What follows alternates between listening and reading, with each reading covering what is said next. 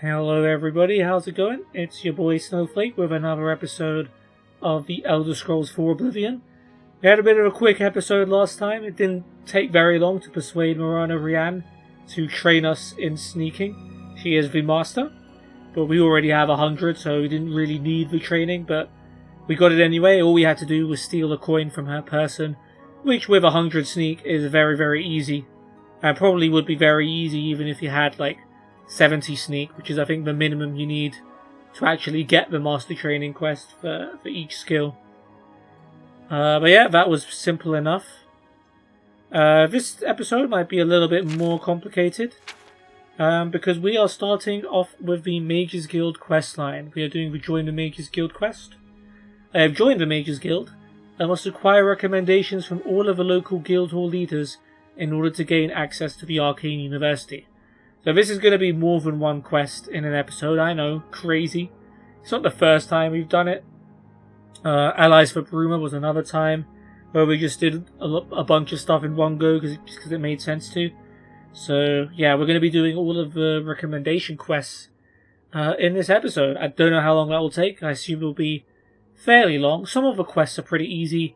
Some of them a little bit more, I wouldn't say challenging, I would say more time consuming, but all have their own quirks, and there's a lot of people to meet across all the mages guilds as well, so we'll be making sure to learn as much as we can about the guild while we're there. Yeah, let us get into it, and I guess we'll start with Anvil.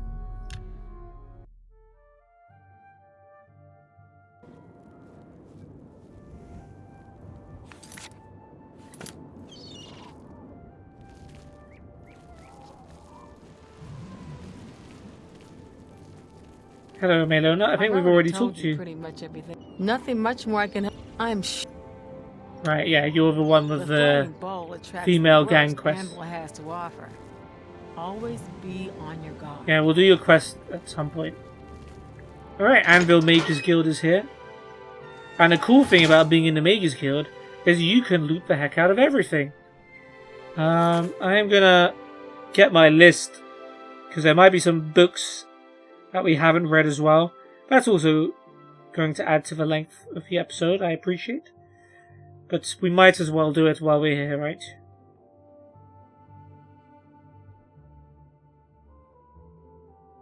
Okay. Well, that's open. So we're just going to take some books. This is Cara Hill. We'll talk to her in a second.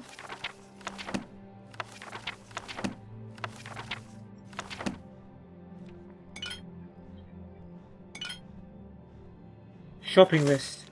Reminder: restore health potion, crumblesome can billet cap over roasted boar meat. Chop finely and mix together with a mortar and pestle. Add water to create a solution that can be drunk. That's not really a shopping list, but thanks. Potion of restore willpower is made by heating minotaur horn and primrose leaves. Grind the results together with a mortar and pestle. Add water to create a drinkable fluid. Great. We'll go ahead and meet other people as well. Oh, this is actually stealing. I was about to take it. If I did, I would have been in trouble with the Mages Guild. They don't like stealing. Okay, nothing here is acceptable for me to take. Let's talk to you, Felon Relis. I'm Felon Relis of the Mages Guild. I handle alchemy training for the Anvil chapter. Nice. And you do actually train. I dabble a little bit in alchemy myself, I have to say. You might have heard of me. Tell me more. See, look, that's the response you get. May I interest you in some of my fine wares? You have ingredients? You do have ingredients. Okay. Apprentice, disposition 79. Gonna go with 70. A bargain at... You might do 71. I'm guessing 72 is his limit. I'm remembering my last interaction. No, we can do 72. 73. Huh.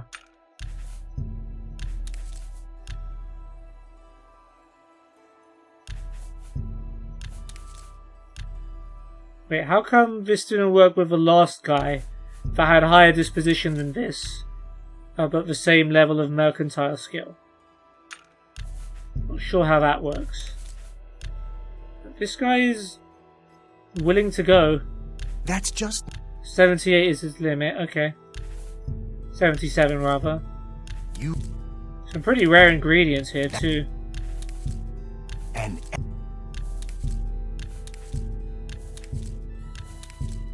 And a lot of them.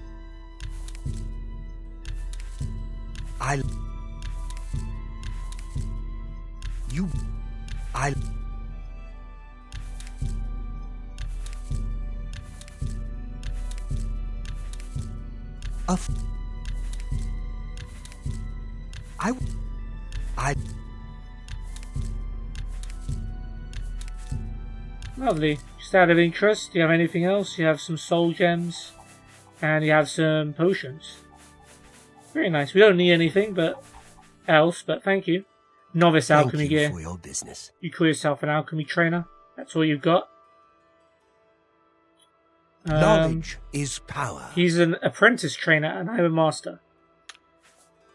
Rumors. I don't know what Archmage Traven has against necromancy, but the first thing he did after taking over the Mages Guild was to ban its practice. Yeah, and funnily enough, actually, no, I'll bring it up later. But we are going to be hearing that rumor a lot. Tell me about Anvil. If you're looking for hard-to-find ingredients, try Lel's Quality Merchandise, outside the walls facing the harbour. Thanks. I thought you actually gave me some pretty hard-to-find ones. But I appreciate it.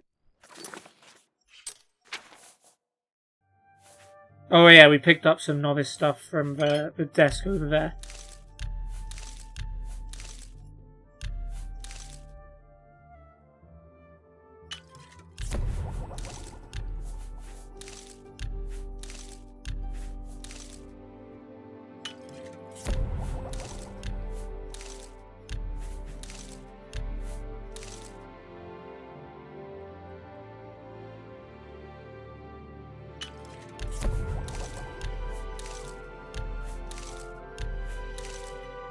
There we go.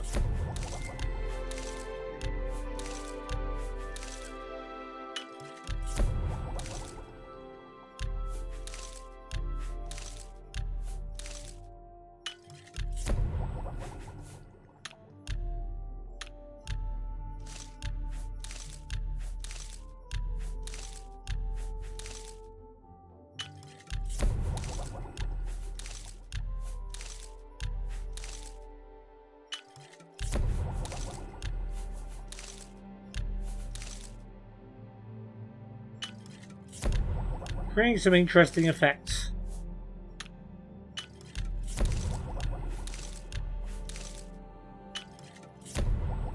Alright, there we go.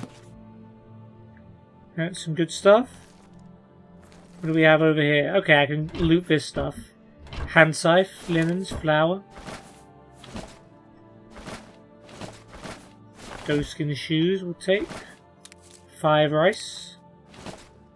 Not fried rice. Ooh, silverware, yeah.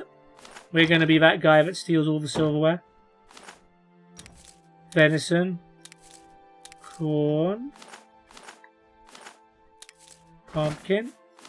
Do not want the covered pot. Can go ahead and take that right back.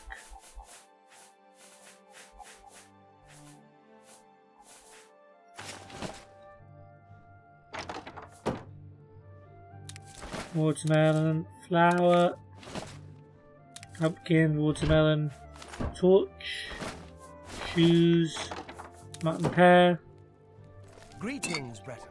Oh, Pulls ropes faster, can run faster than anyone I've ever seen. Of course, he can't often walk a straight line. He's an odd one. Drinks like a fish, but runs like a look at rabbit. the Sparky, the imp. Bye. Good day. This guy has his own imp. It's pretty Your cool. shield arm looks strong. Thanks. Guessing you don't use a lot of shields in the Mages Guild, huh? Take all of this wine. Yeah, we'll just grab all of this alchemy equipment. We've got nothing better than novice. You have the hands of a healer. I do. That is actually something that will help me in the Mages Guild for sure. I'm going to eat too, if you don't mind. Got some nice eats at the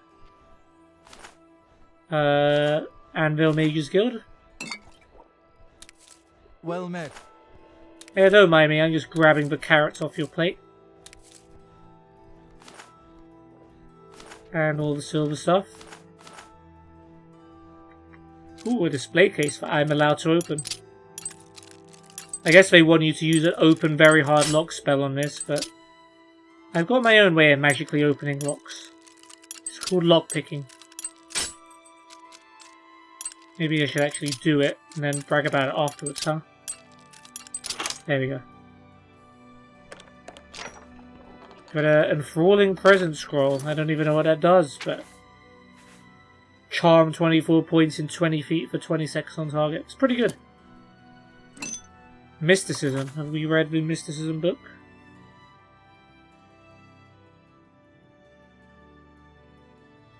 I think we have. Yeah, we have.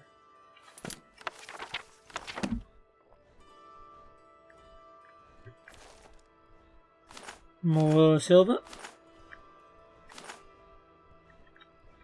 More food and silver.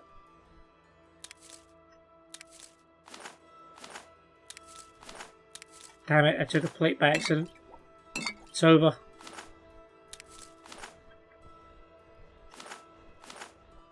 Oh, there's some crab meat here. I don't know if we've ever seen crab meat as an item that isn't inside a container.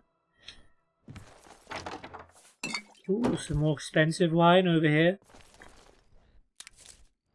Oh, don't worry, 5-second rule. Pick up that apple.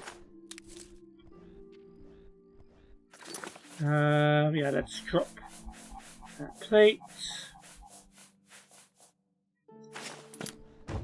Yeah, see, it's dinner for two. And let's make some more potions.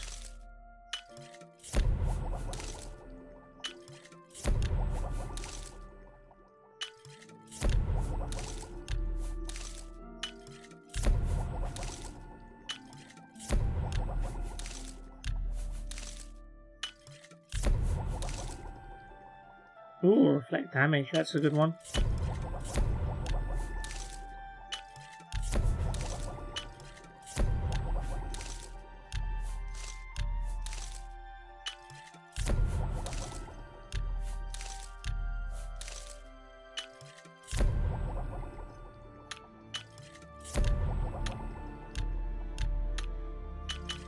There we go. I have a feeling that you and I are about to become very close. Yeah, you're right. Voron, what's your... You must dabble in mysticism. Because you saw that coming a mile away. We'll talk in a sec, though. Let's talk to Mark first. Mark Gullit, Mage's Guild Evoker, Advanced Instructor in the Arts of Destruction. Okay. Rumours? Things in the guild have been different since Traven was named Archmage. They're more structured, but everyone seems tense. Fair. Anvil? Carahill inherited the Anvil Mages Guild chapter from Hannibal Traven, the Archmage. She runs a clean hall, just like Traven did. Interesting. So Hannibal Traven was the head of the Anvil Mages Guild before he became the Archmage. That's pretty cool. We'll get to meet him at some point. Mages Guild? Carahill's a good leader. She's been a staunch supporter of the Council of Mages for as long as I've known her. Cool. Be seeing you. What are you saying, Thorin? Do you agree? I greet you, Thorin, journeyman of the Mages Guild. Oh, he knows a bit about danger shrines, doesn't he? Have a look at my wares. I'm sure there's something to suit you. A lot of absorb attributes and absorb skills. Yeah. Nothing amazing. I mean, I'm not going to use many spells anyway. Archmage Traven is the first to take such a hard stance on necromancy. It upset more than a few people. Yeah, a lot of necromancy rumours, that's for sure. Tell me about Anvil. I believe some people think of Anvil as a slow, sleepy place compared to Eastern Cyrodiil, but there's plenty of trouble up north to be found. Oh, is there? I wonder if we'll find out about some of that trouble. What do you know about Daedra Shrines, Forum? There's a Malakath shrine west of Fort Such, west of the Gold Road to Hammerfell. But I stay away. I like my skin on the outside, in one piece. Me too. But I can hack it. We went to Fort Such for the Dark Brotherhood assassination of Roderick. So it shouldn't be too far away. Mages Guild. Carahill supported Archmage Traven's appointment from the beginning, and I don't believe the rumors that she just wanted his job at this hall. Interesting, but that is a rumour. Bye. Alright, well I'll leave you and Sparky too, for it was nice to meet you. Okay, we've got another room here full of books. Magic from the Sky. We have not read this book. So we will do it. Oh! This guy, I believe, is an actual NPC in the game. Magic from the Sky by Irlav Geralt. The ancient aliens believed that Nirn was composed of 4 basic elements: earth, water, air, and light. And of these 4 elements, they believed the most sublime form of light was starlight. The stars are our links to the plane of Aetherius, the source of all magical power, and therefore light from the stars is the most potent and exalted of all magical powers. From time to time, fragments of Aetherius fall from the heavens, but people know these fragments as shooting stars, and from time to time such ethereal fragments are found on Nirn. For those who don't know, Nirn, I believe, is the planet that they're on. That's called Nirn for them. The most common varieties are known as meteoric iron. This metal is prized by armourers and enchanters for its properties in the forging of enchanted weapons and armours. This meteoric iron is also the primary component in Ayleid Wells, ancient enchanted artifacts found throughout Cyrodiil. Yeah, we've ran into some of those. Another rarer form of ethereal fragment is called I'm guessing that's supposed to say meteoric glass, but it says meteoroic glass. It is from such fragments that other rare alien enchanted artifacts are crafted. Welkin stones and Vile stones. Yeah, you've seen them.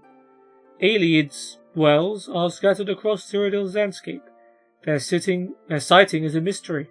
They are not associated with any known Ayleid cities or settlements.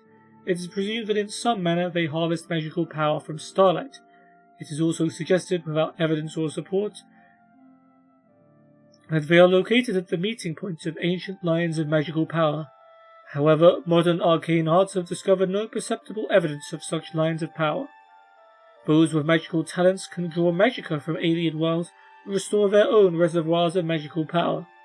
No ritual or arcane knowledge is necessary, suggesting that these wells were designed to serve persons not skilled in the magical arts. But that's facts in my case. Once drained, the wells replenish again, only at magical midnight. Just say midnight. Once recharged, they appear to radiate magical power back into the sky, which prompts some to theorize they are also objects with religious or magical ritual significance, perhaps the meaning of offering magic back to the heavens. Welkin stones, Altbury's Sky Stone, Heaven Stone, literally Sky Child, are pieces of cut and enchanted meteoric glass, which apparently act as storage devices for magical power. A magical talent can restore his reservoirs of magicka from such stones. Alas, the means of restoring power to these stones may have been lost with the aliens. Apparently these objects simply crumble to dust after they have been used. We know that. Great Welkin stones are exceptionally large pieces of enchanted meteoric glass. Throwback to the main quest. Scholars believe that at the heart of each ancient Ayleid city, the Great Welkin Stone was the source of the settlement's magical enchantments. It may be that these great stones were linked to the lesser stones, restoring and maintaining their power. In any case, research on these Great Welkin Stones is impossible, since all the known Ayleid ruins have been looted of their great stones, and no examples of these great stones are known to survive. You should have gone to Miss Karkin, mate. There was one there that you missed. Another rare enchanted item found in Ayleid ruins is called a Vala Stone, Altmary's Starstone. Vada stones are remarkably powerful, enabling untrained users to restore magical energy to any number of enchanted items. Because of their great value and utility, these items are also extremely rare, but since they are small and easily concealed, diligent explorers may still occasionally come across them in any Ayleid ruin. Ayleid wells, Welkin stones, Vada stones. Consider, then, these marvels of magical enchantments. Are we then to conclude that the Ayleids were a superior race and culture? Did they so exceed us in art and craft that they mocked the feeble power of Third-Era wizards? Never! The Ayleids were powerful, yes, and cunning, but they were neither good nor wise, and so they were struck down. Their works have passed from none, save these rare and sparkling treasures. For ancient cities are dark and empty, save for the grim revenants and restless spirits condemned forever to walk the halls, keeping their melancholy vigils over bones and dust. Alright, little insight to some of the Ayleid artifacts that we've come across before. And some commentary of the Ayleids who we wonder, were they better than the people in this era? Not according to Erlav Droll, that's for sure. And that is something we might experience at a later date.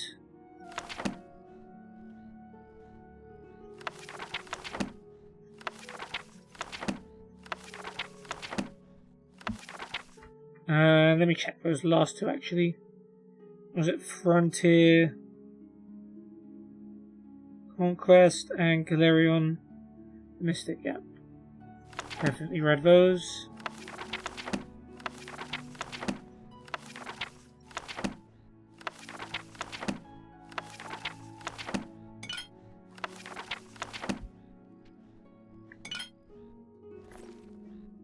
Okay. Looks like you're handy with a blade. Yeah. Well, it looks like we've looted this entire place. We didn't go upstairs, but this is just the Mages Guild library. Don't really need to go there at the moment. Let's talk to Carahil. Hello, Associate.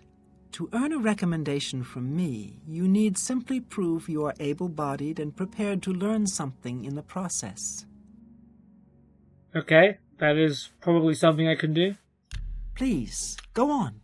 What about I just charm it out of you? I can't... Really now, you're such a charmer. I can't argue with that. No, I won't fight you. You're not funny. Not even a little bit. Okay.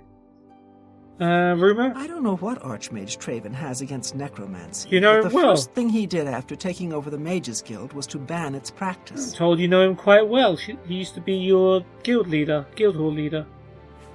Anvil. The Anvil Mages Guild is proud to follow the example Well, there you Hannibal go. Traven sets for us. Mastery and scholarship, free of the dark arts. So you clearly do know why he was against the dark arts.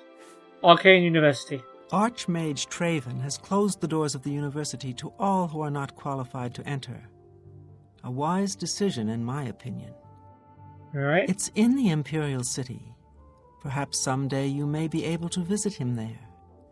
He's done wonderful things for this guild. Nice. Mages Guild? Archmage Traven was right to ban necromancy and place restrictions on the addition of new members to the guild. He's served us well. You certainly like him a lot. Oh yeah, okay, so I was going to bring this up after I talked to Carahil, but if you remember back in the Benaris Manor quest, which was in Anvil, where, of course, Velwyn Benaris, who sold us the manor, his granddad was like an evil necromancer dude who tried to make himself immortal and killed a bunch of people, etc.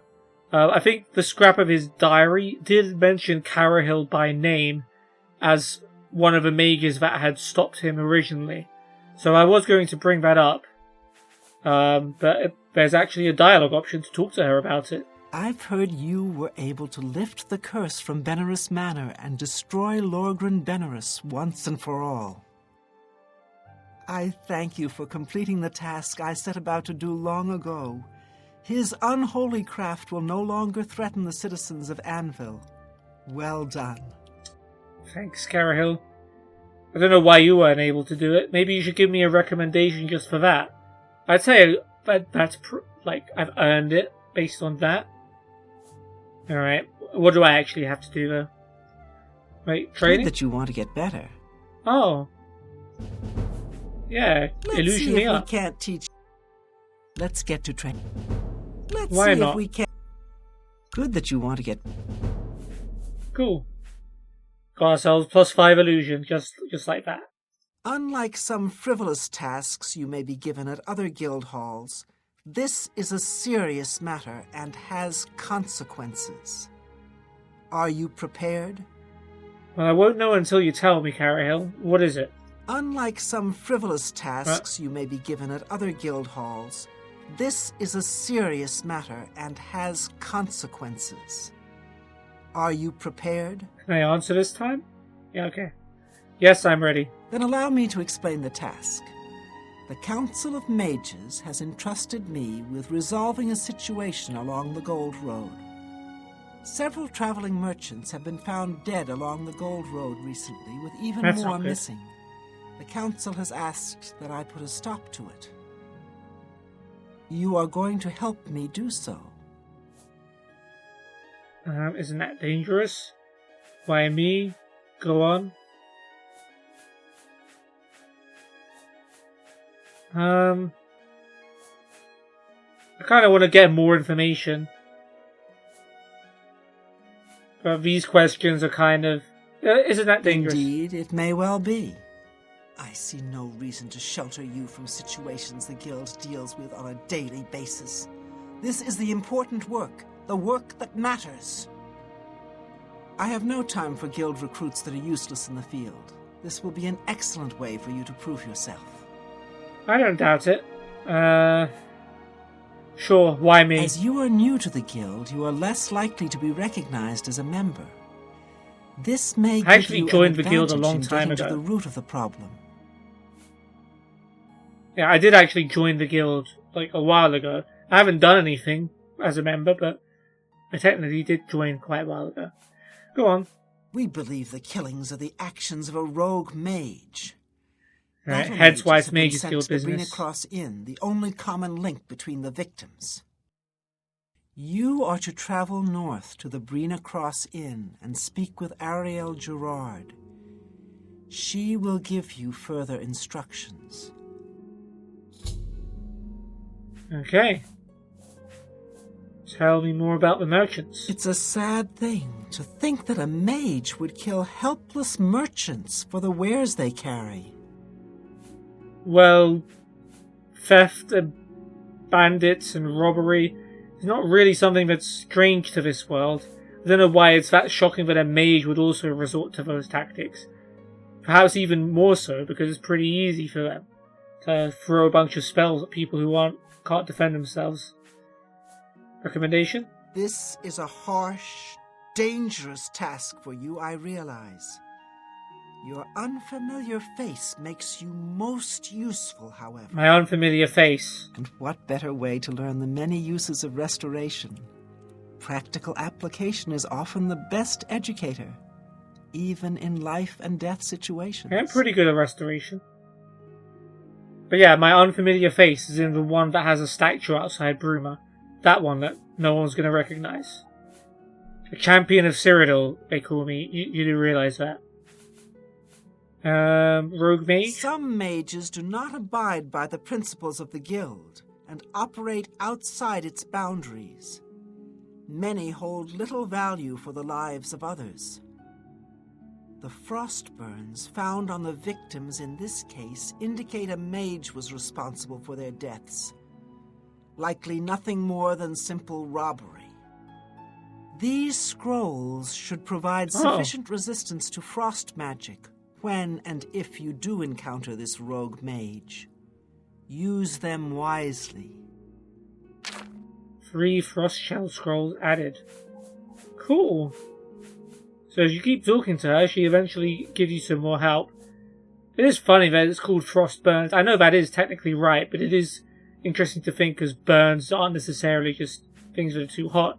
It can also come from things that are too cold as well. Vabrina Cross Inn. The inn lies north of Anvil. Speak with Ariel Jurard when you arrive. She will give you further instructions. Right. Do not let your guard down. We do not know whether the inn staff is involved somehow. Oh, okay. Okay. Rogue Mage? The scrolls I have given you should protect you from the magic the mage seems to use most frequently. But do not let your guard down. He may have more tricks up his sleeve. I bet he does. Good day.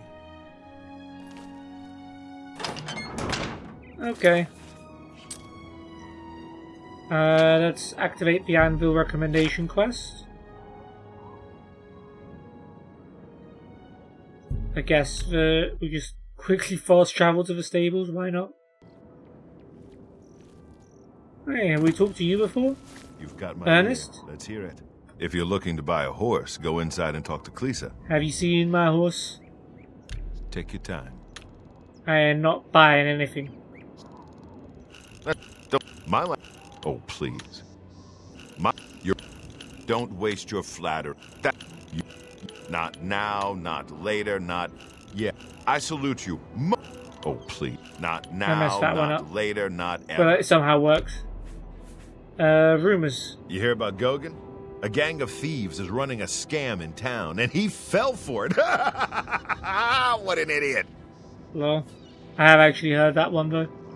Anvil? I used to be a knacker. That's how I fancy my horses. Ripe, stiff, and silent. Hate it when they stare at me, dumb beasts.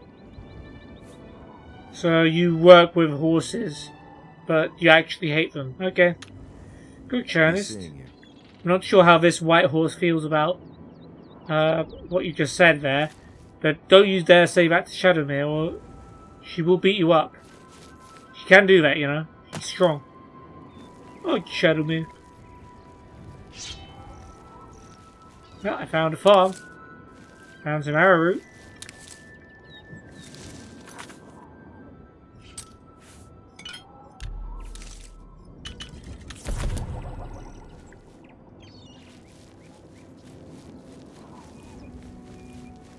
Oh, hello there.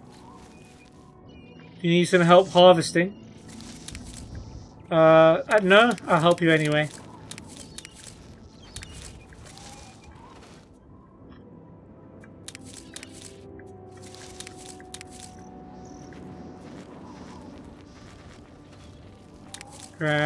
Grab all the cord.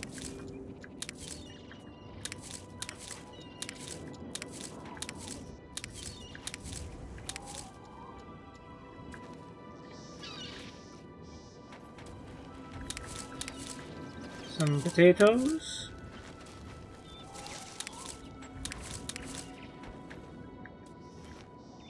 Alright, I think that's pretty much all of your livestock. Got anything in those barrels that I can take too? I don't really want your plate. Take your shoes. Take a single gold piece.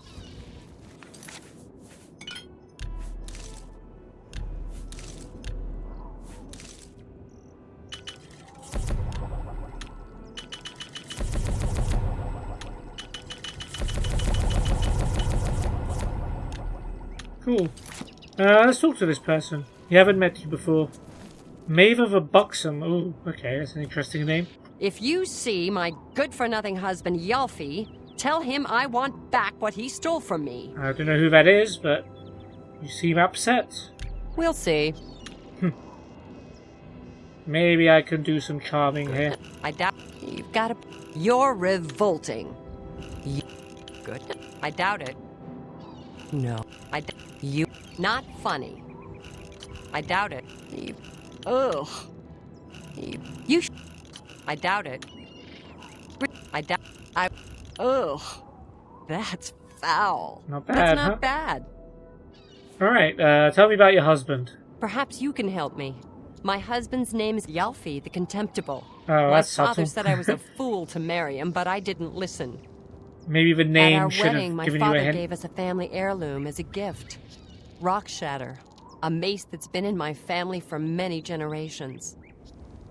Yalfi snatched Rockshatter from our mantle and took off to find his fortune with the local marauder gang at Fort Strand. I want that mace back. Let me guess, I've got to go get it. Please, I don't think he's ever coming back. And I'd hate to lose such a precious heirloom to a gang of thugs. Okay, a new quest. We won't be doing that right now, but that is interesting. Please bring back Rockshatter. It means a great deal to me. Alright, well if it means a great deal to you, Maeve of the Buxom, we will do it. But in the meantime,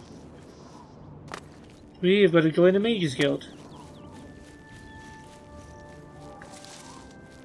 Bergamot. We've got a hill.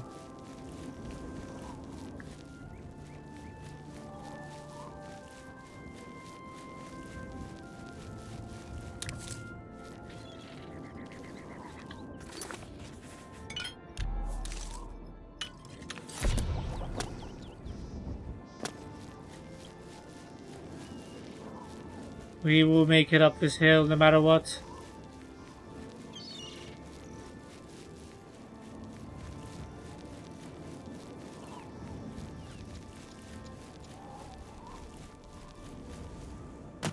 There we go, we found the good spot.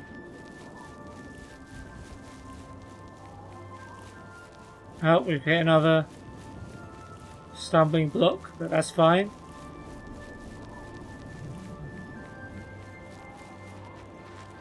Hard to tell, but I think we've made it.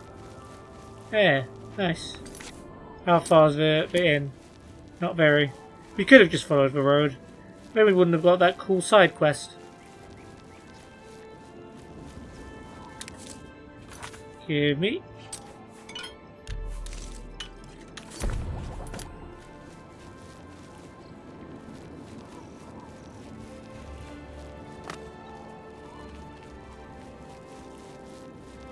Alright, I think we're pretty safe from bad guys for now.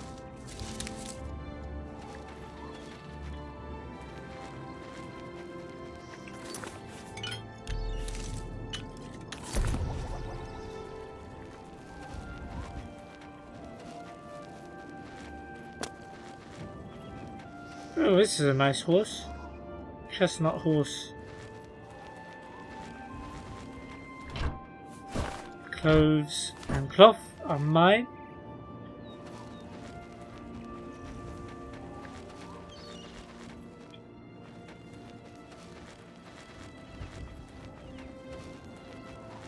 And there's a bunch of crops here too. Hey, I didn't even realize that was a wheat stalk.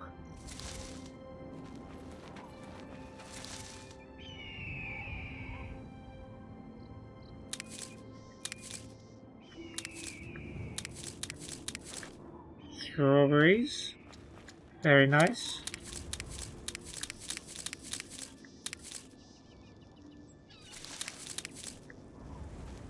And some corn.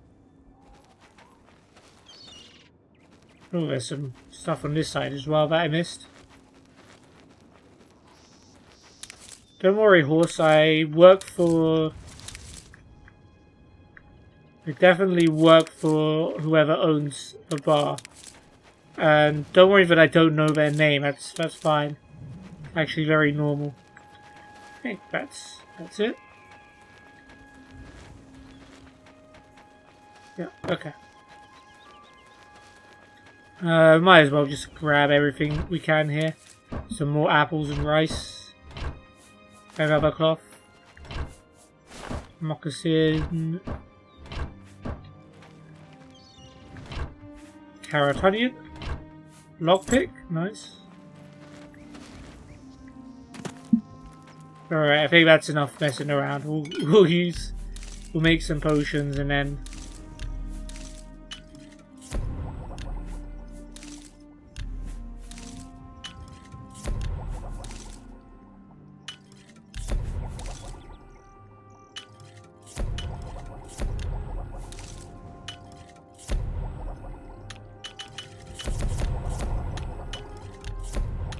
cool. Cool. Let's head into the inn and see what's going on.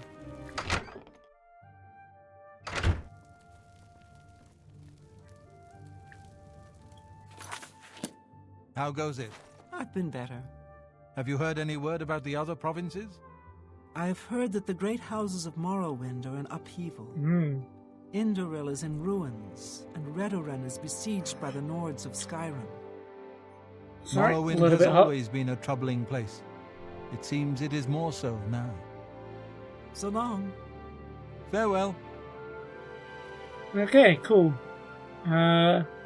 Interesting place you got here, the Brina Cross Inn. Greetings. There's the lady up here. Bunch of doors, which I'm allowed to go in.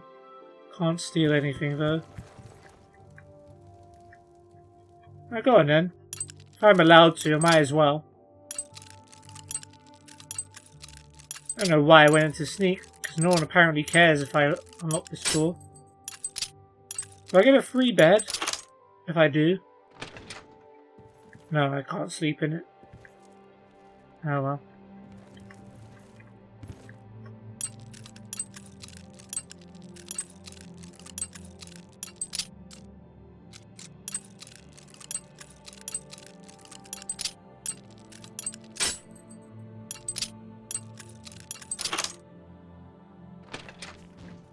Oh, this basket is having trouble. Chest that needs a key. That is interesting. Why would that chest need a key? As far as I know, the only quest that requires the Brina Cross Inn is the one we're doing now. That's curious. I'll have to look that up at some point. We can't go in there. Hello. Let's talk to some people. Kiara, what are you saying? Welcome to the inn. If it's a room you're after, speak with Kristoff. This light does not do your face many favors, Kiara. All right.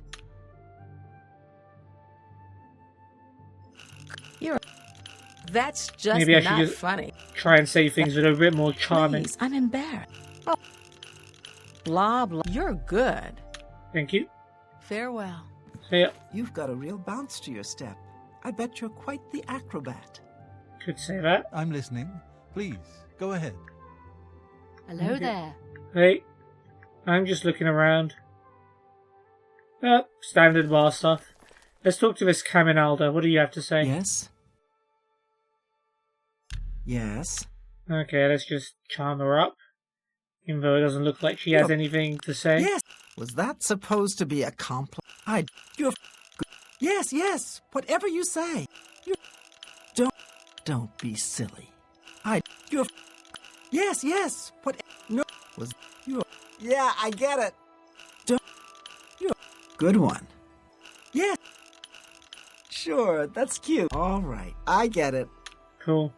Take care. How many other people can we charm? Christoph, what do you say? Welcome to the Brina Cross Inn. Can I interest you in something to eat, or perhaps a bed for the night? I would love something to eat, Christoph. You train as well. Aren't you nice? We'll see. Just charming everyone at the moment. What? Not a good one. Not good. I accept. I have no choice. What? Don't waste your flattery on me. Whatever you want. Don't. I doubt it. Okay, a bit of a tough nut to crack. Need a bite to eat? Maybe something to wash it down with? I'll definitely take something to eat. He's a journeyman, so it's going to be a bit harder to negotiate with. 65%, let's try. Oh, you need to make a better... Okay. 62. Okay, I wasn't far off. We'll try 64. I can't afford... 63 it is. You're trying to drive... 62 then. Yeesh. I wouldn't make... pleasure...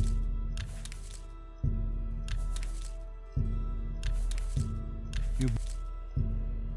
pleasure... Give me all of the stuff. And... you're...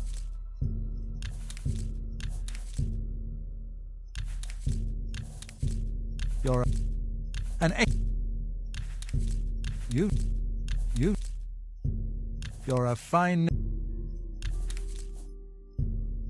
Thank That's you very a much. good deal. Tell your friends about me. Sure. I can what are show you you training? some new things. Blunt.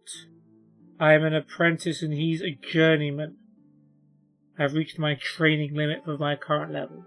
Okay, so I can't gain any more blunt skill from paying for training because I presumably paid someone else to train me in this. Okay. Goodbye. That was a very late goodbye.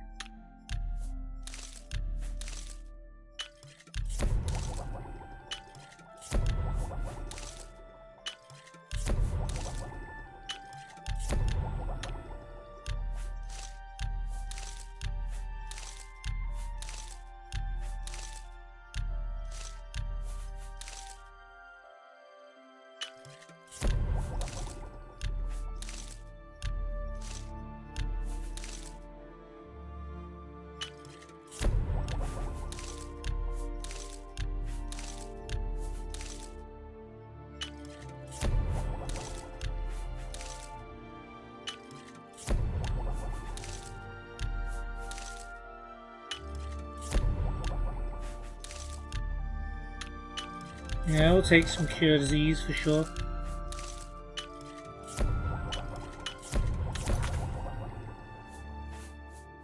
That's it, right? Yeah. Okay. Thank you, Christoph. And of course, you are Ariel Gerard, the person I'm supposed to be talking to. What's Hello, up? stranger. What can I do for you?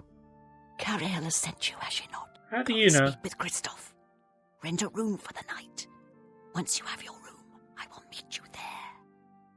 If anyone asks, you are a traveling merchant, nothing more. Do not say otherwise to anyone. No, friend. I'm afraid I don't know the way to Shaden Hall. But good luck in your travels. Please excuse me. Wow, great acting there, Ariel. You really nailed that. No one would ever be suspicious of our conversation now. Okay, so you're going to meet me in my room, huh? Wink, wink. Okay. Right, Christoph. Welcome to the Brina Cross Inn. Can I interest you in something to eat, or perhaps a bed for the night? Well, now that Ariel mentions it, I'd like a bed, please. Let me guess. Traveling on business? You don't look like you're out for a stroll. True. Although I don't really look like a businessman either. I'm a travelling merchant. Ah, yes, thought so. We get many of them travelling through here. Well, we used to. Haven't seen as many lately.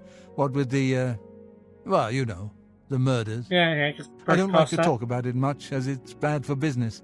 Right. At any rate, would you care for a bed for the night? Yeah, it's just my life, you know. You don't need to tell me about the merchants that have been dying. It could affect me personally, but it's fine. It's bad for business, I understand. Jerk. I'll take it, man. Right then. The bed is just upstairs at the back of the inn. Sleep well. Thank you. I hope it's comfortable enough for you. Me too. You too. Pardon me. Oh. Did I hear you say that you're a traveling merchant? Why, yes, I did, Carinalda. Why all this sudden interest? You didn't want to talk to me before. Don't you worry, what with the recent killings and all? I'd be ever so scared if it were me. I haven't left the inn in days, just in case. Oh, well. Well, you take care of yourself. I'd hate to hear about another senseless death. Good luck to you. See, that's someone who really cares about me. Thank you, Carinalda. That was a very nice and thoughtful message. Christoph, you could learn a thing or two from her. How goes it? I've been better. Have you heard any word about the other provinces? I understand Daedra worship is becoming increasingly prevalent in the Somerset Isle. It seems Somerset Isle has become a much more dangerous place. Be seeing you. An honor to be sure. Yeah, interesting. Good to see Oh, you. did I just run up this? Hello there. I'm not jumping. I literally ran up this rag. That's crazy. Alright, well, by all means, Ariel, welcome to my humble abode.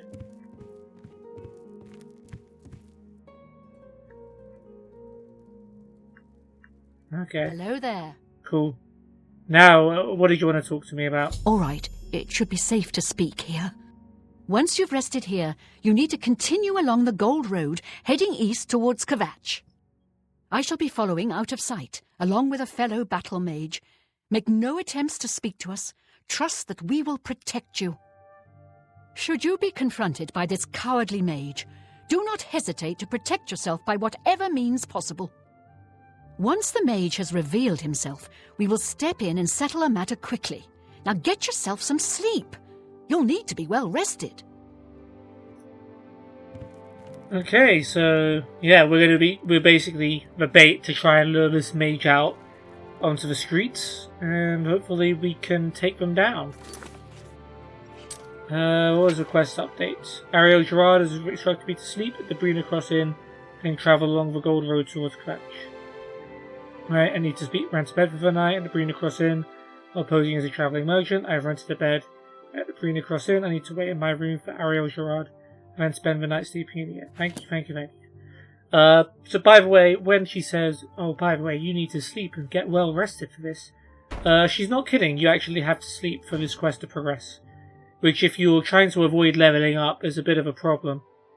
So just bear that in mind before doing this quest. But yes, we will sleep just for an hour. I spent the night, well, I guess you could call it that, at the Brina Crossing. I need to follow the Gold Road towards Kvatch. Be wary of anyone along the road. How about mixing up some potions? You look like quite the alchemist. Wow, everyone's gone. Ariel's gone, Caminalda's gone. Should you need something, I will be happy to Didn't see this area before. Interesting. Guess that's where he sleeps. Yeah, I thought Caminalda hadn't left the inn in days because she was worried about the murders. Weird that within an hour of talking to her, she's already gone. But you never know, maybe seeing us. Alright, there's the battle mage. We were told not to interact with these guys, so I'm just going to ignore them. Brody and heinous. Sure. I need to follow the Gold Road towards Kvatch. Alright, sword at the ready.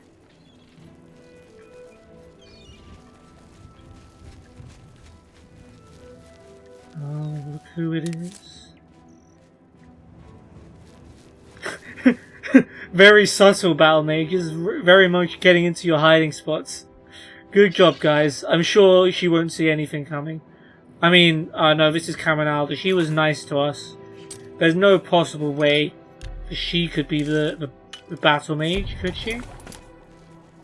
No.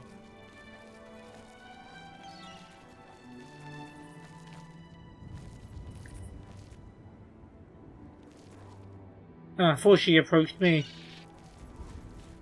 Well, I'm just gonna carry on down my road as a merchant. I'm afraid your journey ends here, traveler. I'll be taking whatever you're carrying. After you're dead, of course. I do hope it's more than the last few had. They were most disappointing. Well, shock.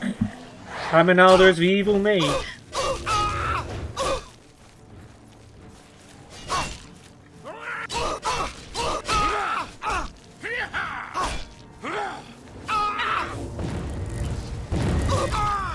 Alright. Thanks, guys. I need to talk to Carahill in Anvil and inform her that Caminalda has been defeated. You've done well.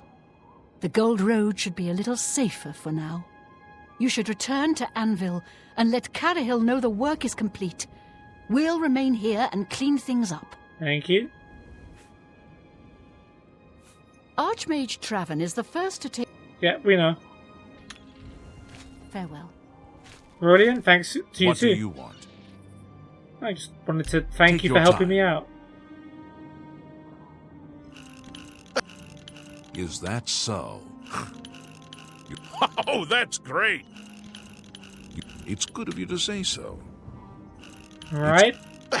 That's not bad. Remus? Not only has necromancy been banned from practice in the Mages Guild, but the guild won't deal with anyone who openly uses it. Interesting. Be seeing you. Alright, well, oh look, there's a guard there who did absolutely nothing to help.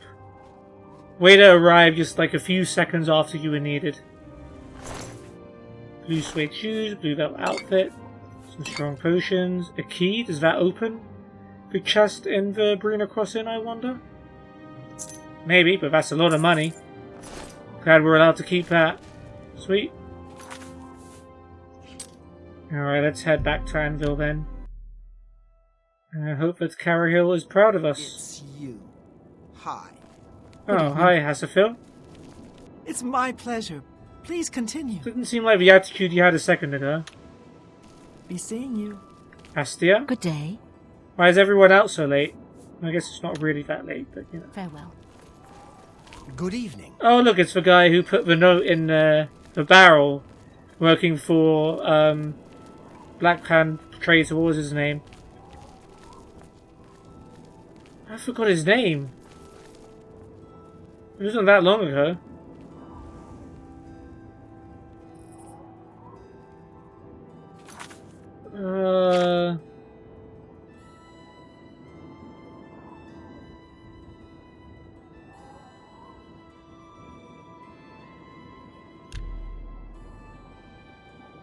Matthew Bellamont, right, that's the one. I don't know why I didn't remember that. Weird. Hi. Hi there. Mirabelle Monet is quite a woman. Good Ask evening. any of the sailors down at the forecastle. I'm never too busy for good I've heard talk. that Mirabelle spends Good a lot of news time from with the Kvatch sailors. for a change. A The lot last of of the demons personal have been time. driven out. with them. Good to know. Have you spoken to Will Oh, at no. the Count's Arms? The He new knows owner a sure lot has about turned fine Venerus wines. Manor around. Thank I've you. had Now a many welcome good addition meals to at our the Count's city. Arms. I've had Take even care. more good Good bottles day. of wine there. Hello, And look, associate. Carahill's See telling you. people about me. Take care. Greetings. So, what of the rogue mage? Has he been found?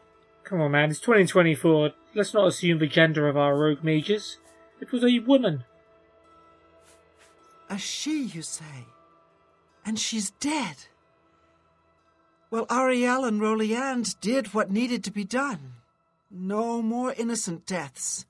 At least for now. You have done well enough for yourself. I'll pass along my recommendation to Thank you, Ramos. Carahill. I appreciate it. Though I must say I doubt it will do you much good in the end. You'd be surprised how easily they forget about the little people. Oh, well. That's the first negative thing you said about the Mages Guild all day. I wonder what made that... What gave you... Good day. Why you commented that. Okay, well, we've done the Anvil recommendation. I completed my task for Carahill. Where should we go next? Bruma? We've already got the quest for Bruma, so let's just activate it.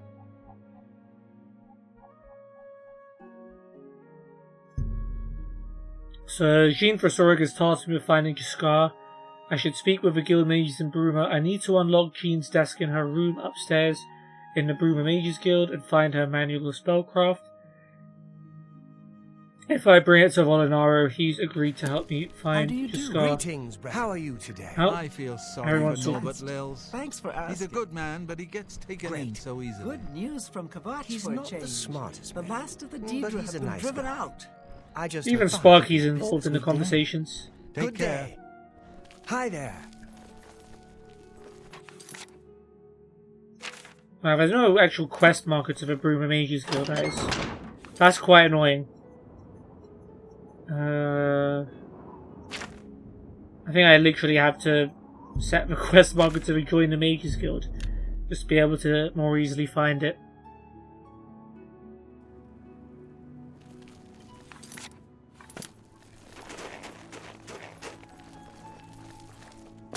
Oh, hey, fetid Joffinhild. Can you spare a coin? No. I can, but I won't.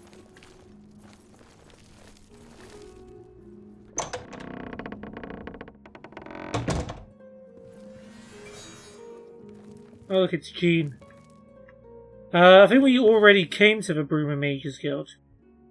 But before, which is how we got the quest and how we talked to Volinaro.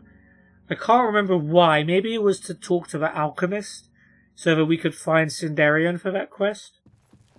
That's the only reason that rings a bell for me. I don't see any other reason why we would have had to be here. So we have spoken to everyone here before, I believe. And her desk is right here. And here is her manual of spellcraft, which I was asked to steal. I have Jean's manual of spellcraft. I need to deliver it to Volinaro. And let's do that. Hi there. Have you pulled that little prank yet? Yeah, stealing. What a great prank. Rumus? Archmage Traven. Yep. Prank. You've got Jean's book, I see. All right then. I'll just take that from you. Meet me in the living quarters just after 10 p.m. Why does everyone want to meet me in private areas? This is getting a bit sus, guys. Come on. What did you say? After 10 p.m.? Alright, I guess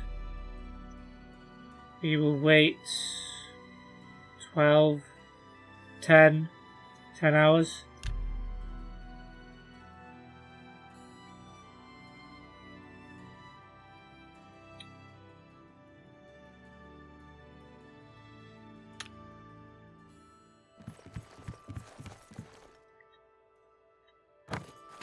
That was a higher jump than I was anticipating.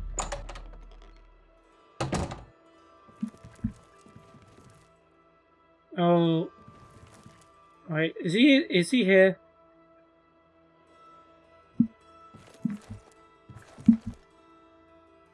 Hold on a sec.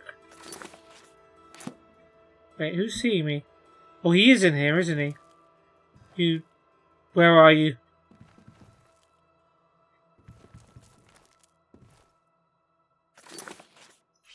I will find you. Even if I have to break the law to do it. There he is. Just scar you, you tricky person. I could have just baited him out, but I won't. Ready to find Jaskar? Yeah, go on. Give me the big reveal. Tell me about Jean first. She won't figure this out for weeks. Ah, it's times like this I enjoy what I do. Yep, stealing. I don't like Jean much either, but this isn't really much of a prank. It was a good idea, wasn't it? I wonder how long she'll spend trying to figure out where she put it down. Right. Go on then, show me your scar. Just watch. You'll see. Oh look, it's Jaskar. He was invisible the whole time. Hey, you look just like your statue. What can I do for you? Yeah, nice. Take care. Alright, Jaskar. Hello there. I hear you've been looking for me.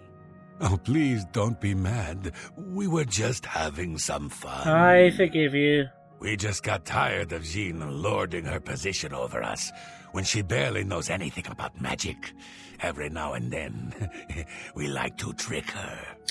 Yep, notice. We figured it was time to move on to a new prank. This one was getting boring anyway, so you can tell her you found me. I mean, I'm getting a free recommendation out of it, so I'm not too upset. Certainly.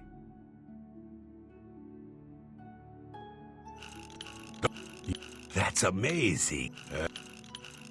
Don't waste your flattery. Don't try to manipulate. Don't waste your flattery on me. Okay. Rumors? Necromancy may be legal in Cyrodiil, but few will openly admit to practicing it now that the Mages Guild has banned it. Alright, tell me about Jean. Finding ways to confuse her just never gets old for me. It's good practice of our skills, too, but it's mostly just funny. Well, it's gave me a recommendation, so I don't mind it. She did seem a little bit, what's the word? Arrogant for no reason when we did talk to her. Mage's There's Guild. not much to do here in the Bruma Guild. If you can get to the Arcane University, though, they let you make your own spells there. Yeah, that's a pretty good thing. Very good. Even for someone who doesn't use spells a lot, that's very useful. Especially in training certain skills. Go on, prank. Well, it was fun while it lasted. I'll have to start thinking up something new to try. Alright. Be seeing you. Alright. Another interesting thing about this quest, by the way, is actually getting the book for Volinara is not the only way to... oh, that's cool. Is not the only way to complete this quest. If you actually cast this spell on Jaskar, you can force him to turn visible, and then you can still complete the quest that way. These guys don't like you very much for it, but that is another way you can do it. But, yeah, there was no need. Alright, Jean, I'm going to pretend this is the first time I've been to your office today. Any luck finding Jaskar? Rumors? Half of the Council of Mages resigned when Traven took over the position of Archmage. Interesting. Jaskar? Found him, did you? Well, I suppose that's good. Yeah, it was a missing You'll have person. to forgive me. I seem to have misplaced something. Yes, well, let's never mind that. You've fulfilled your end of the bargain, though, so I'll fulfill mine. Ramanus will have my recommendation. Good. And don't you forget about me once you've finished your training. I'm sure we can help each other out. Yep, she's the Cyrodiil Clout Chaser. Anytime she smells a scent of success around someone, she's like, oh yeah, we can help each other out, we can be buddies. And that's probably how she got her position as head of Bruma Mages Guild. It is interesting to have a character like that. I'm sure I spoke about it in depth before when I first met her. But yeah, that's the second recommendation done. Where shall we go next? Shading Hole. Okay. Sounds good. Oh, hello. Well met. Skillet? I am honored to speak to the hero of the Battle of Bruma. What can I do for you? We're getting a bit nervous when I see someone like sprinting for no reason. But okay, it doesn't seem like there's anything too urgent.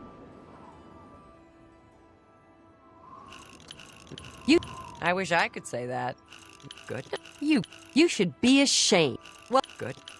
You're revolting. Get a... Goodness. That's just talk. I see. Tell me about Bruma. We drink because we're happy. We're Nords. It's just the thick tongue and fat head the day after that makes me unhappy. Okay, you like to drink. Thank you. Take care. Good talk, Skirta. Yeah, off to Shading Hole then.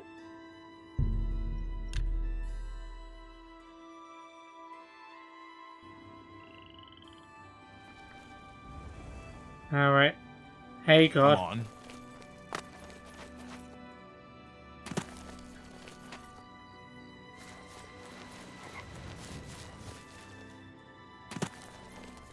Alright, Shading Hole Mages Guild. I don't believe we have been here before.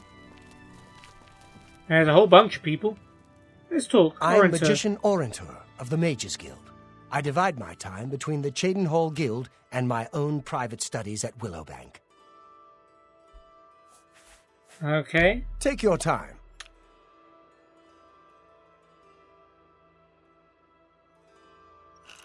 You...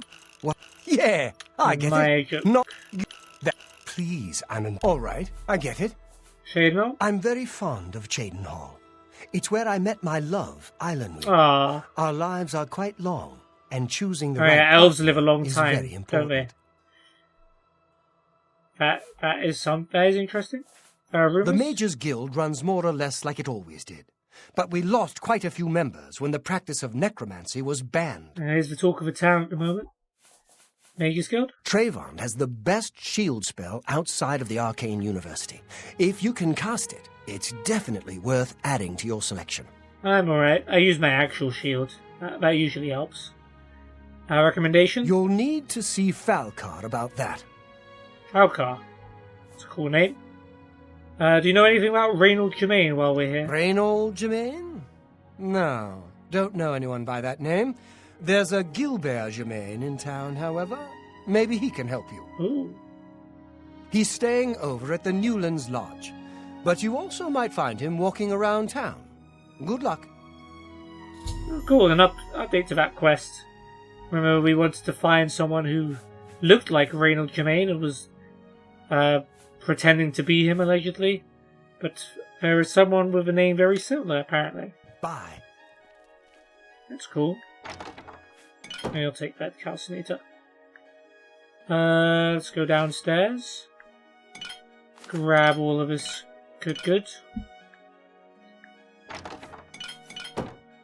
No one has anything more than novice alchemy equipment. They really don't want anyone outside the Arcane University to succeed, huh? Good to see you. Thanks. More stuff. A lot of focus on alchemy, though, it seems. There's scales, hourglass, weights, crystal balls.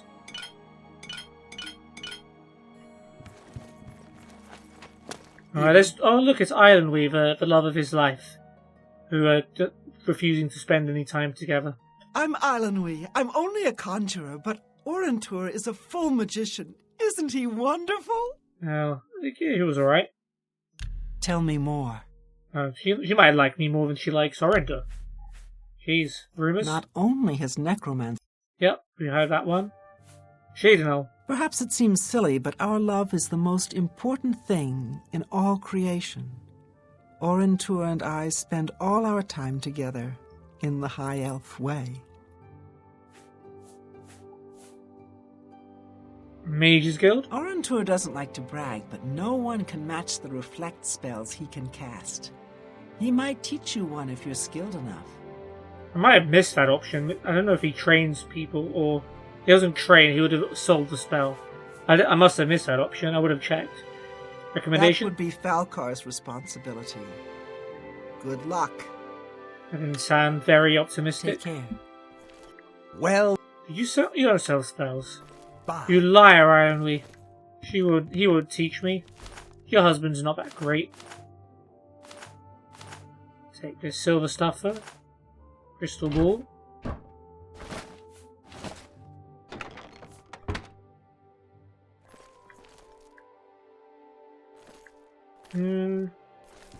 Haven't looked up here.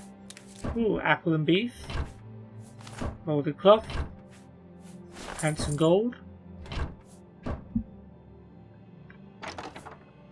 Raw meat potato.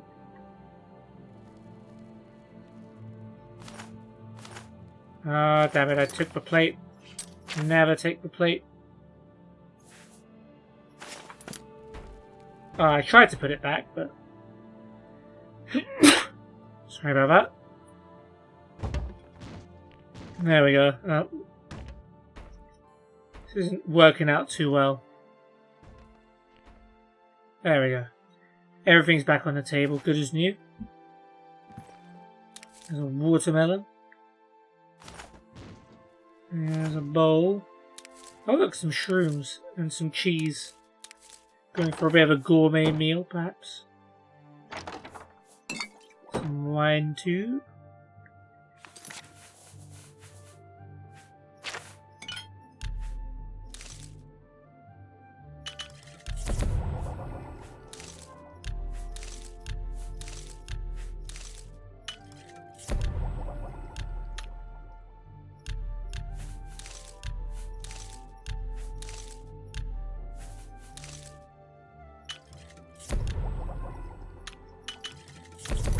Nice.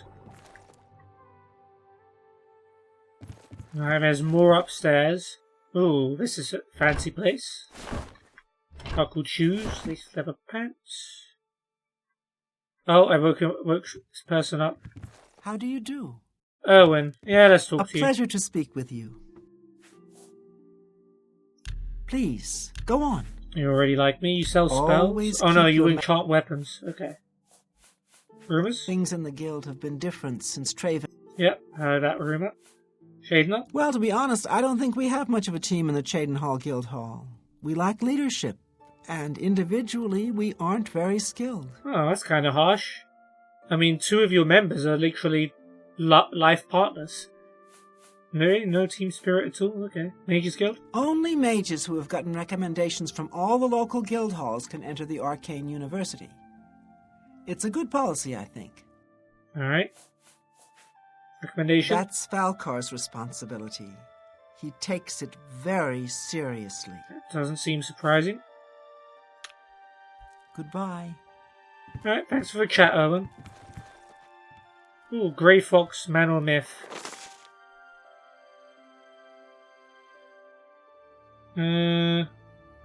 Yeah, we have read this one. So, I don't even need to take it. Silver Warhammer, Steel War Axe, Chainmail Greaves, jeez. Erwin was ready for a fight. Silver Dagger here too. Bunch books. Most of them we're already familiar with. There might be the odd book that we don't know. On Morrowind, I think we've read as well. Yep.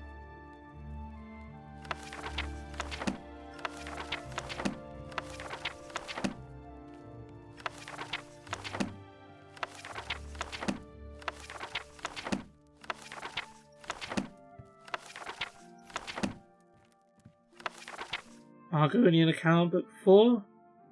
That would have been a skill book if we hadn't read it.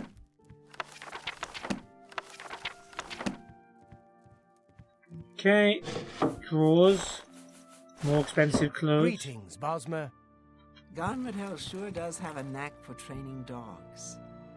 I've heard that she will train people as well, for a price. Ganradhel does seem to love her dogs. She taught me a little something about acrobatics, though, which was helpful. I see. Have you noticed a change in the well water recently?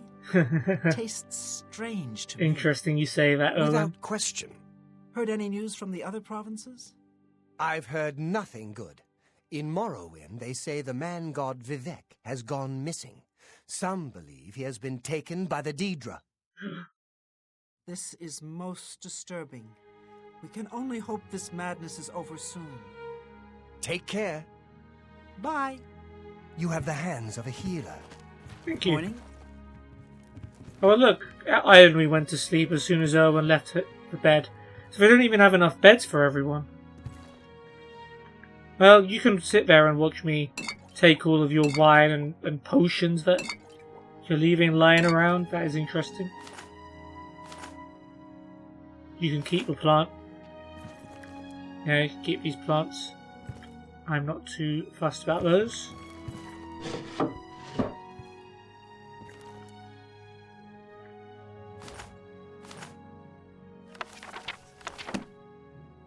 The seed. That does not sound very familiar. I don't think that's one we read before. Let's read that. The Seed, Ancient Tales of the Dwemer, Part 2 by Marabar Sul. The hamlet village of Lorik was a quiet, peaceful Dwemer community, nestled in the monochrome grey and tan dunes and boulders of the Degasite. No vegetation of any kind grew in Lorik, though there were blackened vestiges of long dead trees scattered throughout the town. Candida, arriving by caravan, looked at her new home with despair. She was used to the forest land of the north where her father's family had hailed. Here there was no shade, little water, and a great open sky. It looked like a dead land. Her mother's family took Candida and her younger brother Nevith in, and was very kind to the orphans, but she felt lonely in the alien village. It was not until she met an old Argonian woman who worked at the water factory that Candida found a friend. Her name was Sigurtha, and she said that her family had lived in Lorik centuries before the Dwemer arrived, when it was a great and beauteous forest. "Why did the trees die?" asked Candida. "When there were Argonians only in this land, we never cut trees, for we had no need for fuel, or wooden structures such as you use. When the Dwemer came, we allowed them to use the plants as they needed them, provided they never touched the Hist, which are sacred to us and to the land. For many years we lived peaceably. No one wanted for anything. What happened? Some of your scientists discovered that distilling a certain tree sap, molding it and drying it, they could create a resilient kind of armor called resin, said Sigartha. Most of the trees that grew here had very thin ichor in their branches, but not the Hist. Many of them fairly glistened with sap, which made the Dwemer merchants greedy. They hired a woodsman named Junine to start clearing the sacred arbors for profit. The old Argonian woman looked to the dusty ground and sighed. Of course, we Argonians cried out against it. It was our home, and the Hist, once gone, would never return. The merchants reconsidered, but Junine took it on his own to break our spirit. He proved one terrible bloody day that his prodigious skill with the axe could be used against people as well as trees. Any Argonian who stood in his way was hewn asunder, children as well. I mean, he's one dude though, surely if you get all the Argonians to attack him at once, you can maybe take him down. No, I guess not. The Dwemer people of Lorik closed their doors and their ears to the cries of murder. Horrible, gasped Candida. It is difficult to explain, said Sigartha. But the deaths of our living ones was not nearly as horrible to us as the death of our trees. Ouch, imagine being one of the people that died. And just being below trees. You must understand that to my people, the Hist start where we come from, and where we are going. To destroy our bodies is nothing. To destroy our trees is to annihilate us utterly. Okay, can't see it from that perspective. When Junine then turned his axe on the Hist, he killed the land. The water disappeared, the animals died, and all the other life that the trees nourished crumbled and dried to dust. But you are still here, asked Candida. Why didn't you leave? For us, we are trapped. I am one of the last of the dying people. Few of us are strong enough to live away from our ancestral groves, and sometimes even now there is a perfume in the air of Lorik that gives us life. It will not be long until we are all gone. Candida felt tears welling up in her eyes. And I will be alone in this horrible place with no trees and no friends. Oh yeah, someone else is dying. How can I make this about me? We Argonians have an expression, said Sigartha with a sad smile, taking Candida's hand, that the best soil for a seed is found in your heart. Candida looked into the palm of her hand and saw that Sigartha had given her a small black pellet. It was a seed. It looks dead. It can only grow in one place in all Lorik, said the old Argonian. Outside an old cottage in the hills outside town. I cannot go there, for the owner would kill me on sight. And like all my people, I am too frail to defend myself now. But you can go there and plant the seed. What will happen? Asked Candida. Will the Hist return? No, but some part of their power will. That night, Candida stole from her house and into the hills. She knew the cottage Sigartha had spoken of. Her aunt and uncle had told her never to go there. As she approached it, the door opened, and an old but powerfully built man appeared, a mighty axe slung over his shoulder. I wonder who that could be. What are you doing here, child? He demanded. In the dark I almost took you to be a lizard man. I've lost my way in the dark, she said quickly. I'm trying to get back to my home in Lorik. Be on your way then. Do you have a candle I might have? She asked piteously. I've been walking in circles and I'm afraid I'll only return back here without any light. The old man grumbled and walked into his house. Quickly Candida dug a hole in the dry dirt and buried the seed as deeply as she could. How quick can you do that? All he did was go into his house to get a candle. He returned with a lit candle. See to it you don't come back here, he growled, or I'll chop you in half. Nice man. He returned to his house and fire. The next morning when he awoke and opened his door, he found that his cottage was entirely sealed within an enormous tree. Damn, in one day. He picked up his axe and delivered blow and after blow. Doesn't make sense. To the wood, but he could never break through. He tried side chops, but the wood healed itself. He tried an upper chop, followed by an under chop to form a wedge, but the wood sealed. Much time went by before someone discovered old Junine's emaciated body lying in front of his open door, still holding his blunted, broken axe. It was a mystery to all what he had been chopping with it, but the legend began circulating through Lorich that hist sap was found on the blade. Oh, so... Okay, with my prior knowledge of Elder Scrolls games, I can imagine what actually happened here, but I'm not going to say anything, because we might learn a little bit more about his sap later in the playthrough. Shortly thereafter, small desert flowers began pushing through the dry dirt in the town. Trees and plants newly sown began to live tolerably, well, if not luxuriantly. The hiss did not return, but Candida and the people of Lorich noticed that at a certain time around twilight, long, wide shadows of great bygone trees would fill the streets and hills.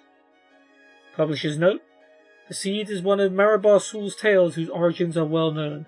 This tale originated from the Argonian slaves of southern Morrowind. Marabar Sul merely replaced the Dunmer with Dwemer and claimed he found it in a Dwemer ruin. Oh, so this is actually a Dunmer guide, but they changed? Furthermore, he later claimed that the Argonian version of the tale was merely a retelling of his original. Lorich, while clearly not a Dwemer name, simply does not exist. And in fact, Lorich was a name commonly used incorrectly for Dunmer men in Gorfelim's plays. The Argonian versions of the story usually take place on Vardenfell, usually in the Telvanni city of Sadrith Mora. Of course, the so-called scholars of Temple Zero will probably claim this story has something to do with Lorcan, simply because the town starts with the letter L. I can't remember who Lorcan was. His name was mentioned in the Mehrunes Razor quest. I can't quite remember though. I have to look that up as well to refresh my memory. Azura and the Box.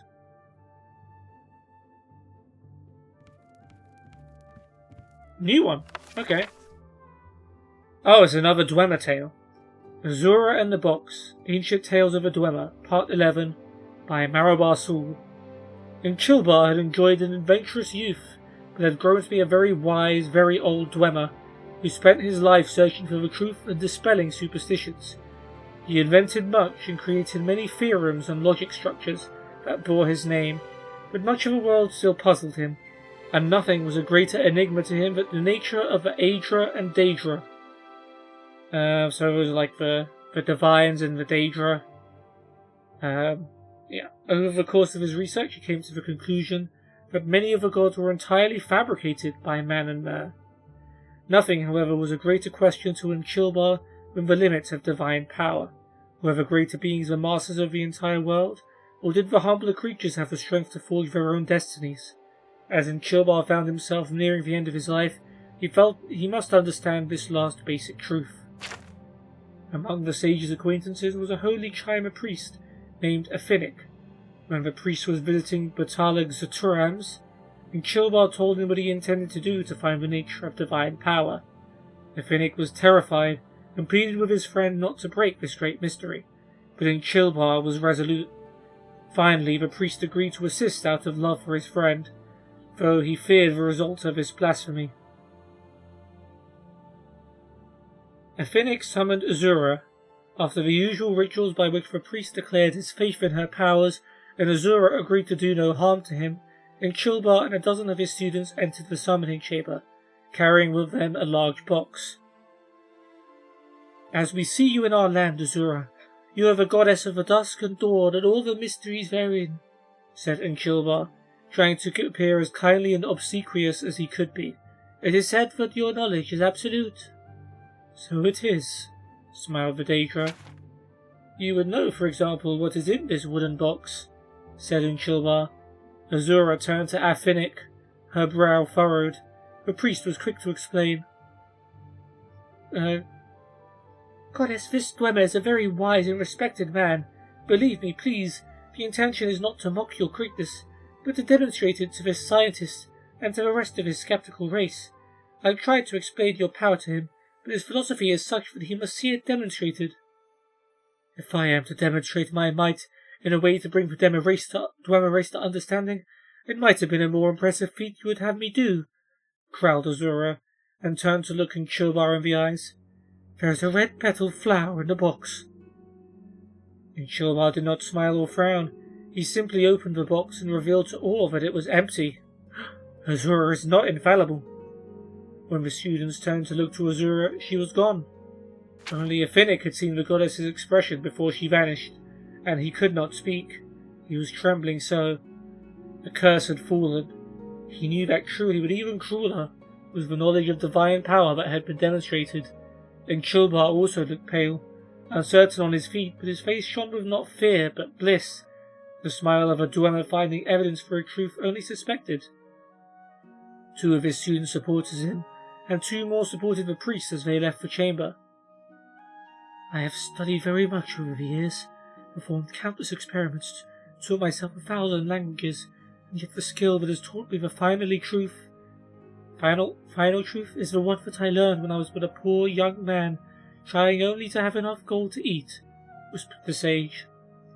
As he was escorted up the stairs to his bed, a red flower petal fell from the sleeve of his voluminous robe.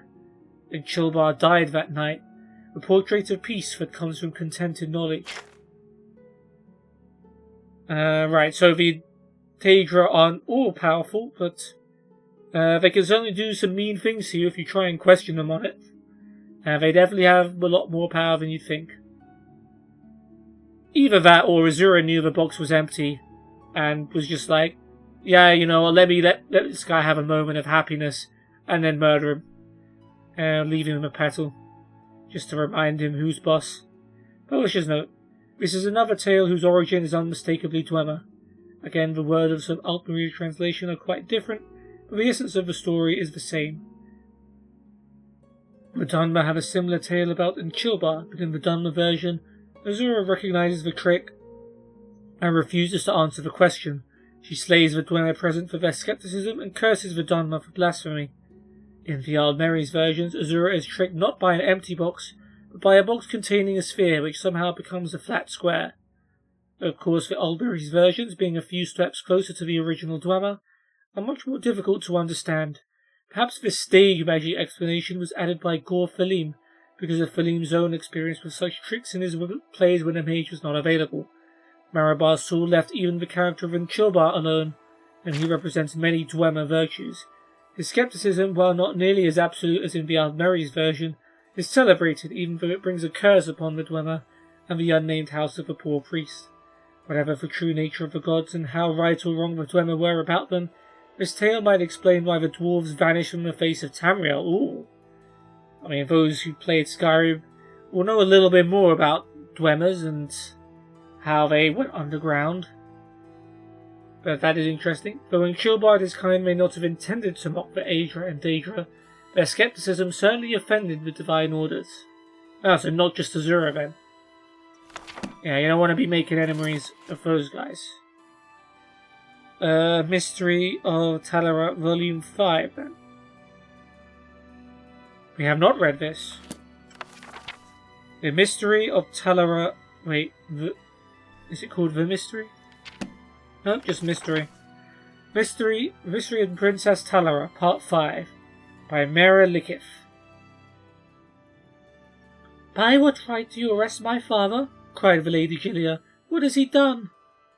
"I arrest the King of Camlorn, the former Duke of Oloin, by my right as an Imperial Commanding Officer and Ambassador," said Lord Strail, "by the right of law of the Emperor of Tamriel, which supersedes all provincial royal authority." Jaina came forward and tried to put her hand on Gilia's arm, but she was coldly rebuffed. Quietly, she sat down at the foot of a throne in the now empty audience chamber. "This young lady came to me having completely recovered her memory, but the story was beyond incredible. I simply couldn't believe it," said Lord Strail. "She was so convinced of it, I had to investigate. So I talked to everyone who was here at the palace 20 years ago, to see if there could be any truth to it. Of course, at the time of the King and Queen's murder and the Princess's disappearance, there was a full inquiry made, but I had different questions to ask this time." Yeah, I feel like we probably need some context for the other books. We've read Volume 2, but I can't remember, was that the book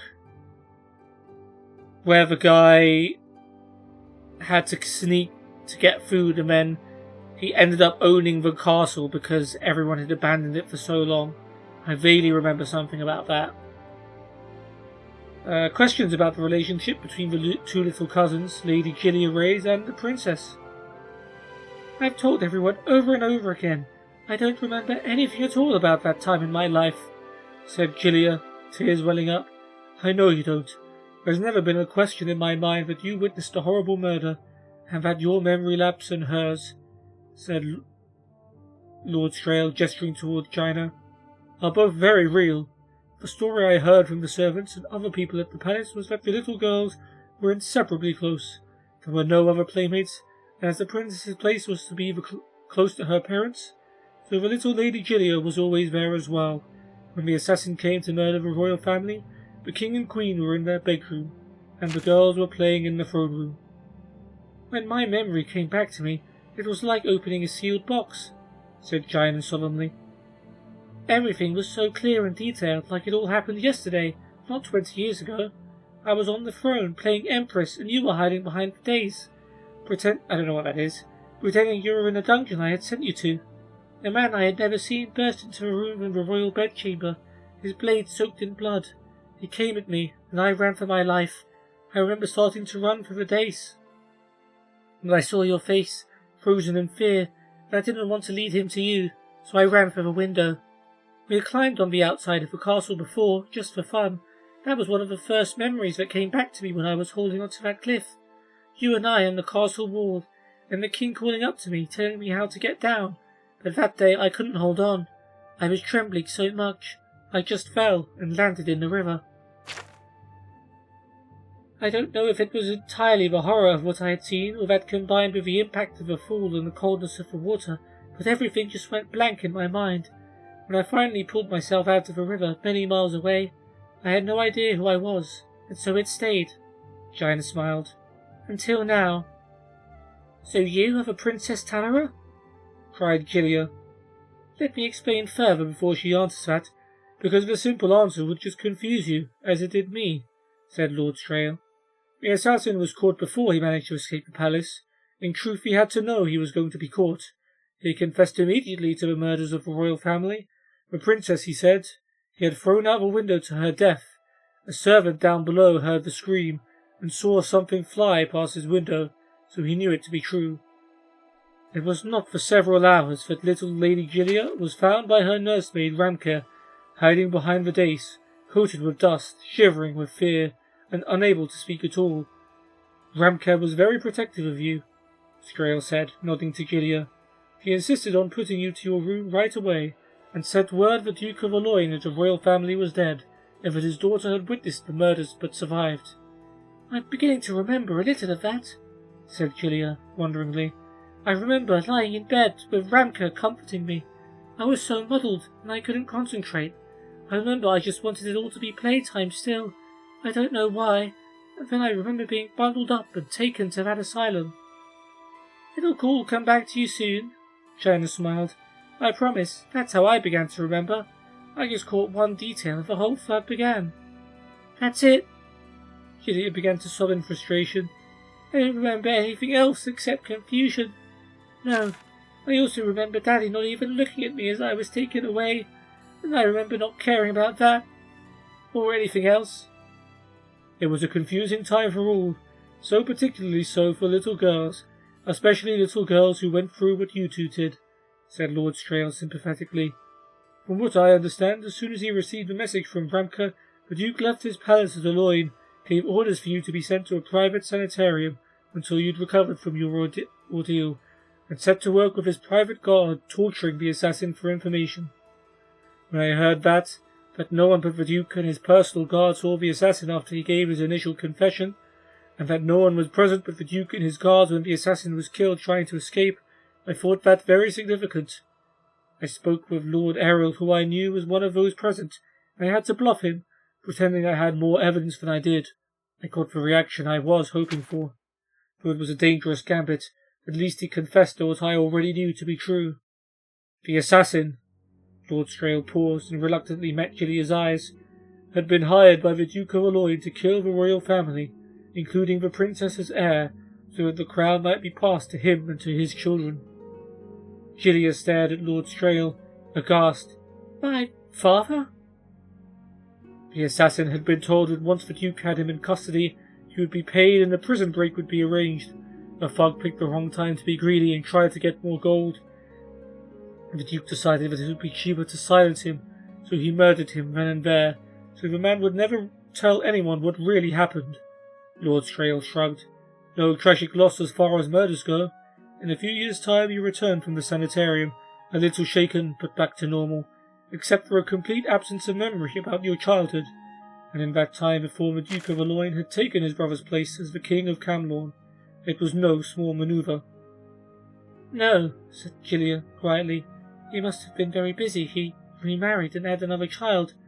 No one ever came to visit me in the sanitarium but Ramka. If he had visited and seen you, said Jaina, this story might have turned out very differently. What do you mean? Asked Gilia. This is the most amazing part, said Lord Strail. The question has long been whether Jaina is the Princess Talara.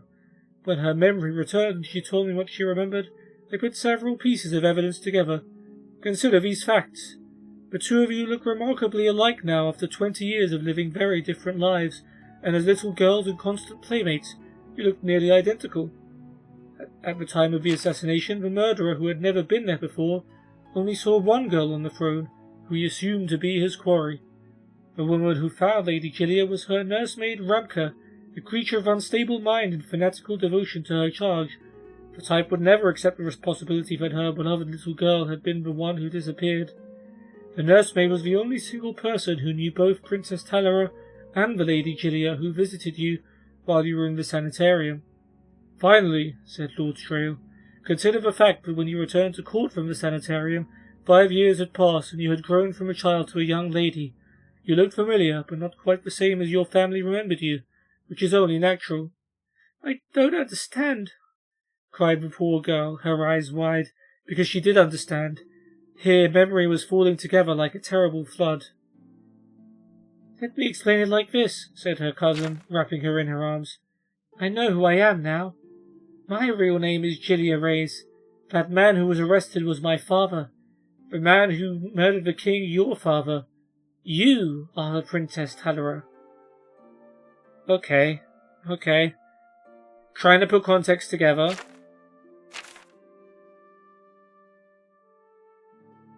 The man who was arrested was my father. The man who murdered the king was your father. You are the Princess Talara. Okay, so what they're... The man who was arrested, so the assassin. So the daughter of the assassin. I feel like that would have been hit hard with more context. I'll need to look that up. But damn, interesting book.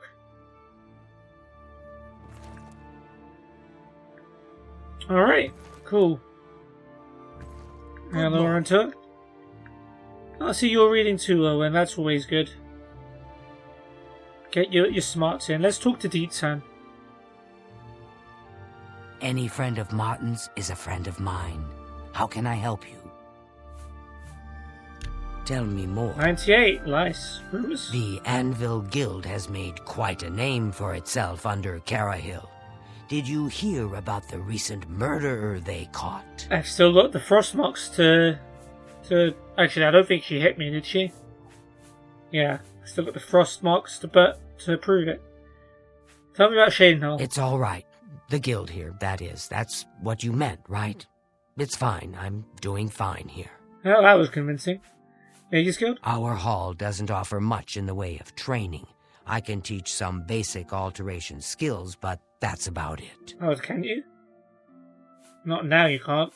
Recommendation? I'm afraid you'll have to speak to Falkar about that. Okay, will do. Thanks, Deetsan. Be seeing you. Back to bed now. Ooh, we're an ebony ring, gold, silver ball. I'm over encumbered. Damn it. Gotta leave something behind. Just an iron of clothing, I suppose.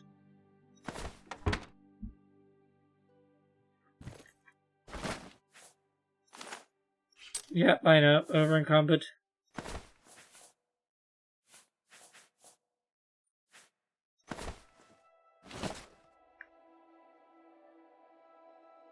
Manual spellcraft, thank you.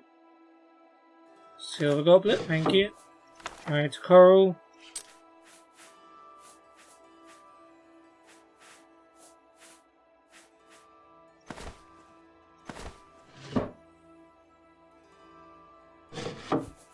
I got other stuff way down.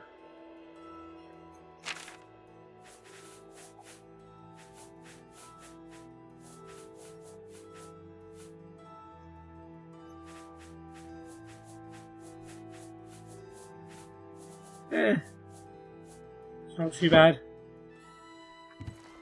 Chest. Yeah, we don't want to take that while we're encumbered.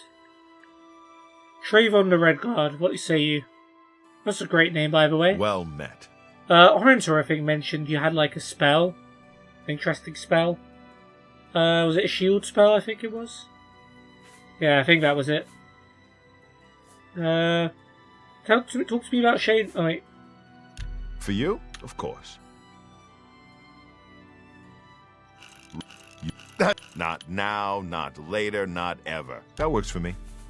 Tell me about Shadenhull. My progress through the ranks here will be slow. My prejudices against certain types of magic limit my chances for advancement. Which types of magic? Love to hear more about that. Rumors? Archmage Traven is the... Yeah, I heard that one. Daedra cults. Daedra cults aren't necessarily evil, of course. Sure. In nearby Morrowind, for example, they worship Daedra in the temple. The Azura Shrine north of town, up Lake Arius Way, for instance. I know a dark elf there. Nothing evil about him. Oh, so you think? We've already done Azura's Shrine, so that's fine, but thanks for letting us know. Mages Guild? If you're looking for the most powerful spells, you'll want to speak to Barisian at the Arcane University. If you're allowed in, that is. Speaking of which... You'll have to get one from Falcar if you can. Right. Thank you. Goodbye. Okay. Expensive clothes. Parchment, folded cloth. There we go. I think that's pretty much this place looted.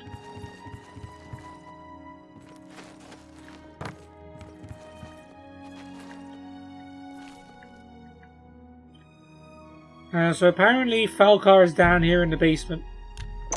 So let's walk on in. Ooh, a whole bunch more books. Yep, we are not going to be able to carry most of this stuff. In fact...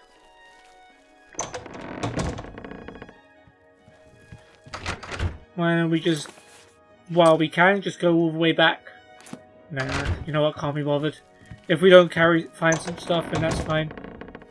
Or if we don't take some stuff with us, that is fine. I'm not going to lose too much sleep over it. Okay, let's take all the good books from here, and then we'll put some back afterwards.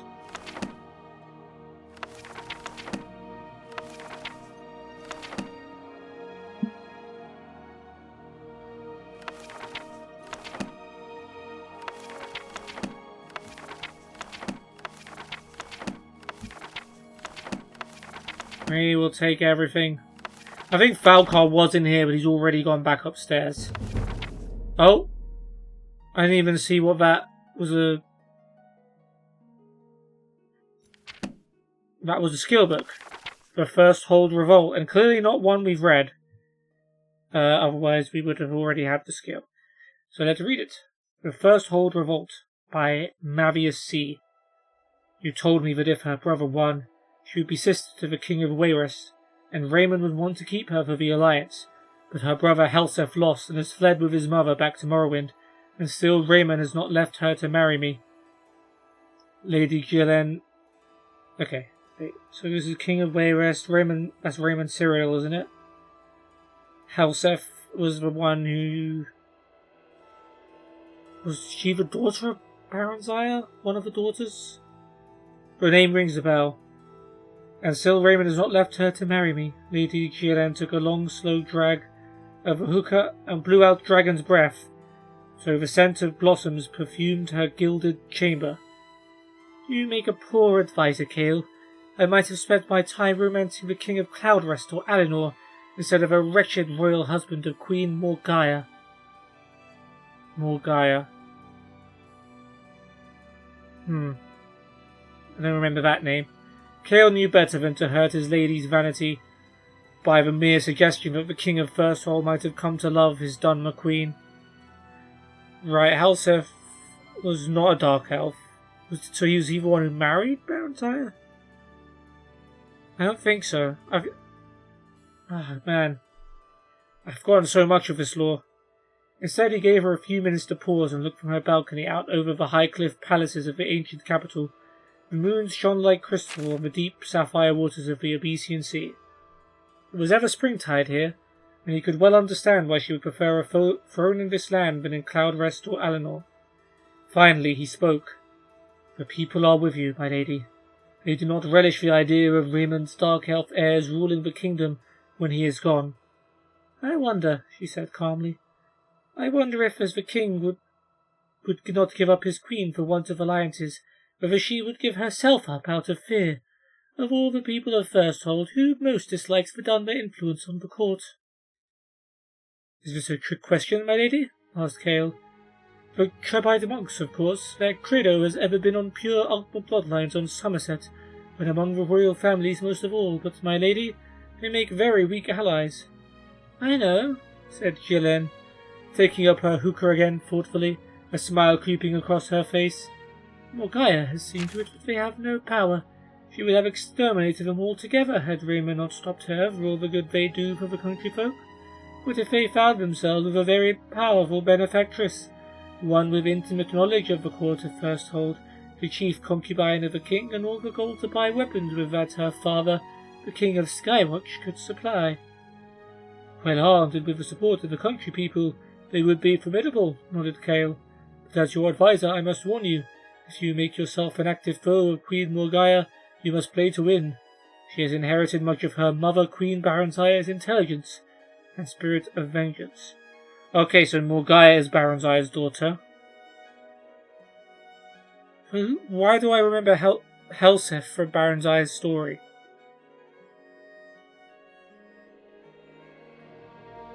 Or are they brother and sister? Yeah, maybe Morgaia and Helseth are brother and sister. Wait.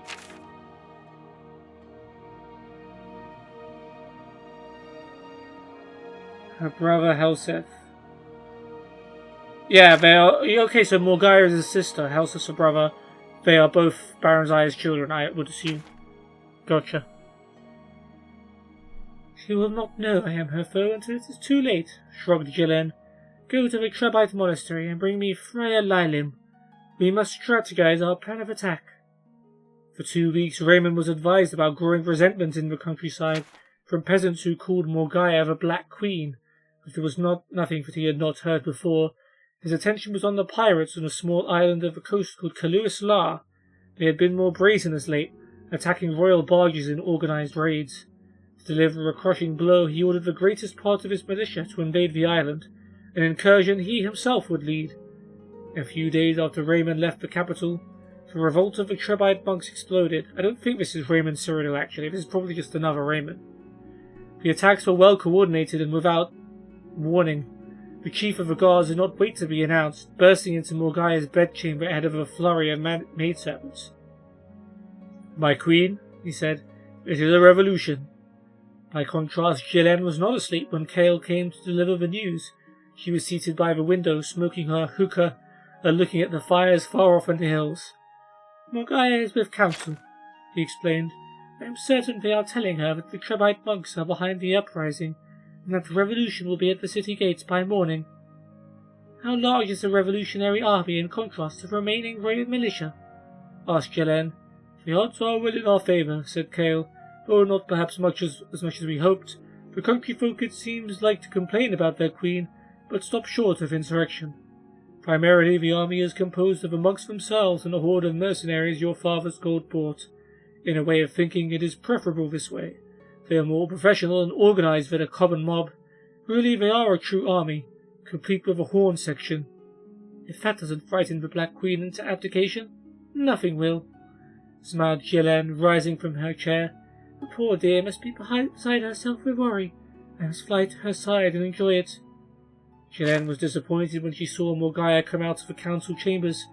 Considering that she had been woken from a deep sleep with cries of revolution and had spent the last several hours in consultation with her meagre general force, she looked beautiful. There was a sparkle of proud defiance in her bright red eyes. "My queen!" Jillian cried, forcing real tears. "I came as soon as I heard. Will we all be slaughtered?" "A distinct possibility," replied Morgaya simply. Jillian tried to read her, but the expressions of women, especially alien women, yikes, were a far greater challenge than those of Altmer men. "I hate myself for even thinking to propose this," said Jillian, "but since the cause of their fury is you, perhaps if you were to give up the throne they might disperse. Please understand, my queen, I am thinking only of the good of the kingdom and our own lives." "I understand the spirit of your suggestion," smiled Morgaya, "and I will take it under advisement. Believe me, I thought of it myself, but I don't think it will come to that." "Have you a plan for defending us?" asked Jillian, contorting her features to an expression she knew bespoke girlish hope. "The king left us several dozen of his royal battle mages," said Morgaya. "I think the mob believes we have nothing but palace guards and a few soldiers to protect us. When they get to the gates, are greeted with a wave of fireballs, I find it highly likely that they will lose heart and retreat." "Isn't there some protection they could be using against such an assault?" asked Jillian in her best worried voice. "If they knew about it, naturally there is, but an unruly mob is unlikely to have mages skilled in the arts of restoration by which they could shield themselves from the spells, or mysticism by which they could reflect the spells back on my battle mages. That would be the worst scenario. But even if they were well organized enough to have mystics in their ranks and enough of them to reflect so many spells, it just isn't done. No battlefield commander would advise such a defense during a siege unless he knew precisely what he was going to be meeting. And then, of course, once the trap is sprung," Morgaya winked, "it's too late for a countering spell." "A most cunning solution, your highness," said Jillian, honestly impressed. Morgaya excused herself to meet with her battle mages, and Jillian gave her an embrace. Cale was waiting in the palace garden for his lady. "Are there mystics among the mercenaries?" she asked quickly. "Several, in fact," replied Cale, bewildered by her query. "Largely rejects from the Sigic Order, but they know enough to cast the regular spells of the school." "We must sneak out the city gates and tell Friar Lilib to have them cast reflection spells on all the front line before they attack," said Jillian. "That's a most irregular battlefield strategy," frowned Cale. "I know it is, fool. That's what Morgaya is counting on. There's a gang of battle mages who are going to be waiting on the battlements to greet our army with a barrage of fireballs." "Battle mages? I would have thought that King Raymond would have brought them with him to fight the pirates." "You would have thought that," laughed Jillian, "but then we would be defeated. Now go." Friar Lilib agreed with Cale that it was a bizarre, unheard-of way to begin a battle, casting reflection spells on all one's troops. It went against every tradition, and as a Trebite monk he valued tradition above every other virtue. There was little other choice, though, given the intelligence. He had few enough healers in the army, as it were, and their energy could not be wasted casting resistance spells. At dawn's light, the rebel army was in sight of the gleaming spires of Thirsthold. Friar Lilib gathered together every soldier who knew even the rudimentary secrets of mysticism, who knew how to tap into the elementary conundrums and knots of the energies of Magicka. Though few were masters of the art, their combined force was powerful to behold. A great surge of entangling power washed through the army, crackling, hissing, and infusing all with their ghostly force. When they arrived at the gates, every soldier, even the least imaginative, knew that no spell would touch him for a long time. Friar Lilib watched his army batter into the gate with the great satisfaction of a commander who has counteracted an unthinkable attack with an outrageous defense. A smile quickly faded from his face. "I think I know what's happened here." They were met at the battlements not by mages, but by common archers of the palace guard. As the flaming arrows fell upon the besiegers like a red rain, the healers ran in to help the wounded. Their healing spells reflected off the dying men. It's hilarious. One after the other, chaos ruled as the attackers suddenly found themselves defenseless and began a panicked, unorganized retreat. Friar Lilib himself considered briefly holding his ground before fleeing himself. Later, he would send furious notes to Lady Gillen and Kale that they were returned. Even his best secret agents within the palace were unable to find their whereabouts. Neither had, as it turns out, much previous experience with torture, and they soon confessed their treachery to the king's satisfaction. Kale was executed and Gillen was sent back with escort to her father's court of Skywatch. Why was Kale the only one found treacherous when it was her plan? He is still to find a husband for her. Raymond, by contrast, has elected not to take a new royal concubine.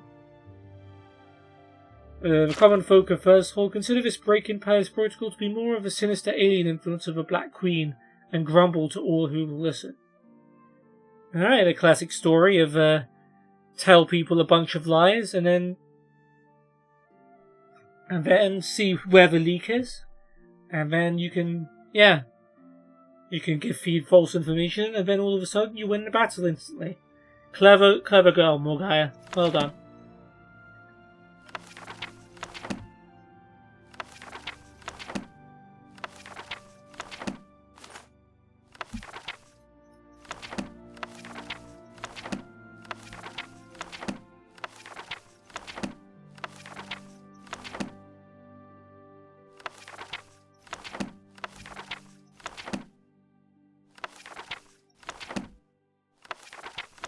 Those are Mages Guild charter copies, guides to Shadenhall, and some history of the Empire, which I really shouldn't be taking, but I have already taken, so it is too late.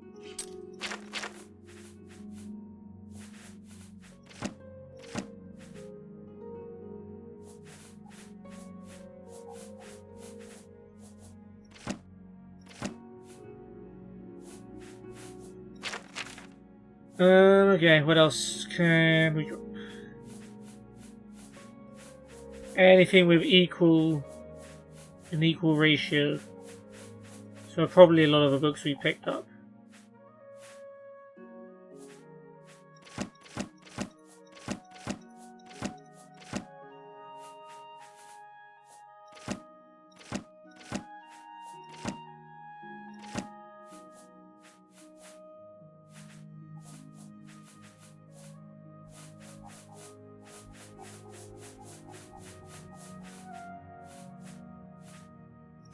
Cloth as well. There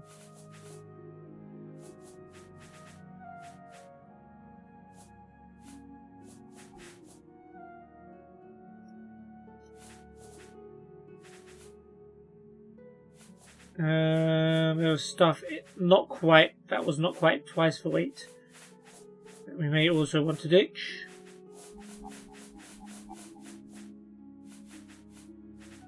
Like these. Okay. Ooh, nice potions.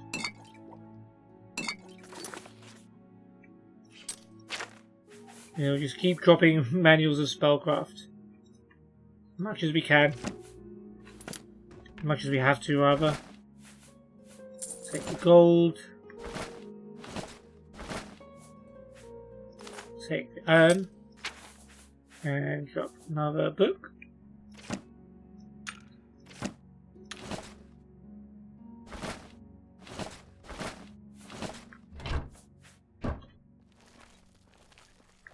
There's a training dummy as well. Quill and tongs. Alchemy, yes. Shouldn't have taken that. Have that back. Yeah, we'll leave all that there. Fundaments of alchemy, we'll take. Yeah, we'll just replace every book with a manual of spellcraft. How about that? Red bowl. I don't think we have one of those. That's pretty unique. Clay tankard, template, red bowl. Don't know if I've ever seen that before. We'll leave the shoes. Paintbrush. Filtered doublet is nice. More valuable than a manual spellcraft. Or at least better ratio. Bowl. More books for Eastern Provinces, which I believe we have read. Yep. Galerion the Mystic. And the Less Rude Song. And we'll drop another manual.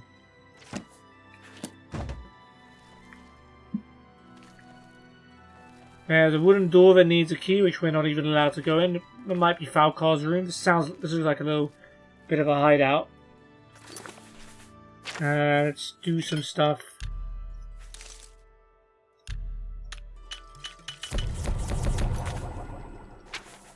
I also want to repair up, because we might break a hammer. Never mind. There we go. Some rooms in here too.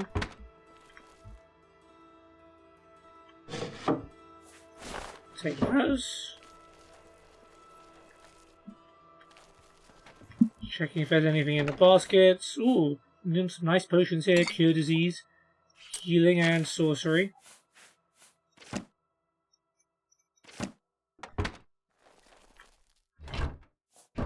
I'll leave those. Take the lockpick. Eastern Provinces. Light brown linens. And another manual. Clay goblet. Don't know if I have that. Crystal ball. Yeah, okay. Take the folded cloth. We'll drop another manual. Is there anything else that's not quite double? Probably some of these crystal balls, right?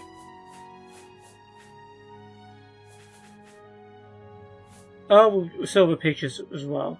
Wait, no, those are double. Oh, silver vase. We can drop.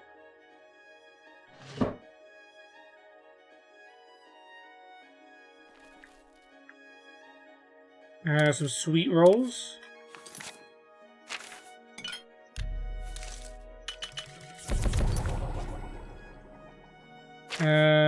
Have a... Alright, I guess we're doing things that are worth twice. Blue suede shoes. We'll leave some fancy shoes for you. I think that is it. We have Canvas's room. He's not here, of course. But oh well. Oh look, Falcar's here right now. What is it, associate? Don't tell me you're here for a recommendation.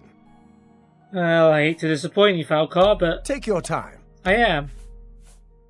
Rumours. The Mages Guild runs more or less like it always did. But... Yep, someone told me that before.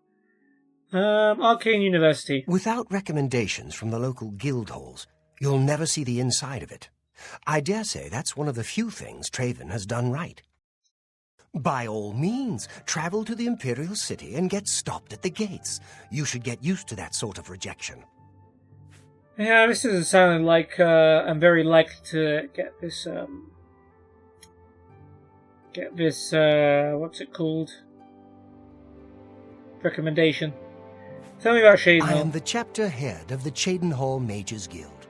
It is quite an honor, but they had no choice, since I'm the only semi-competent one here. Yikes. Bit cocky there, but okay. Mages Guild? The guild is still powerful in Cyrodiil, but poor decisions in the recent past have weakened it. Perhaps killed it. We shall see. You were saying that was one of the few things that Traven had done right. It doesn't sound like you're his biggest fan, Falcar. What's the recommendation? Don't waste my time if you're not ready for this. Are you prepared to do what is necessary to gain a recommendation from me? I hope so, since I asked. Very well. We shall see how prepared you actually are. There was a particular ring of burden I was testing some time ago. Another stupid associate somehow got his hands on it and managed to misplace it. If I didn't know better, I'd say he purposely tossed it down the well behind the guild hall. Why he would do such a thing is beyond me. You will retrieve this ring for me. Should you manage to do so, I shall consider sending a recommendation to the university. The well is locked, so you'll need the key. Dietzen should have a copy of it. Now get moving. Okay, so jump in a well, get a key. Seems like a pretty simple quest. Tell me more about recommendation. I believe I explained your task very clearly. Find the ring, which is somewhere down in the well behind the guild hall. Bring it to me. Do you understand? Or do I need to use even smaller words? Okay, Falcar, we got it. Ring of burden? It's not a normal ring, you see. You may find it slightly difficult to carry. Don't say I didn't warn you. Okay, that's interesting. I mean, it is called a ring of burden. One would assume it comes with something. Farewell. That is a burden. Okay, thank you, Falcar. I guess we should activate the Shadenhull quest. We need to talk to Dietzen. Who's up here? Down here? Where the hell is she?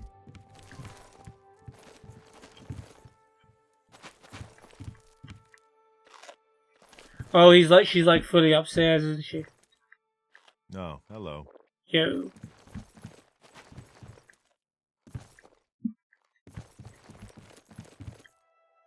Hey, Dietzen, wake up. Your reputation precedes you, gate closer. Gate closer? Scourge of Scourge of Oblivion, Oblivion? hero of Kavach. Okay, Dietzen, tell me more. You got the key? We can talk, so long as Falcar is out of earshot. If I didn't know any better, I'd say he's trying to get you killed.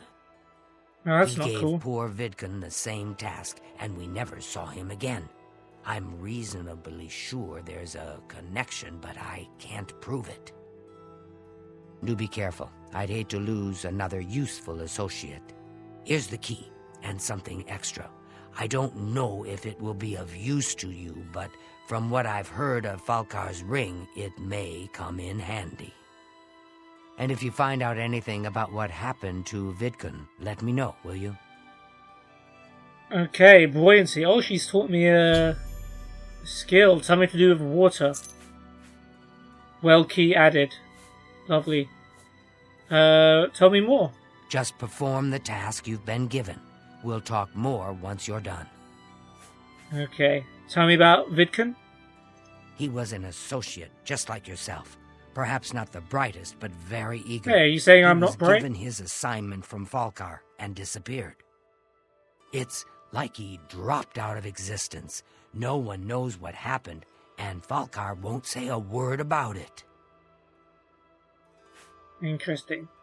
Oh, and by the way, I got lucky this time because I think Dietzen will refuse to talk about it if Falcar is nearby, and you have to wait for a time when Falcar's either in his basement or Dietzen is up here. Fortunately, I managed to catch Dietzen at a time when she was upstairs, so she was able to talk to me about it. Okay, well let's go see what this is. We'll keep our guard up just in case there's something wrong. Let's have a look at this spell she's given us though. I thought it might have been a scroll at first, but I think it's actually a spell. Buoyancy. Water breathing for 30 seconds. Feather 5 points for 30 seconds, but requires an alteration skill of 25. So I actually can't do it. Oh yeah, that book I read earlier, that was a skill book. I think that might have been a restoration one. It was either restoration or mysticism. I'm not sure.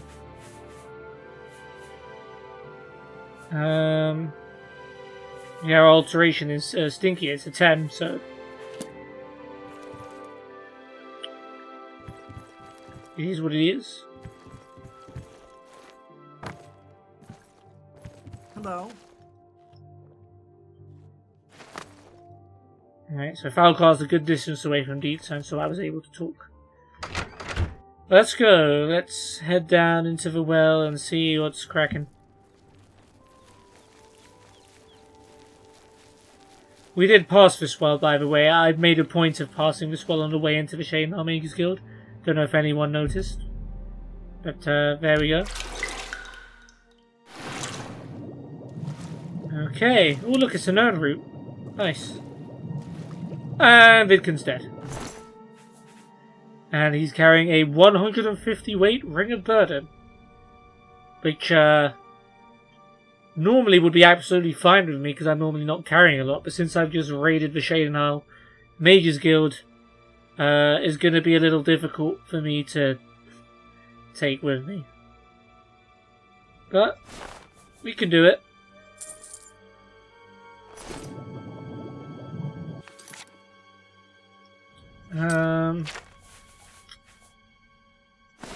Yeah, we need to just transform into the Grey Fox and we're good. But yeah, Vidkun is sadly dead. I have found the Ring of Burden and should return it to Falcon. Although being the Grey Fox, you know what, I can...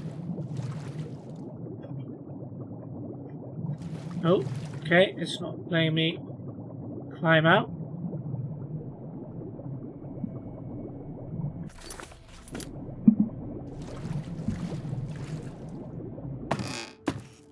That was odd. Let's go to Battleworn Castle before the guards start running after me. Because not supposed to be the Grey Fox in public.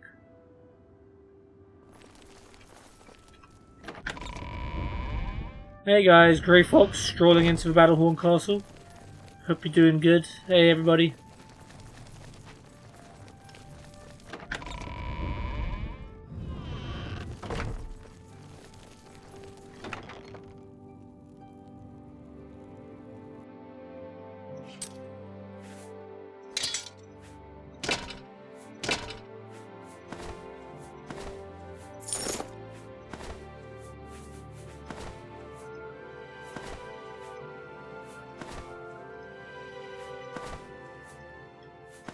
This is probably going to end up happening a lot.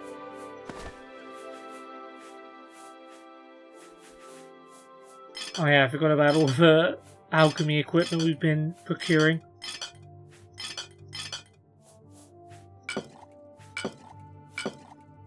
And the billion potions we've been making with all the ingredients we've got as well.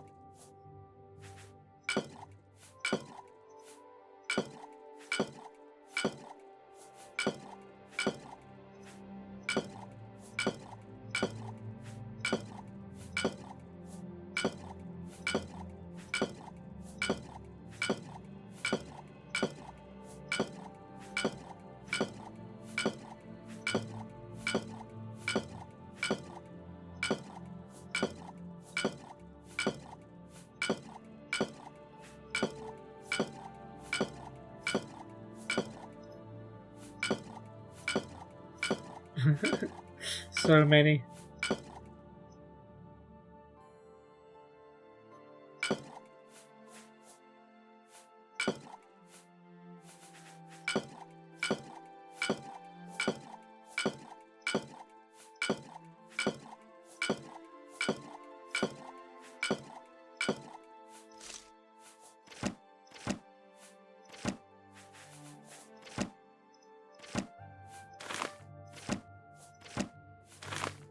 Drop everything off.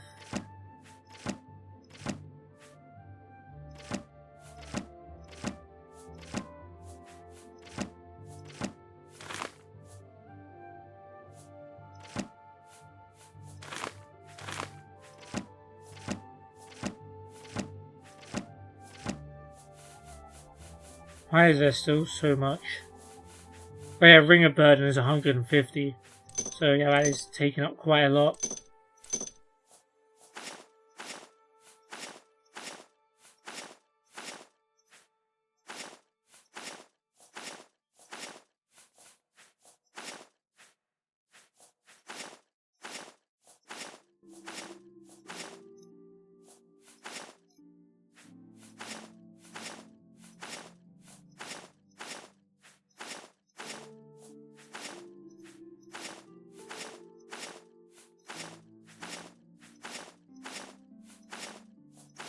Oh, I did not mean to drop that. Give me back my scales. Yeah, thank you. Cool. Let's remove our hood. Put that one back on.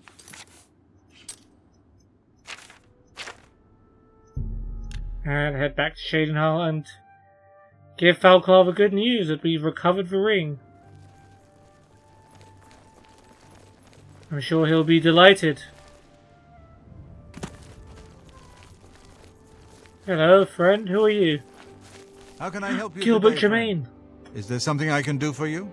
I've been looking for you. Well, I haven't been looking for you, but I Please, should be go looking on. for you. Tell me a rumor. Devera Romalin is sure proud of the Newlands Lodge.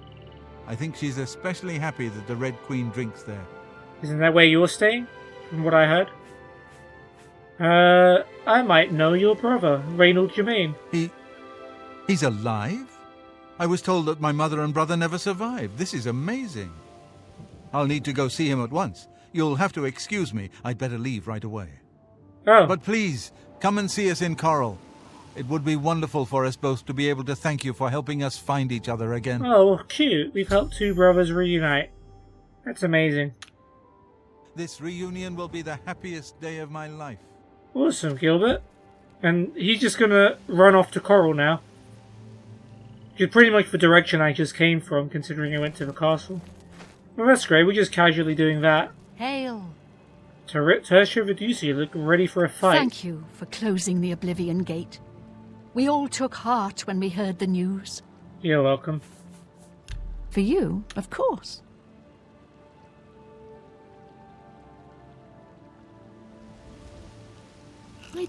You're full of it. You've got a point.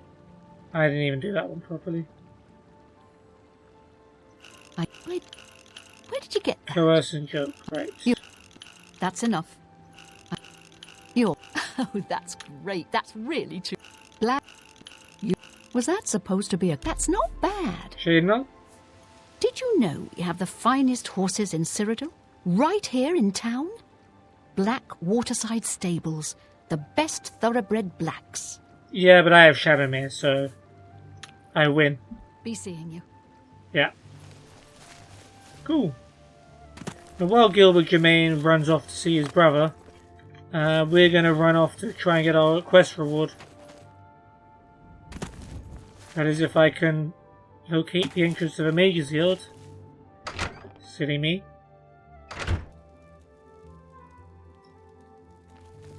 Oh, you upstairs?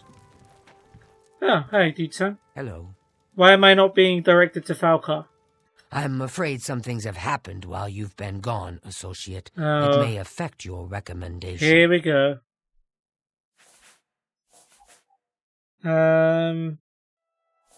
Tell me about the Ring of Burden Oh, first. just drop it anywhere. I don't think he really cared about it. I think it was some sort of sick joke on his part. He tried to drown me. Banter. Great banter, Falcar. Sorry to tell you, but Vidkun is dead. He didn't think of just dropping the Ring of Burden. He just... yeah. He's dead? Oh, I knew it. I just knew something like this had happened. Falcar must have known, and yet he said nothing. How could he allow this to happen? Thank you for letting me know. I'm sorry that you had to be a part of all of this. Oh yeah, I was going to bring this up as well.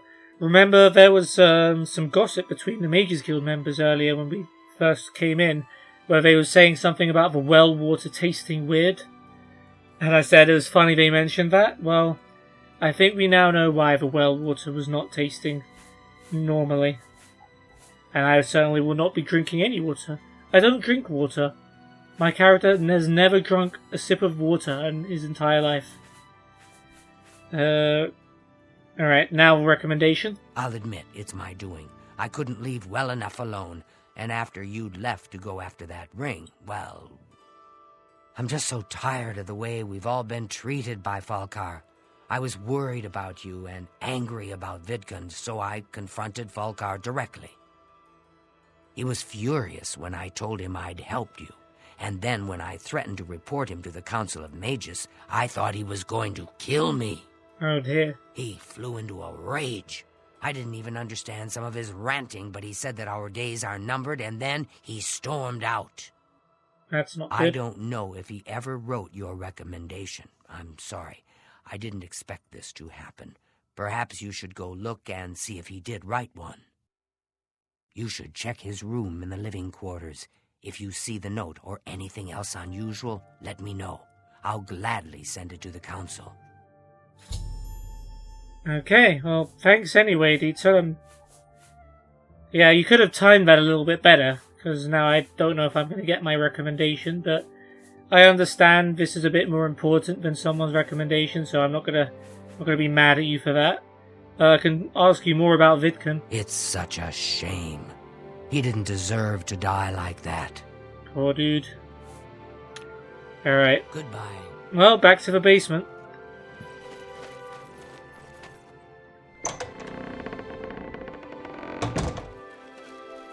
Okay.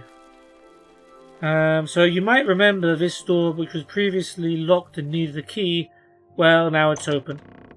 So this is Falcar's room. And annoyingly, sometimes if you are looking for a recommendation and Falcar is in this room, there's actually no way of accessing it, so you just have to wait for him to come out. Not a big deal, but can be a little annoying. Alright, let's look around. Cupboard. We'll take his folded cloth. Good thing we can take his stuff. We'll leave those drawers till the end. We'll take these sandals. What's this? A potion of feather? That would have been useful, and I think that's meant to be ironic that he's got a potion of feather when that could have helped you. Biography of Baron Zaya, Volume 3. Guide to Bruma. Maybe that's where he's ran off to. Argonian account book 4. Guide to the Imperial City. Major heal other, consume health. Is that a skull? Well, that's a little ominous. A couple of crystal balls. Take that folded cloth as well. That's it, isn't it? Urn. Bunch of clothes. I mean, the quest marker is pointing us to these particular drawers. So, yes, we do have to unlock them.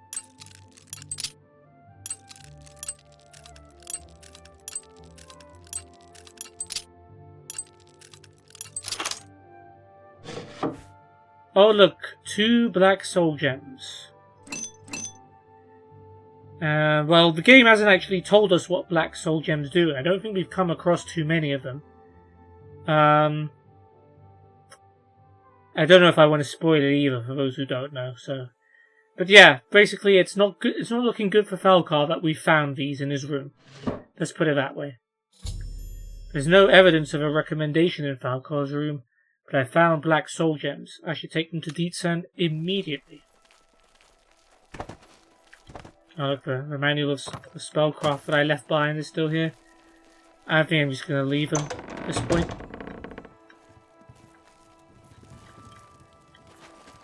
Hi there.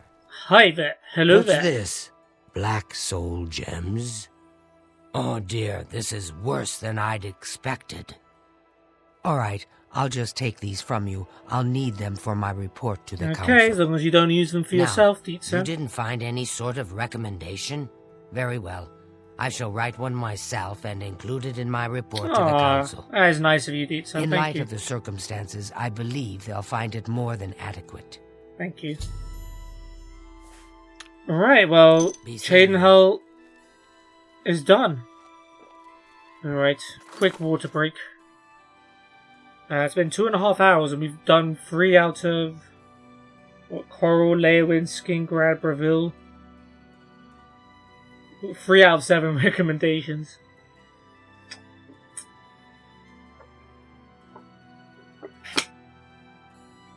But it is what it is. We're getting to know people. We're learning about the guild.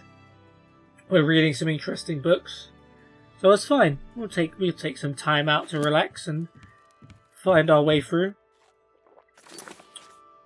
What do you got to say, Trayvon? I'm Trayvon, the Red Guard, Mages Guild evoker. Surprised? Yes, you don't see many Red Guards in the Mages Guild. I mean, I'm also a Red Guard in the Mages Guild. We don't much like spellcasters in Hammerfell. Wizards steal souls and tamper with minds. If you use magic, you're weak or wicked. Amen, my brother. family didn't approve of my vocation, so I had to come to Cyrodiil for my education. Ah. I admit, I still have strong prejudices against necromancy, summoning, and illusion.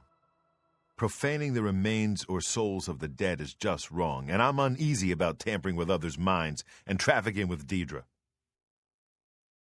You know what? Fully respect that, Trayvon. I don't know why he didn't come with that intro when we first met him, but you know what? I respect that.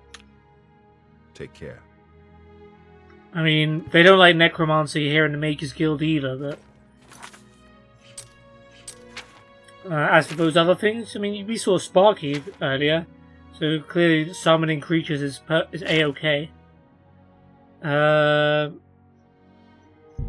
are we going next? Let's go to Coral, sure.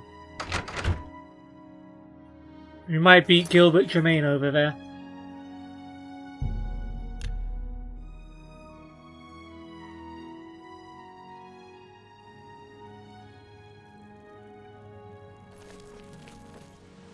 Oh, this is a Fighters Guild, I'm pretty sure.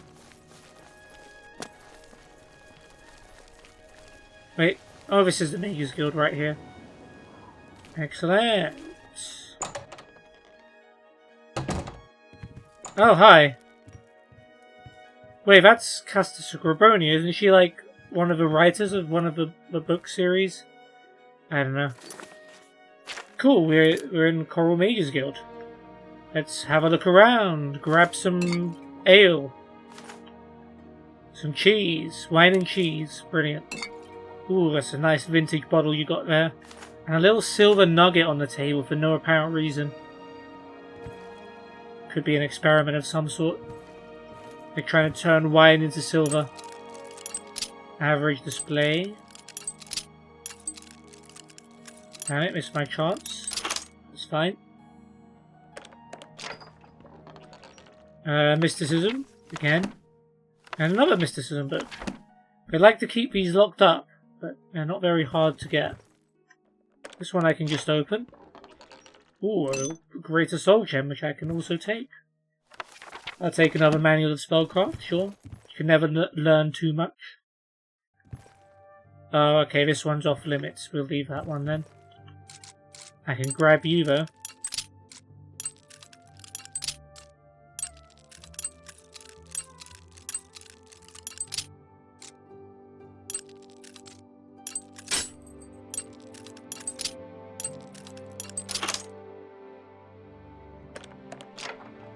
Okay, flawless diamond, thank you.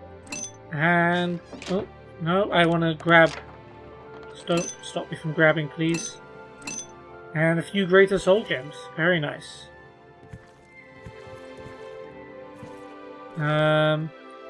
Let's talk to Carmen Litter because she has a great name. We're all in your debt for closing that Oblivion gate outside the city. Well done. Oh look, another red guard in the Mages Guild. Maybe they're not so Go rare ahead. after all.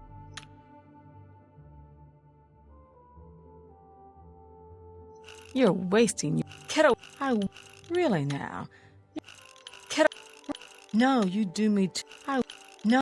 Oh, not funny. Not even a little bit. Not really. Please. Is that so? Yep. Tell me about Reynold Germain. Mystery solved, eh? Renaud had a twin brother. Well, he had all of us fooled. Right. That's cool. There's a little follow-up to that quest. So they have met each other, which is good. We've reunited the brothers successfully. Tell me about Coral. Are you a student of the arcane arts? I guess My so. husband, Alberic, is an advanced trainer in conjuration at the Mages Guild. And she's not actually part of the Mages Guild. She's just chilling here. Her husband's part of it, but she is not. Take Interesting. care. I didn't realize non-members could come in. Alright, well what's in this door then? An alembic. Wait, can we not get that mortar and pestle in there? Interesting. You and your locks. Hey, security buff. Nice.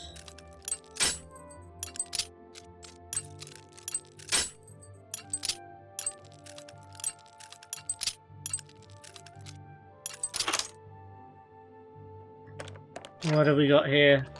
Lesser souls. Ooh, grand souls. And I can take these? Thank you. More novice alchemy equipment. Just still somewhat valuable. Take it all. More soul gems. Some scales. Crystal balls. So we'll just open the door. I don't know, it doesn't matter. Galerion the Mystic, Fundaments of Alchemy, the classic mages books. Weights aren't worth anything. Can't loot the desk. Okay. What book are they hiding this time?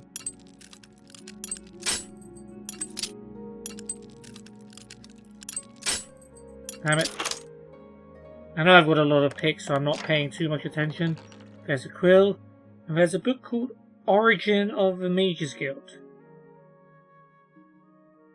which I do not believe we have read. That is interesting. I'd like to know about the Origin of the Mages Guild, thank you. Origin of the Mages Guild by the Archmage Salaf.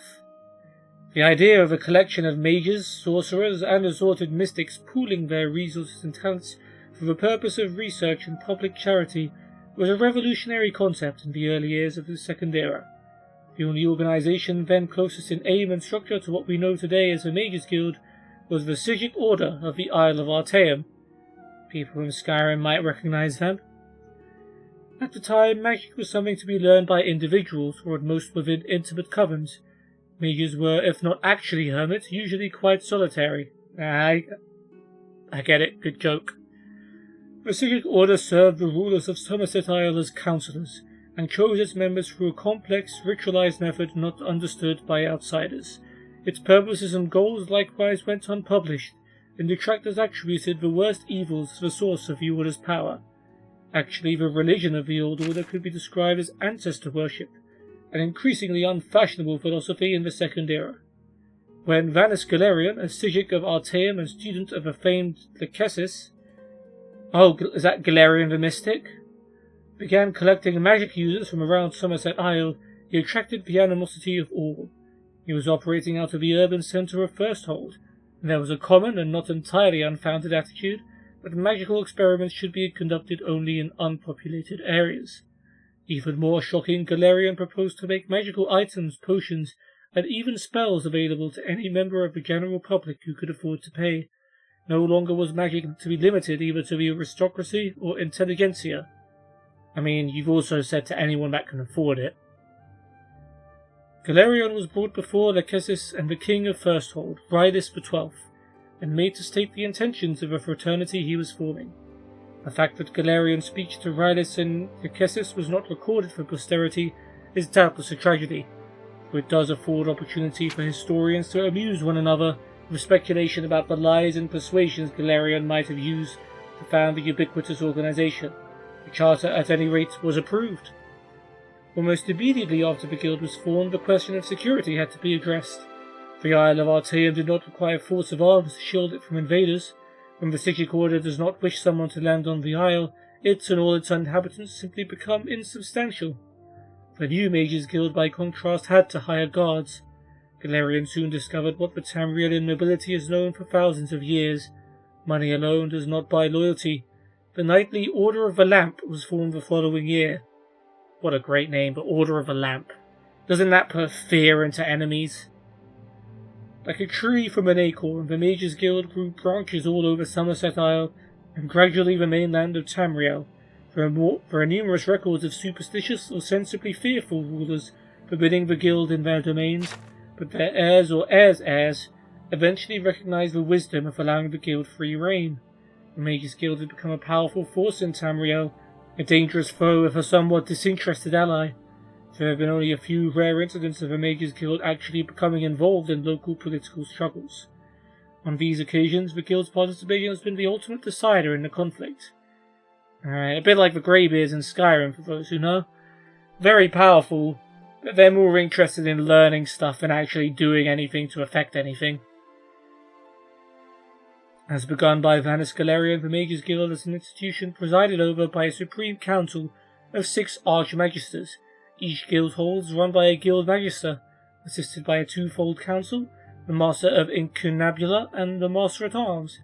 The Master of Incunabula presides over an additional council of 2 mages, the Master of Academia and the Master of the Scry. The Master at Arms also has a council of 2, the Master of Initiates and the Palatinus, leader of the local chapter of the Order of the Lamp. One need not be a member of a Mages Guild to know that this carefully contrived hierarchy is often nothing more than a chimera.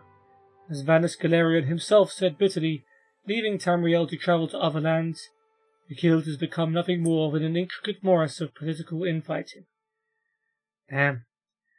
I mean, we're already kind of seeing that in some of the guild halls we've been to.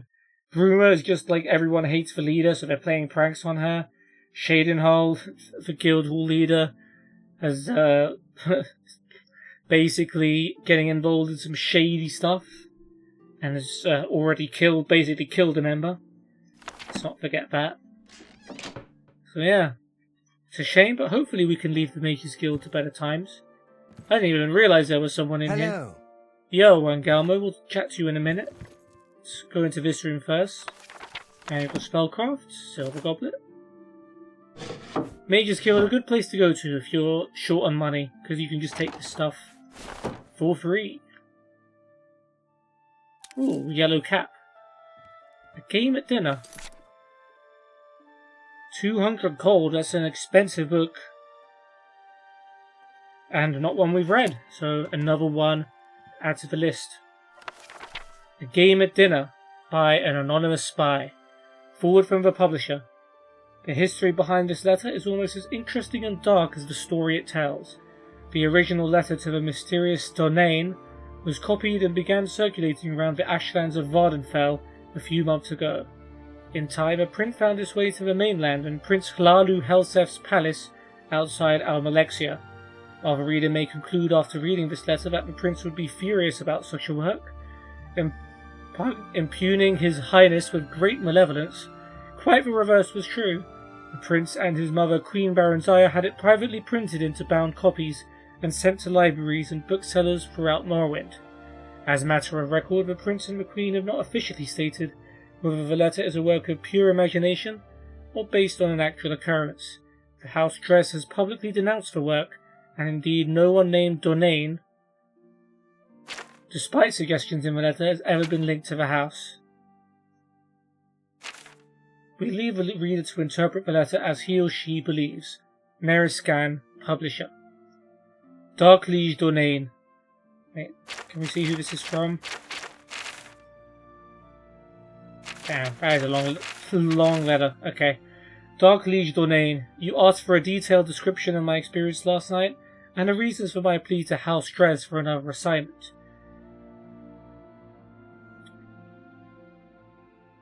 I hope I have served you well in my capacity as informant in the court of Prince Helsef, a man who I have stated in many previous reports could teach Molag Bal how to scheme. Damn, that's high praise. As you know, I've spent nearly a year now working my way into his inner circle of advisors. He was in need of friendship when he first arrived in Morrowind and eagerly took to me and a few others. Still, he was disinclined to trust any of us, which is perhaps not surprising given his tenuous position in Morrowind society. For your unholiness's recollection, the prince is the eldest son of Baranziah, who was once the queen of Morrowind, and once the queen of the High Rock Kingdom of Wayrest. At the death of her husband, Prince Helsef's stepfather, King Eadwire, that was it. There was a power struggle between the prince and Eadwire's daughter, the Princess Elisana. Though details of what transpired are imperfect, it is clear that Elisana won the battle and became queen, banishing Helsef and Baranziah. Baranziah's only other child, Morgaya, had already left court to marry and become queen of the Somerset Isle, Kingdom of Firsthold. Right, and that was where the previous story we read took place. Gotcha. Baranziah and Helsef crossed the continent to return to Morrowind only last year. They were well received by Baranziah's uncle, our current king, Hlalu Afin Lefan, who had taken the throne after Baranziah's abdication more than 40 years ago. Baranziah made it clear that she had no designs on reclaiming the throne, but merely to retire to her family estates. Helsef, as you know, has lingered in the royal court, and many have whispered that while he lost the throne of Wayrest, he does not intend to lose the throne of Morrowind at Lefan's death. I kept your Holiness informed of the Prince's movements, meetings, and plots, as well as the names and characters of his other advisors. As you may recall, I've often thought that I was not the only spy in Helsef's court. I told you before that a particular Dunmer councillor of Helsef looked like a fellow I had seen in the company of Fola Sarjoni, the Archcanon of the Tribunal Temple. Another, a young Nord woman, has been verified to visit the Imperial Fortress in Balmora. Of course, in their cases, they might well have been on Helsef's own business, but I couldn't be certain. I had begun to think myself paranoid as the Prince himself, when I found myself doubting the sincere loyalty of the Prince's Chamberlain Burgess, a Breton who had been in his employ since his days in the court of Wayrest. That is the background on that night, last night.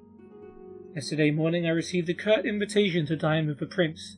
Based only on my own paranoia, I dispatched one of my servants, who was a good and loyal servant of the House Dress, to watch the palace and report back anything unusual. Just before dinner he returned and told me what he had witnessed. A man cloaked in rags had been given entrance into the palace, and had stayed there for some time. When he left, my servant saw his face beneath the cloak. An alchemist of infamous repute, said to be a leading supplier of exotic poisons. A fine observer, my servant also noticed that the alchemist entered the palace smelling of wickweed, bittergreen, and something alien and sweet. When he left, he was odourless. He had come to the same conclusion as I did. The Prince had procured ingredients to prepare a poison. Bittergreen alone is deadly when eaten raw, but the other ingredients suggested something far deeper. As your Unholiness can doubtless imagine, I went to dinner that night prepared for any eventuality. All of Prince Helsef's other councillors were in attendance, and I noticed that all were slightly apprehensive. Of course, I imagined that I was in a nest of spies, and all knew of the Prince's mysterious meeting. It is just as likely that some knew of the alchemist's visits, while others were simply concerned by the nature of the Prince's invitation, and still others merely unconsciously adopted the tense disposition of their fellow, better informed councillors. The Prince, however, was in fine mettle, and soon had everyone relaxed and at ease. At 9 we were all ushered into his dining hall where the feast had been laid out, and what a feast! Honeyed gore apples, fragrant stewed, roasts in various blood sauces, and every variety of fish and fowl expertly and ostentatiously prepared. Oh, what could go wrong? Crystal and gold flagons of wine, Flynn, Scheid, and Mazda were at our seats, to be savoured as appropriate with each course. As tantalizing as the aromas were, it occurred to me that in such a maze of spices and flavours, a discreet poison would be undetectable. Throughout the meal I maintained the illusion of eating the food and drinking the liquor, but I was surreptitious and swallowed nothing.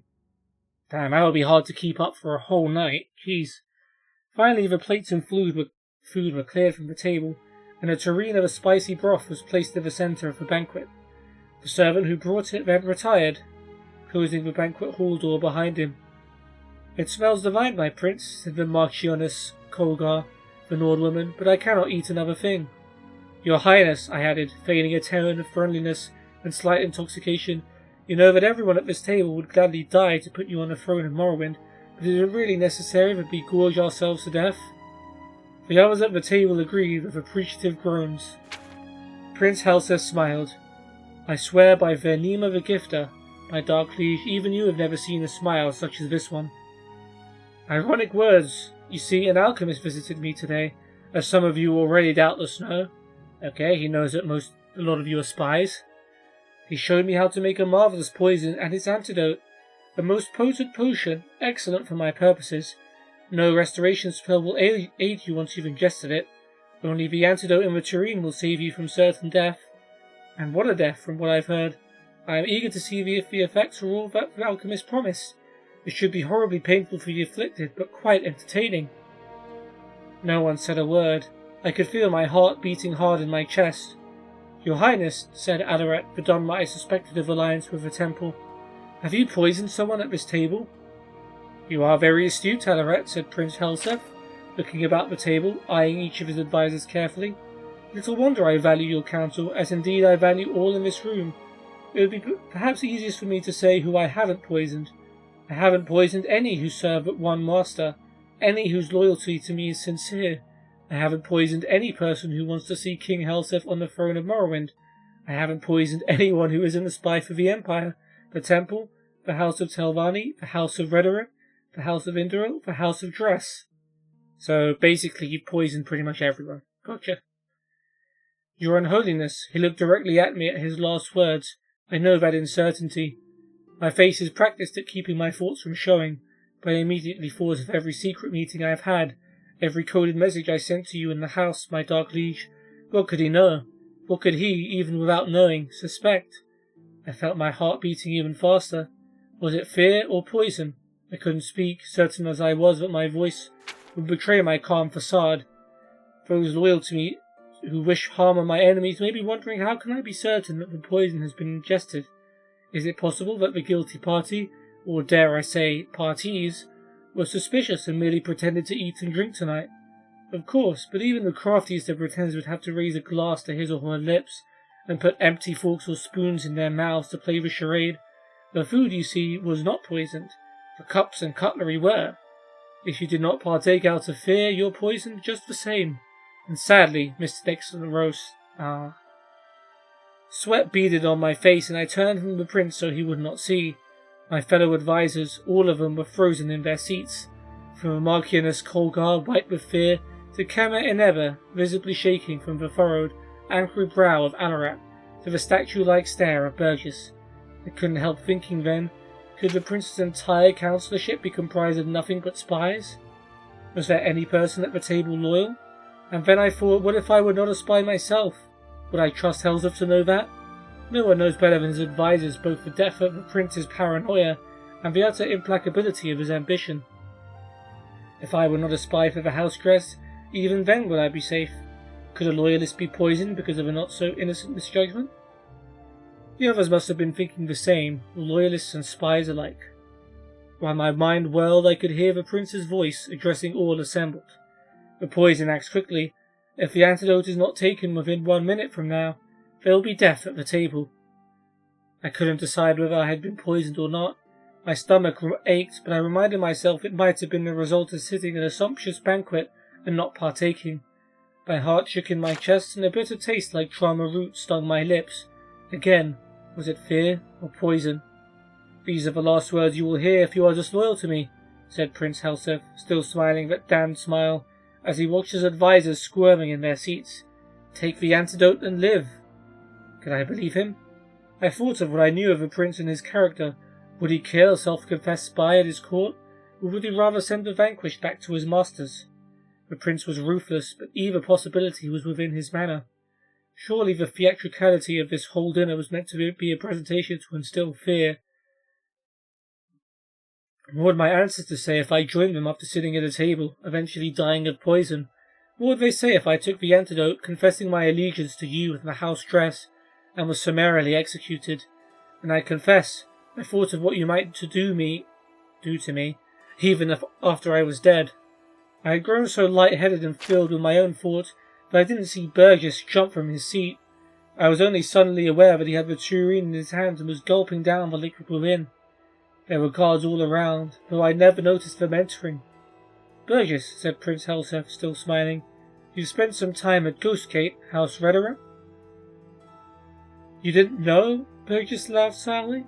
No, House. I report to your stepsister, the Queen of Wayrest. I've always been in her employ. By Akatosh, you poisoned me, because you thought I was working for some damnable dark elves? You're half right, said the prince.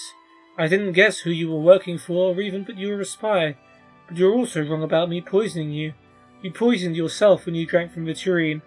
Yeah, I saw this twist coming, to be honest. Yeah, the whole I poisoned you thing was meant to be bait to see who would drink the tureen. I saw that from the beginning. And any spy there should have been able to see through that as well. Like, why would he give you the antidote if he poisoned you? It would make no sense. Your Unholiness, you don't need to hear how Burgess died. I know that you have seen much of the many, many years of your existence, but you truly don't want to know. I wish I could erase the memory of his agonies from my own mind. The council was dismissed shortly thereafter. I do not know if Prince Helseth knows or suspects that I too am a spy. I do not know how many others last night were as close as I was from drinking from the tureen before Burgess did. I only know that if the prince does not suspect me now, he will. I cannot win at the games he mastered long ago at the court of Wayrus, and I beg your unholiness, my dark liege Dornain, to use your influence in the house dress and dismiss your loyal servant from this charge. Publisher's note, of course, the anonymous writer's signature has not been on any reprint of the letter since the arrival. Yeah, that sort of makes sense. Interesting book. More politics. Not to do with a mages guild, per se. I saw some mud crabs by the water recently. I steered clear of them. Ugly things with their thick shells and sharp claws. I avoid them. See you. Bye. Oh, cool. Mud crabs be mud crabbing. Alright, let's grab some of these other books. All of these other books, really.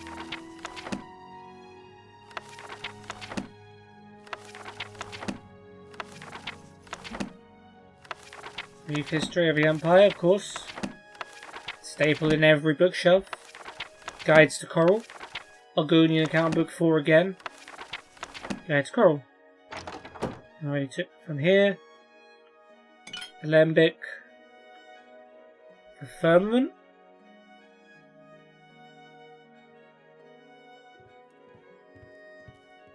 We have read. More ingredients, cup caps, mortar and pestle, calcinator, a whole bunch of alchemy books. Probably the new members of the guild, but I'm just going to take them for myself.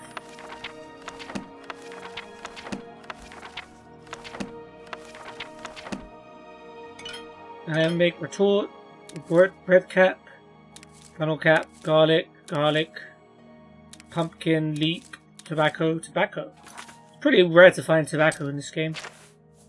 That's cool.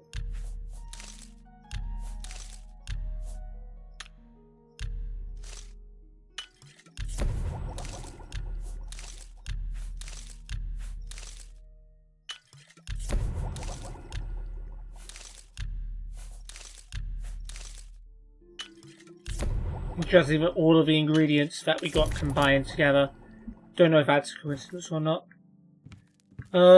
Greetings. Hey, Angalmo, you were over there a second ago. Excuse me. My name is Angalmo. Can I help you? Maybe. Certainly. Not now. You win this one. That works for me. Great.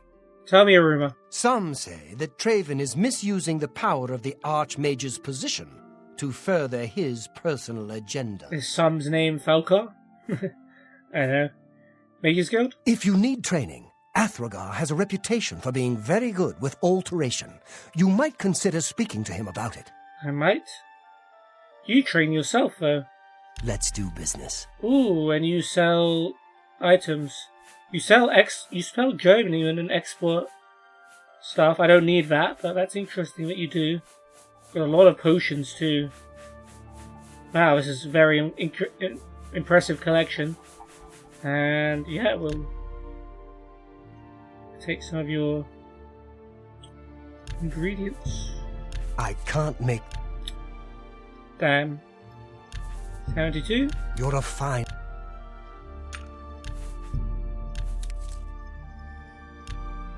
74. No deal. Alright, 73 is your max. You... play... above... You're a... play... You...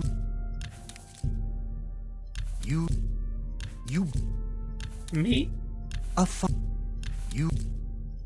I let... and... I would... that...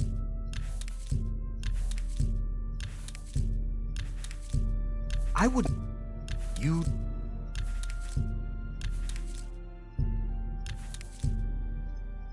Okay. Nice. You also have soul chips. Some of them filled as well. That's pretty neat. You're a good guy, Angalma. Thank you. Come again.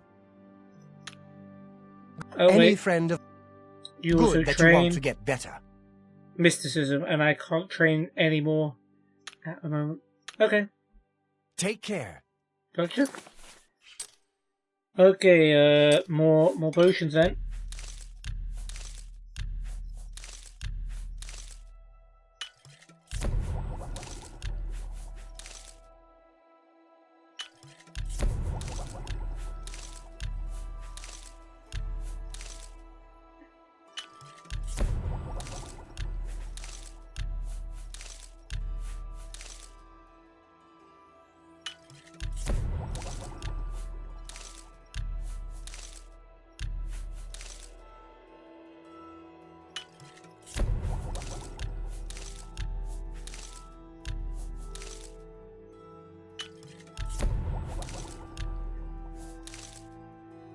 Oh, invisibility. Nice.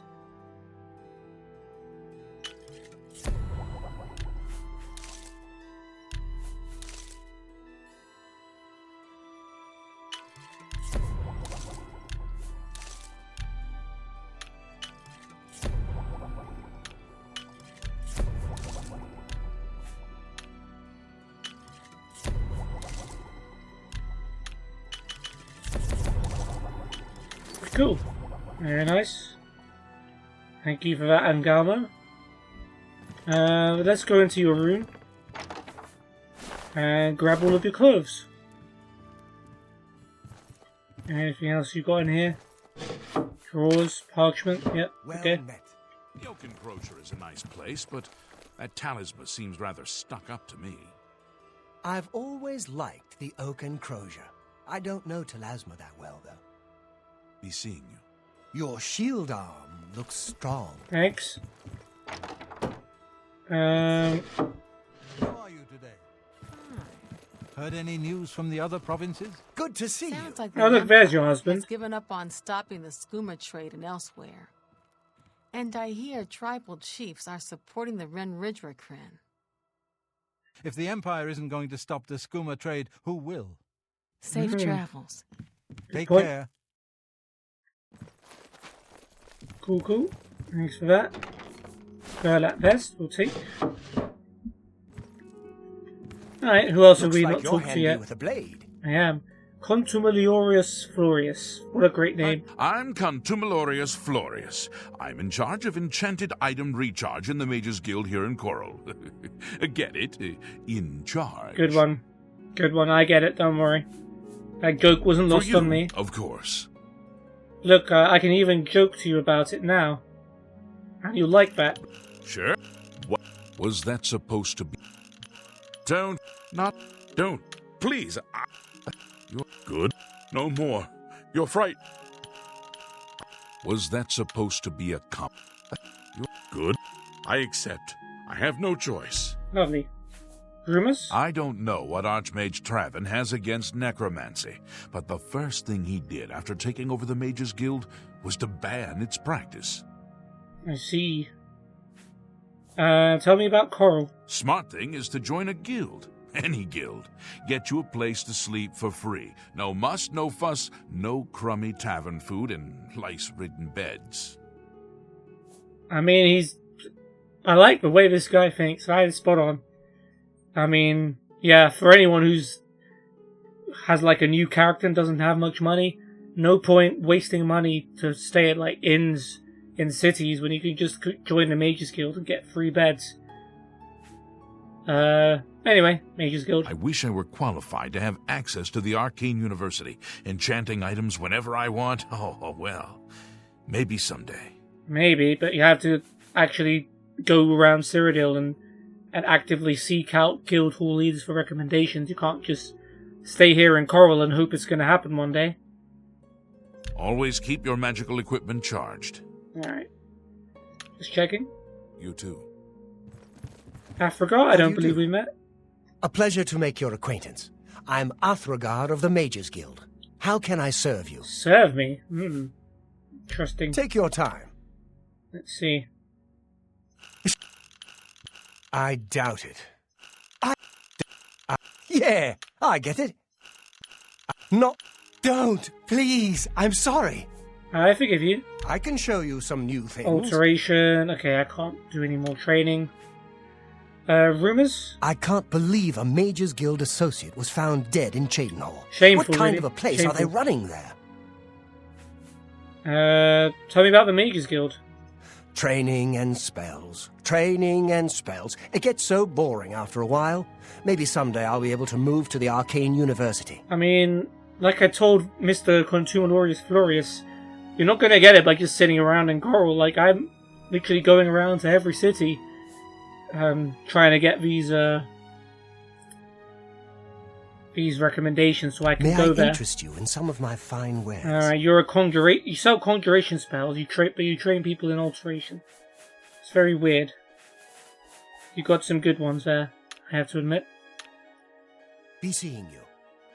Peace. Looks like you're handy with a blade. Hey, don't flirt with me, your husband's right there. I am Alberic Litter of the Mages Guild. I am pleased to make your acquaintance. Cool. Tell me more. I'm just out here flirting with all of the Mages Guild members. That's it. What a wonderful compliment. I see.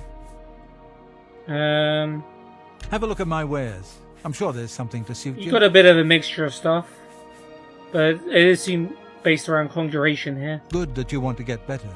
And you train in conjuration, but I've reached my training limit apparently, so I cannot train in that either. Tell me, Aruba. Archmage Traven is the first to take such a hard stance on necromancy. Yep, Mages Guild. If you're skilled enough, Athragar has a rather powerful frost spell for sale. Very effective, but dangerous to the inexperienced. Interesting. Take care. Hi there. What's going on with you? I heard there were some goblins around here recently. Awful creatures. Horrid beasts. I hate the things. Bye. Good How talk. are you? Alright, let's head into... It is the Mages Guild library where... Okay, whoever it is hanging out here. That's good to know. But this is another place we can raid. We'll take all this flour. We'll leave the tan bowl. Oh. Well, turns out if we'd have waited a few more seconds, our guild hall leader would have just come to meet us, but that's fine. Because we get some time up here with all the good stuff.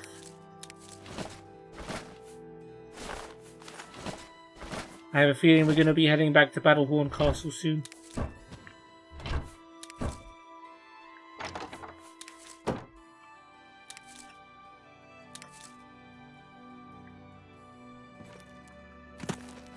Nothing in the basket? No. Ooh, cheese wedge, crab meat, venison. On carbon barrel.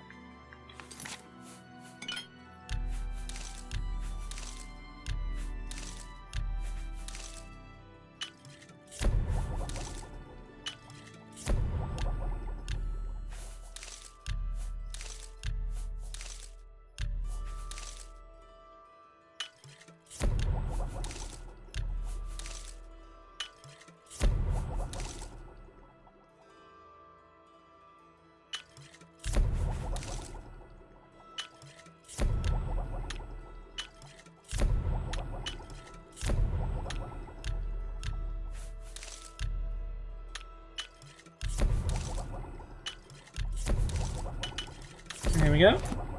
Thank you. Alright, this is a nice... Ooh, loads of books over here.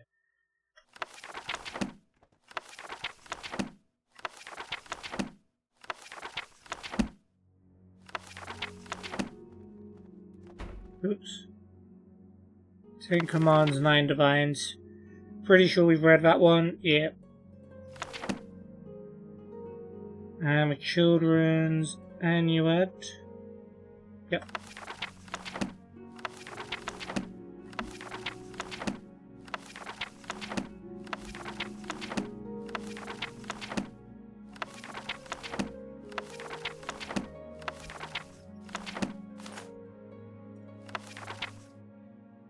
Gods and Worship. 99% sure.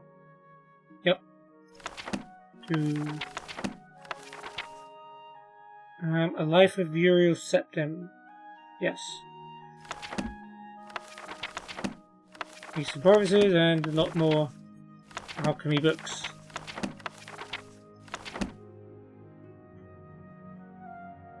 Damn, this is there's a lot here.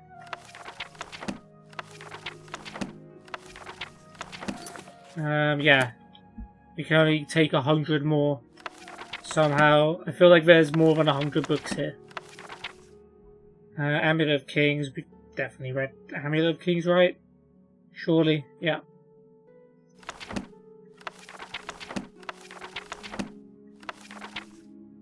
Trials of St. Alessia, I'd imagine we've read. Yep.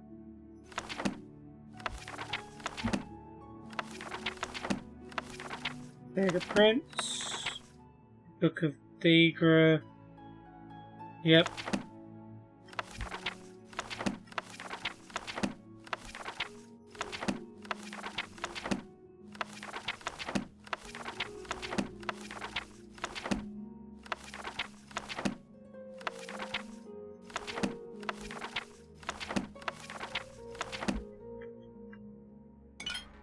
Alembic, Fundaments. Yep. Scales, Soul Gems. Lovely, and wow, a ton more books. We take everything.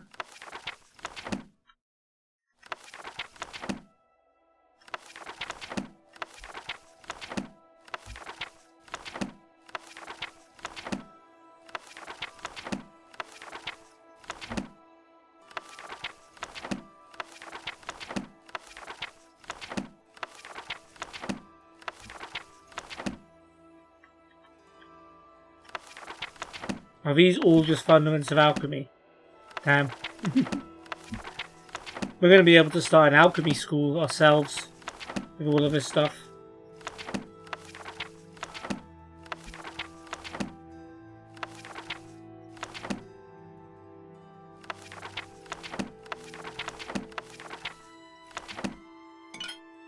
Grab. And this as well, all Fundaments of Alchemy.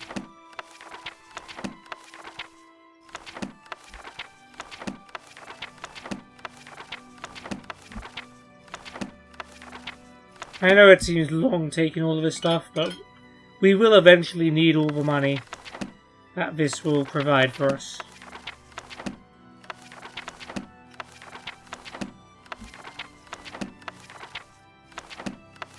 Oh, yep, we've passed the limit now. And yet we still take.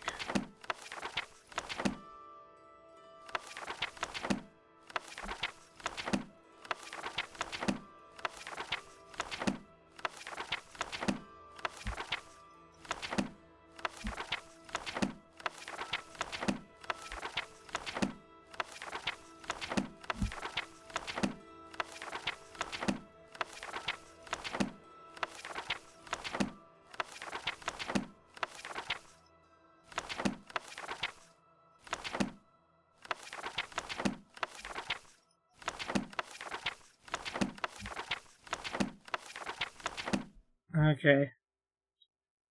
Alright, so we're 30 over.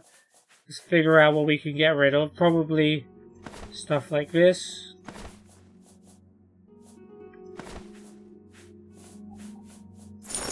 Oh no, that's what I meant to do.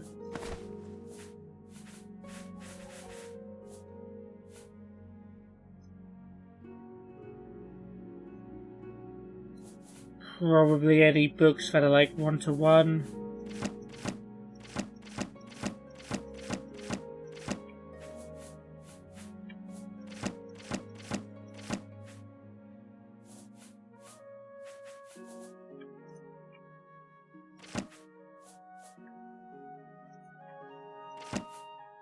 I'll do.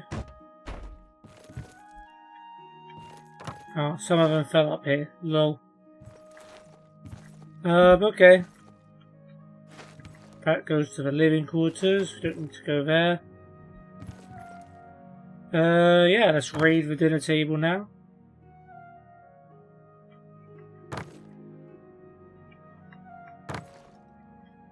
Can't really jump properly.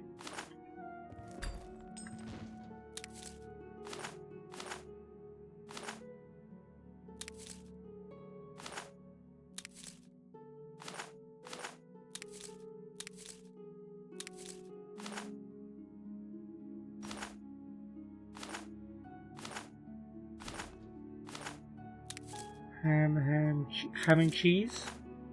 Oh, we took a ceramic thing. We can put that back later. Raid wisp stalk caps. Alright, each to their own, I suppose.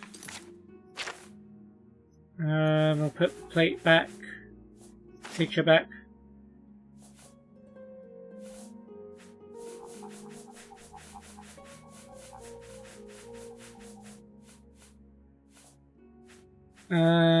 Yeah, we can drop these. Anything else with equal weight? Cloth.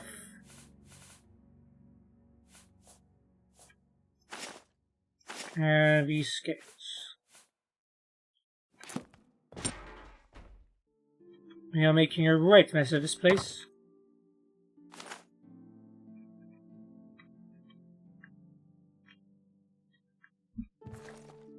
Okay. Where have we not destroyed yet? Over here. Yeah, we'll take all the stuff and then we'll see what we drop later.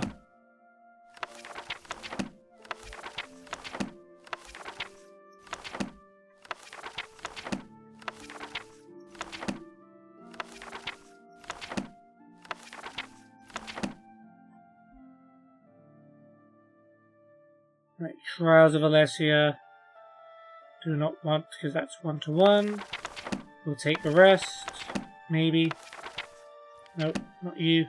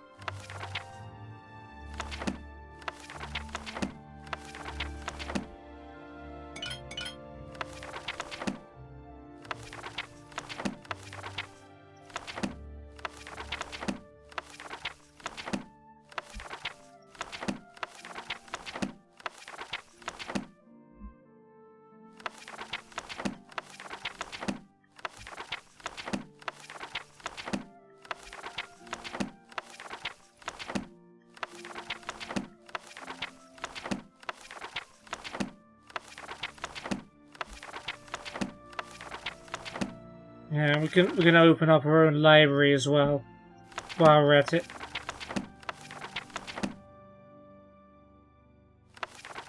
Ooh, mixed unit tactics. That's one we hadn't seen here before.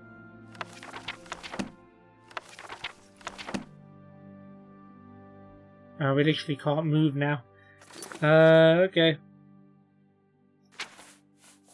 So I guess anything that's... Oh, this could have gone before as well.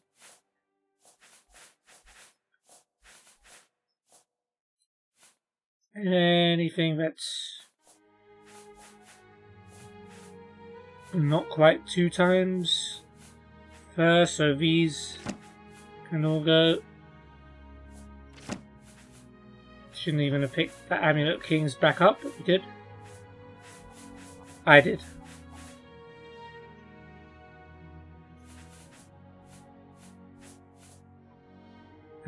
These crystal balls can go.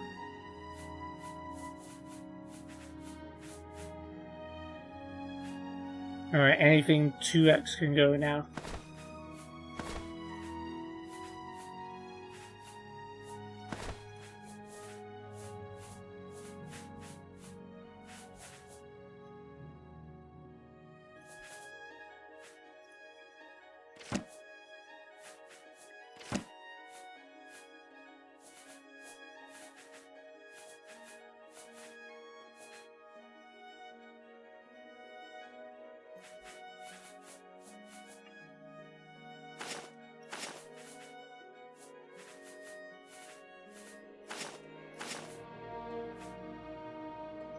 Anything close to being too...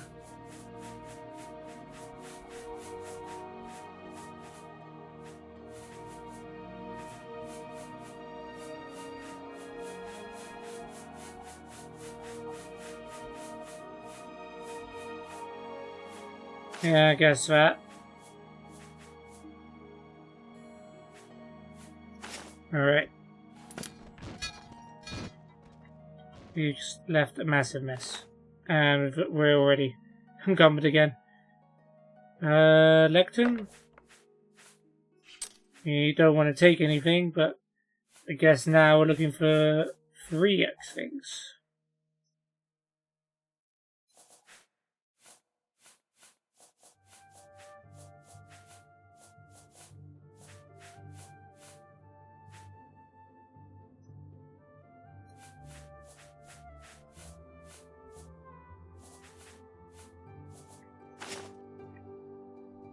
That'll do, I guess, for now.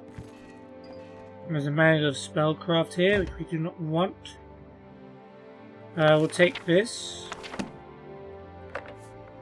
And we'll leave another present.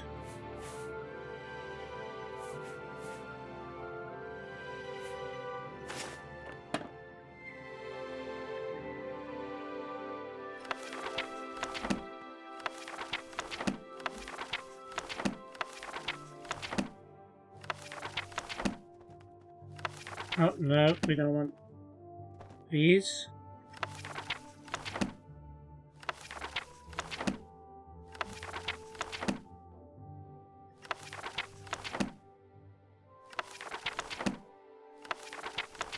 Don't want this one. We'll take these books for now.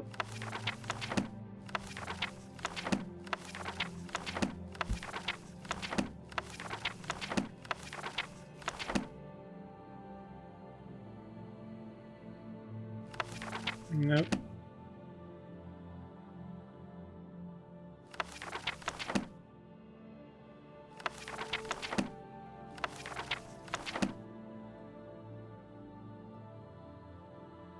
Oh, Book of Daedra, that's one we can take for now.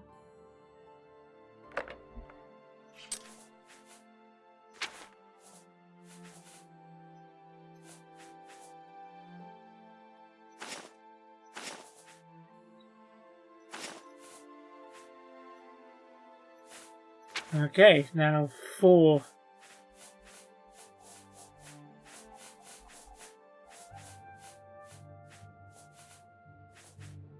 And these are 3.5. 4 can drop 7.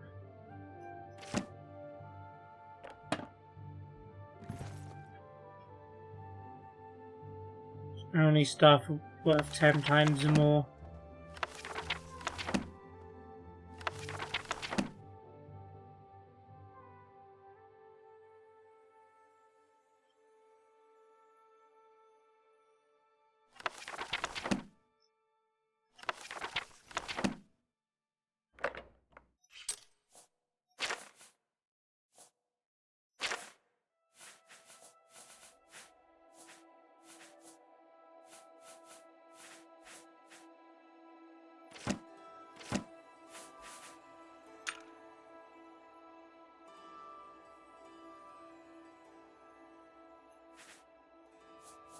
Okay, up to 5 now. There we go.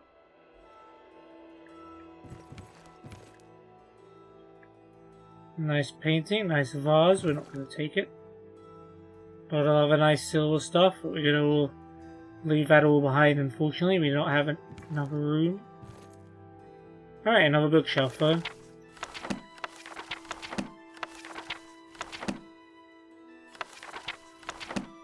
Oh no, we shouldn't have taken that.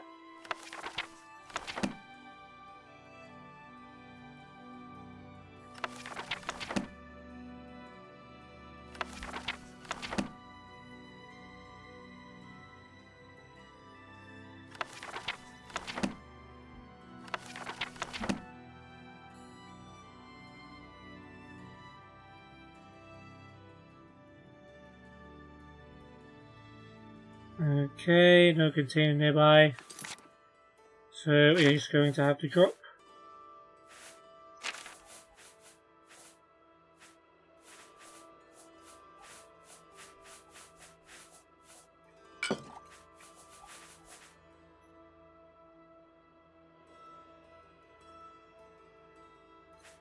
Oh, we got 67 fundamentals of alchemy. Jeez. We'll drop 6. I know we'll have to drop more in a bit, but that's fine. Alright, final bookshelf.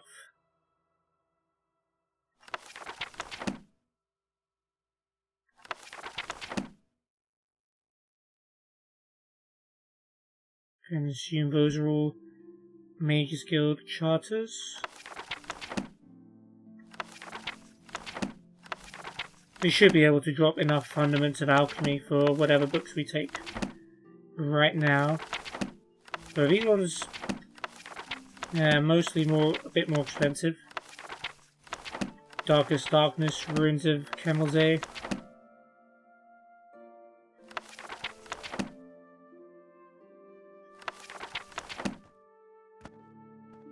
Oh. Hey, nice try, Fundaments of Alchemy. That's not gonna work.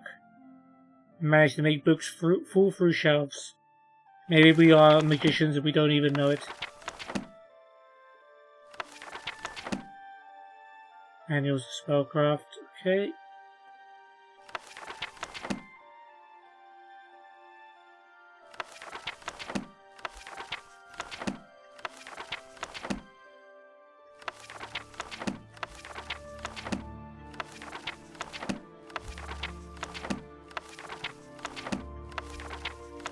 Darkest Darkness, more ruins. More Kemelze. Darkest Darkness, and Darkest Darkness. Okay, and that is everything rated. What we also can do is we can alchemy with the stuff we pulled off the table.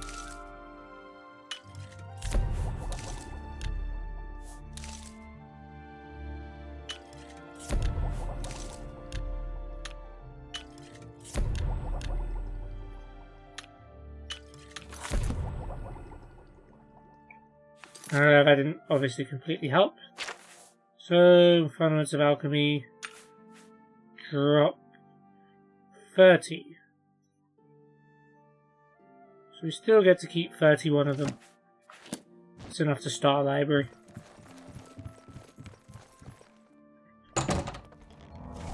Oh, I forgot. I always get worried when I see someone casting. Hello.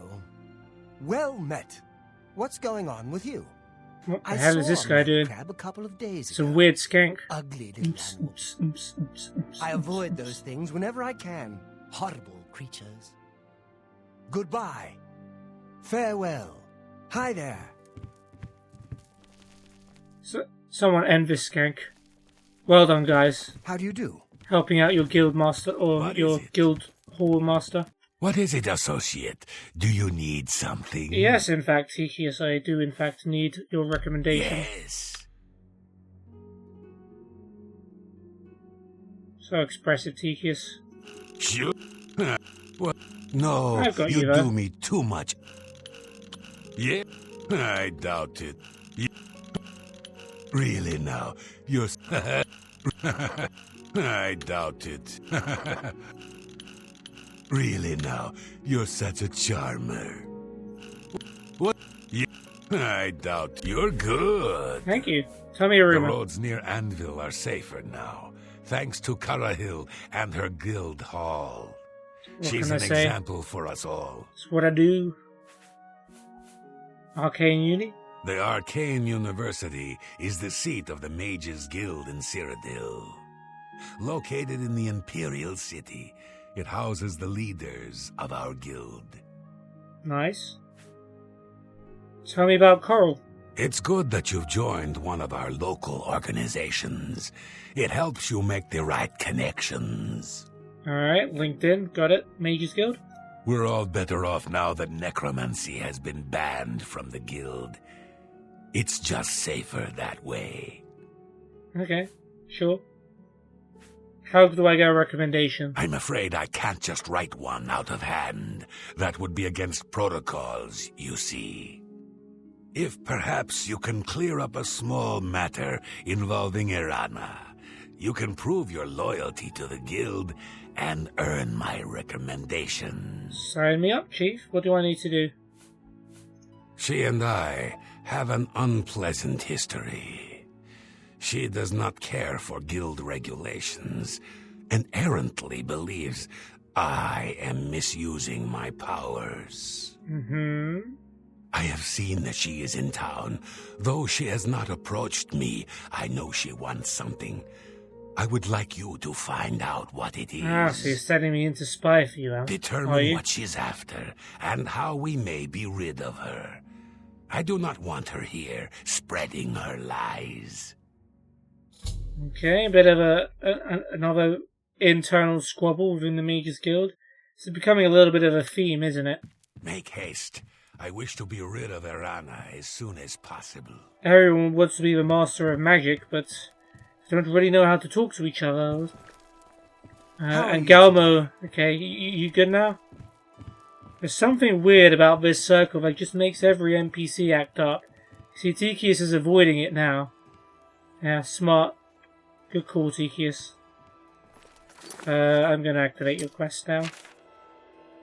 Oh, this one has a different name. Fingers of the Mountain.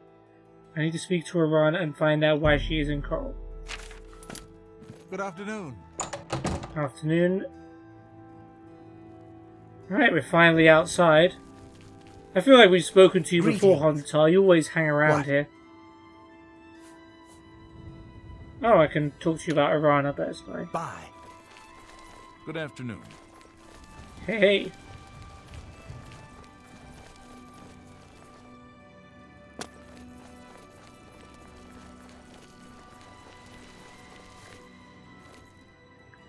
Okay, she's in the Grey Mare. Last time we were here, we were letting old Motier go off on his adventures. Oh look, the Germains are here. How about that? Killed far worse than you. Whoa. The Germain brothers have been reunited. After they speak, I should speak to Gilbert, who seems the more level-headed of the two brothers. Bye. Are they about to speak to each other now? What? Who? Oh, damn, not this again. Greetings to Wake you. up. Not now, Wake Gatton. up. You're not dreaming, Reynold. It's me, your brother, Gilbert. That can't be. I don't have a brother. I mean, I never knew my real family. Who did you say you were again? I am your twin brother. When we were very small, our farm was attacked by ogres. Our father and I escaped. We thought you and Mother had both been killed, if we had only known. All I know is that traveling merchants found me in the wilderness by the body of my mother. I was raised by the monks at Waynon Priory. My brother, it is wonderful to see you again. We will have much to talk about in the next days. You got a Daedric. I can't believe I've been reunited with my brother. Gilbert has an ebony warhammer. These guys are well armed. But yeah, we've been unwittingly doing this quest while trying to complete the recommendation quest. But we are actually made progress with it. Cool. Good afternoon. Hey, Amfred, is the orc still here? You were Martin's friend, weren't you? You were fortunate to have known him. Yeah. Okay, I've already spoken to you. Good day. What about you? Oh, look, it's Irana. We'll talk to you in a minute. Let's talk I can't to believe I've Gilbert. been reunited with my brother. I can't thank you enough for helping to reunite me with Reynold. I never would have guessed he was still alive. We have much to discuss, but if you have time, I'd beg you to stay a moment longer and hear about our home, Weatherly. Alright. Well, we've actually completed the quest now. Separated the Birth is actually now done. So this is a whole separate quest. Certainly. Rumours? The prettiest town in Cyrodiil? Don't know. But the ugliest is Broville. Ouch. Shabby, tumble-down shacks. They're big shacks, though. Man's not hot. Reynold Germain. He's Reynold. I'm Gilbert. Right. Weatherly? Weatherly was our family's home for generations. Our parents fled it when ogres attacked. They became separated. My father carried me to safety. He later returned and believed Reynold and my mother had perished. Since ogres are cannibals, he didn't expect to find their bodies. Thankfully, however, it seems that my mother managed to carry Reynold to safety. While my mother didn't survive, Reynold did, and for that I'm grateful. But we both want more. We want our home back. Okay. We're not fighters. You appear to have more Really? skill than either of us. Would you That's go to true. Weatherly and see if it's still inhabited by ogres? I mean, you say you don't look like you're not fighters, but you're carrying some very expensive weaponry for people who aren't fighters. I will help you reclaim Weatherly. Thank you.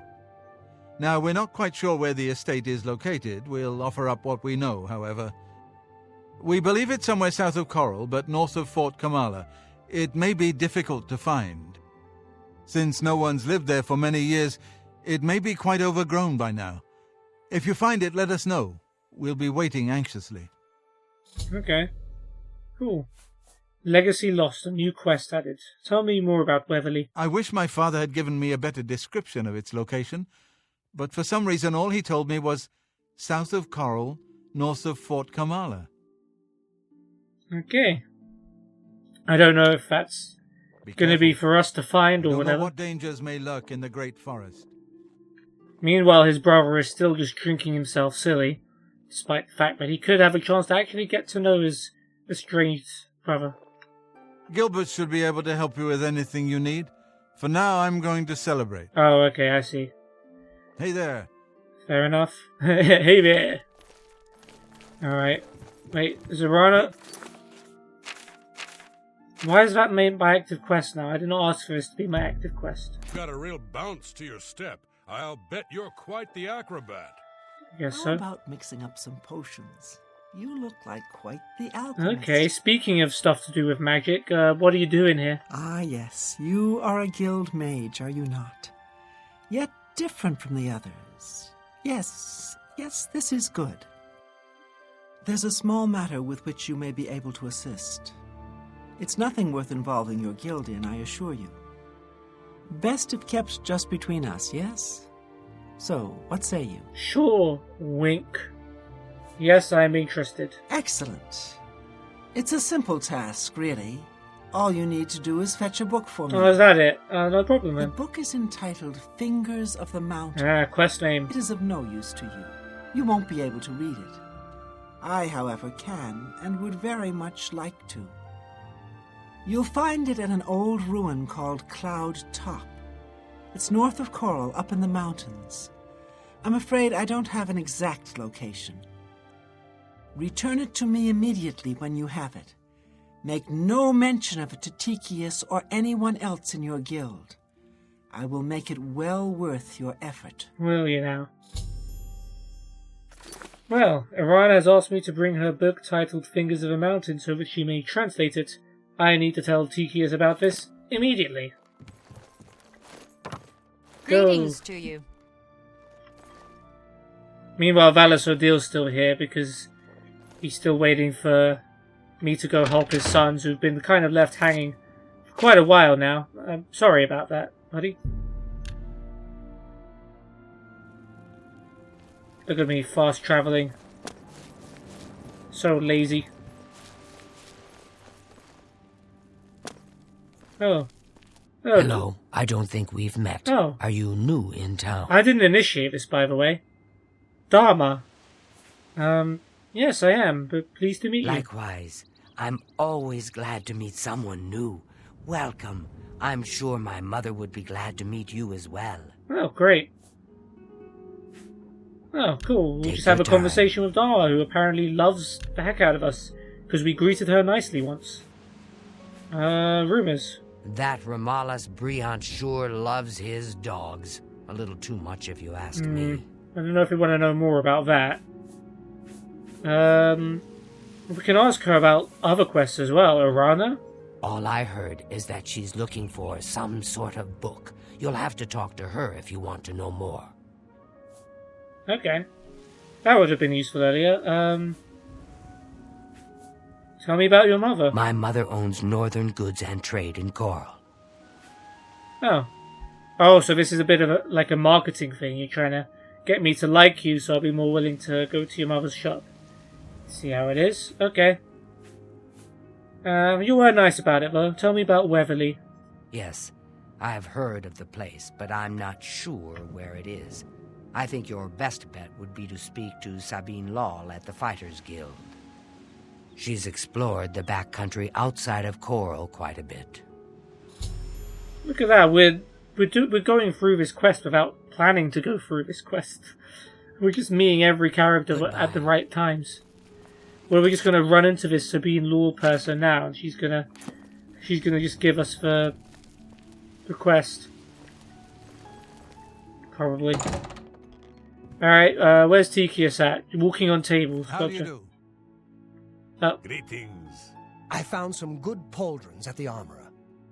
Rashida does a good job keeping fire and steel stocked with good weapons. Maybe not the best in Tamriel, but good. Oh, nice. Have you heard any word about the other provinces? They say that King Helseth has made an alliance with House Dress. Together they pick apart the carcass of ruined Indoril. It seems that these are turbulent times in the land. Yeah, we've learned quite a bit about Helseth, and we learned about spies, Farewell. including some from House What is it, Dress. associate? Coral breathes easier, thanks to you. We are all in your debt. Okay, you convinced me. I'm telling you all about the Fingers of a Mountain. What? Not only does it exist, but she knows where it is? Well, this is unacceptable. That book needs to be in the safekeeping of the guild. I trust that as a member of the guild, you would do the right thing and acquire this text. I mean, she's not going there Mirana herself. does. Are we clear? Ignore her request. Go to this place she has described and return with the book. This is far more important than any petty squabble. Alright, loud and clear. So, give a book to Arana, yeah? That's what you said? Should you go looking for it, I hope that it would be for the sole purpose of bringing it here. This sort of hints to the fact that you don't actually have to do it this way. But... Make haste. I wish to be rid of Arana as soon as possible. Alright. Tikius has asked that I find the Fingers of the Mountain text and bring it to him immediately. I need to search Cloud Top for the book. How about mixing up some potions? You look like quite the alchemist. Just go look at the great oak. Magnificent, don't you think? Yes, I see. that tree is a tree. The roads near Anvil are safer now, thanks to Carahill and her guild hall. She's an example for us all. No, come on. Oh, what do you mean? No doubt. Good news from Kvatch for a change. The last of the Daedra have been driven out. Fine. Goodbye. An honor to be sure. Look at the muscles on you. Alright. Hi.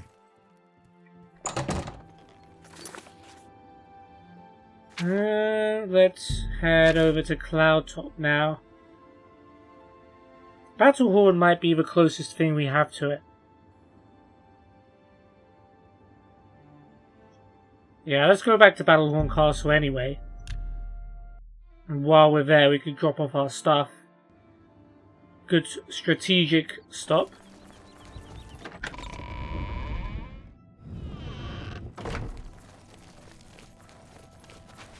Look at the muscles on you. You flatter me. Not really. I'm pretty much as strong as it gets in this game.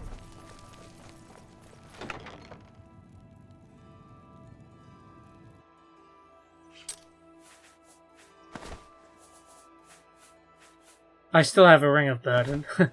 Yeah, that would explain why I can't carry much. Jeez. I did always intend to keep that as a keepsake. You don't have to keep it on you. There's no reason to keep it on you. Like, mechanics-wise, it doesn't do anything. You can't use it to your advantage.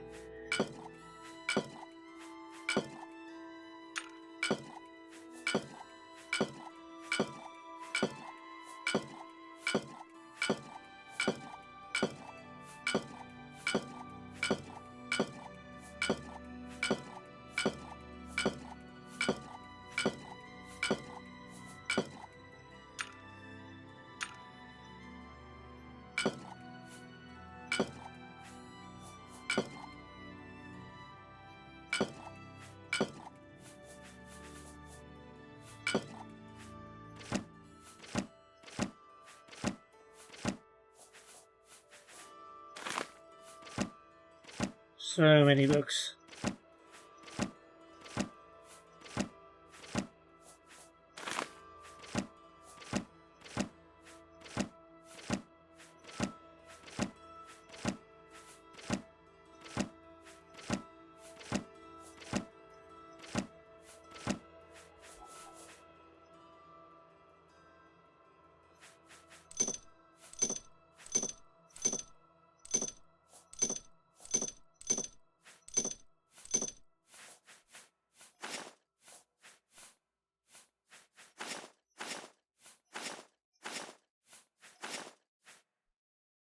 Okay. I'll go back out this way. You better not be stealing nothing.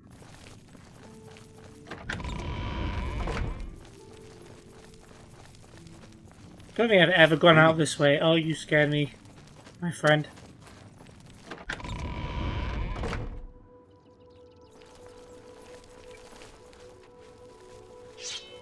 Alright, off we go to Cloudtop. Still remnants of the fight we had here all those episodes ago. Yeah, it seems like quite a long way.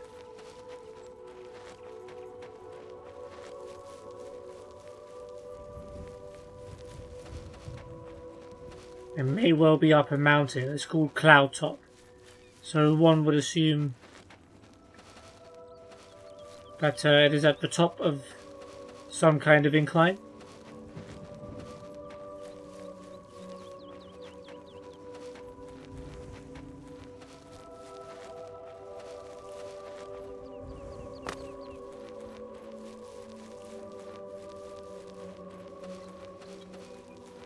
Well, we haven't encountered any resistance yet, so that's good.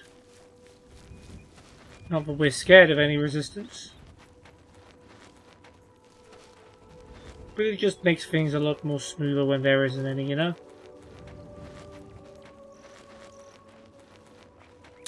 And we can just go about our business, picking flowers, picking shrooms, for the rest of the day. Oh, well, there's a wolf.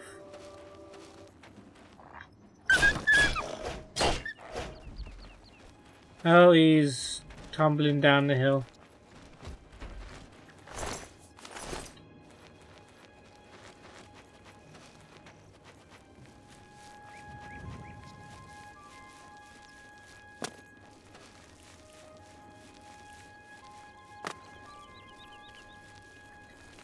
Oh, thought we were trapped for a second there. That would not have been ideal. Hasn't appeared on the map, the mini-map at the bottom yet. And we've already reached a small incline, but I think we're getting there. That looks a bit flat, yeah, thank you. We found 4 rails. I was not expecting to find another 4 on the way. There we go. I hear something.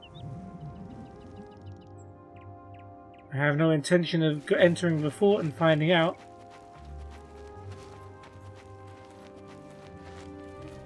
Cloudtop is on the map now.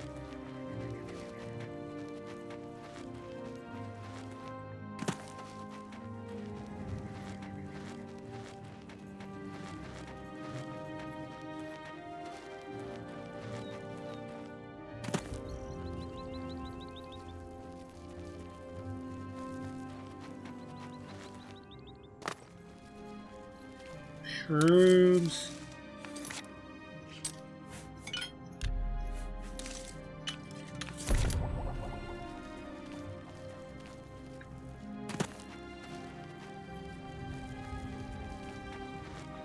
It's a tough one.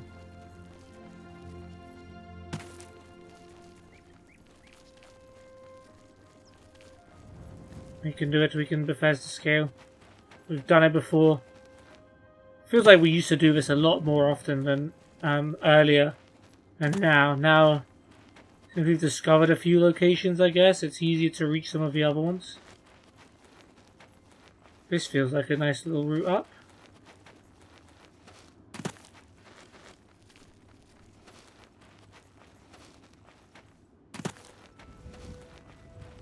I think we're almost there. Ground's starting to level out.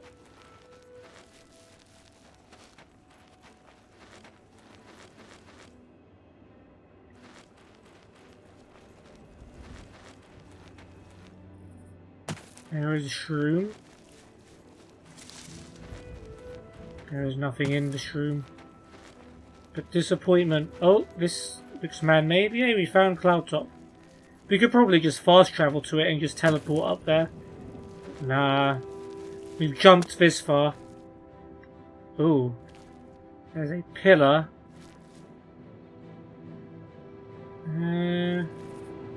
Some runes on it. And what appears to be, the charred remains with the Fingers of the Mountain book on its person. Well, that's weird. I can sort of understand why Tychius wants this book safely in the Mages Guild, and I can understand why Arana wants to learn whatever power is in this book. I found the book titled Fingers of the Mountain. I need to deliver it to either Arana at Greymare Tavern in Coral, or to Tychius at the Coral Mages Guild. Well, while it would be interesting to see what happens if Arana gets her hands on it, I'm trying to get in the Mages Guild, so... Tychius, my man, what up?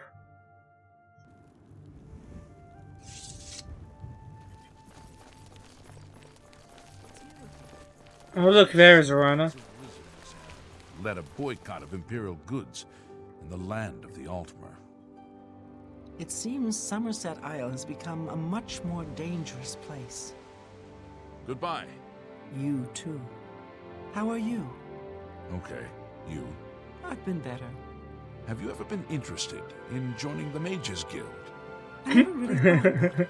They just didn't seem like the sort of folks No kidding, I wanted to Arana. spend time with. No kidding.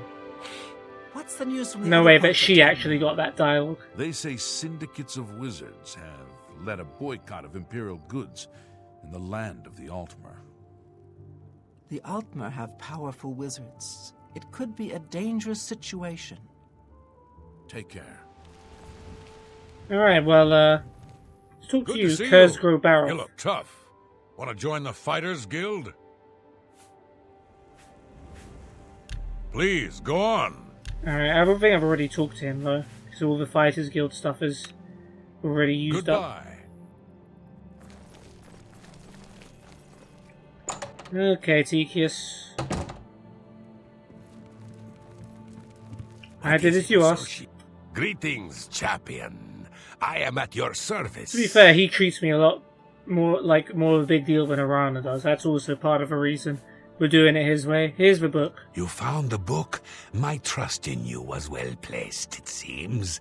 Hand it over, if you please. Alright, I don't have it. Here's the book. Ah, yes, this is indeed the correct book.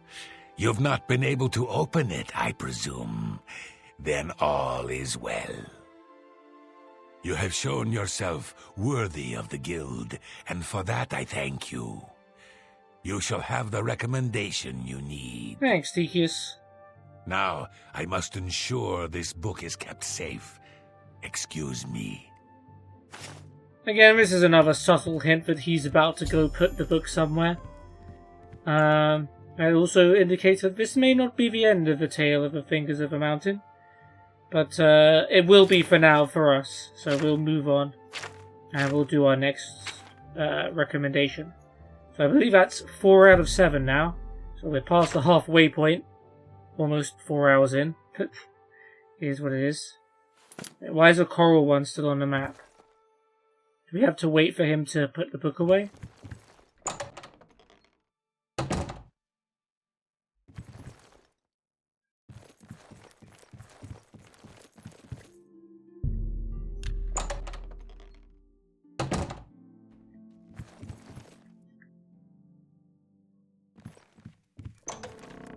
Oh, hey, Tychius.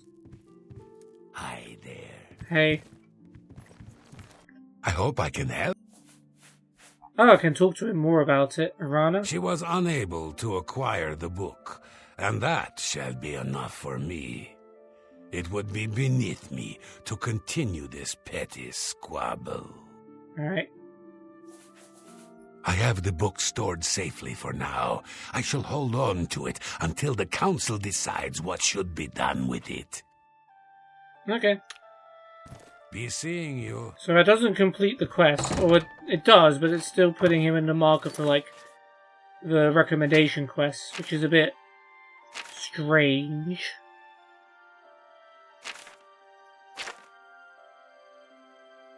Oh yeah, the quest update is interesting as well. It says, I've delivered the Fingers of the Mountain book to Tychius at the Coral Mages Guild. In exchange, Tychius has agreed to write a recommendation for me. I shall have to tell Arana she won't be getting the book. Now, the quest is marked as completed, but of course that's another hint that if you talk to Arana, then she might have some more to say about this topic, and it might not be done here. But we'll do that some other time. Let's try and do one of the other recommendation quests. So we've still got Skingrad, we've still got Breville, and we've still got Leowin. Alright, let's do Skingrad, as that's fairly nearby.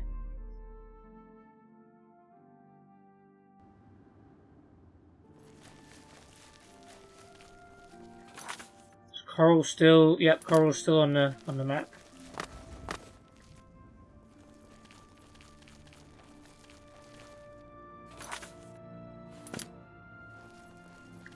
Oh, God's seen me. Nice.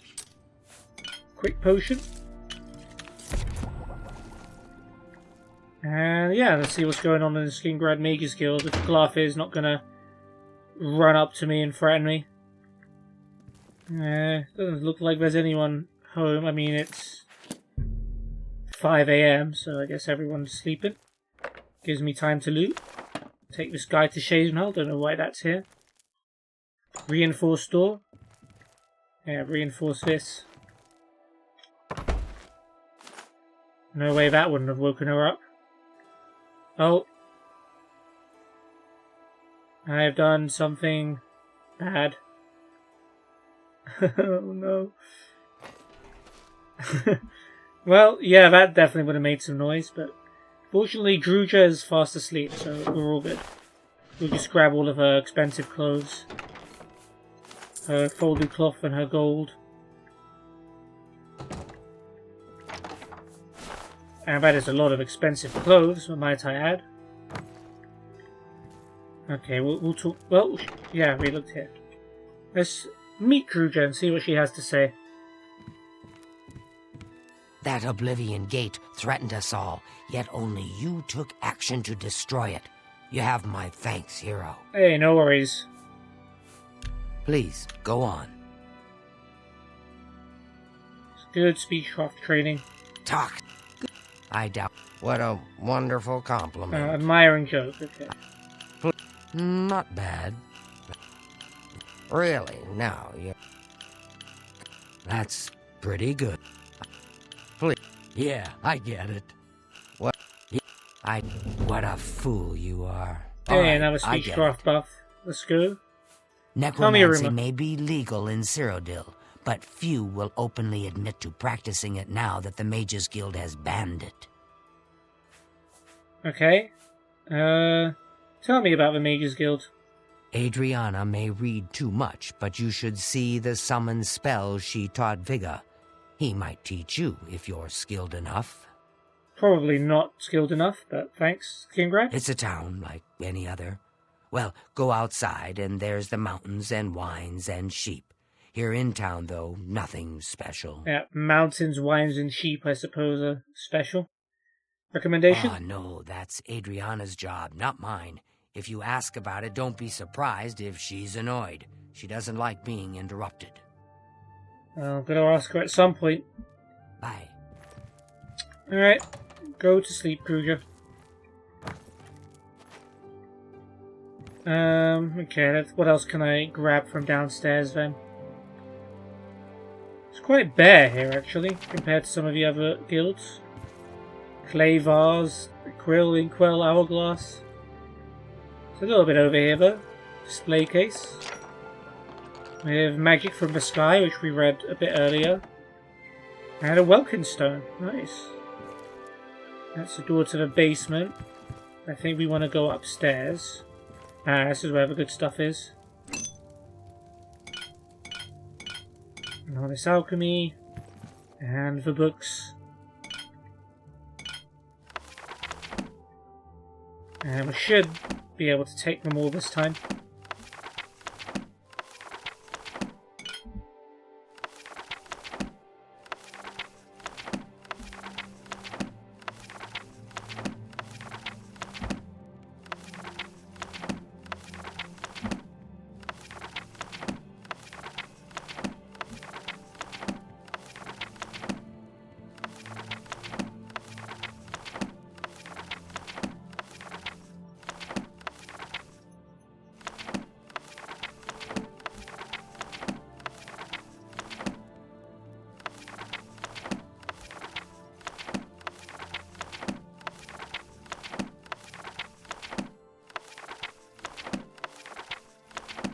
Thank you.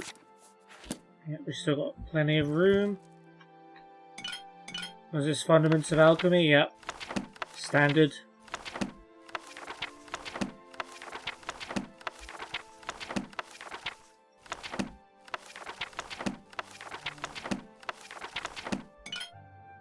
And some nice ingredients. Or rare ones at least. Don't find these too often.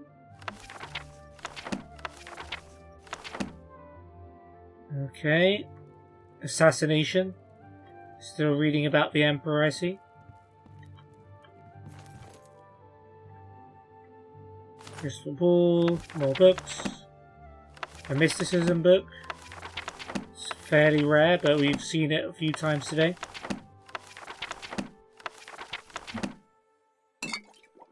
Some poisons here, just lying around. What kind of experiments they're doing over here in Skingrad? Calcinators, Tan Vase. Ooh, the Wolf Queen V8. We've read V6, but not V8.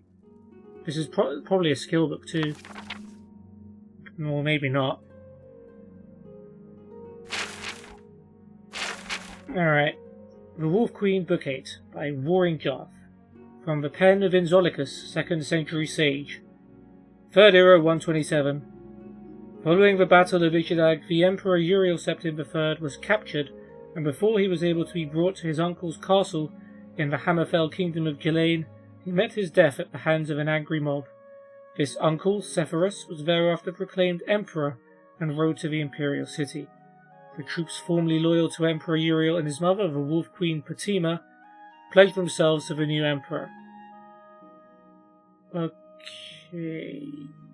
Yeah, so obviously this is Uriel Septim III, so not the Uriel Septim the 7th, which we know from Oblivion.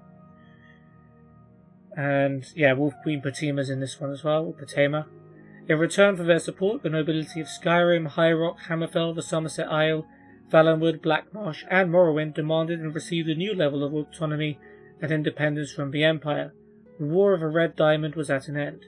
Patema continued to fight a losing battle, her area of influence dwindling and dwindling until only her Kingdom of Solitude remained in her power. Skyrim players know. She summoned Daedra to fight for her, had her necromancers resurrect her fallen enemies as undead warriors, and mounted attack after attack on the forces of her brothers, the Emperor Sepphoris Septim I and King Magnus of Lilmoth. Her allies began leaving her as her madness grew, and her only companions were the zombies and skeletons she had amassed over the years. I bet they must have been fun to hang around with.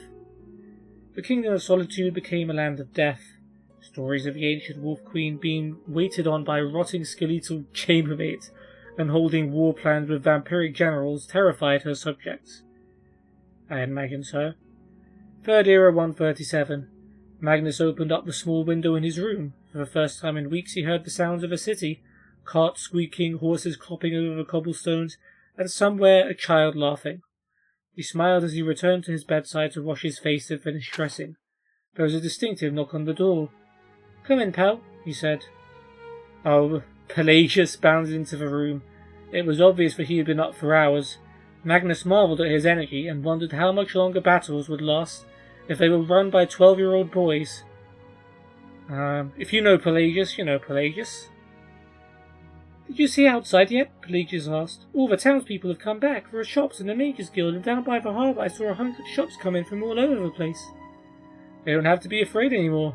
We've taken care of all the zombies and ghosts that used to be their neighbours, but they know it's safe to come back. Is Uncle Severus going to turn into a zombie when he dies? Asked Pelagius. I wouldn't put that past him. Laughed Magnus. Why do you ask? I heard some people saying that he was old and sick, said Pelagius. He's not that old, said Magnus. He's 60 years old. That's just 2 years older than I. How old is Aunt Fatima? Asked Pelagius. 70, said Magnus. And yes, that is old. Any more questions will have to wait. I have to go meet with the commander now, but we can talk at supper. You can make yourself busy and not get into any trouble? Yes, sir, said Pelagius. He understood that his father had to continue to hold siege on Aunt Fatima's castle. After they took it over and locked her up, they would move out of the inn and into the castle. Pelagius was not looking forward to that. The whole town had a funny, sweet, dead smell, but he could not get even as close as the castle moat without gagging from the stench. They could dump 1,000,000 flowers on the place and it wouldn't make any difference at all. He walked through the city for hours, buying some food and then some ribbons for his sister and mother back in Lilmoth. He thought about who else he needed to buy gifts for and was stumped. All his cousins, the children of Uncle Severus, Uncle Antiochus, and Aunt Fatima had died during the war. Some of them in battle and some of them during the famines because so many crops had been burned. Aunt Bianchi had died last year. There was only he, his mother, his sister, his father, and his uncle, the Emperor, left, and Aunt Fatima, but she didn't really count. When he came upon the Mages Guild earlier that morning, he decided not to go in. Those places always spooked him with their strange smoke and crystals and old books. This time it had occurred to Pelagius that he might buy a gift for Uncle Severus, a souvenir of Solitude's Mages Guild. An old woman was having trouble with the front door, so Pelagius opened it for her. Thank you, she said. She was easily the oldest thing he had ever seen. Her face looked like an old rotted apple framed with a wild whirl of bright white hair. He instinctively moved away from her gnarled talon when she started to pat him on the head. There was a gem around her neck that immediately fascinated him. It was a single bright yellow jewel, but it almost looked there was something trapped within. When the light hit it from the candles, it brought out the form of a four-legged beast, pacing. It's a soul gem, she said, infused with the spirit of a great demon werewolf. It was enchanted long, long ago with the power to charm people, but I've been thinking about giving it another spell. Perhaps something from the School of Alteration, like Lock or Shield. Oh no, not werewolves. She paused and looked at the boy carefully with yellowed, rheumy eyes. You look familiar to me, boy. What's your name? Pelagius, he said. He normally would have said Prince Pelagius, but he was told not to draw attention to himself while in town. I used to know someone named Pelagius, the old woman said, and slowly smiled. Are you here alone, Pelagius? My father is with the army, storming the castle, but he'll be back when the walls have been breached. Which I dare say won't take too much longer, sighed the old woman. Nothing, no matter how well built, tends to last. Are you buying something in the Mages Guild? I wanted to buy a gift for my uncle, said Pelagius, but I don't know if I have enough gold. The old woman left the boy to look over the wares while she went to the guild enchanter. He was a young Nord, ambitious and new to the Kingdom of Solitude.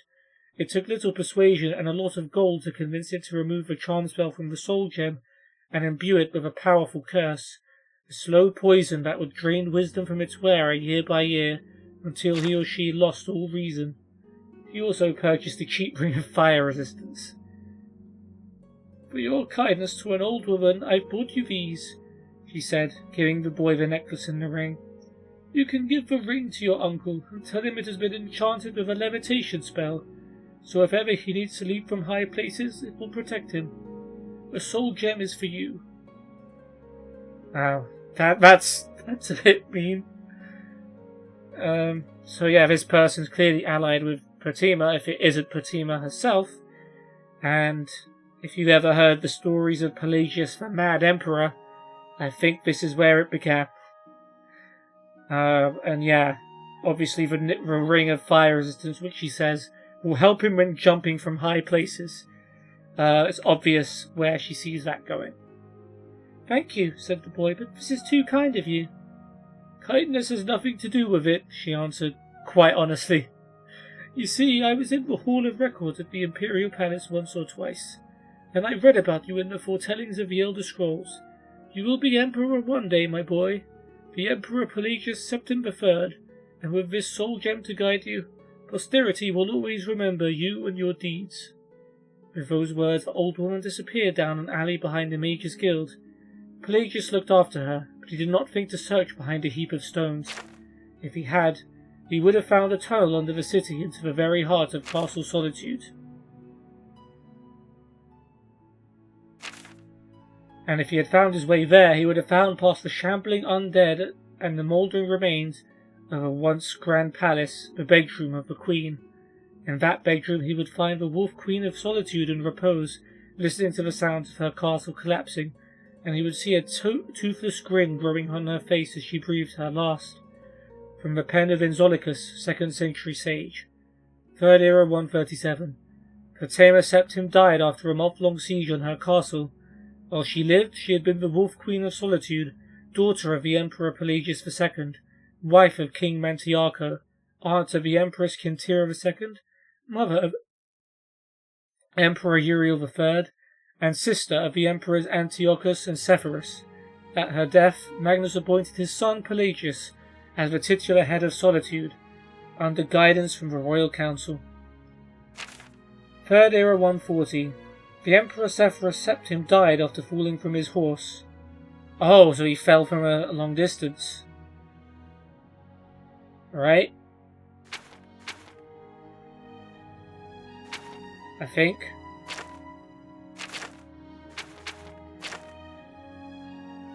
His uncle Sepphoris.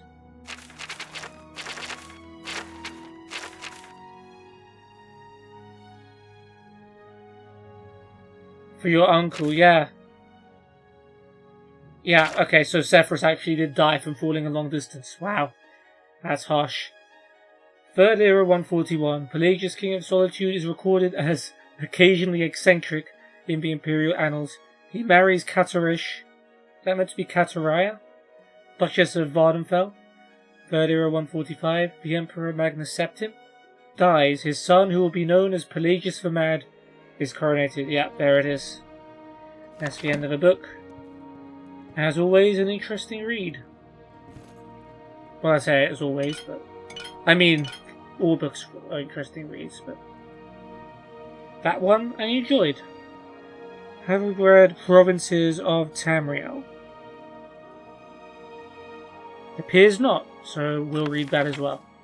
Provinces of Tamriel.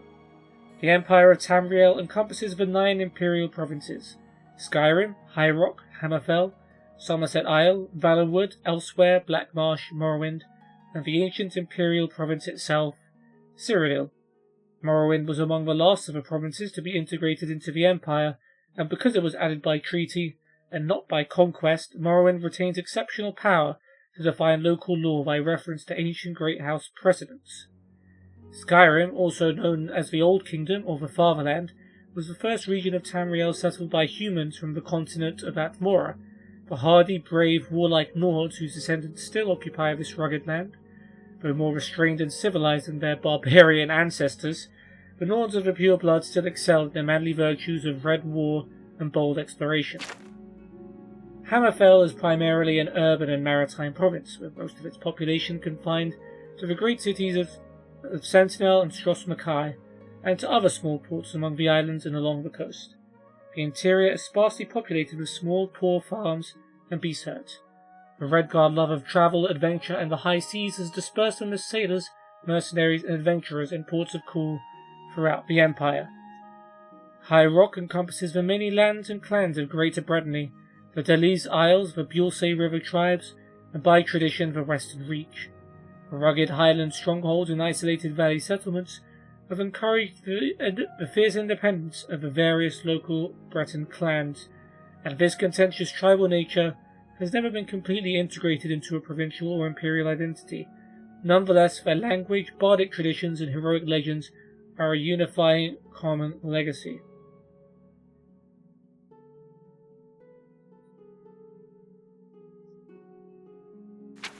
The Somerset Isle is a green and pleasant land of fertile farmlands, woodland parks and ancient towers and manors. Most settlements are small and isolated and dominated by ruling seats of a local wizard or warlord. The isle has few good natural ports and the natives are unwelcoming to foreigners, so the ancient chivalric high culture of the Altmer is little affected by modern imperial mercantilism. Valenwood is a largely uninhabited forest wilderness. The coasts of Valenwood are dominated by mangrove swamps and tropical rainforest, while heavy rainfalls nurture the temperate inland rainforests. The Bosmer live in timber clan houses at sites scattered among the coast and through the interior, connected only by undeveloped foot trails. The few imperial roads traverse vast dense woodlands, studded with tiny, widely separated settlements, and carry little trade or traffic of any kind. The Khajiits of the southern elsewhere jungles and river basins are settled city dwellers with ancient mercantile traditions and a stable agrarian aristocracy based on sugarcane and salt rice plantations. The nomadic tribal Khajiits of the dry northern wastes and grasslands are, by contrast, aggressive and territorial tribal raiders, periodically united under tribal warlords. While the settled south has been quick to adopt imperial ways, the northern nomadic tribes cling to their warlike barbarian traditions.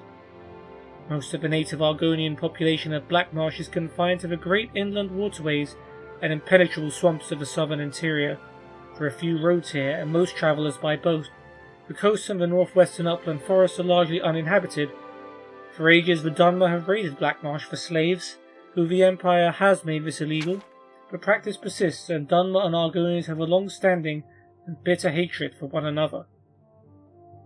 Morrowind, homeland of the Dunmer peoples, is the northeastmost province of the Tamrielic Empire. Most of the population is gathered in the high uplands and fertile river valleys of central Morrowind, especially around the inland sea. The island Vardenfell is encircled by the inner sea and is dominated by the titanic volcano Red Mountain and its associated ash wastelands. Most of the island's population is confined to the relatively hospitable west and southwest coast. Cyrodiil is the cradle of human imperial high culture on Tamriel. It is the largest region of the continent, and most is endless jungle. The imperial city is in the heartland. The fertile Nibene Valley, the densely populated Central Valley, is surrounded by wild rainforests, drained by great rivers into the swamps of Argonia and Topal Bay. The land rises gradually to the west and sharply to the north. Between its western coast and its Central Valley are deciduous forests and mangrove swamps. Cool. A little bit of an insight for those of you who don't know what's outside of Cyrodiil and where each of the homelands are, at least the ones that are part of the Empire. Not all of them are. Tamrielic lore, pretty sure we've read it. Yeah. Let's read Song, Mysterious Akavir, and Ruins of Kemalzay and Easter Provinces.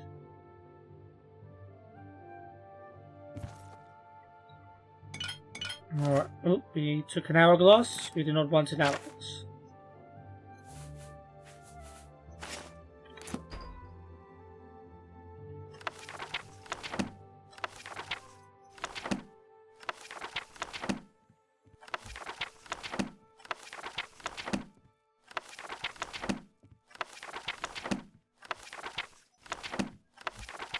And we take everything.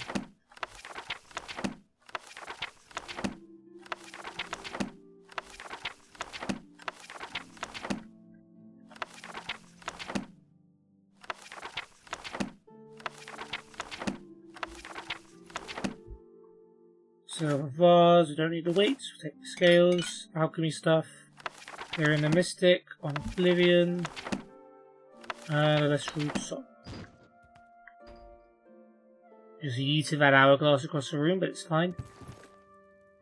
Yeah, more alchemy stuff. Scales, pestle, soul gems, alchemy.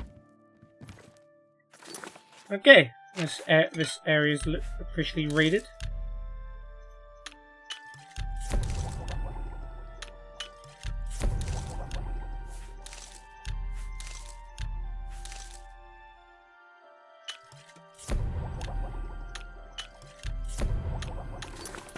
Okay. But we need to find someone who's upstairs and in the Mages Guild living quarters. So let's do that. We'll probably end up raiding that too. Oh, people are just waking up. 7 AM. Hey everybody. How's it going?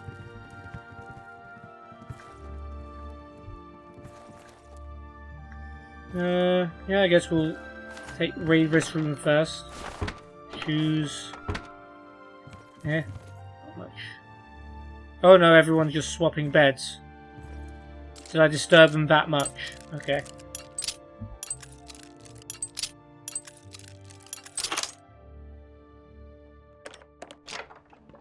I'll take soul gems, thank you.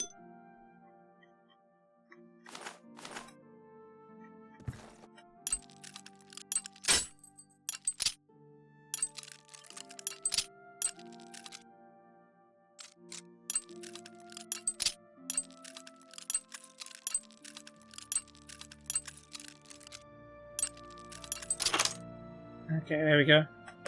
For some reason I really didn't want to break that lock.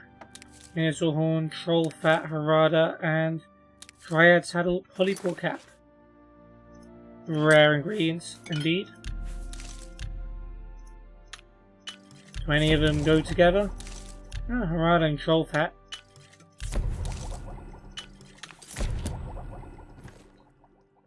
Okay, let's go into this room. Soul Gem, Crystal Ball, Silver Goblet, Galarion, and Fundamental Algo. This guy has his own personal supply of books. In fact, he has a lot of storage here. The whole Real Baron Zaya series. I'll take these as well. How are we doing for weight? 436. Stuff does weigh a lot.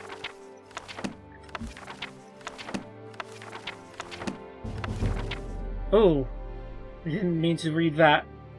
But we got an alteration buff from it. Daughter of the Nibbin. Cool. I guess we'll read it. Breville, Daughter of the Nibbin by Saphir Longleat. Breville is one of the most charming towns in Cyrodiil, sparkling in her simple beauty, illustrious by her past. No visit to the southern part of the Imperial Province is complete without a walk along Breville's exciting river port, a talk with her friendly native children, and of course, in the tradition of the village, as whispered words of a famous statue of the Flachio Lady. That's not what I hear from anyone in Breville, but this person definitely has a unique love for it, let's say.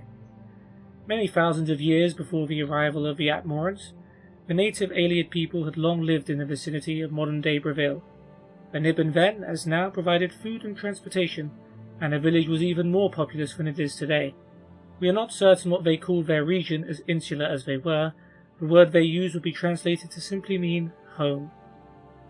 These savage Ayleids were so firmly entrenched that the Breville region was one of the very last areas to be liberated by the Elysian army in the 2nd century of the First Era, though little remains of that era culturally or archaeologically. Thankmara, the tales of debauchery and depravity have entered into the realm of legends. How the Ayleids were able to survive such a long siege is debated by scholars to this day. All, however, grant the honour of a victory to one of the Empress Alicia's centurions, a man called Teo Brevilius Tassus, the man for whom the modern town is named. It was said he invaded the village no less than 4 times after heavy resistance, but each time upon the morning dawning all his soldiery within would be dead. Murdered, by the time more centuria had arrived, the fortified town was repopulated with Ayleids. After the second successful invasion, secret underground tunnels were found and filled in, but once again, come morning, the soldiers were again dead, and the citizens had returned. Let me reread that because I've missed a lot of that.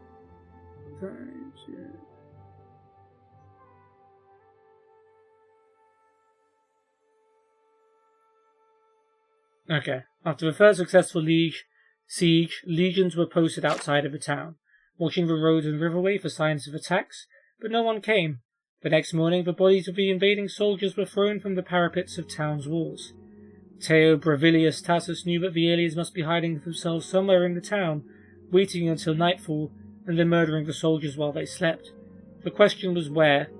After the fourth invasion, he himself led the soldiers in a thorough inspection of every corner, every shadow. Just as they were ready to give up, the great centurion noticed two curious things. High in the sheer walls of a town beyond anyone's ability to climb, there were indentations, narrow platforms, and by the river just inside the town, he discovered a single footprint from someone clearly not wearing the imperial boot. The aliens, it seems, had taken two routes to hide themselves. Some had levitated up to the walls and hidden themselves high above, and others had slipped into the river, where they were able to breathe underwater. It was a relatively easy task once the strange elves' even stranger hiding holes had been discovered to rout them out, and see to it that there were no more midnight assassinations of the Empress's troops. That will be the alteration part of this book. It may seem beyond belief that an entire community could be so skilled in these spells hundreds and hundreds of years before the Mages Guild was formed to teach the ways of magic to the common folk. There does, however, appear to be evidence that, just as the psychics on the Isle of Arcane developed mysticism long before there was a name for it, the even more obscure aliens of southern Cyrodiil had developed what was to be known as the School of Alteration. It is not, after all, much of a stretch when one considers that other aliens at the time of Braville's conquering and even later were shapeshifters. The community of pre-Braville could not turn into beasts and monsters, but they could alter their bodies to hide themselves away. A related and useful skill, to be sure, but not so effective to save themselves in the end. Very little is left of the alien presence in Braville of today, though architectural marvels of other kinds are very evident. As beautiful and arresting as the benevolence of Mara Cathedral and the Lord's Palace are, no man-made structure in Braville is as famous as the statue called the Lucky Old Lady. Of course, we know a thing or two about that now. The tales about the lady and who she was are too numerous to list. It was said she was born the illegitimate daughter of a prostitute in Braville, certainly an inauspicious beginning to a lucky life. She was teased by the other children, who forever asked her who her father was. Every day she would run back to her little shack in tears from their cruelty. One day a priest of Stendar came to Braville to do charitable work. He saw a weeping little girl, and when asked, she told him the cause of her misery. She didn't know who her father was. "You have kind eyes and a mouth that tells no lies," replied the priest after a moment, smiling. "You are clearly a child of Stendar, the god of mercy, charity, and well-earned luck." The priest's thoughtful words changed the girl forever. Whenever she was asked who her father was, she would cheerfully reply, "I am a child of luck." She grew up to be a barmaid, it was said, kind and generous to her customers, frequently allowing them to pay when they were able to. On a particularly rainy night, she gave shelter to a young man dressed in rags, who not only had no money to pay, but was belligerent and rude to her as she fed him and gave him a room. The next morning, he left without so much as a thank you. Her friends and family admonished her, saying that she had to be careful. He might have even been dangerous. A week later, a royal carriage arrived in Braville, with an imperial prince within. Though he was scarcely recognizable, it was the same young man the lady had helped. He apologized profusely for his appearance and behavior, explaining that he had been kidnapped and cursed by a band of witches, and it wasn't until later he had returned to his senses. The lady was showered with riches, which she, of course, generously shared with all the people of Braville, where she lived to a content old age. No one knows when the statue to her was erected in the town square, or who the artist was, but it has stood there for thousands of years, since the First Era. To this day, visitors and Bravillians alike go to the Lucky Old Lady to ask for her to bless them with luck in their travails. Just one more charming aspect of the charming and very lucky village of Braville. Dear me. And the Night Mother's hiding underneath that? That's crazy. So either this whole story is just a complete lie, or the Night Mother just deliberately chose to take residence in this very ironic place where someone so generous and kind and helpful had a statue there. That's crazy. Cool story, though. Alright, let's take some more stuff.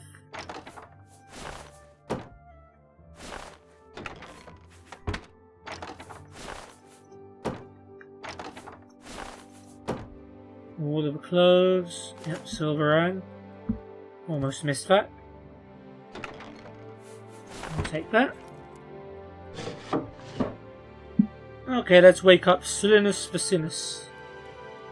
Guys have great names. It's my pleasure. Please continue. For you, of course. Good. Such adventures. Sure, that's cute. Right, has that gone down?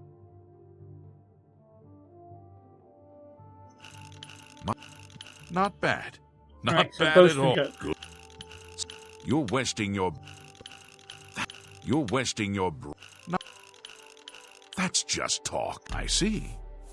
Rumors? Not only has necromancy been banned from practice in the Mages Guild. Yep, Mages Guild? The guild can provide you with some training, but the best trainers are usually very hard to find.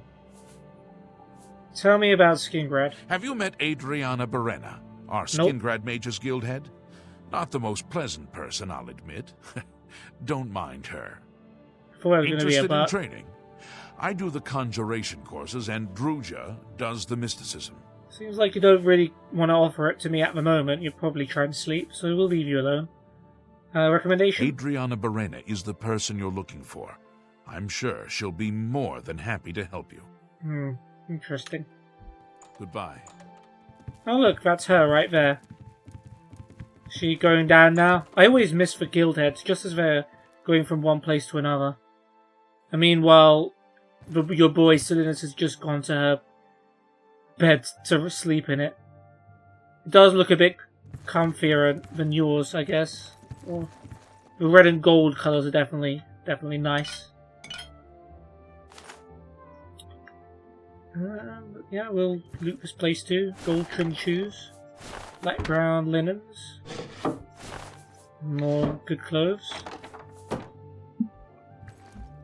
Actually, not too much in this room.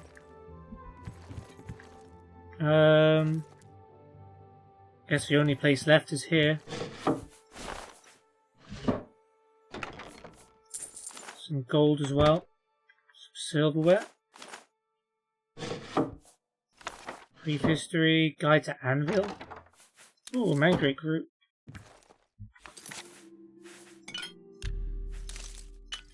I'll take cure disease. Alright, everyone's already gone down here now. Well, I'll talk to you first, Vigor the Hello. Cautious. You want me? You sure? I'm Vigor. I'm Mages Guild, but I don't train or anything. Right.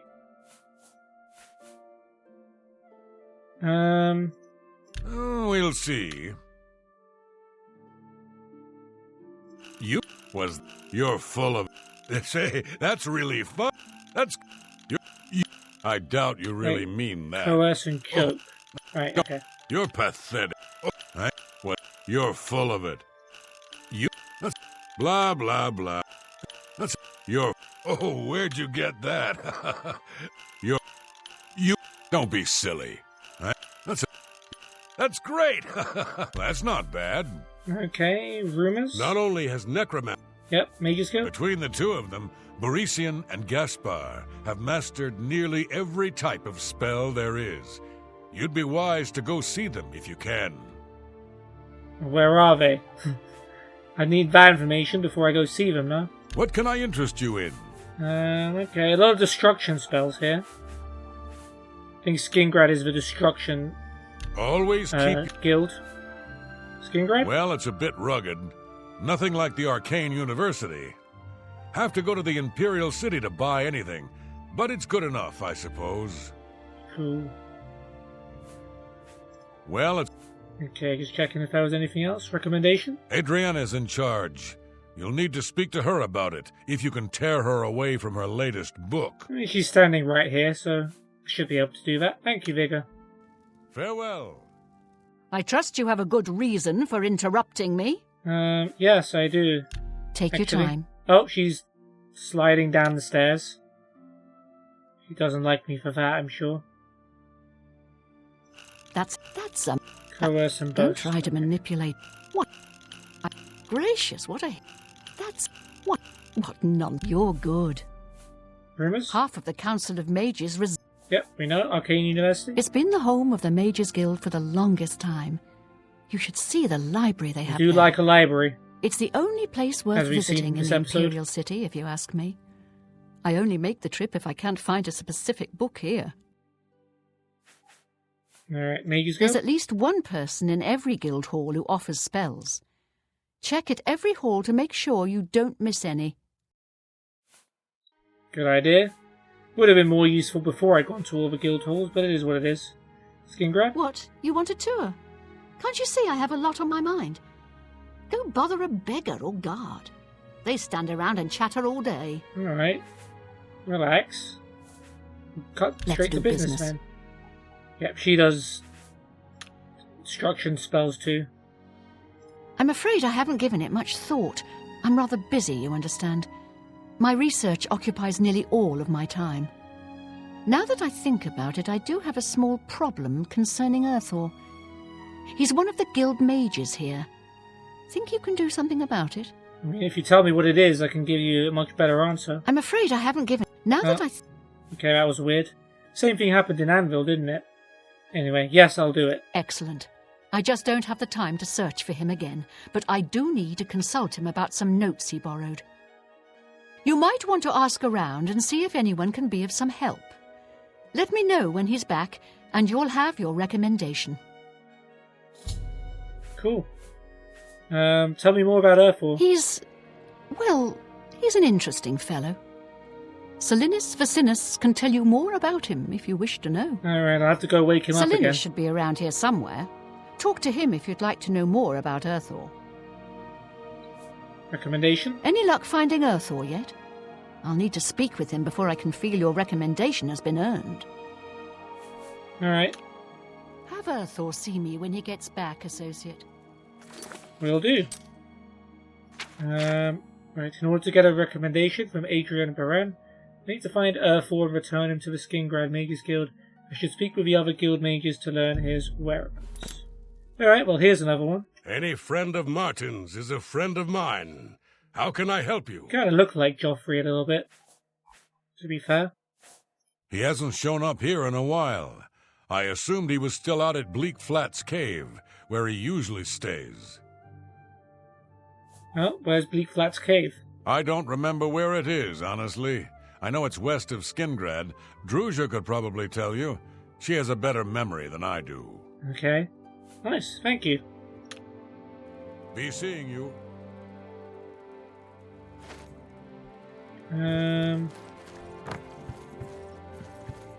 Druzia. Just what I was looking for. Good day. There's much I can show now you. she wants to train in mysticism. Right. Earthor? I haven't seen him in quite some time, but then, this isn't the first time he's been away, so I wasn't really that concerned. I haven't... Okay, just checking if you had more dialogue. Can I interest you in some of my wares? Yeah, a bit of a mixed bag, but mainly some destruction stuff in there. Bleak Flats Cave. It's just northwest of Skingrad. Here, see it on the map? Thank you. That's where Earthor wound up, after Adrian told him he couldn't practice in the guild hall anymore. She probably doesn't even remember that.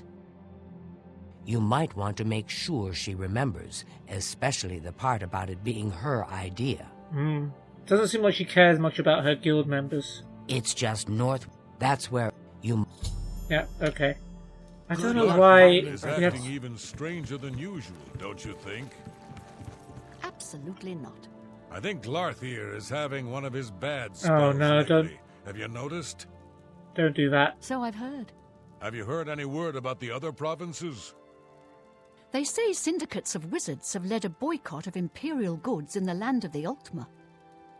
The Ultima have powerful wizards.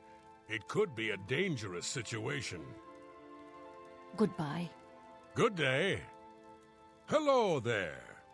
The Westweald is a good place. Irina Geranus isn't the friendliest person in the world, but not a bad sort when you get to know her.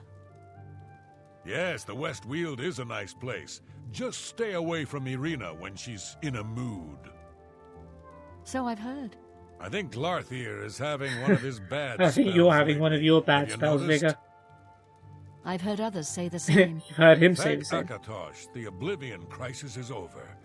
Although with no emperor and no heir, I wonder what will happen to the Empire.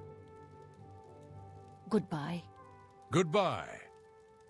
What happened to Hello? being so busy, Adrian? You're here about that recommendation, I presume. I'll need to speak with Earthor before I write it. Yep. Well, he's in Bleak Flats Cave, and apparently you were the one who sent him there. Oh, I do remember telling him to go there. Well, we'll just have to do something about that, won't we? Well, by we, me. I mean yeah. you, of course. I have something that may help. It's a basic fireball spell, in case you need to defend Ooh, yourself. I might be able to use this. I'll be here when you get back. Good luck. Thank you. At least you kind of helped. Weak fireball added. Fire damage 5 points in 5 feet for 3 seconds on target.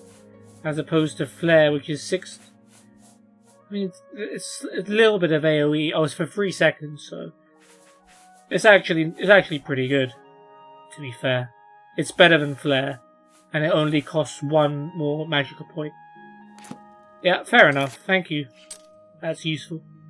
It will be if I ever fight a ghost and my sword breaks. But other than that, not really. I have been told Earthfall was last seen at Bleak Flats Cave, west of Skingrad. I should remind Arcane University. I need to go to Bleak Flats Cave and find Earthfall. And let us do that.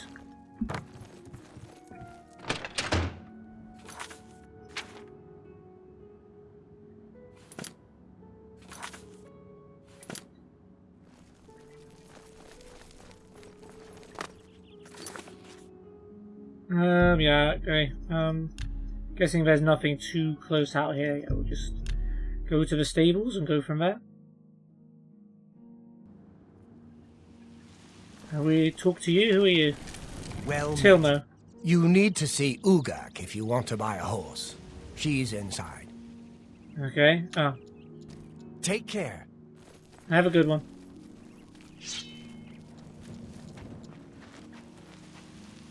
Alright, the famous vineyards. I heard it on the grapevine that you guys are having your crop stolen from you.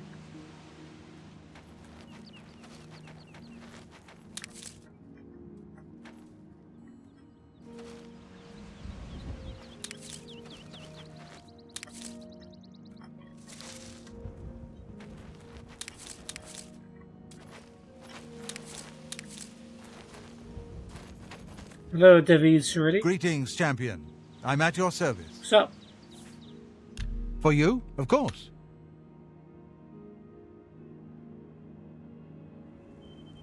Really? Well, don't. Whatever you want. And coerce. Right.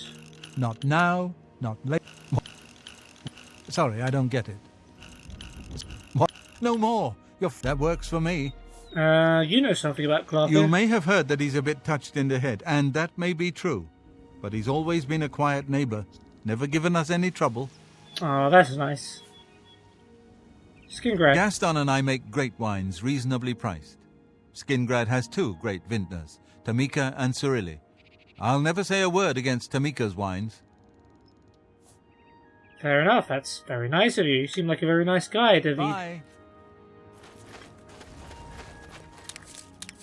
Especially while I'm taking all of your crops. Oh. I'll take that, thank you. Hey, Raymond Broder. Raymond Broder, retired archer, presently a grape grower for the I Cerilis noticed. at your service. Are you looking for advanced training? Ooh, is that what you offer? I don't know what for, because I don't have enough for it. For you, of course. But that's interesting to know. Rumors? I've heard that someone has it out for Tutius Sextius. But who'd want to hurt For you? that name? A lot of people. Skingrad? I served as a Legion marksman for 20 years. I retired here to Skingrad, work in the vineyards, and supplement my income as an advanced What do you train in? I'd like to know that, Broder. You haven't really made that clear. Oh! Shadow Heidi. Well, that might be some sort of indication.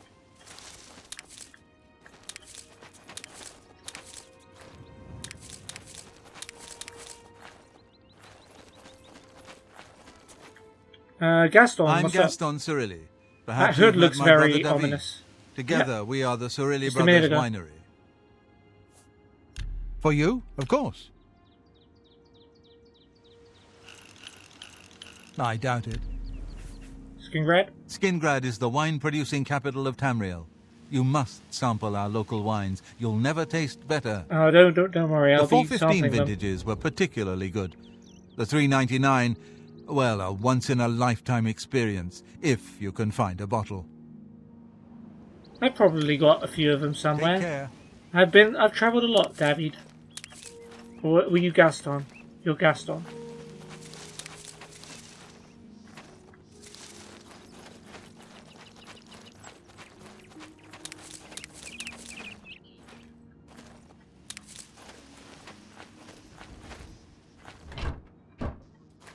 Let's rob all of your stuff as well while we're here.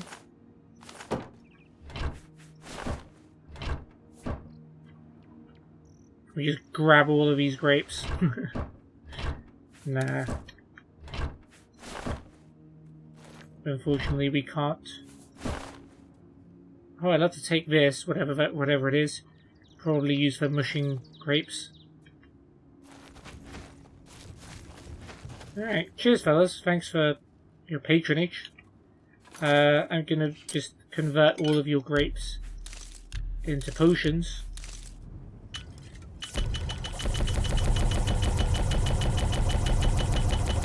And I'll be up.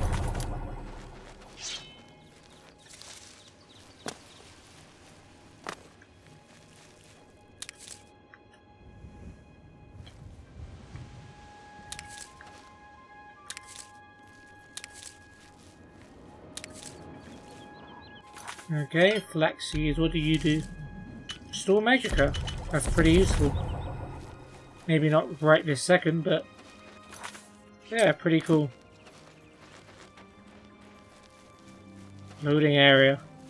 Should I be worried?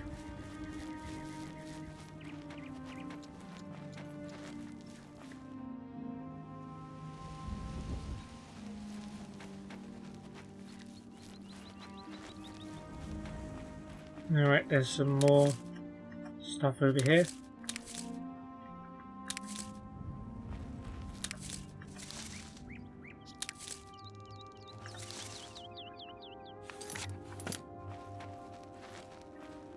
Very nice.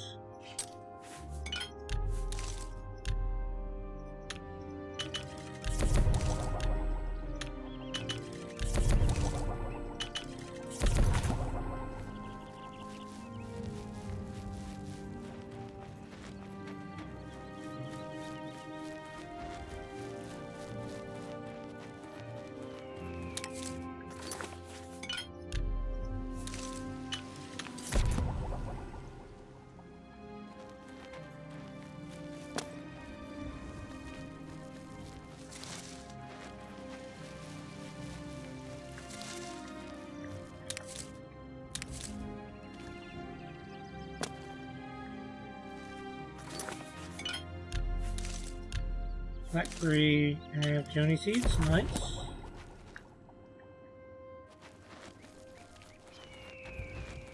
I think these are like the stones that give you like bound armor, right?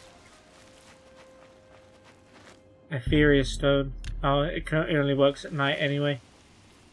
Fine.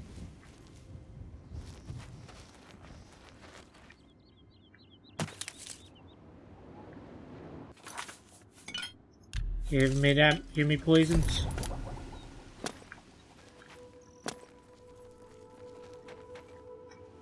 Alright, there's a whole bunch more stuff over there that I just gotta grab.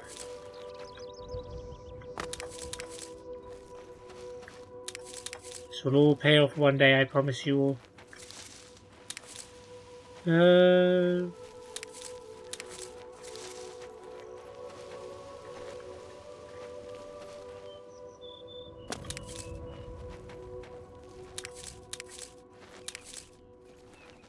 I don't grab most of those already. I don't know. Well, this is the cave. We have made it here.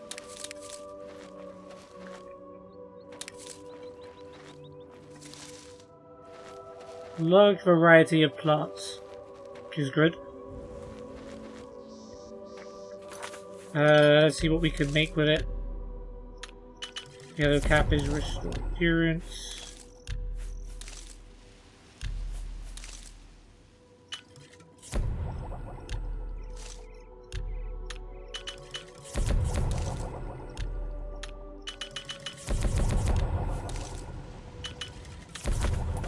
Nice.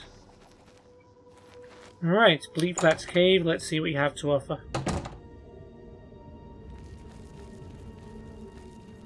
Oh, there appears to be some zombies here. Well...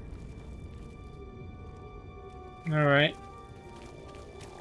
The range zombie. Oh good, they're pretty weak. That's good. They have bone meal rather than mort flesh, which is also interesting.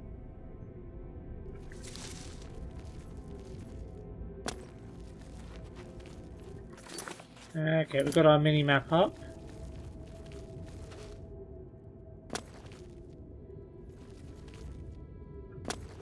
It's probably going to get a quest update regarding these, the appearance of our friends. That's fine.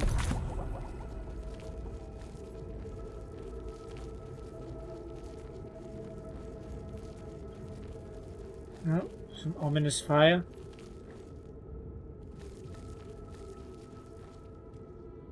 Oh, I hear zombie. I see zombie. Very misty down here.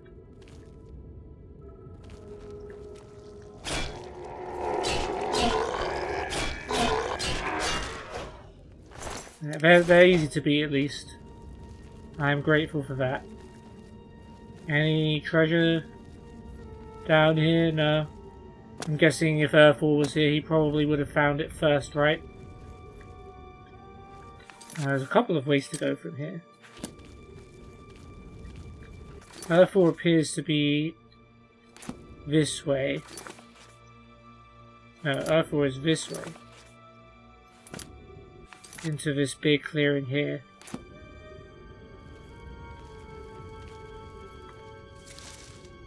All the same, I do want to kill this boy first anyway.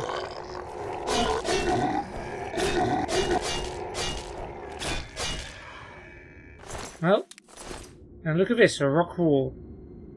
But I'm sure a lot of you have played enough games to know that this is probably not going to be the way we find Earthall.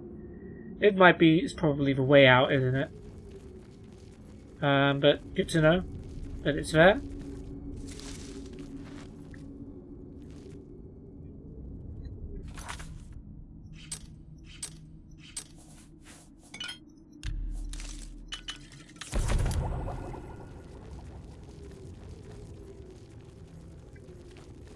There's another one over there. Let's see if there's anything cool in this area first. No dice. Oh, there is an area though that we didn't quite check out. Let's go back there.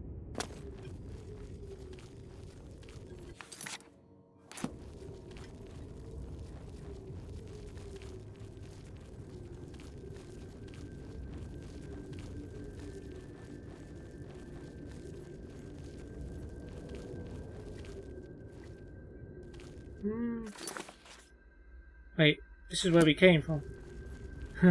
I was like, this looks familiar. So we came out here, and I wanted to go left. Yeah, okay, there's another one. Here. Oh man, I actually let one hit me. That's not supposed to happen, but luckily I'm immune to diseases now, so nothing the zombie can do can give me any crazy disease.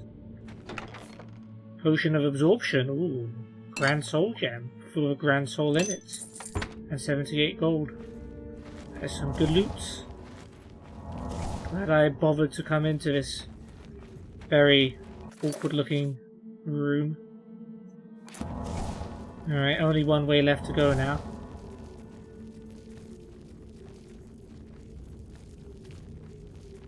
We know there was a zombie here too.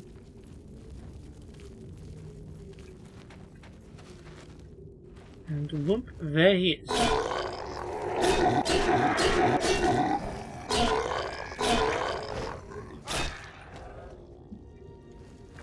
Gets wrecked.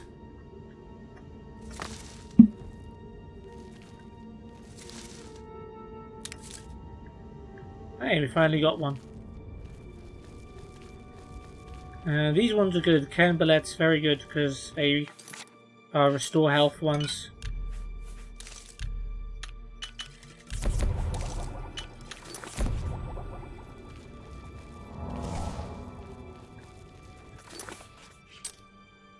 Okay, we're getting close to our boy.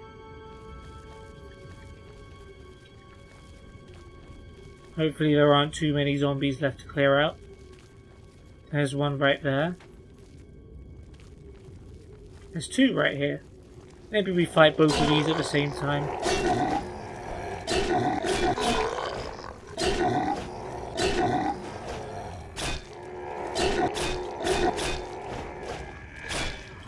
One down.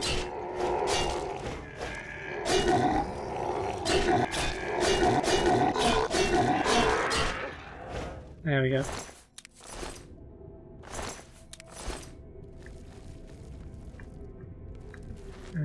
Anything else interesting?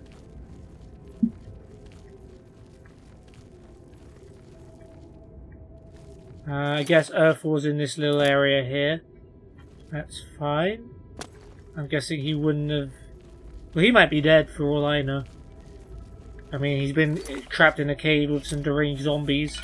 Don't know how this managed to happen, but... he could be dead.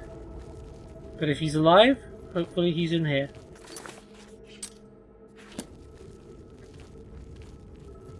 Oh, well, there's a living human being. Should I scare him? We can sleep in his bed, but we can't take any of his stuff because it counts as stealing. He's got some interesting books too. It's too bad. And I guess this opens the rock wall. And he's got a chest, which I am allowed to open. Oh, an expert alembic. I already have one of those, right? Yeah, I have a master one. Still, good loot. Strong potion of absorption worth 1700 gold. Yes, please. And some gold.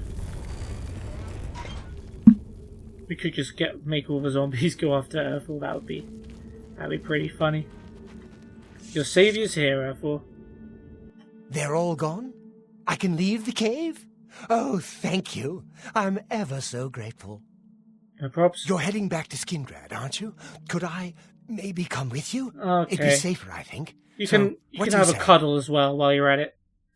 Okay, follow me. Oh, thank you. You're just too kind. Oh, we can talk to him and... Tell me more. Your disposition with me should be 100 right now. Because I have literally saved your life. You're full of it. Don't! Please! I'm sorry. Yeah, that's a bit excessive, don't you think? Don't be silly. Rumours. Things in the guild have been different since Traven was named. Yeah, especially for you. Mages Guild? The services provided at the Arcane University are just priceless. You can create your own enchantments there. Mm-hmm. Alright, follow me. I'll be right behind you. I can't wait to be back in Skingrad, safe and sound.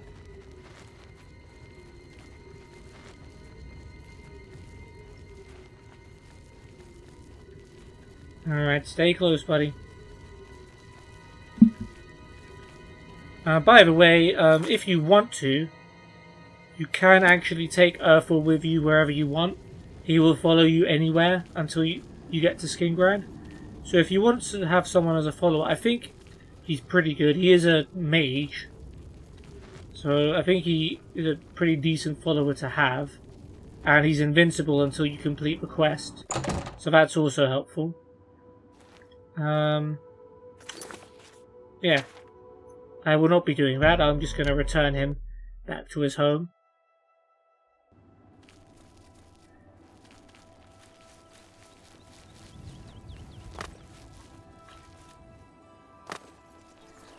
Who are you? Oh, Foul Fagus. And we have brought our man home. And I think he's going to find Adrian now. Good news from Kvatch for a change. The last of the Daedra have been driven out. Fantastic. Goodbye. Adrian! Greetings to you. I'm back! I was Marie rescued! Pagliella seems very So it would happy working seem. at the chapel. You're unharmed, She's I always presume. working, but she's Well, always got a my smile pride's on a her little face. wounded. Oh, The world That's Spenny. needs good. more folks You're like Marie. lucky I bothered to send someone after you at all. Did you In the hear future, that would you Falkar left the please guild? be more careful? I think Dietsan is in charge Well, in yes. Chedenhall I'll now. just pack up my supplies and be on Not my way really. then. Thank you What's for the sending news someone to from help the other me. parts of Tamriel? I've heard What that a wholesome Nord interaction. warriors have traveled from Skyrim with orc mercenaries to assault the Redoran of Morrowind. I'm not surprised. It seems that Skyrim is always involved in a border dispute. Farewell. You kind of interrupted the whole Oh, quest conversation, hello. but go on. Is Urthel already gone?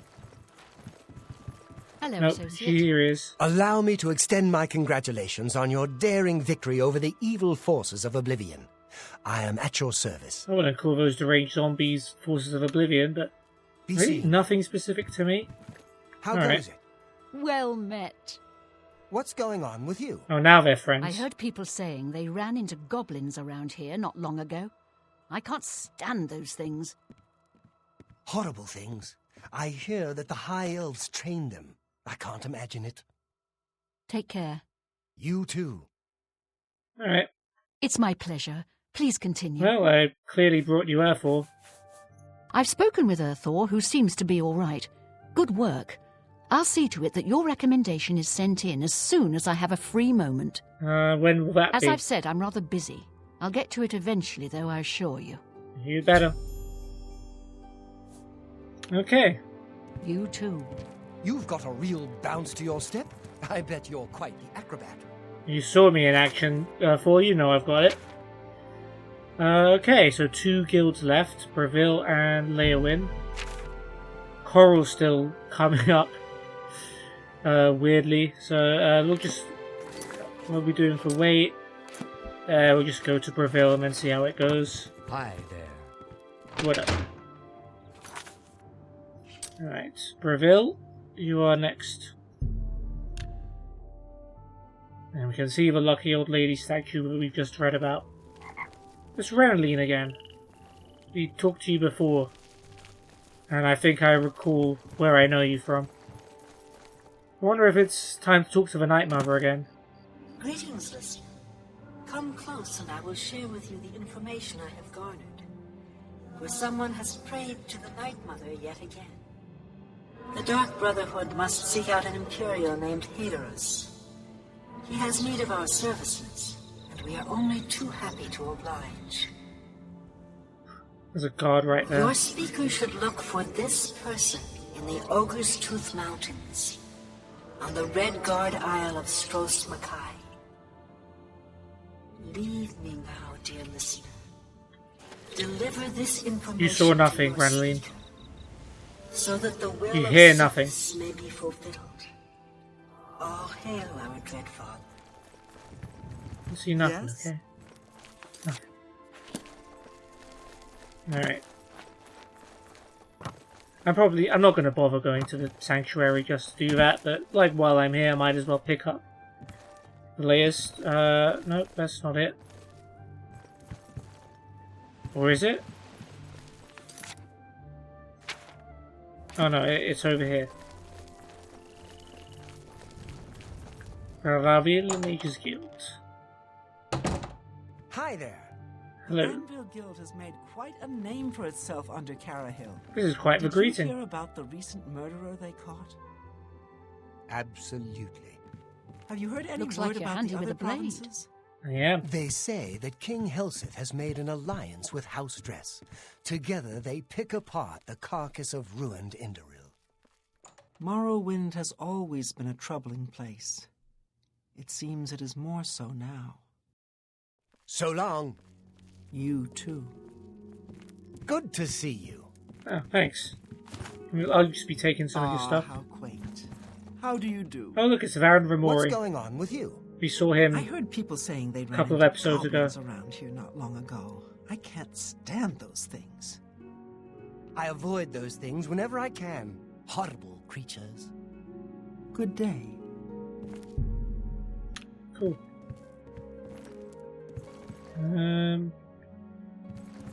Alright, let's... Look at the muscles on you. Geez, stop flirting with me. I'm just gonna take all of his stuff.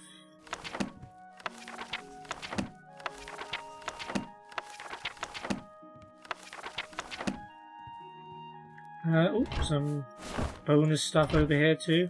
Arrowroot, nice.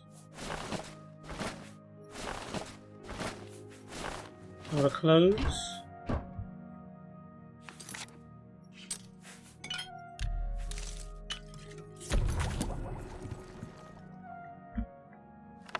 More alchemy books. Mystery of Talara V5. We read, that was the one we'd read before, isn't it? Oh no, that's the one we've just read. Yeah, that's the one we read today. Okay. I haven't added it to my list yet, so I got confused. Books of alchemy. 2 retorts. They're almost over encumbered, but that's fine. Not really, but... Good to see you. Yep.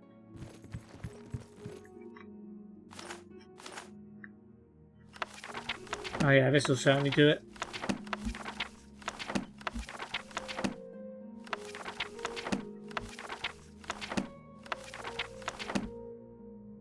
Okay, what do we get rid of then? Stuff that's worth more than it's worth. That doesn't make sense, but you know what I mean.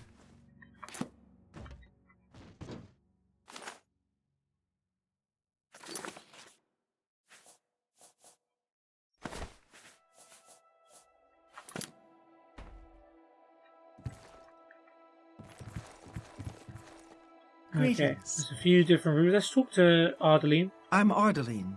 I'm the Guild's advanced trainer in alchemy here in Breville. Nice to meet you. Certainly. Okay, you do training. Sindarion. Alright, she's like the advanced alchemy trainer, so she can direct you to Sindarion, and I think she might have already done that. Let's do business. Let's do business. Let me buy your ingredients. Say... Wait, hold on. Take your time. Okay, she likes me as much as she's going to. 75. I can't make... Okay. 73. Can you do 74? You can. I was 1 off. That was a pretty good guess, though. That... Pleasure. You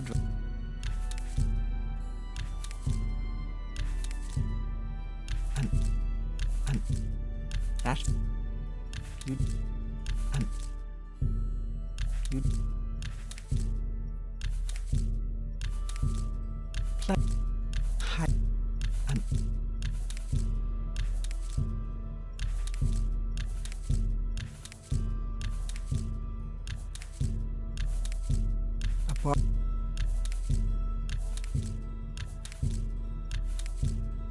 there we go, thank you. We've also got a couple of soul gems, which is cool. Pay Trading. attention and you can... Cool. Yeah, you can't really trade me in alchemy. Tell me about Breville. I'm afraid I'm not very social. So I really don't know very much about the people here. I'm sorry. I'm Yep, I made you say it again. Just to improve your social skills, you know? Major skill? I don't like talking to people much, but Kudai's helping me get over that. That's why she put me in charge of selling alchemy supplies. You did great, Queen. Well done. Take care. I am over encumbered now, but... Ooh, hold on.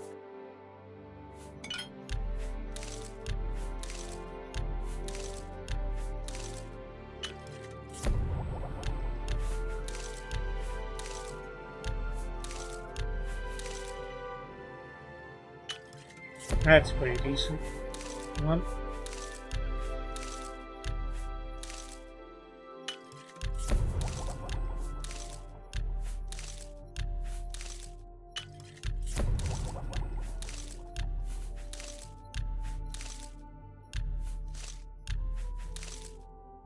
Ooh, that's a pretty good potion as well.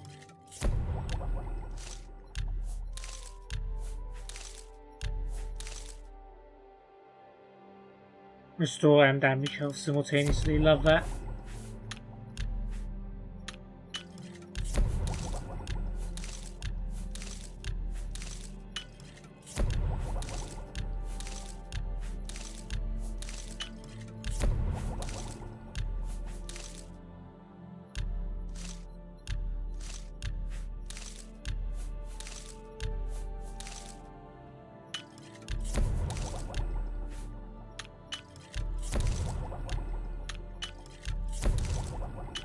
Cool. Thank you for that. I'm still over encumbered, but with less to get rid of.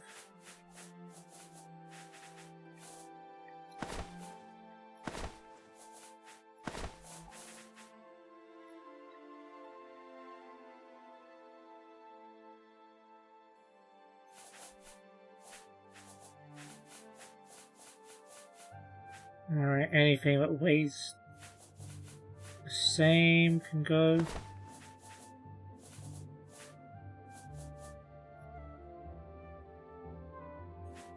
Including books.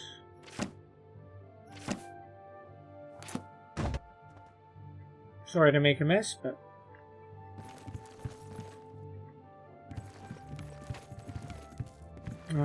what's in this room? A bunch of food. Okay. I know.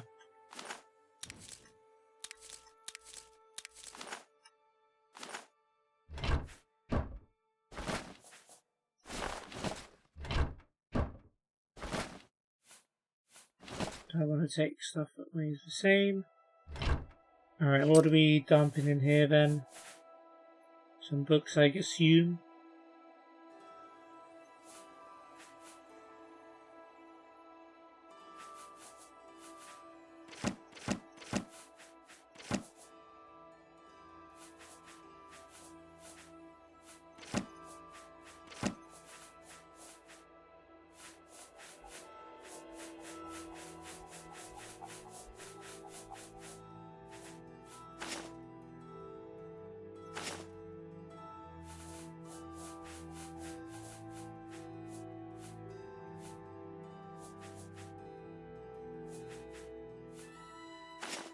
Silver vases as well. Okay. I mean, we're going to pick up this stuff anyway.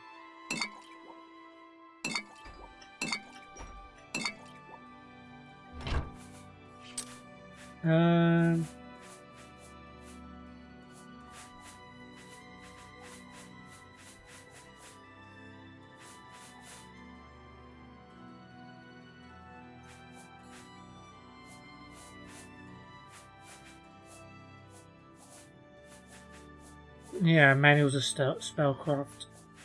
Not really worth carrying.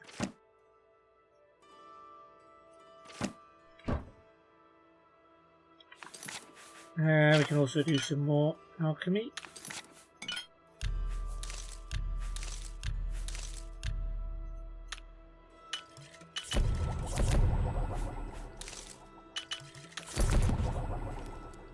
Nice. Okay.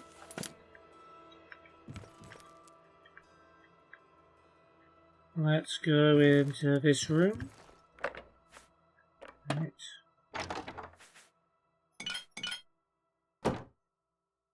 I know. We'll put stuff back. Don't want that crystal wall. We'll take that calcinator and we'll drop more spellcraft books.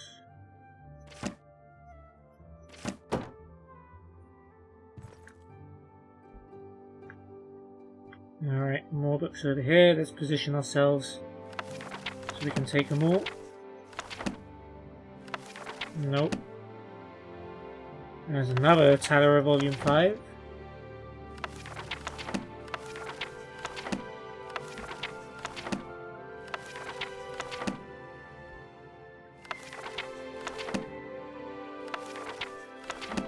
Tamrielic laws look chunky, but they also weigh the same as most of these non-chunky looking books.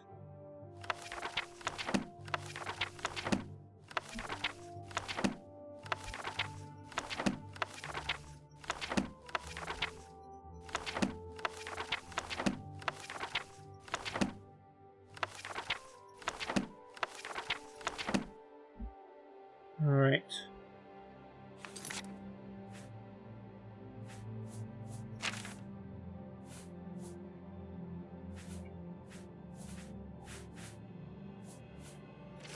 Got that.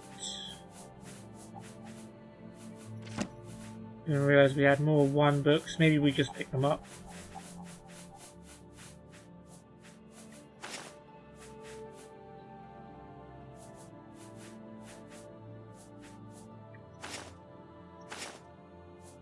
Alright, we've got 2s now as well.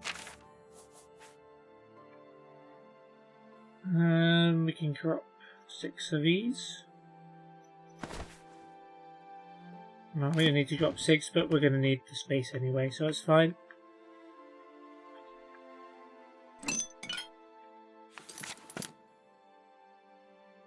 Can't reach a shelf.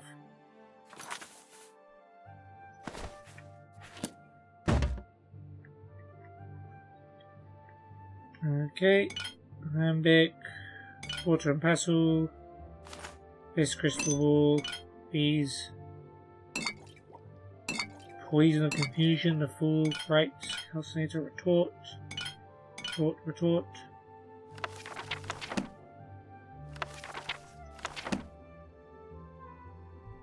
Fall of the Snow Prince. Not read this one apparently. Okay. We will read them. Fall of the Snow Prince. Have we met? I think we have read this.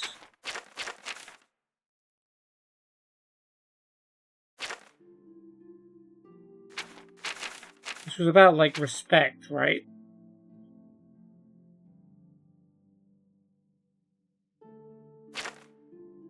Yeah, I think we have read this. For some reason I forgot to add it to my list, but we definitely have read it. Promises of Tamriel. We don't want these. Manual of Armor. It's been a while since we've seen that book. Nope.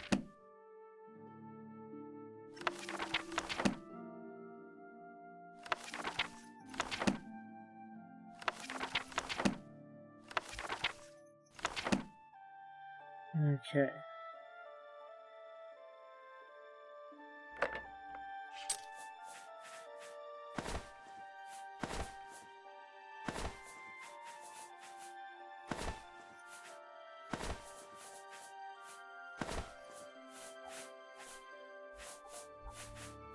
Sheet line 9.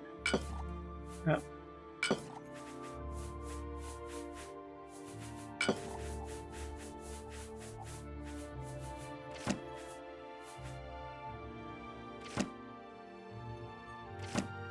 There we go. Okay, this part is done. Now for the eating area. Right. Can do more alchemy, can't I? No, I can't. Okay, well, we'll do it with these.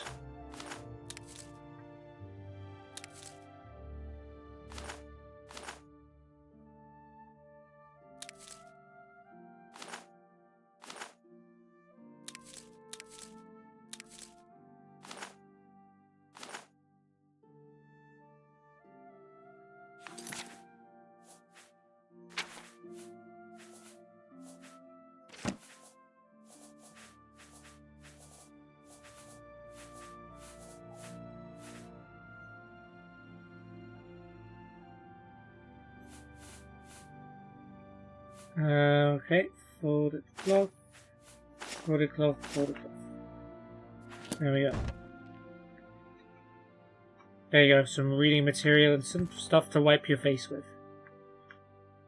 Okay, silver stuff has to be more than 2.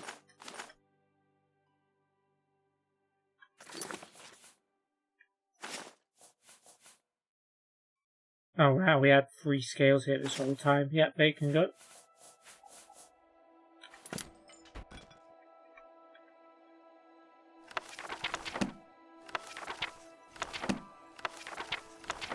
Another mortar and pestle. And one more shelf.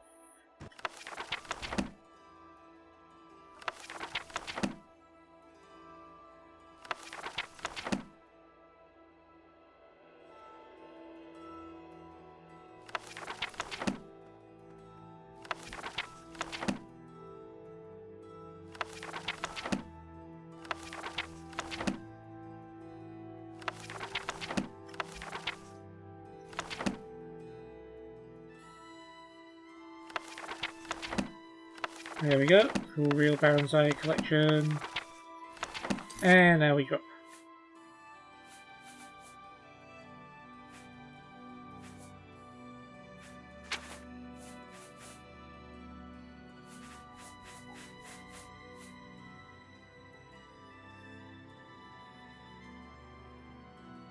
We can also just do some alchemy as well.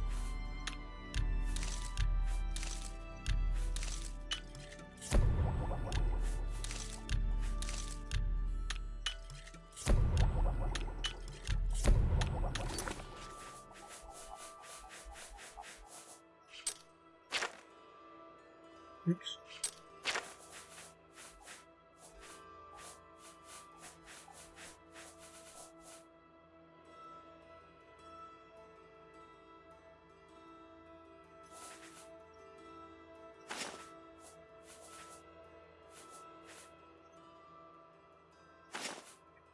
There we go.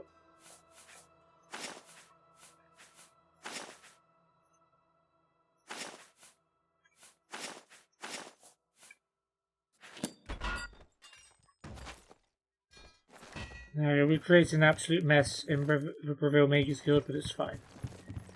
Because we still got more stuff probably to loot up here in the second floor.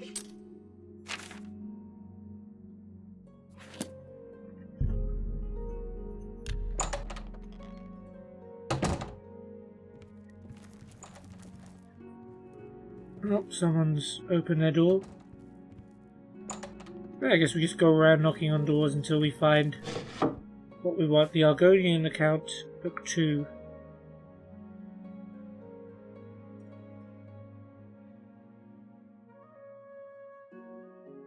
We have read this, but we do need it.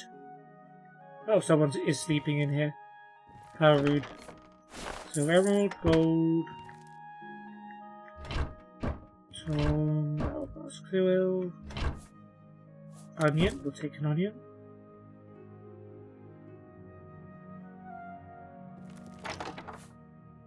No thanks. Apples are nice. Radishes, okay. Interesting midnight snack.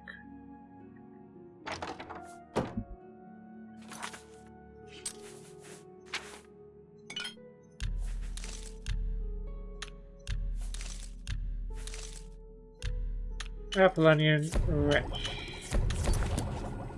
Alright, Ita or Ita Renus, I guess your name is? I hope I can help. Take your time.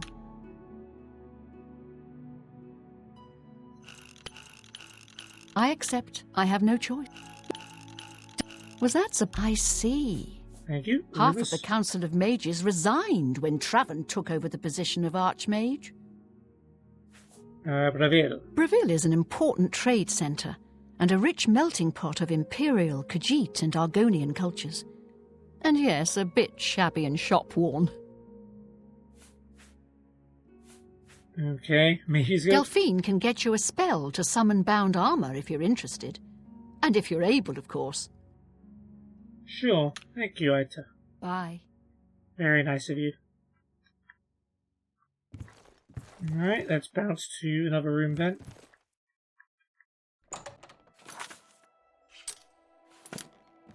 She's not even in one of these rooms as well. Food. Grab. Lockpick. Nice. Yeah, the equipment here is not as nice as in other places. Let's wake up Delphine, who apparently has something amazing. Good day. Certainly. Yep, she already likes me. Rumors? Archmage Traven is the first. Yep, we know. Prevail. I love my work. Fire, frost, shock, poison. Little presents for Kinnereth's cute little woodland creatures. So she just likes killing animals for fun, basically. Good to know. Mage's Guild? It's my job to help people learn the proper constructive use of destruction magic. And let's face it, blowing things up can be ever so much fun. Doesn't sound too constructive, but yeah, you got some good quotes on you, Delphine. I'll give you that. Good day. Alright.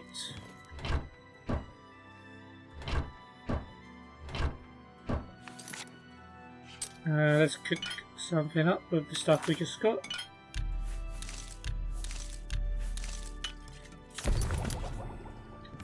And who's in here then?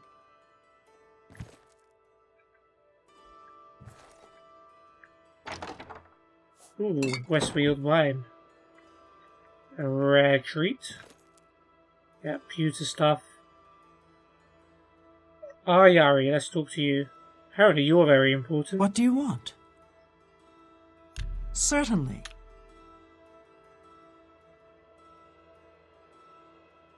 Yeah. Don't really now. You're such a charmer. Okay. No. That's pretty good. Please. Yeah. I doubt it. Please. Not what a fool you are. Not bad. I see. Rumors? The Mages Guild has made more than a few enemies since necromancy was banned. No kidding. We've already killed some of them. Bravil? Bravil? Good points. Cheap to live, unpretentious, freewheeling. Bad points? Culturally a hole. Count's a clown and his son's a skooma sucker. Oof. Fair enough. I'm Guild? just here doing research. If you need spells, talk to Ita or Delphine. They'll be happy to help. I talked to them first, actually. Goodbye. See ya. Right, we didn't find anything in here, my bad. It's at that time of the video. Alright, so there's another dude in here. Pick. Bit of a mess here. Don't know what he was up to last night. There are leeks and apples all over the place.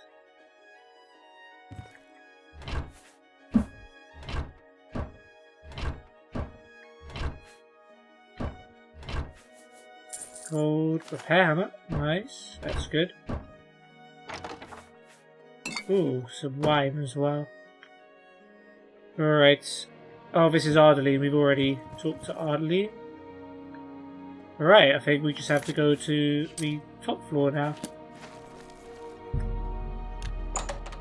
This where the person is? Apparently so. It's 4 AM. Alright, let's see. What can we raid you for? Green silk garment. Some good clothes.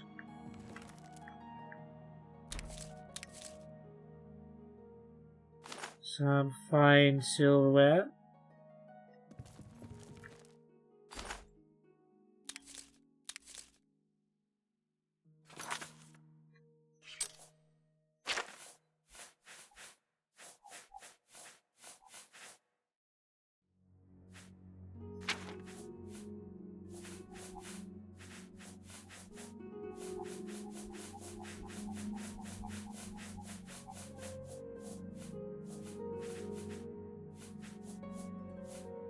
Alright, we'll start dropping these now.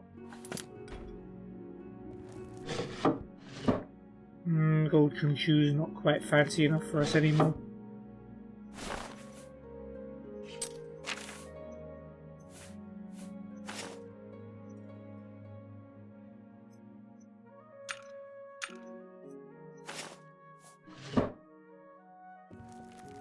What books do you have? Manuals of Spellcraft, Varieties of Daedra. We'll take that one. Wolf Queen V8. Yeah, we did just read that. I'll take those, and we'll leave you some silver goblets. And apparently some other stuff.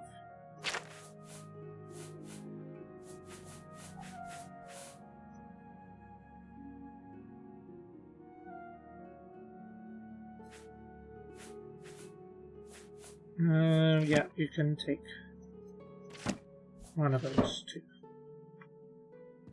Kudai is the good person we need to talk to. Oh, you got a big library too. Okay.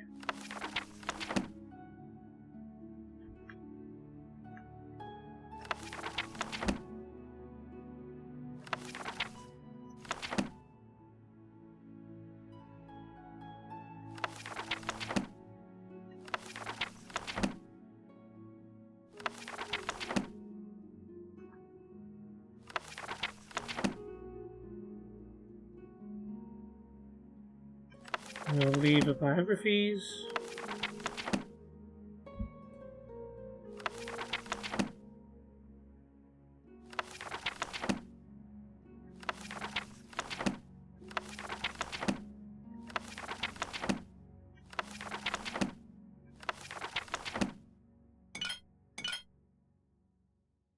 On Morrowind, Akavir.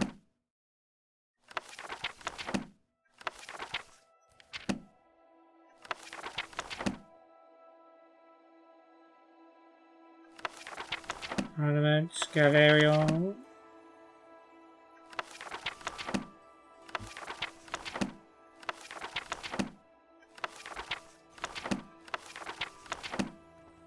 Ooh, this is a new one. The Horrors of Castle Zir. Yeah, we have not read this. I didn't even see what it upgraded, but fair enough. Alright, The Horror of Castle Zir, a one-act play by Baloth Kul. Dramatis Personae Clavides, Captain of the Imperial Guard, Cyrodidic, Anara. Oh, this is a play. Okay. Anara Adon the Maid, Ulis, a lieutenant of the Imperial Guard, Argonian, Zolasa, a young Argonian mage. Okay, so Imperial Guard, Don the Maid, Argonian Guard, Argonian mage. Okay. Late evening. The play opens in the interior great entrance hall of a castle in Scaf Anud, replete with fine furnishings and tapestries. Torches provide the only illumination in the center of the foyer. In the center of the foyer is a great iron door, the main entrance to the castle. The staircase up to the landing above is next to this door. On stage left is the door to the library, which is currently closed. On stage right is a huge suit of armor, 20 feet tall, nearly touching the ceiling of the room. Though no one can be seen, there is the sound of a woman singing coming from the library door. A loud thumping knock on the iron front door stops the woman singing. The door to the library opens, and Anara, a common-looking maid, comes out and hurries to open the front door. Clavides, a handsome man in imperial garb, stands there. Anara. Good evening to you, Sergio. Clavides. Good evening. Is your master at home? Anara. No, Sergio. It's only me here. My master Sedura Kenna Telvani Holdarth Zir is at his winter estate. Is there something I can do for you? Clavides. Possibly. Would you mind if I came in? Anara. Not at all, Sergio. Please, may I offer you some flin? Clavides comes into the hall and looks around. Clavides. No, thank you. What's your name? Anara. Anara, Sergio. Clavides. Anara, when did your master leave Scaf Anud? Anara. More than a fortnight ago. That's why it's only me in the castle, Sergio. All the other servants and slaves who tend to his lordship travel with him. Is there something wrong? Clavides. Yes, there is. Do you know an Ashlander by the name of Sul Karifa?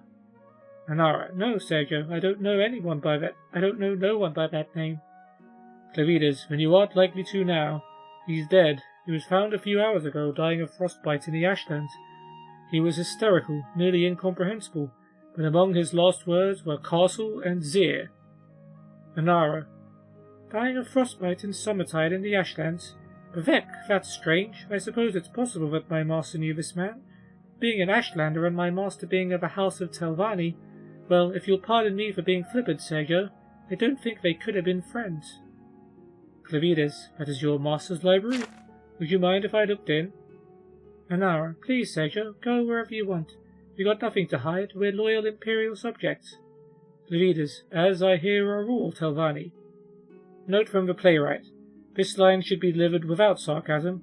Trust the audience to laugh. It never fails, regardless of the politics of the locals. Nice. Clavides enters the library and looks over the books. Clavides, the library needs dusting. Anara, yes, Sergio. I was just doing that when you knocked at the door. Clavides, I'm grateful for that. If you had finished, I would have noticed the space of the dust where a rather large book has recently been removed. Your master is a wizard, it seems. Anara, no, Sergio, I mean he studies a lot, but he don't cast no spells, if that's what you mean by wizard. He's a kenner, went to college and everything. You know, now that I think about it, I know what happened to that book. One of the other kenners from the college been round yesterday and borrowed a couple of books. He's a friend of the master, so I thought it'd be all fine. Clavides, this kenner, was his name Warvin? Anara, could have been, I don't remember. Clavides, there is a suspected necromancer at the college named Kenner Warvin, who we arrested last night. We don't know what he was doing at the college, but it was something illegal, that's for certain. Was that the kenner who borrowed the book? A little fellow, a cripple with a withered leg? Anara, no, Sergio, it weren't the kenner from yesterday. He was a big fellow who could walk, so I noticed. Clavides, I'm going to have a look around the rest of the house, if you don't mind. Clavides goes up the stairs and delivers the following dialogue from the landing and the rooms above. Anara continues straightening up the downstairs, moving a high-backed bench in front of the armor to scrub the floor. Anara, can I ask, Sergio, what you're looking for? Maybe I could help you. Clavides, are these all the rooms in the castle? No secret passages? Anara, laughing. Oh, Sergio, what would Sidera Kenner tell Vanny Hordalfzir what with secret passages? Clavides, looking at the armor. Your master is a big man. Anara, laughing. Oh, Sergio, don't tease. That's a giant armor just for decoration. My master slew that giant 10 years ago and kinda keeps it for a souvenir. Clavides, that's right, I remember hearing something about that when I first took my post here. It was someone named Zir who killed the giant, but I didn't think the first name was Hordalf. Memory fades, I'm afraid. What was the giant's name? Anara, I'm afraid I don't remember, Sergio. Clavides, I do. It was Torfang. I got out of Torfang's shield. Anara, I don't understand, Sergio. Torfang's shield? Clavides runs down the stairs and examines the armor. Clavides, Saul Karifa said something about getting out of Torfang's shield. I thought he was just raving, out of his mind. Anara, but he ain't got a shield, Sergio. Clavides pushes the high-backed bench out of the way, revealing the large mounted shield at the base of the armor. Clavides, yes he does. You covered it up with that bench. Anara, I didn't do it on purpose, Sergio. I was just cleaning. I see that armor every day, Sergio, and Bevek, I swear I ain't never noticed the shield before. Clavides, it's fine, Anara. I believe you. Clavides pushes on the shield and it pulls back to reveal the tunnel down. Clavides, it appears that Sidura Kenner Telvanni Hordalfzir does have a need for a secret passage. Could you get me a torch? Anara, Vek, I ain't never seen that before. Anara takes a torch from the wall and hands it to Clavides. Clavides enters the tunnel. Clavides, wait here. Anara watches Clavides disappear down the tunnel. She appears agitated and finally runs for the front door. When she opens it, Ulis, an Argonian lieutenant in the Imperial Guard, is standing at the entrance. She screams, Ulis, I'm sorry to frighten you. Anara, not now, go away. Ulis, I'm afraid the captain wouldn't like that, miss. Anara, you're with the captain, blessed mother? Clavides comes out of the tunnel, white-faced. It takes him a few moments to speak. Ulis, Captain, what's down there? Clavides to Anara. Do you know your master's a necromancer, that your cellar is filled with bodies? Anara faints. Ulis carries her to the bench and lays her down. Ulis, let me see, Sergio. Clavides, you'll see soon enough. We're going to need every soldier from the post here to cart away all the corpses. Ulis, I've seen enough battles, but I've never seen anything like this. No two are alike. Khajiit, Slode, Dundas, Cyrodiil, Breton, Nord, burned alive, poisoned, electrified, melted, torn apart, turned inside out, ripped to shreds, and soon back up together. Ulis, you think the Ashlander escaped? That's what happened? Clavides, I don't know. Why would someone do something like this, Ulis? There is a knock on the door. Clavides answered it. A young Argonian woman, Zolasa, is standing, holding a package and a letter. Zolasa, good morning. You're not Lord Seer, are you? Clevidas. No, what do you have there? Zolasa. A letter and a package I'm supposed to deliver to him. Will he be back shortly? Clevidas. I don't believe so. Who gave you the package to deliver? Zolasa. My teacher at the college, Kemal Warvin. He has a bad leg, so he asked me to bring these to his lordship. Actually, to tell you the truth, I was supposed to deliver them last night, but I was busy. Ulis. Greetings, sister. We'll give a package to his lordship when we see him. Zolasa. Ah, hail, brother. I had heard there was a handsome Argonian in Scaf Anud. Unfortunately, I promised Kemal Warvin that I'd deliver the package directly to his lordship's hands. I'm already late. I can't just... Clevidas. We're Imperial Gardeners. We will take the package and the letter. Zolasa reluctantly hands Clevidas the letter and the package. She turns to go. Ulis. You're at the college, if we need to see you. Zolasa. Yes, fair tidings, brother. Ulis. Good night, sister. Clevidas opens the package as Zolasa exits. There is a book with many loose sheets. Clevidas. It appears we found a missing book delivered to our very hands. Clevidas begins to read the book, silently to himself. Ulis, to himself, very pleased. Another Argonian in Scaf Anud, and a pretty one at that. I hope we weren't too rude to her. I'm tired of all these women with their smooth, wet skin. It would be wonderful if we could meet when I'm off duty. While Ulis talks, he opens the letter and reads it. Ulis continued. She looks like she's from the south. Like me, you know, Argonians from northern Blackmarsh are. Much less. Ulis continues reading. Transfixed by the letter, Clevidas skips to the back of the book and reads the last sentences. Clevidas, reading, in black ink, the Khajiiti male showed surprisingly little fortitude to a simple lightning spell, but I've had interesting physiological results with a medium-level acid spell, cast slowly over several days. In red ink on the margins, yes, I see. Was the acid spell cast uniformly over the entire body of the subject? In black ink, the Nord female was subjected to 16 hours of a frost spell, which eventually crystallized her into a state of suspended animation from which she eventually expired. Not so the Nord male, nor the Ashlander male, who lapsed into their comas much earlier, but then recovered. The Ashlander then tried to escape, but I restrained him. Nord then had an interesting chemical overreaction to a simple fire spell and expired. See the accompanying illustration. In red ink, yes, I see. The pattern of boils and lesions suggests some sort of internal incineration, perhaps caused by the combination of a short burst of flame following a longer session with frost. It's such a shame I can't come to see the experiment personally, but I compliment you on your excellent notation. In black ink, thank you for the suggestion about slowly poisoning my maid Inara. The dosages you've suggested have had fascinating results, eroding her memory very subtly. I intend to increase it exponentially, yes, that means exponentially, and see how long it is before she notices. Speaking of which, it is a pity that I haven't any Argonian subjects, but the slave traders promised me some healthy specimens in the autumn. I should like to test their metabolism in comparison to elves and humans. This is my theory that a medium-level lightning spell cast in a continuous wave on an Argonian wouldn't be lethal for several hours at least, similar to my results with a Cyridic female and, of course, the giant. In red ink, it would be a shame to wait until autumn to see. Ulis, reading the letter. In red ink. Here is your Argonian. Please let me know the results. It's signed Kemal Warvin. Clevidas. By Kinnereth, this isn't necromancy, it's destruction. Kemal Warvin and Kenner Telvanni Hordalf Zir haven't been experimenting with death, but with the limits of magical torture. Ulis. The letter isn't addressed to Kenner Telvanni Hordalf Zir. It's addressed to Sidora Yakilia Zir, his wife, do you think? Clevidas. Yakilia, that was the Telvanni of the Zir family, who I heard about in connection with the giant slaying. We'd best get the maid out of here, she'll need to go to a healer. Clevidas wakes up Inara. She appears disoriented. Inara. What's happening? Who are you? Clevidas. Don't worry, everything is going to be fine. We're going to take you to a healer. Ulis. You need a coat, Yakilia. Inara. Thank you. No, I'm not cold. Inara/Yakilia stops, realizing that she's been caught. Clevidas and Ulis unsheath their blades. Clevidas. You have black ink on your fingers, your ladyship. Ulis. And when you saw me at the door, you thought I was the Argonian your friend Warvin sent over.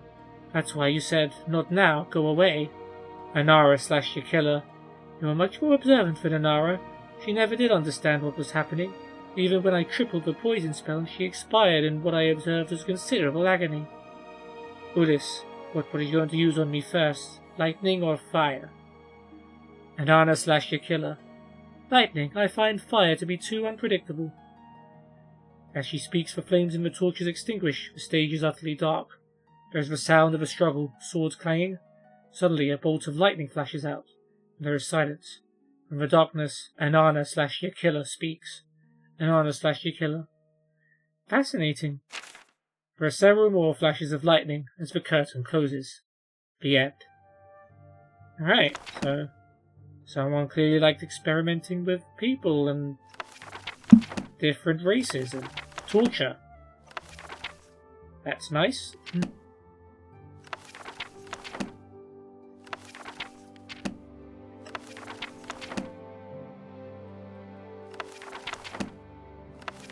Nope, not you.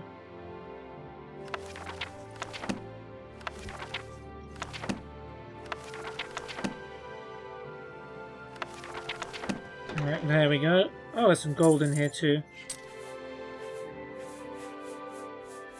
So I think 4 is the limit now.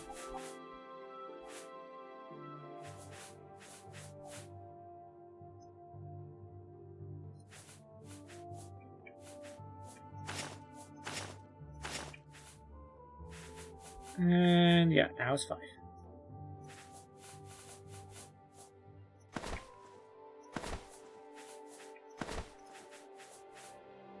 Alright, there we go, given most of her clothes back.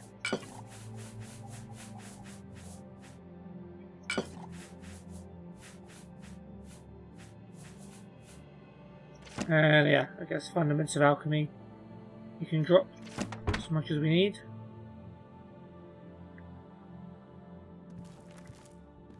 I think that's it for this room, I think. Oh no, there's some stuff here.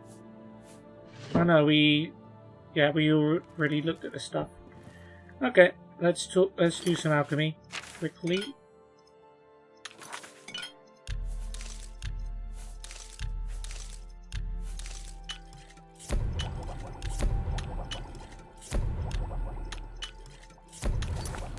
Okay, talk to me, could I? What do I need to do? Hello there, associate. You're here for a recommendation, I presume. Are you prepared to earn it? I sure hope so. Oh, straight to it. I can't even talk to her about other things. I'm ready. I'm afraid I haven't had time to prepare anything conventional.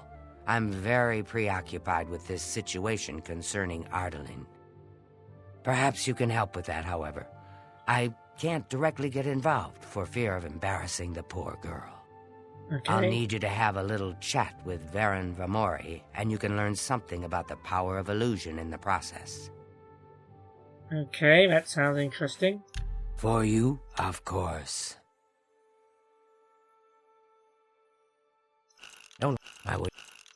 That's really. You're good. Thank you. Rumors? Some say that You've heard that one? Arcane University. The Council of Mages meets there in the Imperial City. That's where the real power of the guild lies. If you do what you need to, you'll get there one day. Just don't forget to help those who have aided you on your way. Sure. I'm almost there, to be fair. I just need to do this one and the Leowin one, and then we're done. Ardaline. Don't say anything to her. I don't want to embarrass her further. Once this is all taken care of, I'll speak to her privately. Okay, I don't know what I shouldn't say yet, but that's fine. Profil? I take my duties as chapter head very seriously.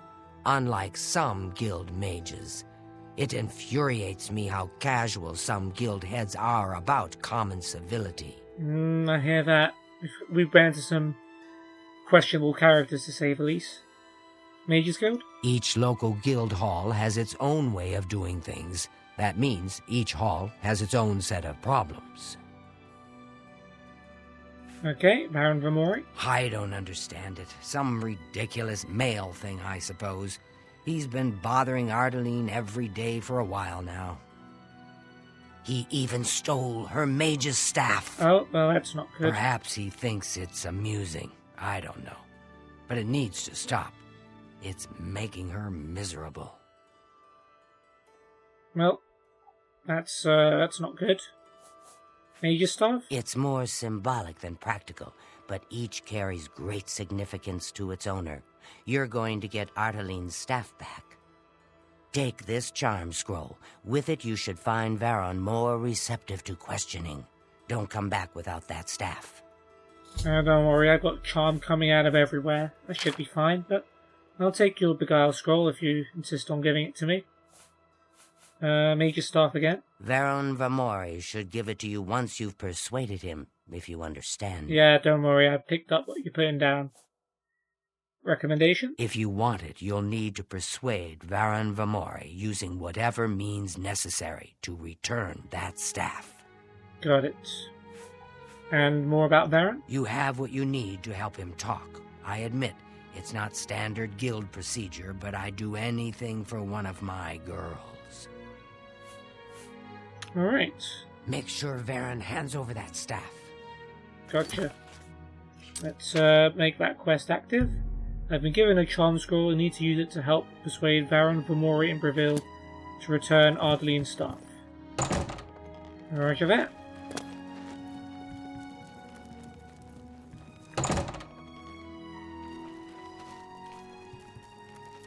He's not even here.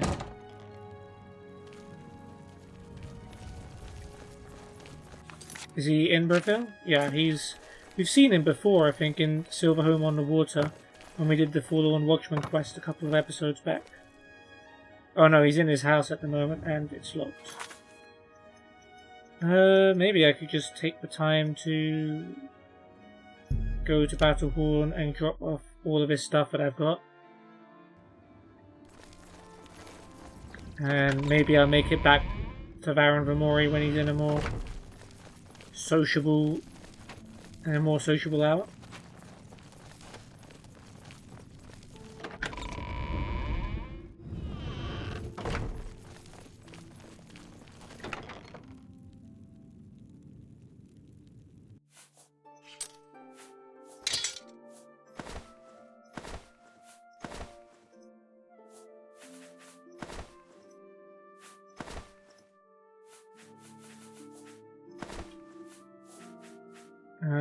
We need the expert retort, but the rest, that's not Master can go.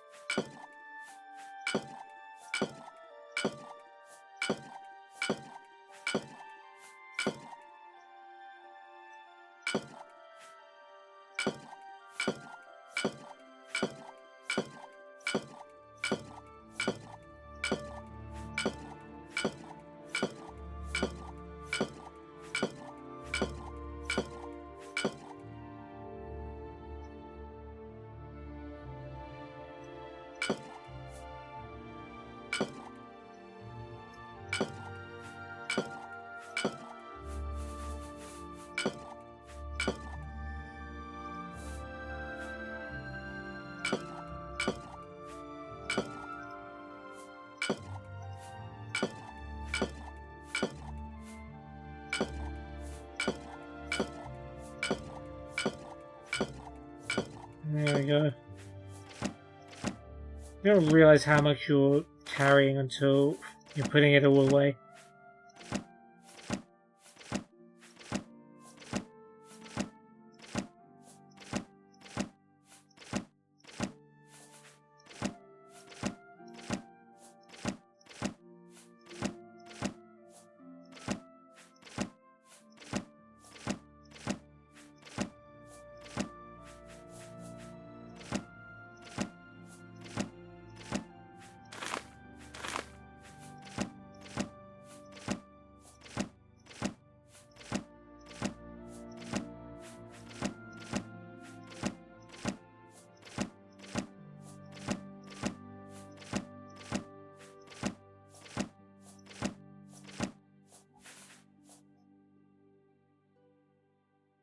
And the soul gems and the Welkin stone that we randomly found.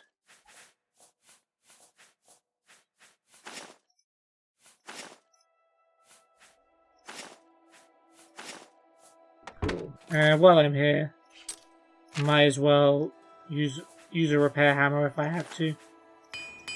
No, didn't have to. Okay. Back to Breville then.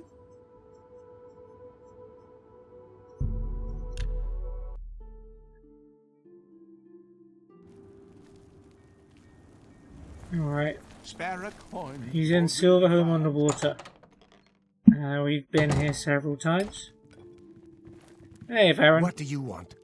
Hello, friend. What can I do for you? That was a very different tone. Certainly. Yeah, ATA, he should be willing to already tell me everything. Tell me about Ardeline. I don't know what to say. All I want is for her to care about me, to feel the same way as I do about her. But she doesn't. Oof. I try, and it just doesn't matter. It makes me furious sometimes. More? I've never laid a hand on her, either in anger or... I've never hurt her, okay? Okay, I didn't say that, but... What about her staff? All right, I admit it. I took it from her. I don't know what I was thinking, honestly. I was trying to tell her how I feel, again, and she wouldn't even stop to talk to me. I just got so angry. I was a little ashamed afterwards, but I didn't know how to apologize or It's give not it that back. hard, dude. I wish I could. I'm afraid I don't have it anymore, you see. I sold it to a friend of mine, Saurus Aranum. Come on, man. Like, there's one thing being too scared to apologize and give it back. There's another thing actually selling it to someone. You are a doofus. Make your stuff. If I still had it, I'd gladly give it back. You'll have to talk to Saurus Aranum if you want it. I suppose I'll have to do that. He lives in the Talos Plaza district of the Imperial City. He's the one who has Ardaline's staff now. Right, so I have to go all the way over there because you couldn't keep it in your pants. Tell Greetings, Ardaline I'm Orc. sorry. What's going on with you?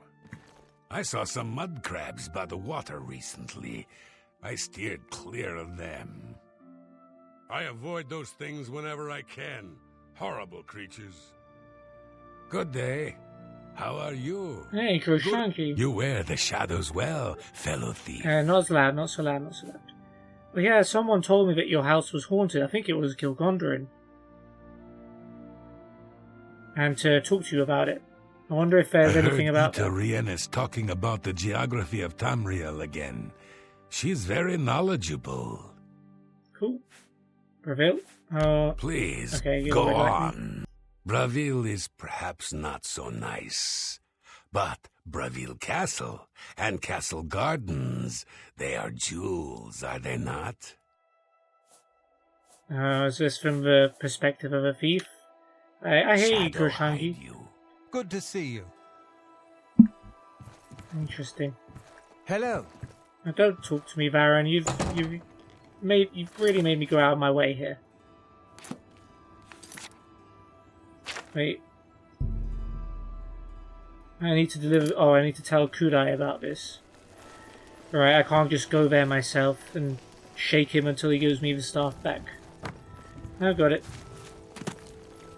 We're all about structure at the Mages Guild. Hey, City Swimmer. Have we met? A pleasure to speak with you. Yeah, we have. You too. Are you a beggar? A coin for Yes. an old beggar. I know I've talked to all of you. Alright. No.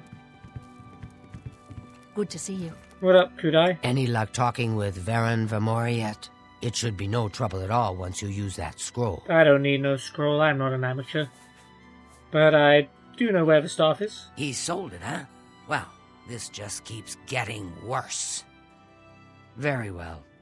I presume he gave you some indication of where the staff is now located? Take these and go resolve the situation. And of course, please keep this just between us. Alright, I hear you. Here you start. No staff yet? Well, keep 3 at it. beguiles. Damn. Those charm scrolls should do most of the work for you, if you put them to good use. Okay. Get that staff back, associate. Will do. Madame? Alright, Talos Plaza District. It's been a while since we've been to the city. Guards are bumping into each other, as you would expect. Solis Arenim's house is open. Good. Well met. What? Anyone looking for work should consider the Fighters Guild. I hear they're always looking for recruits. I see. Calendil runs a nice place at the Mystic Emporium. He has a good selection of soul gems and other things. Interesting. What's the news from the other parts of Tamriel? I have heard things are bad in Vardenfell. The Telvanni do their best to close the gates, but it is to no avail. This is most disturbing. We can only hope this madness is over soon. Good night. Good day. Good night. How do Good you day. do? What is it now? What's This is new a with husband-wife conversation, I isn't it? heard there were some goblins around here recently. Awful creatures. you? Disgusting creatures. I hope never to see another. Good day. Alright, cool. Let's have a look around their house. Scales. Skulls. Bit weird. Gold on the table. Book. Yes? Evening. Evening. There's a basement. A few sacks for private quarters. Right. How did that hurt me? God, that scared me, that sound. I was not expecting to take damage on this quest. Okay, let's talk to her first. Erisari Aranim. You know how to move in light armor. I'm doing it now. I'm Erisari Aranim. Soris is my husband. Tell me more.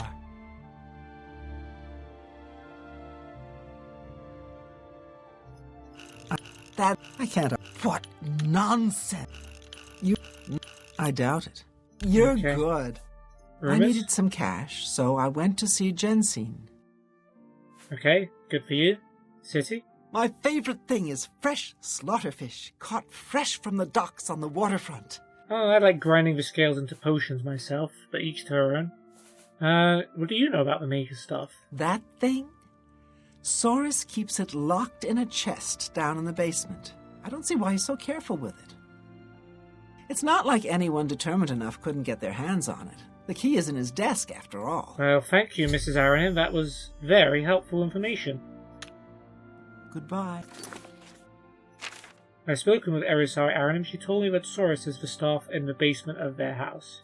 So if this is a way to another way you can complete the quest, you can persuade Soris, but you can also get his wife to reveal the location of it to you, and then you can go down and get it yourself. But I'm not trying to be a thief and get caught, so Any we're going friend to do of this the Martin's friendly way. is a friend of mine.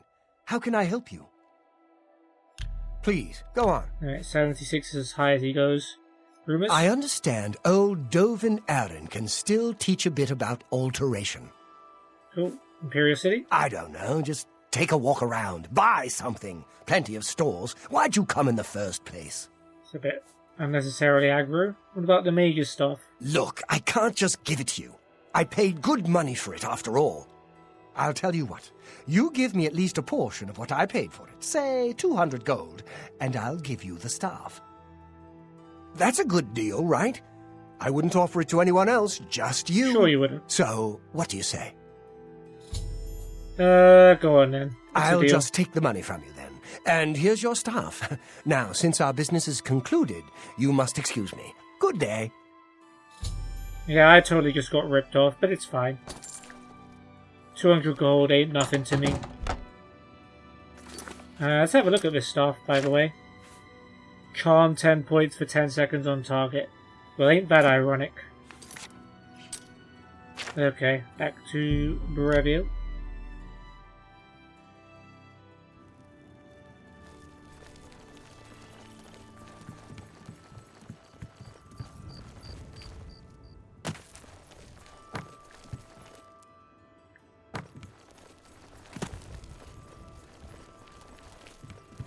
It isn't the nicest town, is it? Alright, everyone's sleepy now.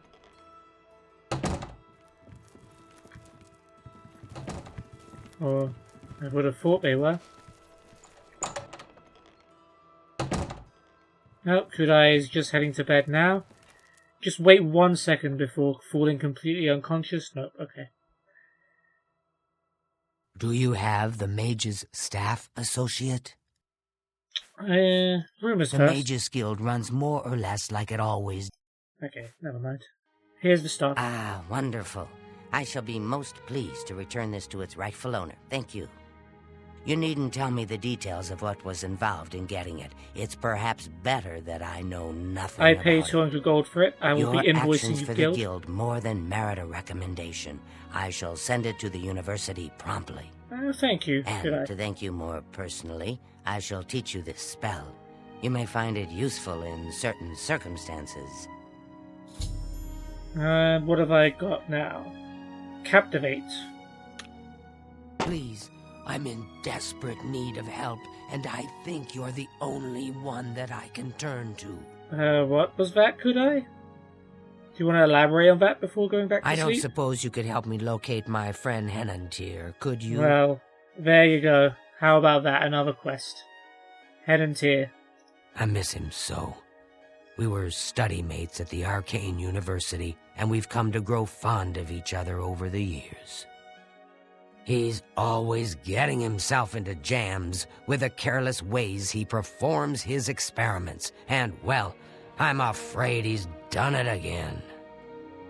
I'm going to level with you as you seem like you wish to help. Henantier isn't missing, on the contrary.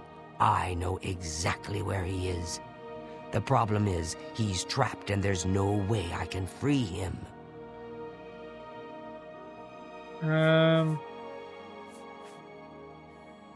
Deception? She didn't deceive me. She pretty much told me everything. Fine by me, I just want the reward. I feel like in real life I'd probably offer a more, sympathetic answer than I just want the reward. Great. Whatever suits you and gets me Henantier back suits me just fine. When you're ready to go and see him, let me know. But please, do hurry. Okay, so this is a separate quest. This is not Mages Guild related. Although I think Kudai only gives you this quest after you've got her recommendation. But yeah, that's another one for the future. Pretty fun one too. But yeah, it is pretty funny. She's saying, I need your help so desperately, while she's literally lying down, in the process of lying down in her bed. Okay, well, we do not want this quest active. This coral thing is still there, so we just need to go to Leowin now. We're going to look at that Captivate spell that we've just got as well. Charm 10 points for 10 seconds on touch. Yeah, it's not bad. It might save me some trouble down the line, but to be honest, I don't really care about charming since I've already got amazing speechcraft and personality, so most people like me anyway, and it's pretty easy to get people to like me. I only wish real life were so simple. But we're almost done. We've just got Leowin left, and then we're finished. Look, it's good old Diva Scalawag. My homie.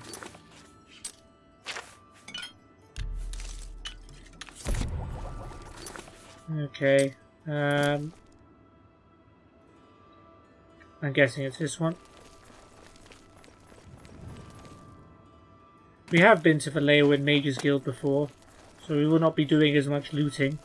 We had to go there to help Resentia Galenus with the scamp situation. So we had to talk to someone in the Mages Guild. It was Alva's Uvenim, I think. What's her name? Yeah, her. There's Sudrasa, we got his quest as well. We'll do that at some point. Hello, journeyman. Hello. Have you heard the Derricks arguing? Who's Derek? They argue a lot, but that's just their way. I don't think they're ever really angry with one another. All right. What's the news from the other parts of Tamriel? Nothing I'd like to talk about. Oh, nice. Have you heard any word about the other provinces? The news has not been good. I've heard it said that the Daedra have overrun the town of Aldrin. The entire town has been destroyed. It seems it is a dire situation throughout all of Tamriel. Bye. Be seeing you. What is it, associate? Alright, well, we've already looted the downstairs area. But I guess we'll go to the second floor east, because that's where it appears our guild leader is currently residing. We'll definitely loot this place, though, that's for sure. We'll take this flower. And we will grind it into paste.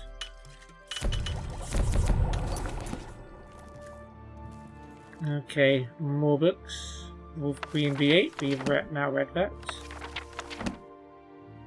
Madness of Pelagius is one that we've read. Ooh, what's this? More Than Mortal.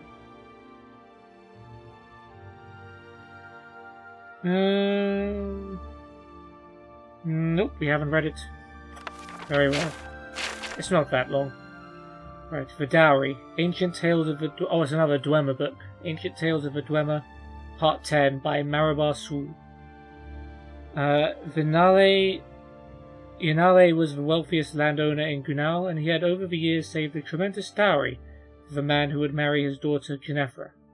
When she reached the age of consent, he locked the gold away for safekeeping and announced his intention to have her marry. She was a comely lass, a scholar, a great athlete, but dour and brooding in aspect. This personality defect did not bother her potential suitors any more than her positive traits impressed them. Every man knew the tremendous wealth that would be his as the husband of Genethra and son-in-law of Inale. That alone was enough for hundreds to come to Gunal to pay court. "The man who will marry my daughter," said Inale to the assembled, "must not be doing so purely out of avarice. He must demonstrate his own wealth to my satisfaction."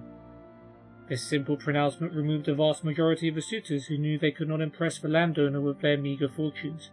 A few dozen did come forward within a few days, clad in fine Killark cloth of spun silver, accompanied by exotic servants travelling in magnificent carriages. Of all who came who met with Inale's approval, none arrived in a more resplendent fashion than Wellin Neyrillic. A young man who no one had ever heard of arrived in a shining ebon coach drawn by a team of dragons. His clothing of rarest manufacture, and accompanied by an army of the most fantastical servants any of Gunal had ever seen. Valets with eyes on all sides of their heads, maidservants that seemed cast in gemstones, but such was not enough with Inale. "The man who marries my daughter must prove himself an intelligent fellow, for I would not have an ignoramus as a son-in-law and business partner," he declared. This eliminated a large part of the wealthy suitors who, through their lives of luxury, had never needed to think very much, if at all. Still, some came forward over the next few days, demonstrating their wit and learning, quoting the great sages of the past and offering their philosophies of metaphysics and alchemy. Wellin Neyrillic too came and asked Inale to dine at the villa he had rented outside of Gunal. There the landowner saw scores of scribes working on translations of Altmerry tracts, and enjoyed the young man's somewhat irreverent but intriguing intelligence. Nevertheless, though he was much impressed with Wellin Neyrillic, Inale had another challenge. "I love my daughter very much," said Inale, "and I hope that the man who marries her will make her happy as well. Should any of you make her smile, she and the great dowry are yours." The suitors lined up for days, singing her songs, proclaiming their devotion, describing her beauty in the most poetic of terms. Genethra merely glared at all with hatred and melancholia. Inale, who stood by her side, began to despair at last. His daughter's suitors were failing to a man at this task. Finally, Wellin Neyrillic came to the chamber. "I will make your daughter smile," he said. "I dare say I'll make her laugh, but only after you've agreed to marry us. If she is not delighted within 1 hour of our engagement, the wedding can be called off." Inale turned to his daughter. She was not smiling, but her eyes had sparkled with some morbid curiosity in this young man. As no other suitor had even registered that for her, he agreed. "The dowry is naturally not to be paid till after you've wed," said Inale. "Being engaged is not enough." "Might I see the dowry still?" asked Wellin. Knowing how fabled the treasure was, and understanding that this would likely be the closest the young man would come to possessing it, Inale agreed. He had grown quite fond, of Wellin. On his orders, Wellin, Inale, Glum Genethra, and the Castellan delved deep into the stronghold of Gunal, The first vault had to be opened by touching a series of runic symbols. Should one of the marks be mispressed, a volley of poisoned arrows would have struck the thief. Inale was particularly proud of the next level of security. A lock composed of blades with 18 tumblers required 3 keys to be turned simultaneously to allow entry. The blades were designed to eviscerate any who merely picked one of the locks. Finally they reached the storeroom. It was entirely empty. "By look, and we've been burgled!" cried Inale. "But how? Who could have done this?" "A humble, but if I may say so, rather talented burglar," said Willem. "A man who has loved your daughter from afar for many years, but did not possess the glamour or the learning to impress. That is until the gold from her dowry afforded me the opportunity." "You!" bellowed Inale, scarcely able to believe it. Then something even more unbelievable happened. Ginevra began to laugh. She had never even dreamed of meeting anyone like this thief. She threw herself into his arms before her father's outraged eyes. After a moment, Inale too began to laugh. Ginevra and Welyn were married in a month's time, though he was in fact quite poor and had little scholarship. Inale was amazed how much his wealth increased with such a son-in-law and business partner. He only made certain never to ask from whence came the excess gold. Publisher's note: the tale of a man trying to win the hand of a maiden whose father, usually a wealthy man or a king, tests each suitor is quite common. See for instance the more recent 4 Suitors of Benita by Jole Yolives. The behaviour of the characters is quite out of character for the dweller. No one today knows their marriage customs, or even if they had marriage at all. One rather odd theory of the disappearance of the dwarves came from this and a few other tales of Marabar Sul. It was proposed that the dweller never in fact left. They did not depart Nern, much less the continent of Tamriel, and they are still among us, disguised. These scholars use the story of Azura and the box, which we read earlier, to suggest that the Dwemer feared Azura, a being they could neither understand nor control, and they adopted the dress and manner of Chima and Altmer in order to hide from Azura's gaze. It's pretty interesting. Right, we've also got Pala Volume 2, which also we have not read. So we shall. Pala Book 2 by Wojner Miestid. Pala, Pal-la. The name burned in my heart. I found myself whispering it in my studies, even when I tried to concentrate on something the Magister was saying. My lips would silently purse the voice for Pal, and tongue lightly flick to form the La, as if I were kissing her spirit before me. It was madness in every way, except that I knew that it was madness. I knew I was in love. I knew she was a noble Redguard woman, a fierce warrior more beautiful than the stars. I knew her young daughter Betaniki had taken possession of a manor house near the guild, and that she liked me, perhaps was even infatuated. I knew Pala had fought a terrible beast and killed it. I knew Pala was dead. As I say, I knew it was madness, and by that I knew I could not be mad, but I also knew that I must return to Betaniki's palace to see her statue of my beloved Pala engaged in that final, horrible, fatal battle with a monster. Now I don't know how this book's going, but I hope it's not going the way I think it is. Return I did, over and over again. Had Betaniki been a different sort of noblewoman, more comfortable with her peers, I would not have had so many opportunities. In her innocence, unaware of my sick obsession, she welcomed my company. We would talk for hours, laughing, and every time we would take a walk to the reflecting pond, where I would always stop breathless before the sculpture of her mother. It's a marvellous tradition you have, preserving these figures of your ancestors at their finest moments, I said, feeling her curious eyes on me, and the craftsmanship is without parallel. You wouldn't believe me, laughed the girl, but it was a bit of scandal when my great-grandfather began the custom. We Redguards hold a great reverence for our families, but we are warriors, not artists. We hired a travelling artist to create the first statues, and everyone admired them until it was revealed that the artist was an elf, an Altmer from the Somerset Isle. Scandal. It was, absolutely, Betaniki nodded seriously. The idea that a pompous, wicked elf's hands had formed those figures of noble Redguard warriors was unthinkable, profane, irreverent, everything bad you can imagine. But my great-grandfather's heart was in the beauty of it, and his philosophy of using the best to honour the best passed down to us all. Right, a bit racist there, Betaniki. Not all of us Redguards are like that. I would not have even considered having a lesser artist create the statues of my parents, even if it would have been more allegiant to my culture. They're all exquisite, I said. But you like the one of my mother most of all, she smiled. I see you look at it even when you seem to be looking at the others. It's my favourite also. Would you tell me more about her? I asked, trying to keep my voice light and conversational. Oh, she would have said she was nothing extraordinary, but she was, the girl said, picking a flower from the garden.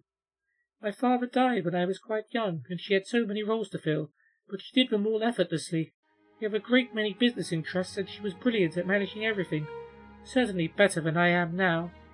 All it took was her smile, and everyone obeyed, and those that didn't paid dearly. She was very witty and charming, but a formidable force when the need arose for her to fight. Hundreds of battles, but I can never remember a moment of feeling neglected or unloved. I literally thought she was too strong for death. Stupid, I know, but when she went to battle that horrible creature, that freak from a mad wizard's laboratory, I never even thought she would not return. She was kind to her friends and ruthless to her enemies. What more can one say about a woman than that? Poor Betaniki's eyes teared up with remembrance. What sort of villain was I to goad her so in order to satisfy my perverted longings? Sheogorath could never have conflicted a mortal man more than me. I found myself both weeping and filled with desire. Pala not only looked like a goddess, but from her daughter's story, she was one. At night, while I was dressing for bed, I rediscovered the black disc I had stolen from Magister Tendix's office weeks before. I had half forgotten about its existence, that mysterious necromantic artifact which the mage believed could resurrect the dead love. Oh no, this is going worse than what I thought. Almost by pure instinct, I found myself placing the disc on my heart and whispering Pala. A momentary chill filled my chamber, my breath hung in the air in a mist before dissipating. Frightened, I dropped the disc. It took a moment before my reason returned, and with it the inescapable conclusion. The artifact could fulfill my desire.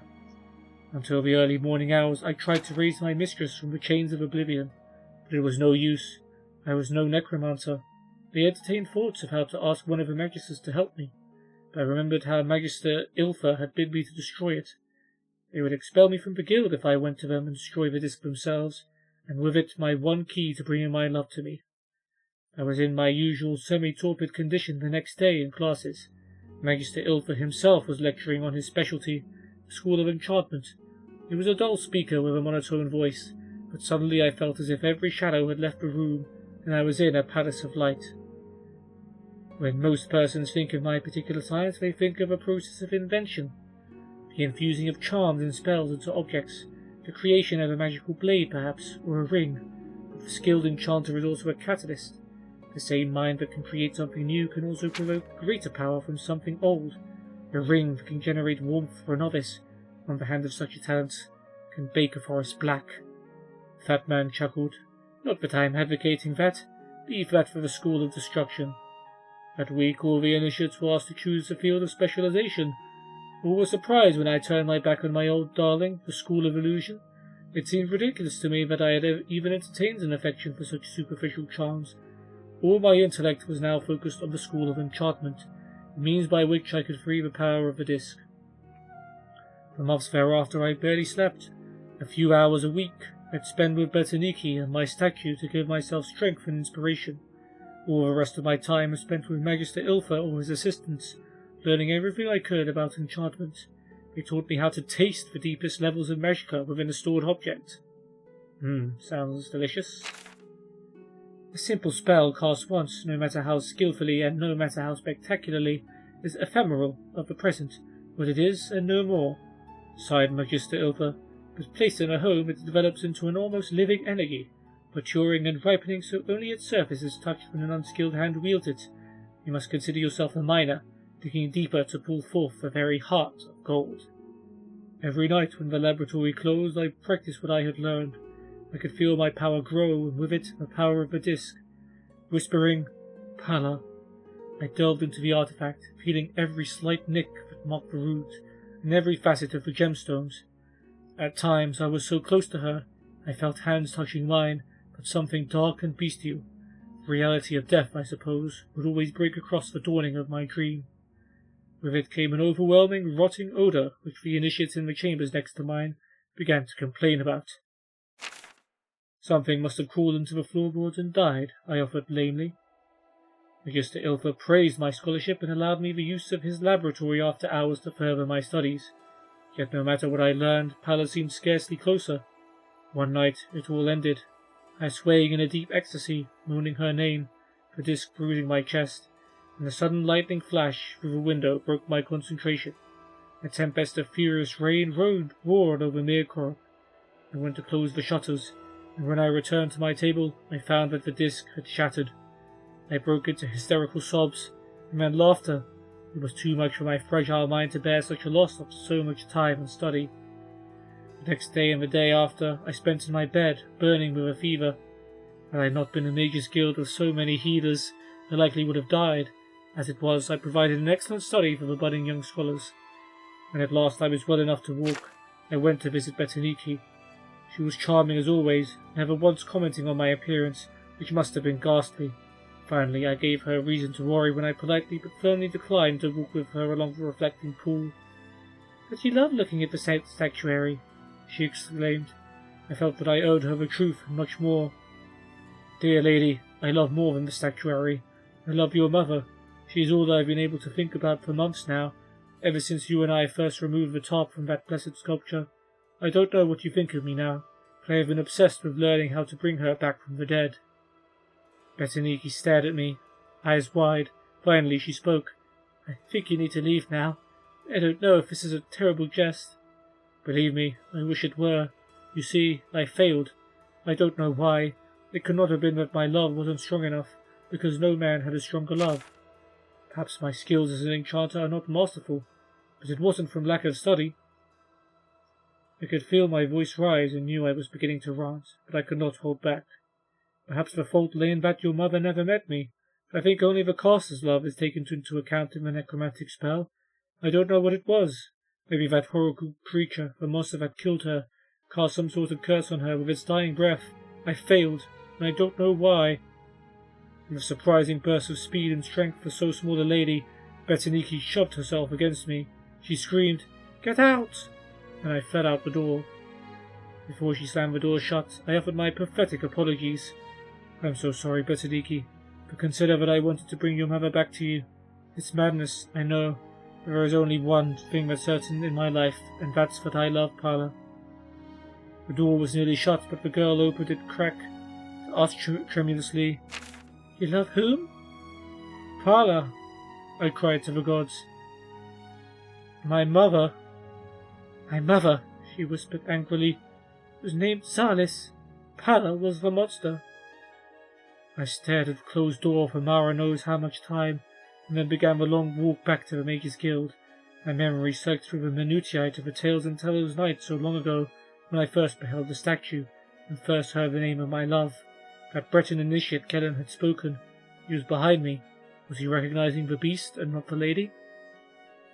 I turned the lonely bend that intersected with the outskirts of Mir Korup, and a large shadow rose from the ground where it had been sitting, waiting for me. "Pala," I groaned. "Pala?" "Kiss me," it howled. And that brings my story up to the present moment. Love is red, like blood. So all this time he thought he was bringing back the woman, and he was in fact bringing back the monster that killed the woman he loved. Nice. Good job, dude. Alright. Let's take some more of these.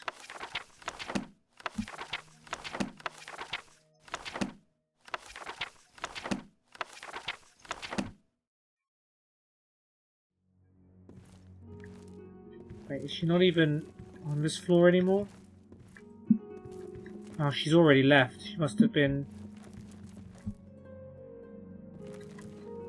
Okay, let me just check something. Oh, now she's in the room. Okay. And we'll continue looting everything here. Oh, there's another new book, I think. Withershins. Yep, we have not read it. And it's a restoration buff. Nice. Very welcome. Okay, Withershins by Yakut Tawashi. Alright, said Kazaga, why don't you want to talk? Zaki put down his mug of mead and just stared at his wife for a few seconds. Finally, grudgingly, because everything I have a conversation, darling. It flows in alphabetical order, just like I told you. I think the only way to stop it is not to talk at all. Couldn't you just be imagining this? Said Kazaga patiently. It wouldn't be the first time you had an insane paranoid delusion. Remember when you thought the royal battle mage of Blackmarsh was hiding behind every tree with lewd intent on making you a middle-aged, fat, balding tailor into his personal sex slave? Oh wow, I didn't think they had that word in the game.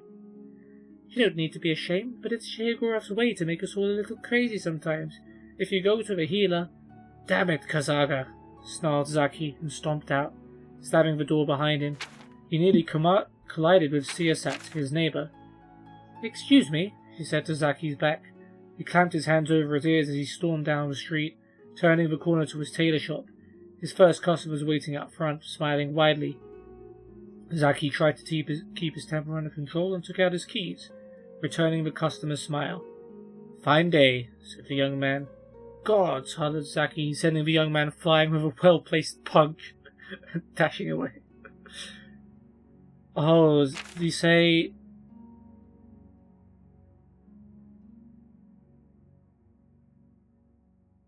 Oh, so does this guy think in, like, alphabetical order? So when the guy says fine day, it's the wrong way round? Is that what he means?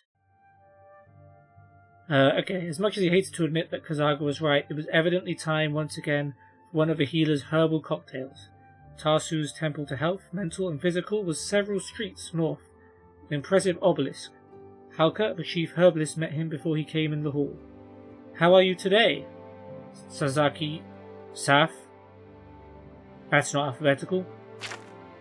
I need to make an appointment with Tarsu, said Zaki in his calmest voice.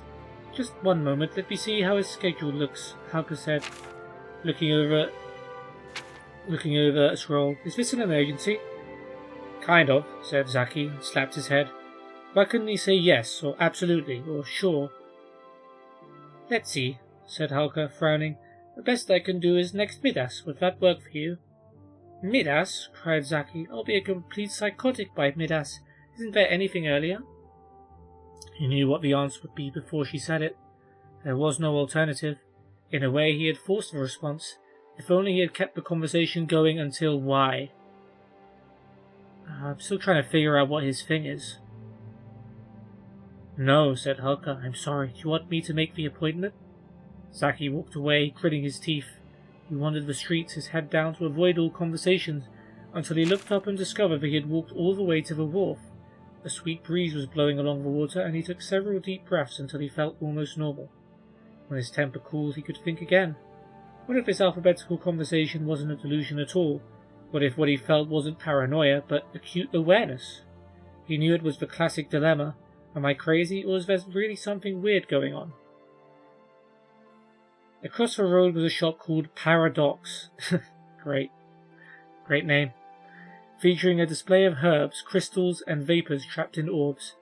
The sign in the window read, Mystical Consultation Sunrise to Noon. It was worth a shot, though Zaki was dubious. The only people who generally came down the wharf for healing were stupid adventurers who didn't know any better. Incense burned in copious billows of pink and gold, obscuring and then revealing the clutter within. Gigic death masks, I don't know what that is, glowered down from the walls. Smoking sensors hung by chains from the ceiling, and the floor was a maze of bookshelves. At a well-worn table in the back, a small man wearing a headdress was tabulating a young lady's purchases. Okay, said the man. Your total comes to 57 gold pieces. I threw in the restorative scale conditioner for free. Just remember, the candle should be lit only after you invoke Goroflox for unholy, and mandrake root does best at partial shade. The customer gave a quick, shy smile to Zaki and left the store. Please help me, said Zaki. Every conversation I hear or get involved in seems to be arranged alphabetically. I don't know if I'm going insane or if there are some kind of bizarre forces at work. To be honest with you, I'm normally a skeptic when it comes to your type of business, but I'm at the end of my rope, and you'd do anything to make this madness end. Okay, so what I thought was right. So he just hears everything. in alphabetical order. Quite a common problem, actually, said the man, patting Zaki on the arm. Really? When you get to the end of the alphabet, do conversations then go to reverse alphabetical order or start at the beginning of the alphabet? Reverse alphabetical order, said Zaki, and then corrected himself. Damn it, I mean, it starts from the beginning, all over again. I'm in agony. Can you call on the spirits and tell me, am I insane? Sariki, said the man with a reassuring smile. You don't have to. You're quite sane. Thank you, said Zaki, frowning. By the way, my name's Zaki, not Sariki. Unusually close, eh? Said the man, patting Zaki on the back. My name's Octoplasm. Follow me, please. Those last two sentences were in alphabetical order. I think I have just what you need. Octoplasm led Zaki down the narrow corridor behind the desk. The two men pushed past dusty cabinets filled with strange creatures and liquids, past heaps of Neolithic stones, past stack after stack, the mouldering leather-bound books into the dank heart of the store. There he picked up a small, squat cylindrical drum and a book and handed them to Zaki.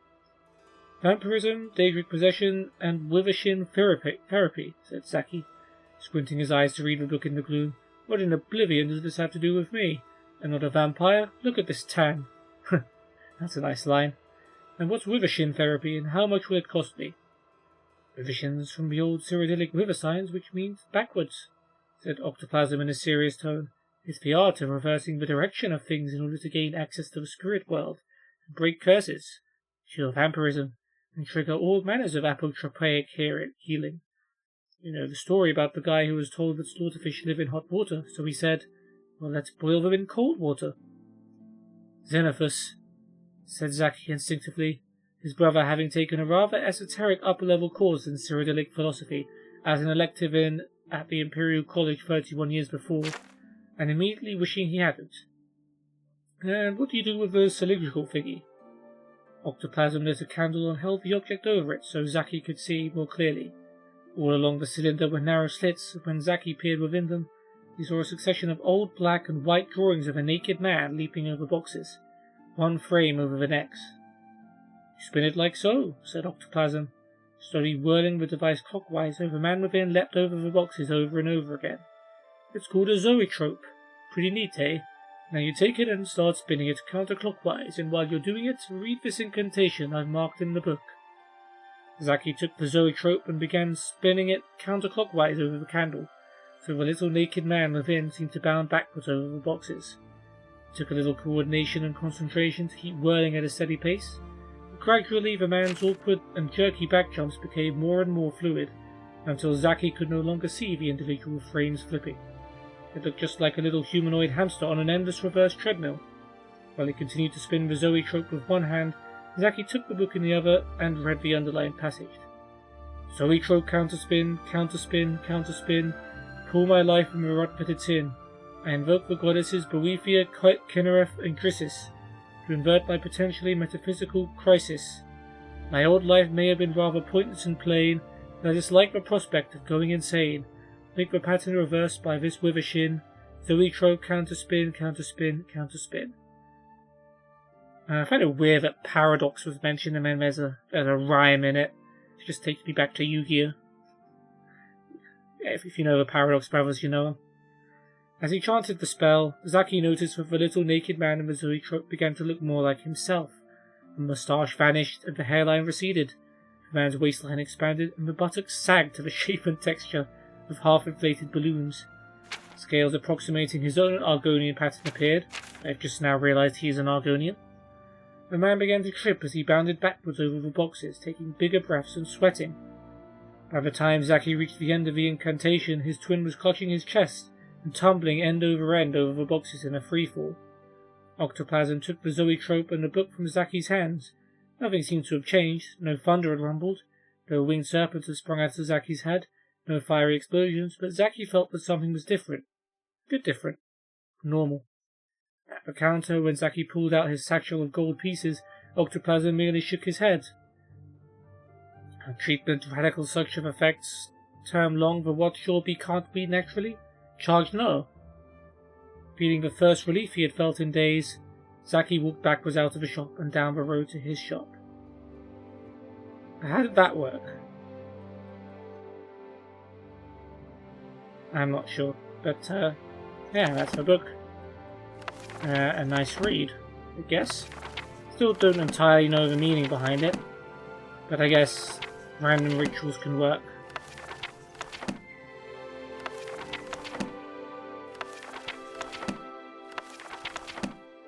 We'll take the rest of these.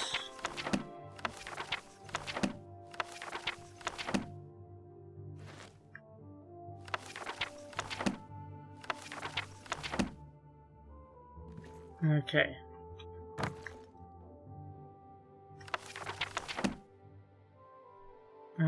Let's see, 2920 Sun's Dusk V11.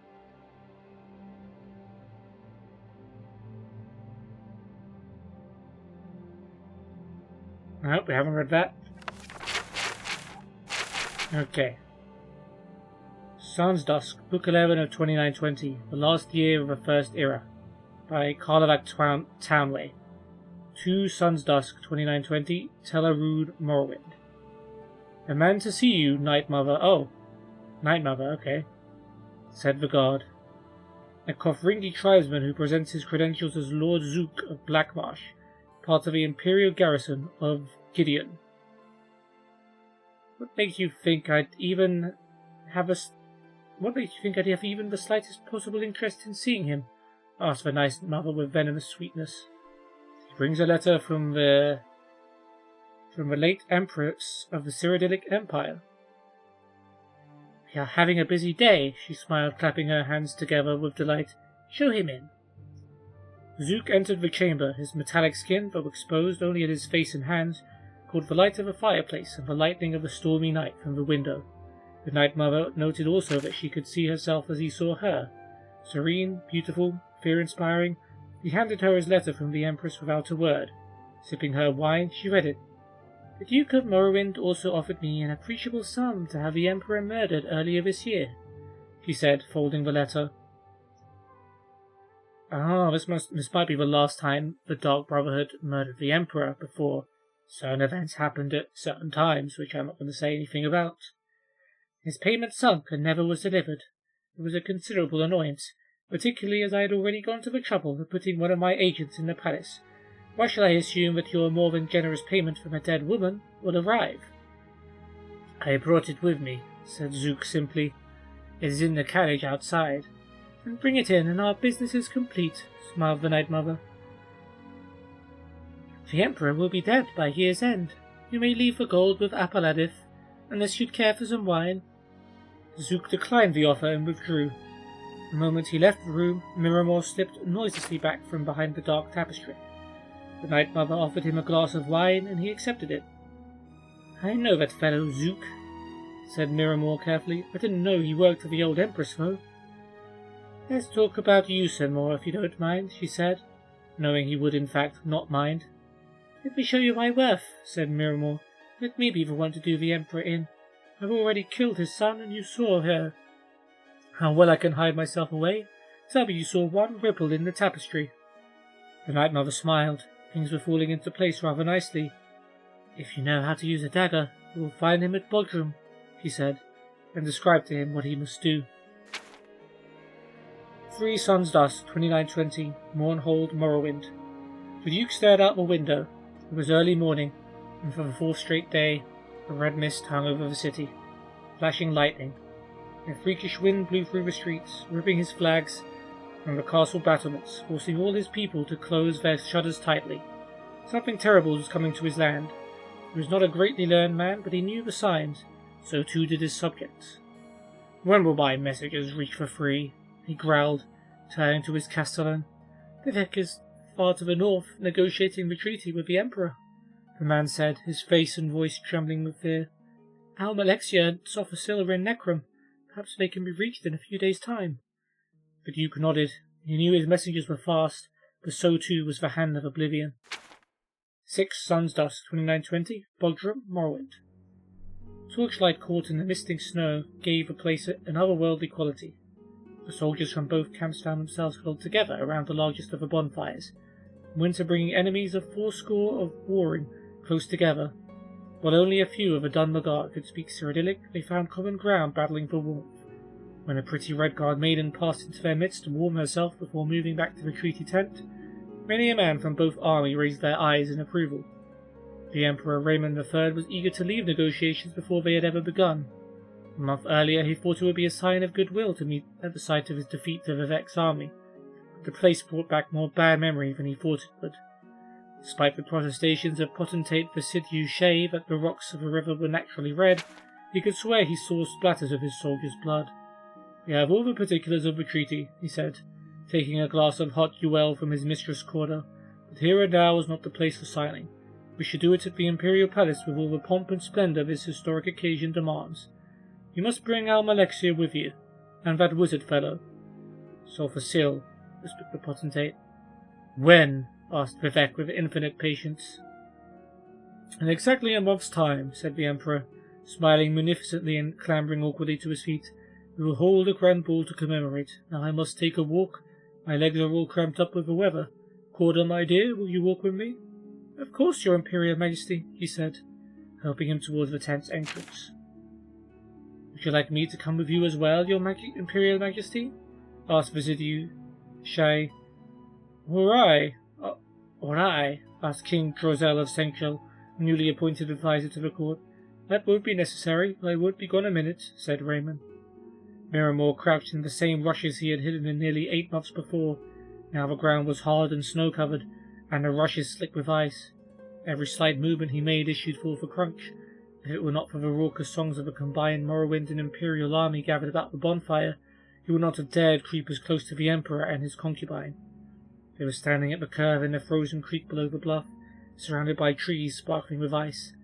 Carefully, Miramor removed the dagger from its sheath. He had slightly exaggerated his abilities with the short blades of the Night Mother.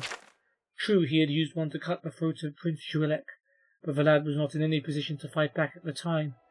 Still, how difficult could it be to stab an old man with one eye? What sort of blade skill would such an easy assassination require? His ideal moment presented itself before his eyes. The woman saw something deeper in the woods. "An icicle of an unusual shape," she said, and darted off to get it. The Emperor remained behind, laughing. He turned to the face of the bluff to see his soldiers singing their song's refrain, his back to his assassin. Miramor knew the moment had come. Mindful of the sound of his footfall on the icy ground, he stepped forward and struck, very nearly. Almost simultaneously, he was aware of a strong arm holding back his striking arm, and another one punching a dagger into his throat. He could not scream. The Emperor, still looking up at the soldiers, never saw Miramor pulled back into the brush, and a hand much more skilled than his slicing into his back, paralyzing him. His blood pooling out and already crystallizing on the frozen ground, Miramor watched, dying, as the Emperor and his courtesan returned to join the camp up on the bluff. 12 Sun's Dusk, 2920, Mournhold, Morrowind. A gout of ever-erupting flame was all that remained of the central courtyard of Castle Mournhold, blasting skyward into the boiling clouds. A thick tarry smoke rolled through the streets, igniting everything that was wood or paper on fire. Winged bat-like creatures harried the citizens from their hiding places out into the open, where they were met by the real army. The only thing that kept all of Mournhold from burning to the ground was the wet, sputtering blood of its people. Mayrun's Dagon smiled as he surveyed the castle crumbling. "To think I nearly didn't come," he said aloud, his voice booming over the chaos. "Imagine missing all this fun." His attention was arrested by a needle-thin shaft of light piercing through his black and red-shadowed sky. He followed it to its source. 2 figures, a man and a woman standing on the hill above town. The man in the white robe he recognized immediately as Sulphur Sil, the sorcerer who had talked all the princes of Oblivion into that meaningless truce. It is funny how Mayrun's Dagon's involved in 2 different assassinations of an emperor. One of them, this one, and the other one, of course, in Oblivion.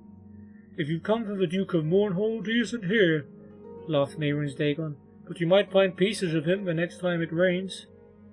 "Daedra, we cannot kill you," said Almalexia, her face hard and resolute. "That you will soon regret." With that, 2 living gods and a prince of Oblivion engaged in battle on the ruins of Mournhold. Sun's Dust 2920, Telarune, Morrowind. Night Mother, said the guard. Correspondence from your agent in the Imperial Palace. The Night Mother read the note carefully. The test had been a success. Miramore had been successfully detected and slain. Oh. So Miramore was meant to die. The Emperor was in very unsafe hands. The Night Mother responded immediately. 18 Sun's Dusk, 2920, Balmora, Morrowind. Sophasil, face solemn and unreadable, greeted Vivek at the Grand Plaza in front of his palace. Vivek had ridden day and night after hearing about the battle in his tent in Bodrum, crossing mile after mile, cutting through the dangerous ground at Dagoth at blinding speed. To the south, during all the course of the voyage, he could see the whirling red clouds and knew that the battle was continuing. Day after day, in Ignisis he met a messenger from Sophasil, asking him to meet at Balmora. Where is Almalexia? Inside, said Sophasil wearily. There was a long, ugly gash running across his jaw. She's gravely injured, but Neru's Dagon will not return from Oblivion for many a moon. Almalexia lay on a bed of silk, tended to by Vivek's own healers. Her face, even her lips, was grey as stone, and blood stained through the gauze of her bandages. Vivek took her cold hand. Almalexia's mouth moved wordlessly. She was dreaming. She was battling Mehrunes Dagon again amid a firestorm. All around her, the blackened husk of her castle crumbled, splashing sparks into the night sky. Daedra's claws dug into her belly, spraying poison through her veins while Almalexia throttled him.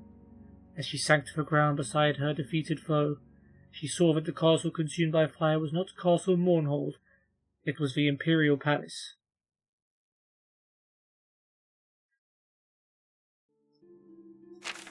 "24 Sun's Dust, 2090, Imperial City, Cyrodiil.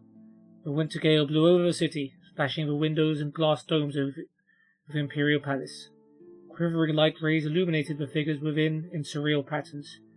The Emperor barked orders to his staff in preparations for the banquet and ball. This was what he enjoyed best. Trozel was supervising the entertainment, having strong opinions on the matter. The Emperor himself was arranging the details of the dinner. Roast snapfish, vegetable marrow, cream soups, buttered helarak, cod scrumb, tongue and aspic, potentate residue. Shai had made a few suggestions of his own, but the taste of the akaviri were very peculiar. The Lady Corda accompanied the Emperor to his chambers as night fell. The year is concluded in Evening Star. Ooh. Interesting one.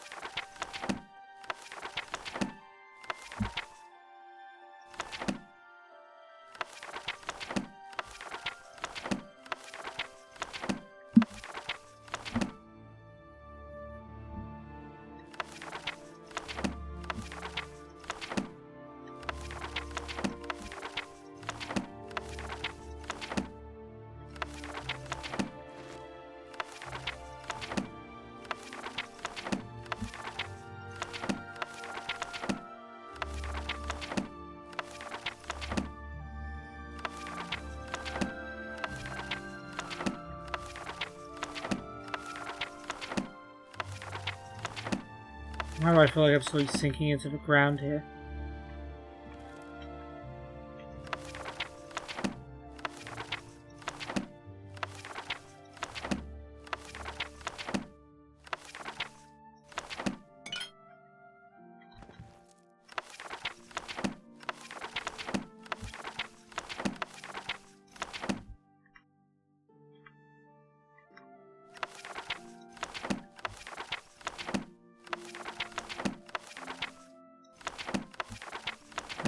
Carry weight? Yeah, we're good.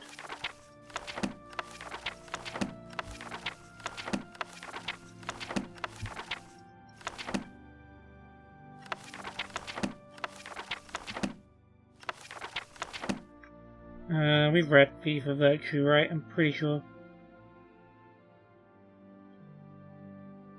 Yep.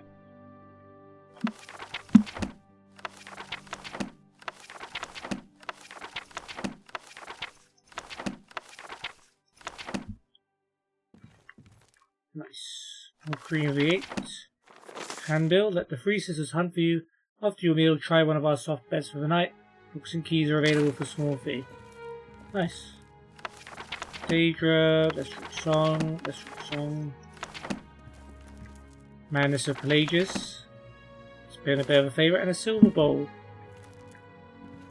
Alright. And this side, fundamental of alchemy, shopping list. We've already seen this one. Okay, urn, scales, chest with a very easy, well, some shoes. And I think that's pretty much it.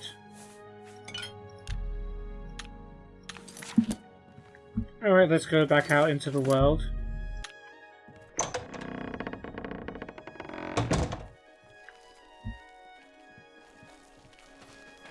Oh, there you are, DeGale. Hello, associate. I've been looking for you. You seek wisdom from me, child? Ah, no, you seek words. Words are difficult. They come and go. The voices, though, so loud they are, they drown out the words. Without my amulet, my stone to lock the voices away, the words will never come and stay. Those are rhyming today. Would you lift your hands to help another? To help me find the words? Suppose I could do that. Yes, I'll help. Then seek Agatha, child. She will see the path and set you on it. I must rest. Okay, but what about my recommendation, though? Certainly. Okay, guess not. Agatha? She may be young, but her heart is old and wise. That's not good. It guides her well through these troubled times. No one wants an old heart. Arcane University? Within its walls live those who determine the fate of the guild. It is our stronghold, our sanctuary. You will come to know it well in time. I have seen it. She knows how this playthrough's going to end. Spoilers. Lewin? Let me see your hand. I see the city in the hand, and the hand in the stars. The tower guards the gate, but the gate holds the key. I have unlocked a lot of gates. The king is the key, and the hand guards the king. I agree. It's way too late for me to follow that train of thought at the Gale, sorry. Rumours? I don't know what Archmage Traven has against necromancy. Yep, she turned normal for that brief second. Mage's Guild? The guild needs you, child. Perhaps it has always needed you. Always been waiting for you. Maybe. Farewell, child. Sweet. Let's get that quest up. I need to find an amulet so that the Gale will send a recommendation to the Arcane University for me. Did the Gale say that? I don't know. Agatha may know more. And let's find Agatha. Hello there. Have you heard about how the Blackwood Company is growing? I don't trust them. I've heard they're effective, but they're brutal. Interesting. Good day. How goes it? Well, we'll find out more about the Blackwood Company later, but Yes? let's talk to Agatha. Is there something I can help you with, associate? Yes, indeed, there is. So. Certainly. Wait, I haven't talked to her before. That's enough. Gracious. Not now. Caress not and later. burst. Okay. Don't. You think that's fun? That's what. My life is Don't talk. That works for me. Cool. Kudai will do anything to help her girls out. She recently got Ardaline out of a bind, and I hear it wasn't completely within guild rules. As long as I'm not implicated. Well, so much for keeping it just between us. I guess word travels around quickly. Always keep your magic. You charge weapons. May I interest you in some of my sell some fine spells. wares? Alright, Leowin's the mysticism one, isn't it? Okay. Leowin? I take care of what little administrative work there is. De Gale isn't interested. I do it because it has to be done and no one else wants to do it. Doesn't sound like she's in the right frame of mind to be doing administrative work. I take... Mage's Guild? You may need to ask around, but training in all the schools of magic can be found at our various guild halls. Fair.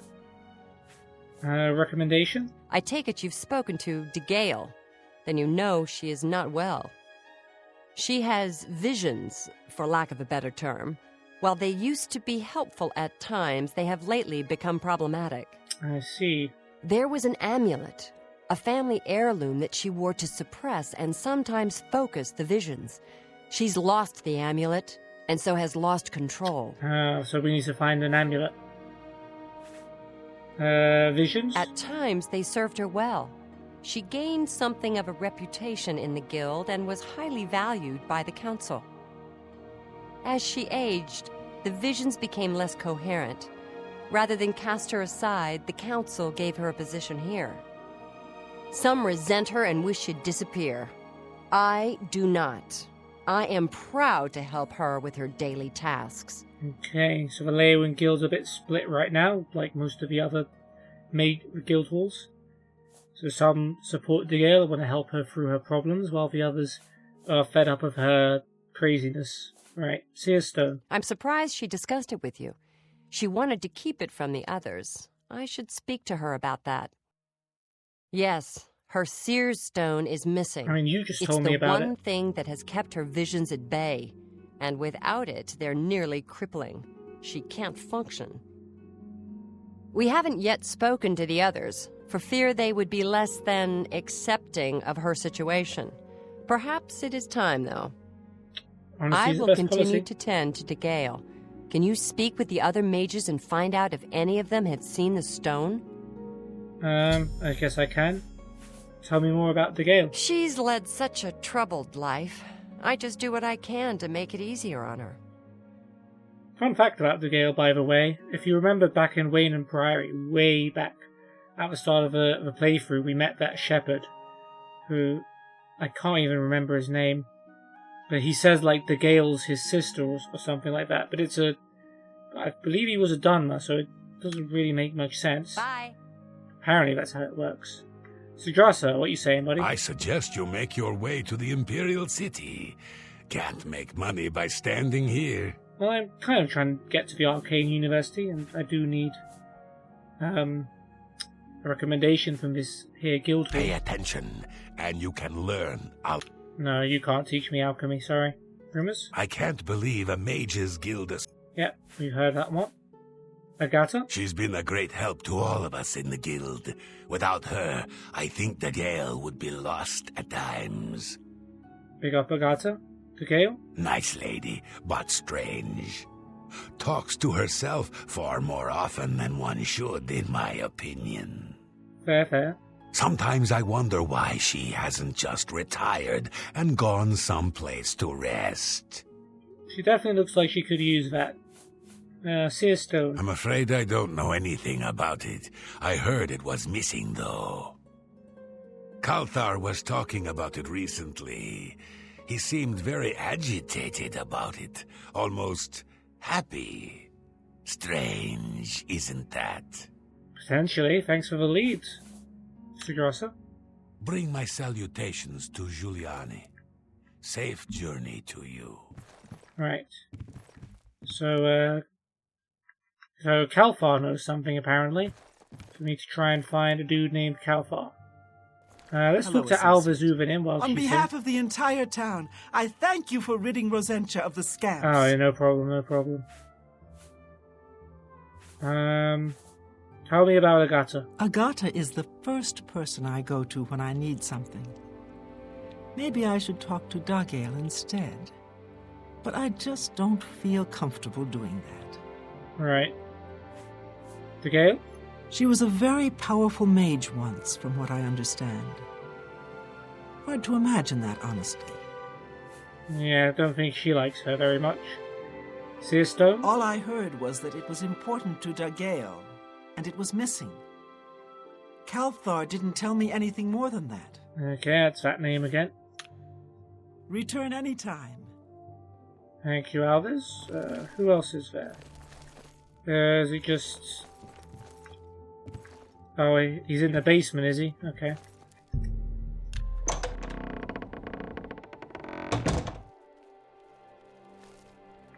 Alright, is there any cool stuff in the basement I can take? Is it crystal ball? There is our man right now. What is it, associate? We'll get to that. I want to take a look around this place, though. Of course, as soon as I come in, he leaves. Alright, and some repair hammers. Leak. Repair. Oh, didn't mean to take that.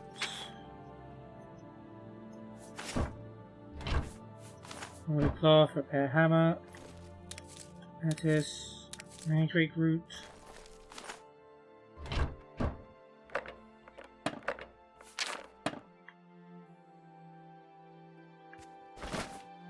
Sandals, all bone meal. What's that doing here?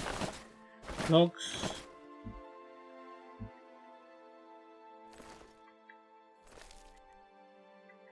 This is a pretty big basement.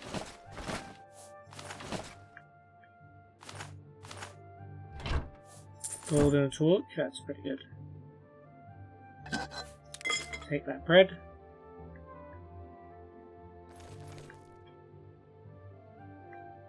Clay and pewter stuff, not the best. Oh, there's a hidden pumpkin here. Lockpick. Red crab. Oh, another pumpkin. Nice. Clogs in a barrel that definitely wasn't designed to hold clogs. Okay.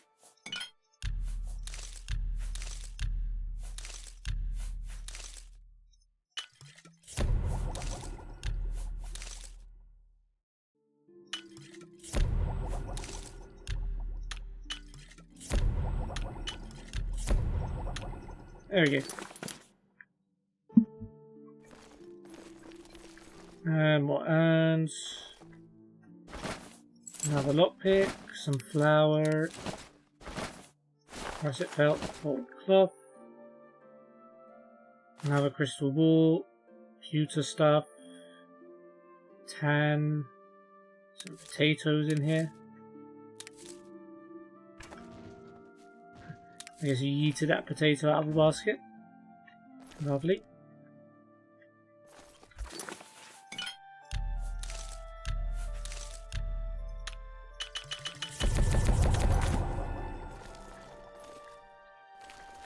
What about here? Linen's cloth, Hawaiian lettuce, tan jug, can't open these.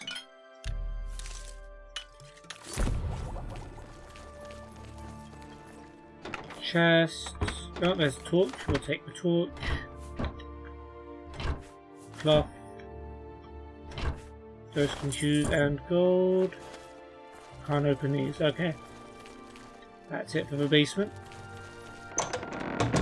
Now, Kalfar, my buddy. We need to chat. Where did you go? Oh, you're just reading over here. What? Oh, we'll see. All right. He likes to joke and admire, I believe. What really now? You're such a charmer. That real? Sure, that's cute. Real? That's pretty good. I doubt it. Not. Don't make that works for me. Cool. Rumors. I don't know what Archmage Trev. Yep. Okay. Agatha. She's the one you want to talk to if you actually need something to get done around here. I don't even know why DeGale is still around. Sounds like you don't like her very much. Tell me about DeGale. I've heard she was put in charge of the Leowan Guild Hall as a favor, not because she deserved it. That doesn't seem right, does it? No, that doesn't. See a stone? Well, well. Word is finally spreading, is it? They won't be able to keep up this facade much longer. Yeah, I know all about it. I overheard Agata and DeGale talking. And you know what?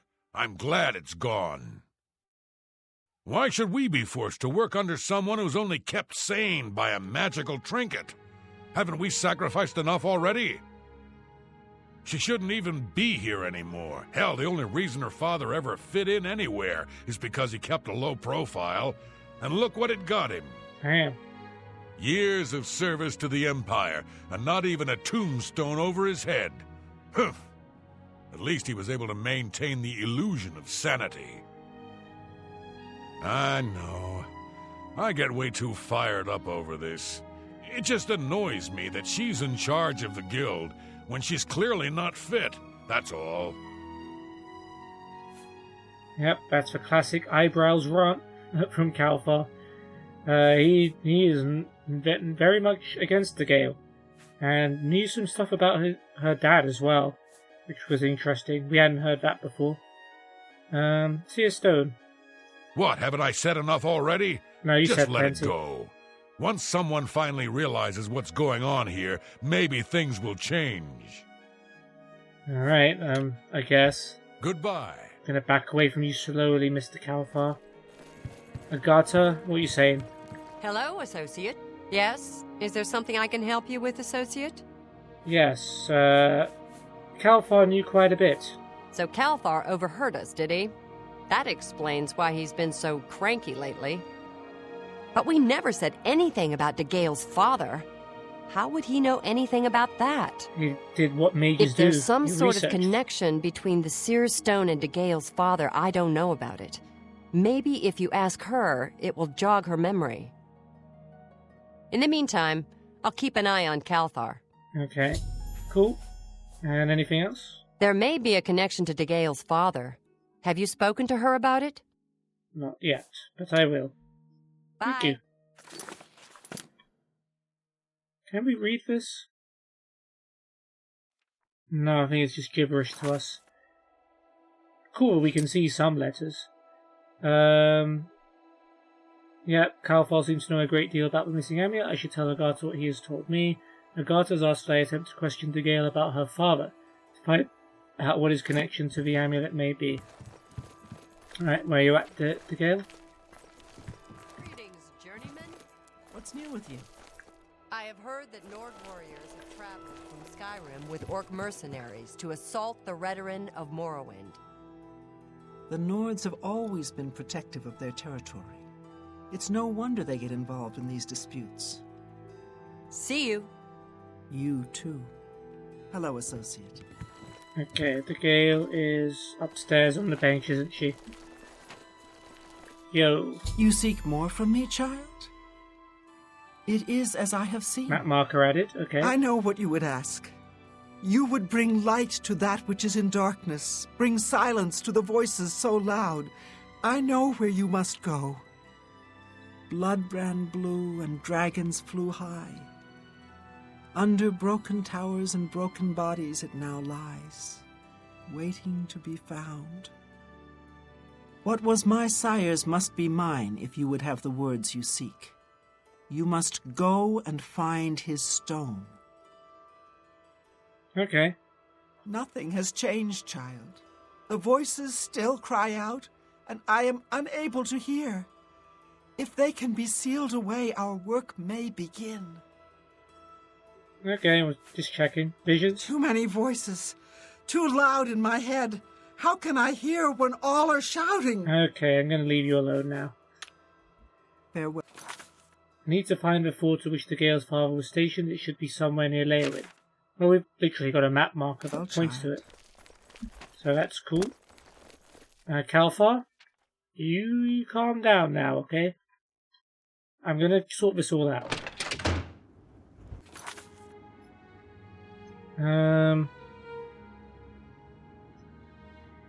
I guess Dark Farum Cave is probably the closest. So we'll head there.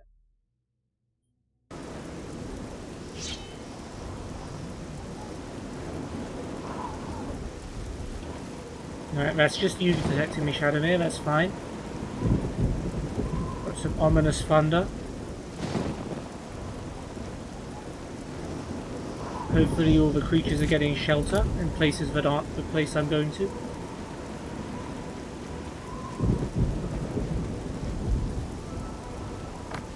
You've got peaceful music in amongst the thunder. Doesn't really work, but it's fine. Fort is now on the map.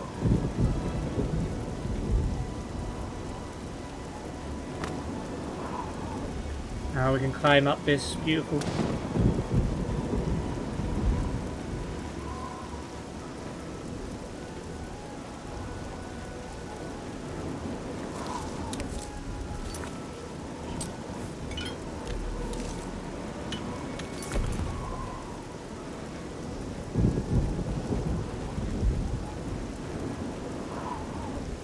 we see the shrooms? We could have the shrooms.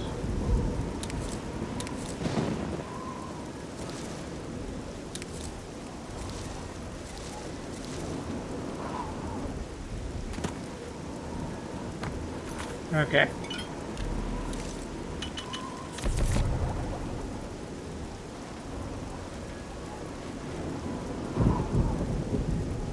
This is probably the thought we're looking for. Some tiger lilies. What do you make? Restore endurance. Okay. Not amazing. I have angered something.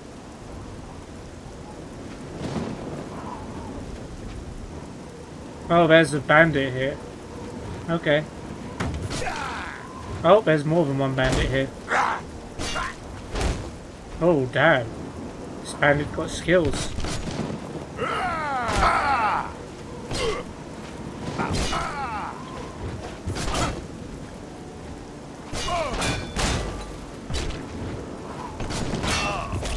So we're gonna have to fight some bandits, I suppose. It's a change from fighting a bunch of creatures.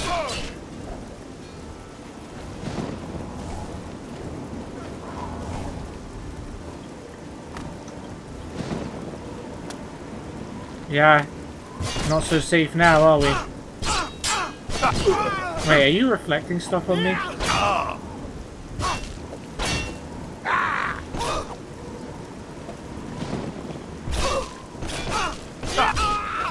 Nice. Ooh, Daedric Dagger. Nice. Arrow Dispel, Daedric Bow, Elven Boots, Glass Cuirass. Hey, got some decent loot on you. What about our friend? Wherever he was. Here? No.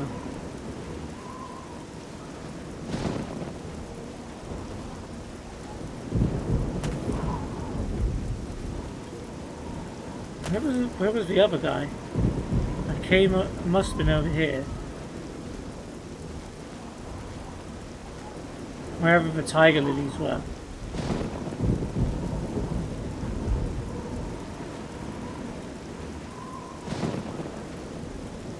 Oh, we'll get this golden lockpick. For sure.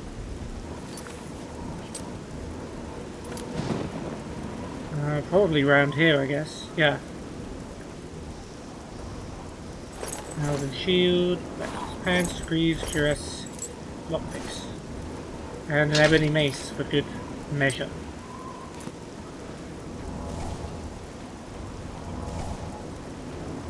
And I was trying to loot these plants as well. Alright, so we gotta fight through some bandits. I have arrived at Fort Blueblood. The Gale's father should be buried inside. Alright, we're going grave robbing. I mean, I need a mage's guild to up some weird stuff, but didn't think it would be this bad.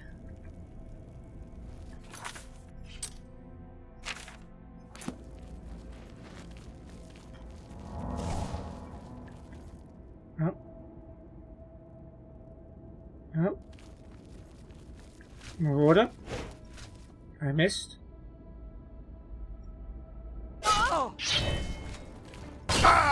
Ooh.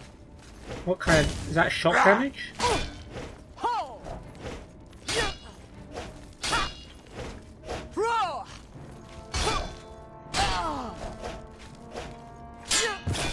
Yeah, that is definitely frost. Ah, longsword of a dynamo. Wait, that's not frost, that's shock, sorry. Oh, salt trap on me as well. Is that what we're on, yeah? Daedric armor as well.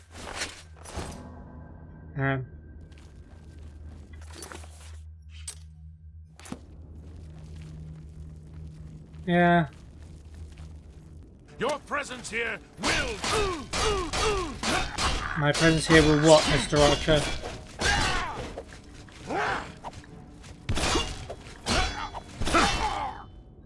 That was fairly easy. Ebony arrow, iron arrow, resistance, cuirass, boots. Okay, we can... yeah, we can wear a grey cowl here. That's fine.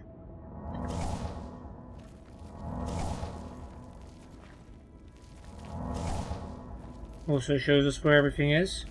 So we can't go there now. I'm guessing that's the way out.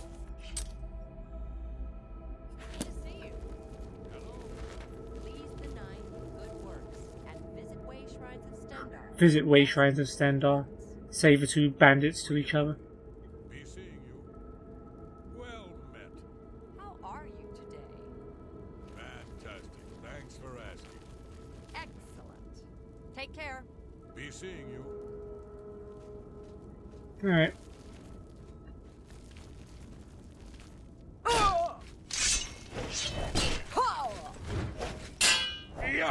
Oh, these guys are both going to have enchanted stuff, aren't they? Oh no, she is broken. Oh, my weapon's broken. That is not good. These guys have disintegrate armor stuff. Luckily, I've got other stuff. But this could be a problem.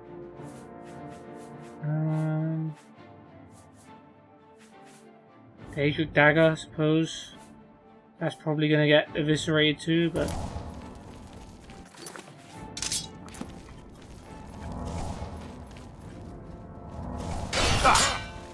I'll hack you to pieces. Alright, I think I might need some support here.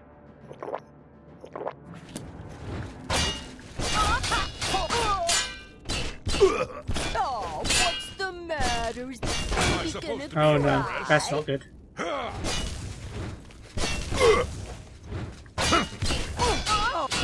I'm just One down. up, you pathetic worm.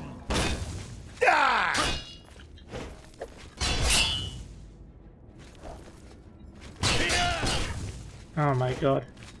I'm taking a beating from this one dude.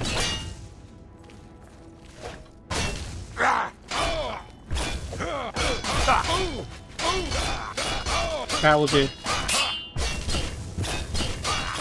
No, god, that was close. Long sword of shattering. Now we'll take all of that. Let me repair my sword as well. Because that wasn't fun, having my sword just ripped apart like that.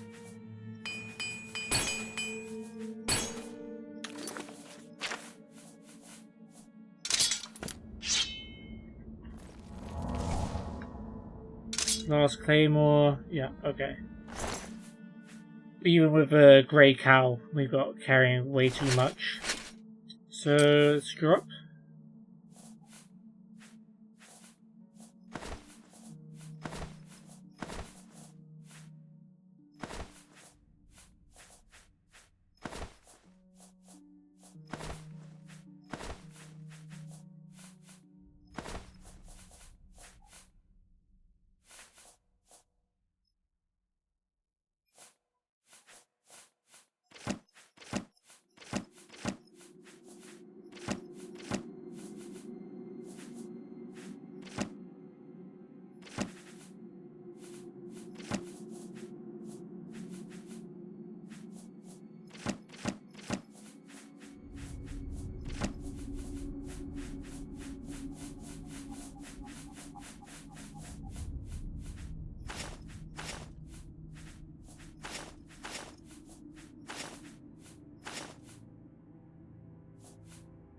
Still more? Okay.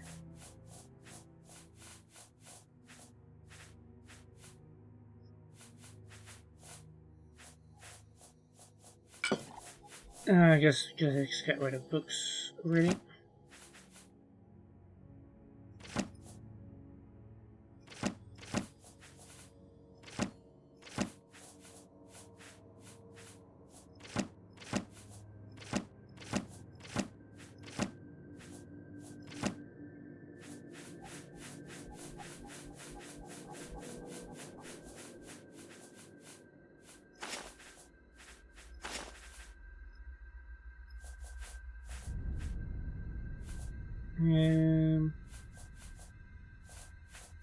Probably orcish stuff is the worst here, right?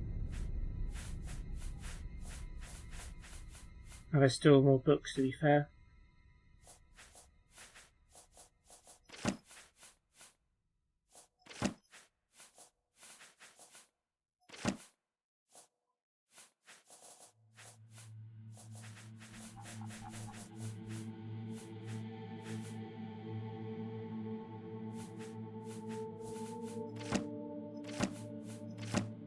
Alright, now we want to... Oh, never mind. We've already got a copy of it. It's fine.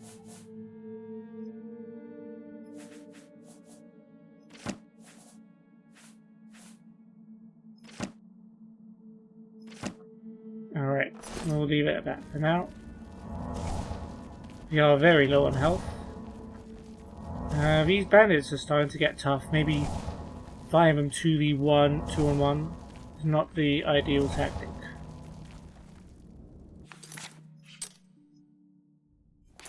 What direction are we going in? This way. So let's go this way.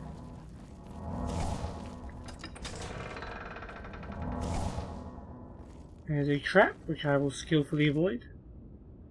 Yeah, pikes. Let's heal up a bit before we face this man, because we don't know what kind of weapon he could have.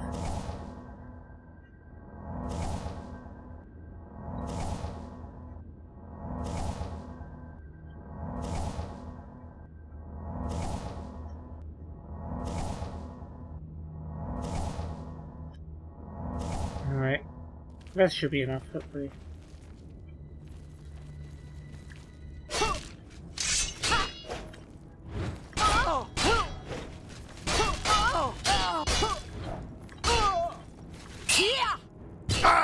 Well, she got one hit on me. That's the best you can do?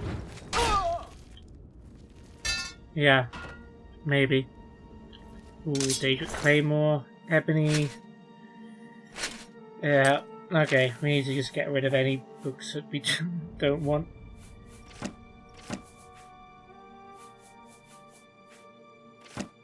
Not bad. Oh.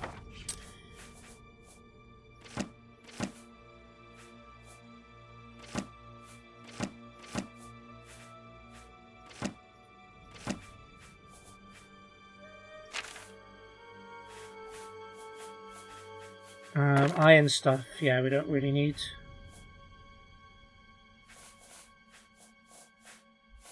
There was a bow too, wasn't there? Or did I already... No, I don't know. I'm confused.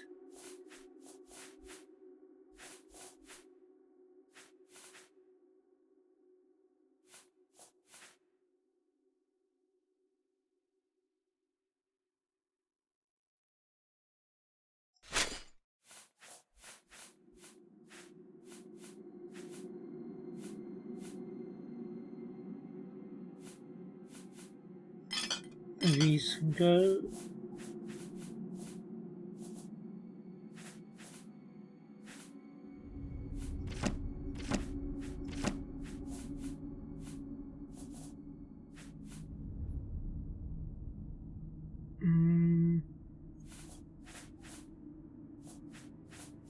Probably orcish again.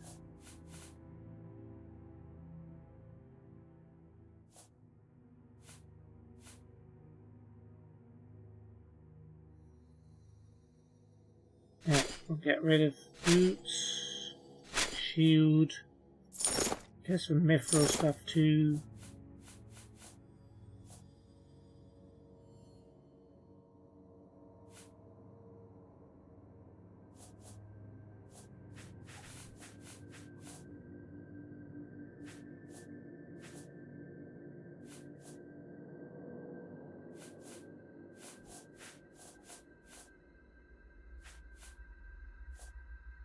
Ebony's quite heavy too. Yeah, okay.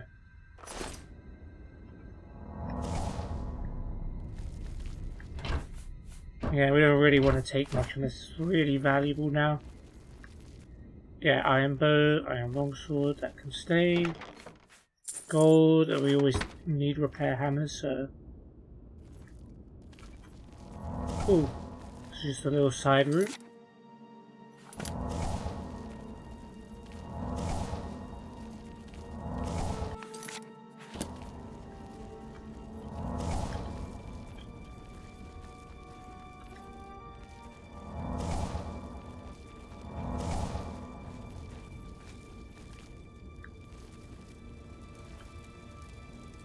Okay, I'm just going to save the game, just in case. We've also been playing for a long time, so the game could end up just crashing. That'll make it.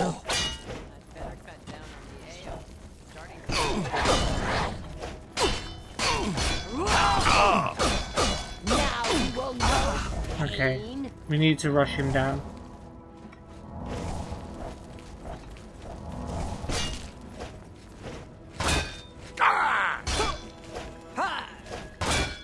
Yeah.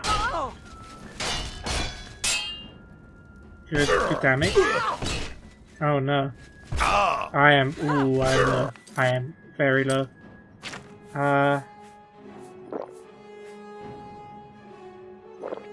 We need to at least pop one restore health here.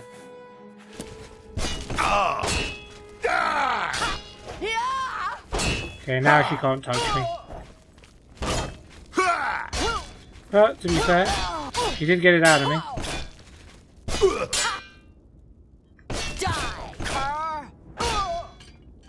Thank you. Yeah, we'll take the repair. We'll leave the heavy stuff. Manual of arms, manual of armor, iron armor. That can stay.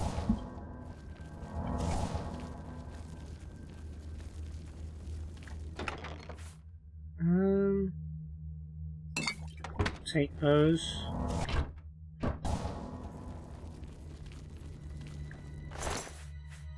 The dagger, definitely.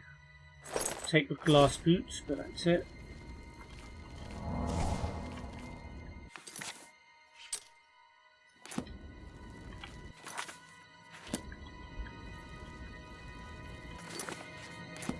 Okay, so the way is through there. There's a glass longsword here. Don't think I need that.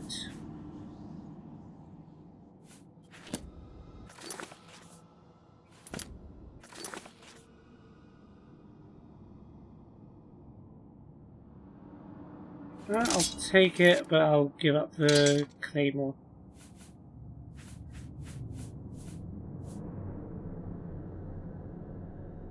Yeah, that's what we'll do. Some more stuff up here. Chest, emerald, gold, repairment, lovely.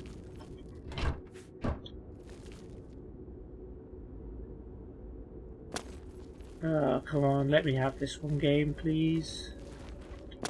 Fine.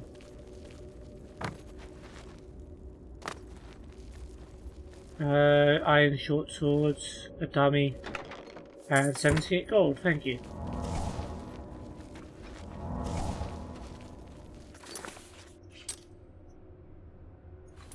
Alright.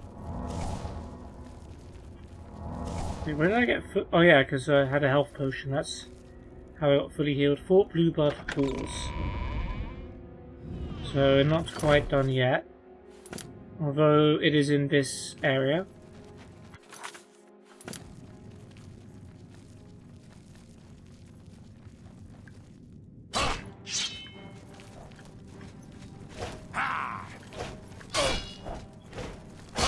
Am I supposed to? Could help, you could be a little bit impressed.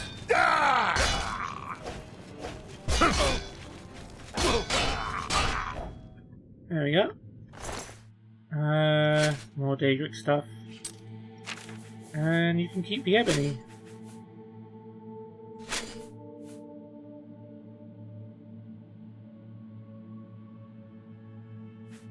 In fact, the elven stuff isn't that great either.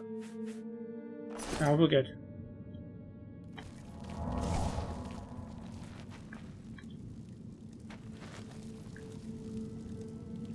That's two more marauders here.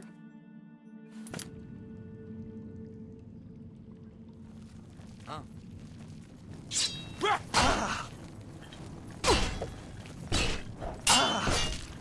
on, hit your friend. Oh, you're a mage.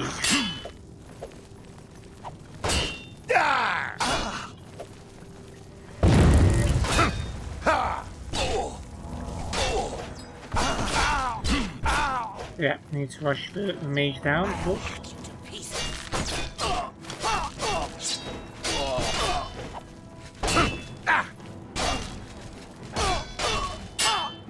There we go. Nice. She didn't know how to do actual combat. Okay. Ebony arrow. We'll keep the arrows. We'll... the bows do look nice. Take the bow for now, I guess. Maybe we drop it in a sec. Daedric dagger.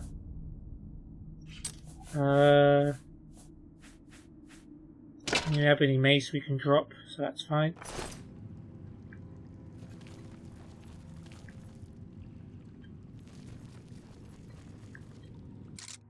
Hardlock chest.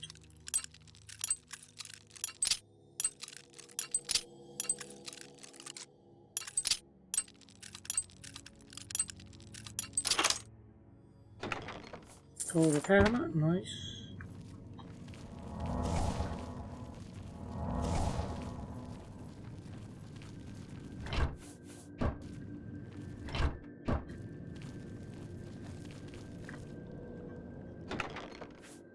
I'll take those. Okay, we're getting there.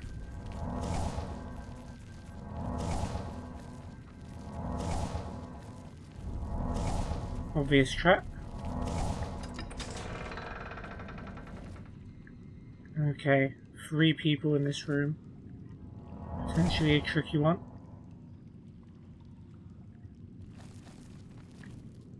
Alright, we'll do another save just in case. And... Where are you?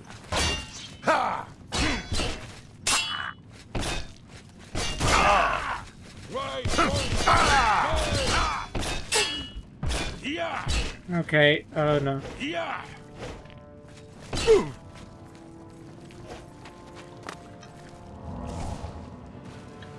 Oh, look what happened to this dude.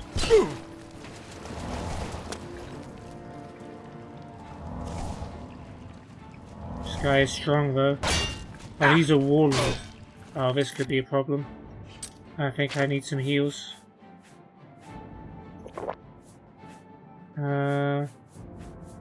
Yeah, restore health.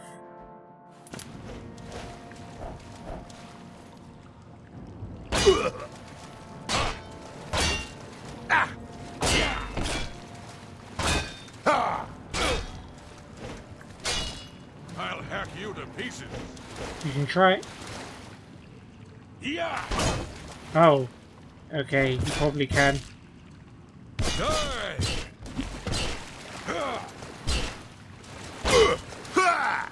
Not the best you can do.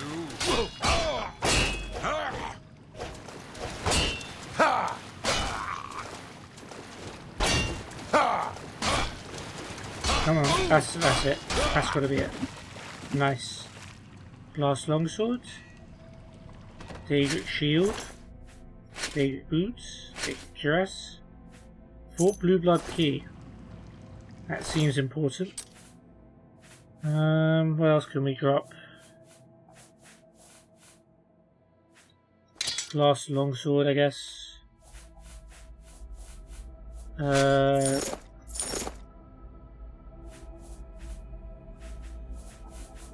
Ebony bows. I don't know. Got so much stuff from this. Look at our man over there. He is looking the worse for wear.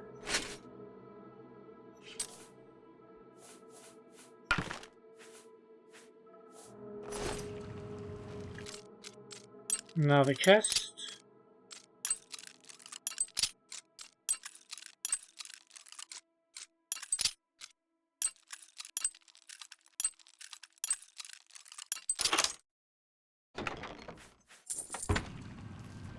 And 88 months.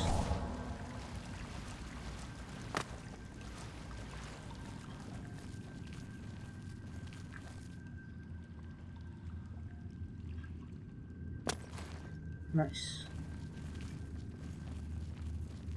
I wanted to see if this breach fell apart, because I think it might. No? Who's there?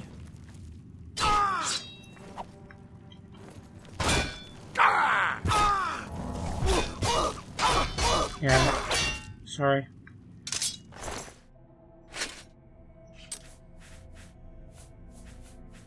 Alright, glass stuff can go.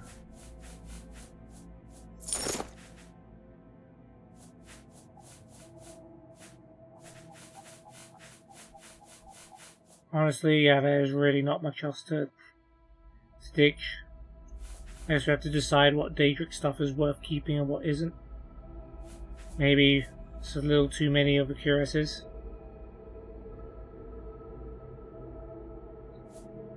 Yeah, okay, we'll drop the cuirass.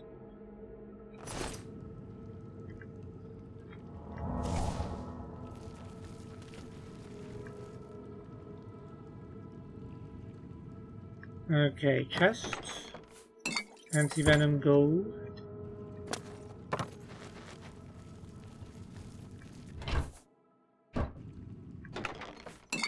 Take healing.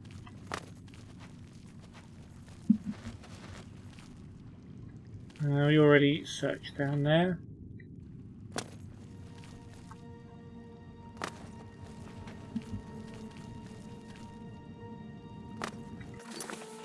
Okay. So that way leads to our prize, so let's go this way. And see what there is over here. I think this might be the way out. Fort Blue Blood, yeah. This looks like the way out. Okay.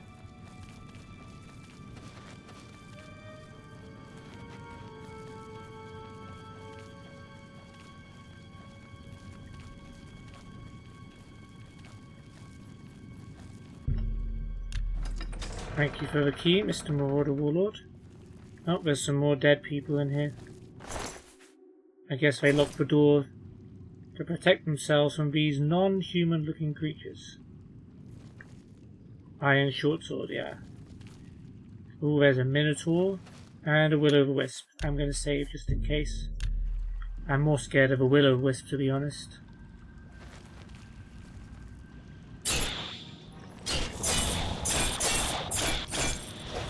Nice, we got rid of them.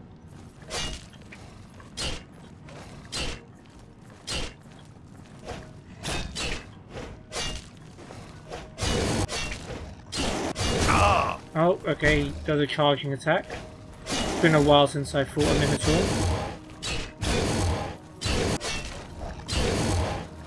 Not that tough.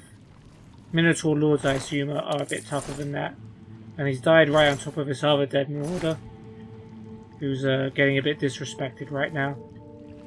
That's fine, we're not here for him. I'll take that glow dust too, thank you. Hardlock chest.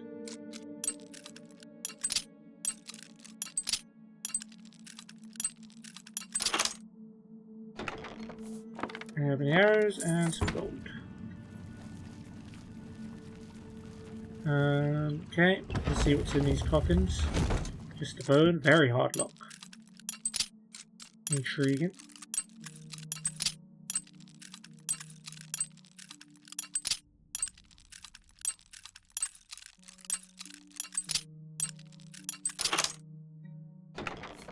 Strong potion of health. Major 7 Magica, 2 soul gems. Ooh, 745 gold.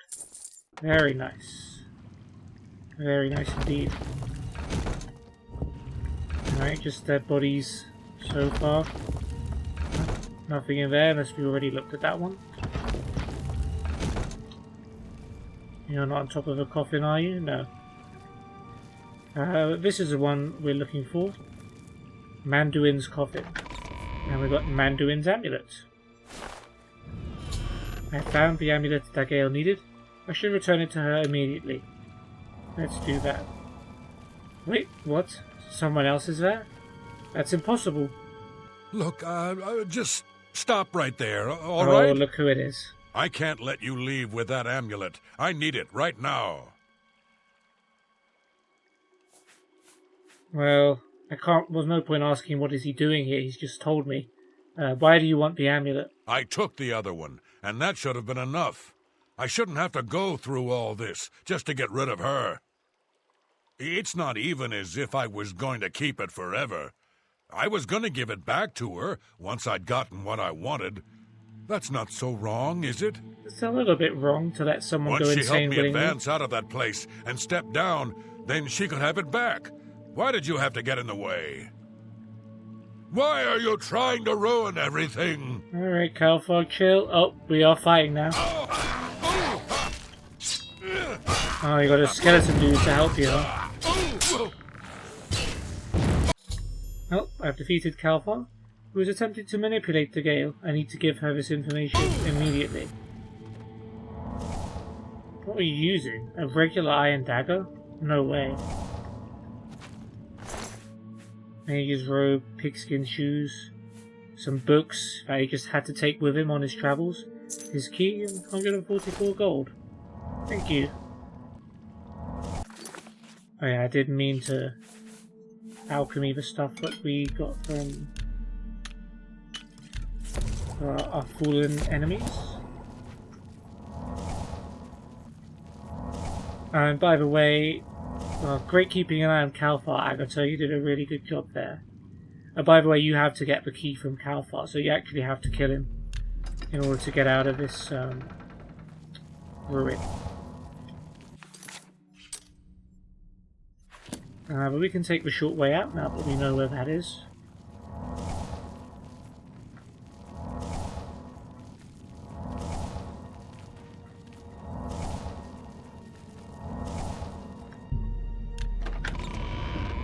And yeah, we can open this.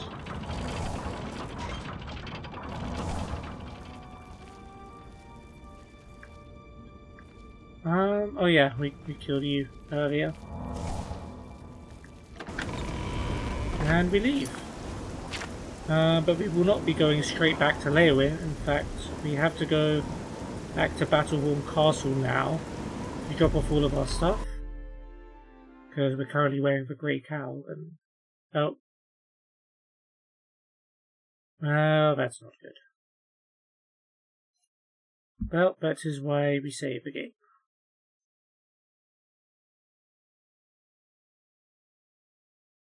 Okay.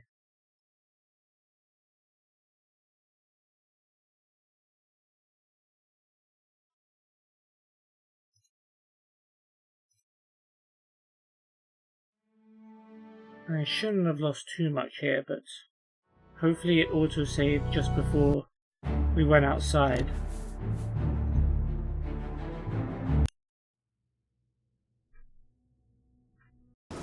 It did. Okay, we haven't lost anything. Right, Battlehorn Castle then.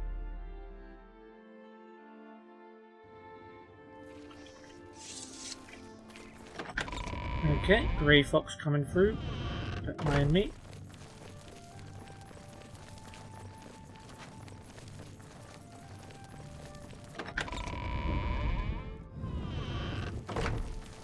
You're the Grey Fox! Okay, not so loud, relax. I won't be in a minute. Alright, we've got a lot of really good loot from that dungeon as well. A whole bunch of Daedric stuff.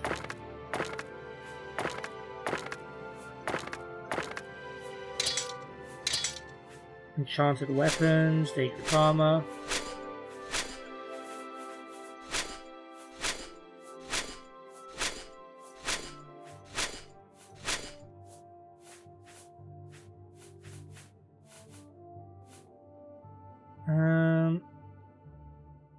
Yeah, don't need that. The potions definitely did come in handy, to be fair.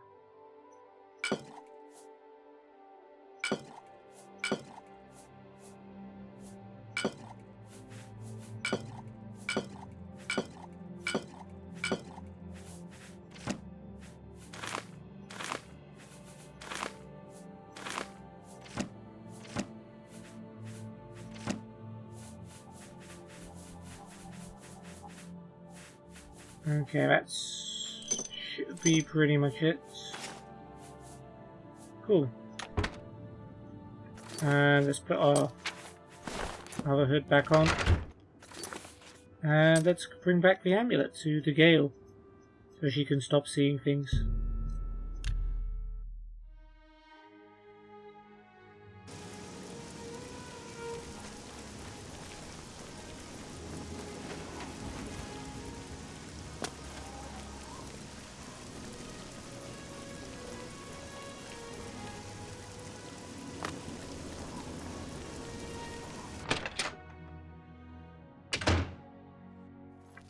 Oh, there she is. Nothing has changed, child. The voices still cry out, and I am unable to hear. If they can be sealed away, our work may begin. Rumors? The Mages Guild runs... Yep, okay. See a stone? Here you go. Found it, have you? Silenced the hands that betrayed and took what was mine? Then let me have the stones so that the voices can be shut out. By all means. Ah, child, I thank you for helping me. No problem. With the voices quieted for now, the words you seek have come to me. You shall have my recommendation. Oh, thanks to Gale. Though I must warn you, I've seen things in your future. Things which may be, and things which will be. It will be up to you to decide the fate of many. Life and death are strange things, easily manipulated, and both will be altered by your hands. Damn. So, pretty vague, but I get the gist, the Gale, thank you. Recommendation? Your time has come. The Arcane University needs you, child. Raminus Polus waits for you even now. Oh, sweet. Great things will befall you. There will be trials, but you will prevail. You must, for the good of the guild. Talking riddles to Gale, but I appreciate the sentiment. Farewell. Thank you. By the way, guys, you're down a member. Kalfar kinda dead. Agatha didn't really do much of a job keeping an eye on her. Okay, I received recommendations from all of the local guild halls in Cyrodiil. I must now travel to the Arcane University and speak with Raminus Polus. And that's all we need to do now to complete this quest. So let's head over to the Arcane University and get our invitation into the Mages Guild formally. How can I assist you, champion? I'll be more than just a champion to you soon.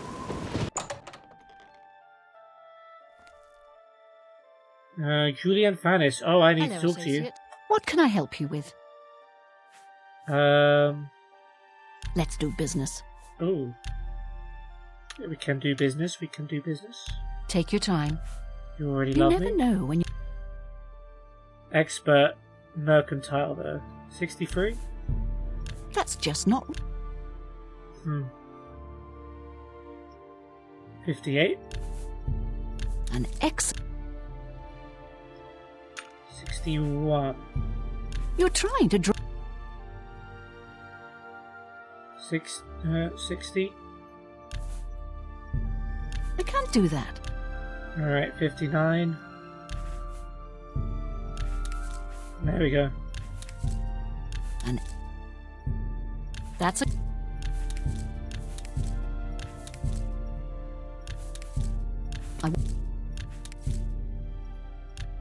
Thank you. Thank you. Come again.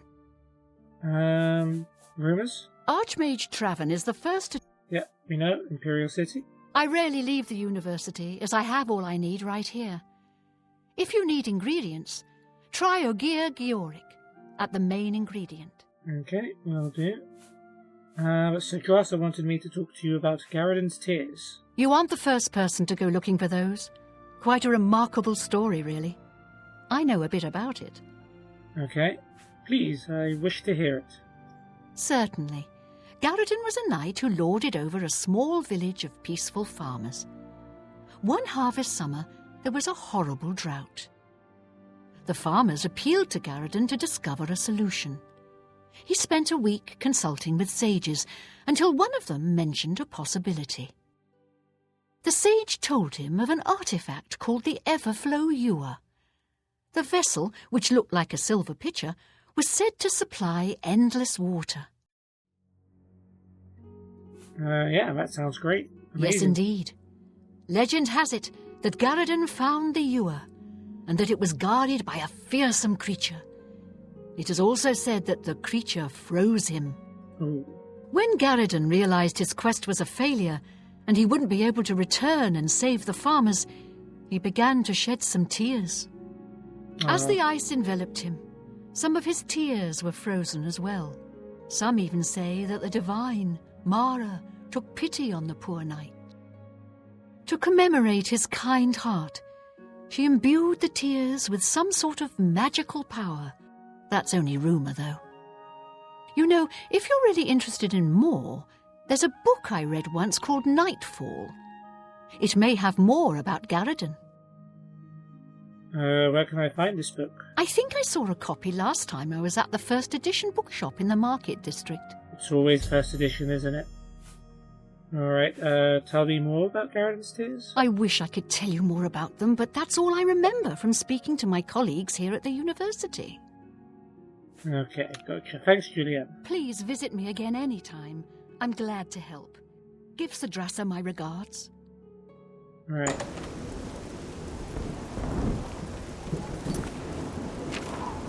Oh, she's... Okay, he is well out of my reach. Hello, Associate. Alright, I have to wait here until the morning, right? Okay, Raminus is sleeping in the Arcane University, which I'm not allowed to enter just yet. Still not. Oh, there we go. Hey, Raminus. What is it, Associate? Hello, Associate. It seems you've obtained the final recommendation you required. Yep. Tell me more. Oh, he likes me a lot. Rumors? I can't believe a Mages Guild associate. Yep. That was one of the reasons I'm here, actually. Mages Guild? The Arcane University has been here for nearly as long as the Mages Guild has been in Cyrodiil. It has been our home for ages. Recommendation? I have received recommendations from all the local guild halls in Cyrodiil. You've done well for yourself. You may now enter the university. Let's go. As a full-fledged member of the Mages Guild, I now also promote you to the rank of apprentice and grant you the robe of the apprentice. Take a moment and try it on. Then we shall speak of what comes next for you. Awesome. And there it is. Hello, we have officially joined the Mages What's new Guild. with you? I understand data. 8 hours later. My bad on that. But we did a lot of interesting stuff. Read some books. Met some people. Got a really good feel, I think, for the Mages Guild, which will serve us well in the quest to come. We got the Robe of the Apprentice, which is Fortify Willpower and Self. That's what it looks like. We definitely will not be keeping that on. But, yeah. Has become increasingly prevalent in the Somerset Isle. It seems Somerset Isle has become a much more dangerous place. Good day. Greetings, apprentice. Alright.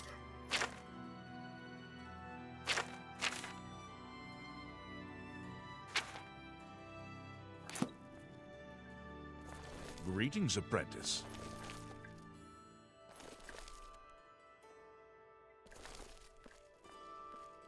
Hello, Master Wizard.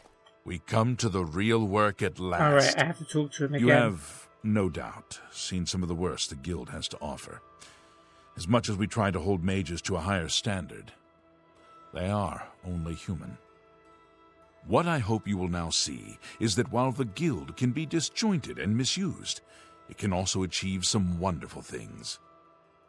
Now you have an opportunity to engage in more meaningful tasks and continue with your advancement through the Guild. Okay. Advancement? You do not yet qualify for further advancement in the Guild. No, then us don't get tasks. Before you can begin work for the Guild, you'll need to do something for yourself. Every mage carries a staff. It is crafted and enchanted by the guild and is a symbol of status. You need such a staff. Okay. How do I get it? The wood used for staves comes from a grove to the northeast of the Imperial City, near Wellspring Cave. Several mages tend to the grove and should be able to assist you. Speak with either Zarasha or Ilette when you arrive, and choose wisely.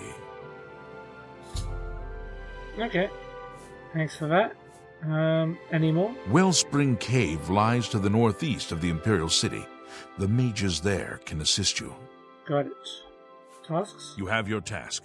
Acquire wood for a staff from the grove outside Wellspring Cave. Alright, so I did all those recommendations. My first task to be You to shall gather have a wood. true mage's staff soon. Thanks, Ravenous. I'll talk to you soon.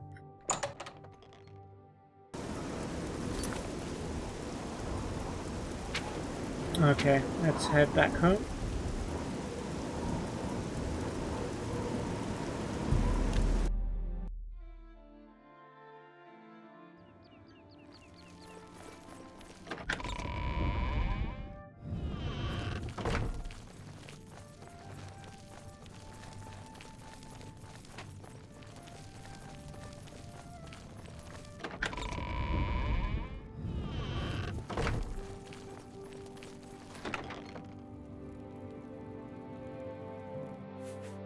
Alright, Robes of the Apprentice, we'll drop you off here. And yeah, we will end the episode here. It's been a very long one. I didn't think it would go on for this long, but yeah. 8 hours. But we've completed all of the Mages Guild recommendations. We killed the rogue mage in Anvil, we found Jaskar in Bruma. We got Ardeline's staff back in Breville. We got the Fingers of a Mountain book for Tikius in Coral. And Shadenhal, we found the Ring of Burden and the dead Vidkun in the well. And Black Soul Gems in Falcar's drawers. What else? Skingrad, we saved Earthwall from the zombies in the cave. Leowyn, we got Degale's father's amulet to cure her visions and stop Kalfar from blackmailing her, I suppose. Did I miss anything? I don't believe so. We also completed another quest, by the way. The Separated at Birth quest, inadvertently running into Gilbert Germain and then running into them again in Coral, and they reunited. So yeah, we reunited that, but we got a new quest for them that we will do at some point. But yeah, in the next episode we will do the Mage's Staff quest, where we need to find the grove near Wellspring Cave, northeast of the Imperial City, to get wood for my Mage's Staff so I can properly join the mages in the Arcane University. For now, guys, if you stuck through this, you probably didn't watch this in one sitting. If you did, fair play.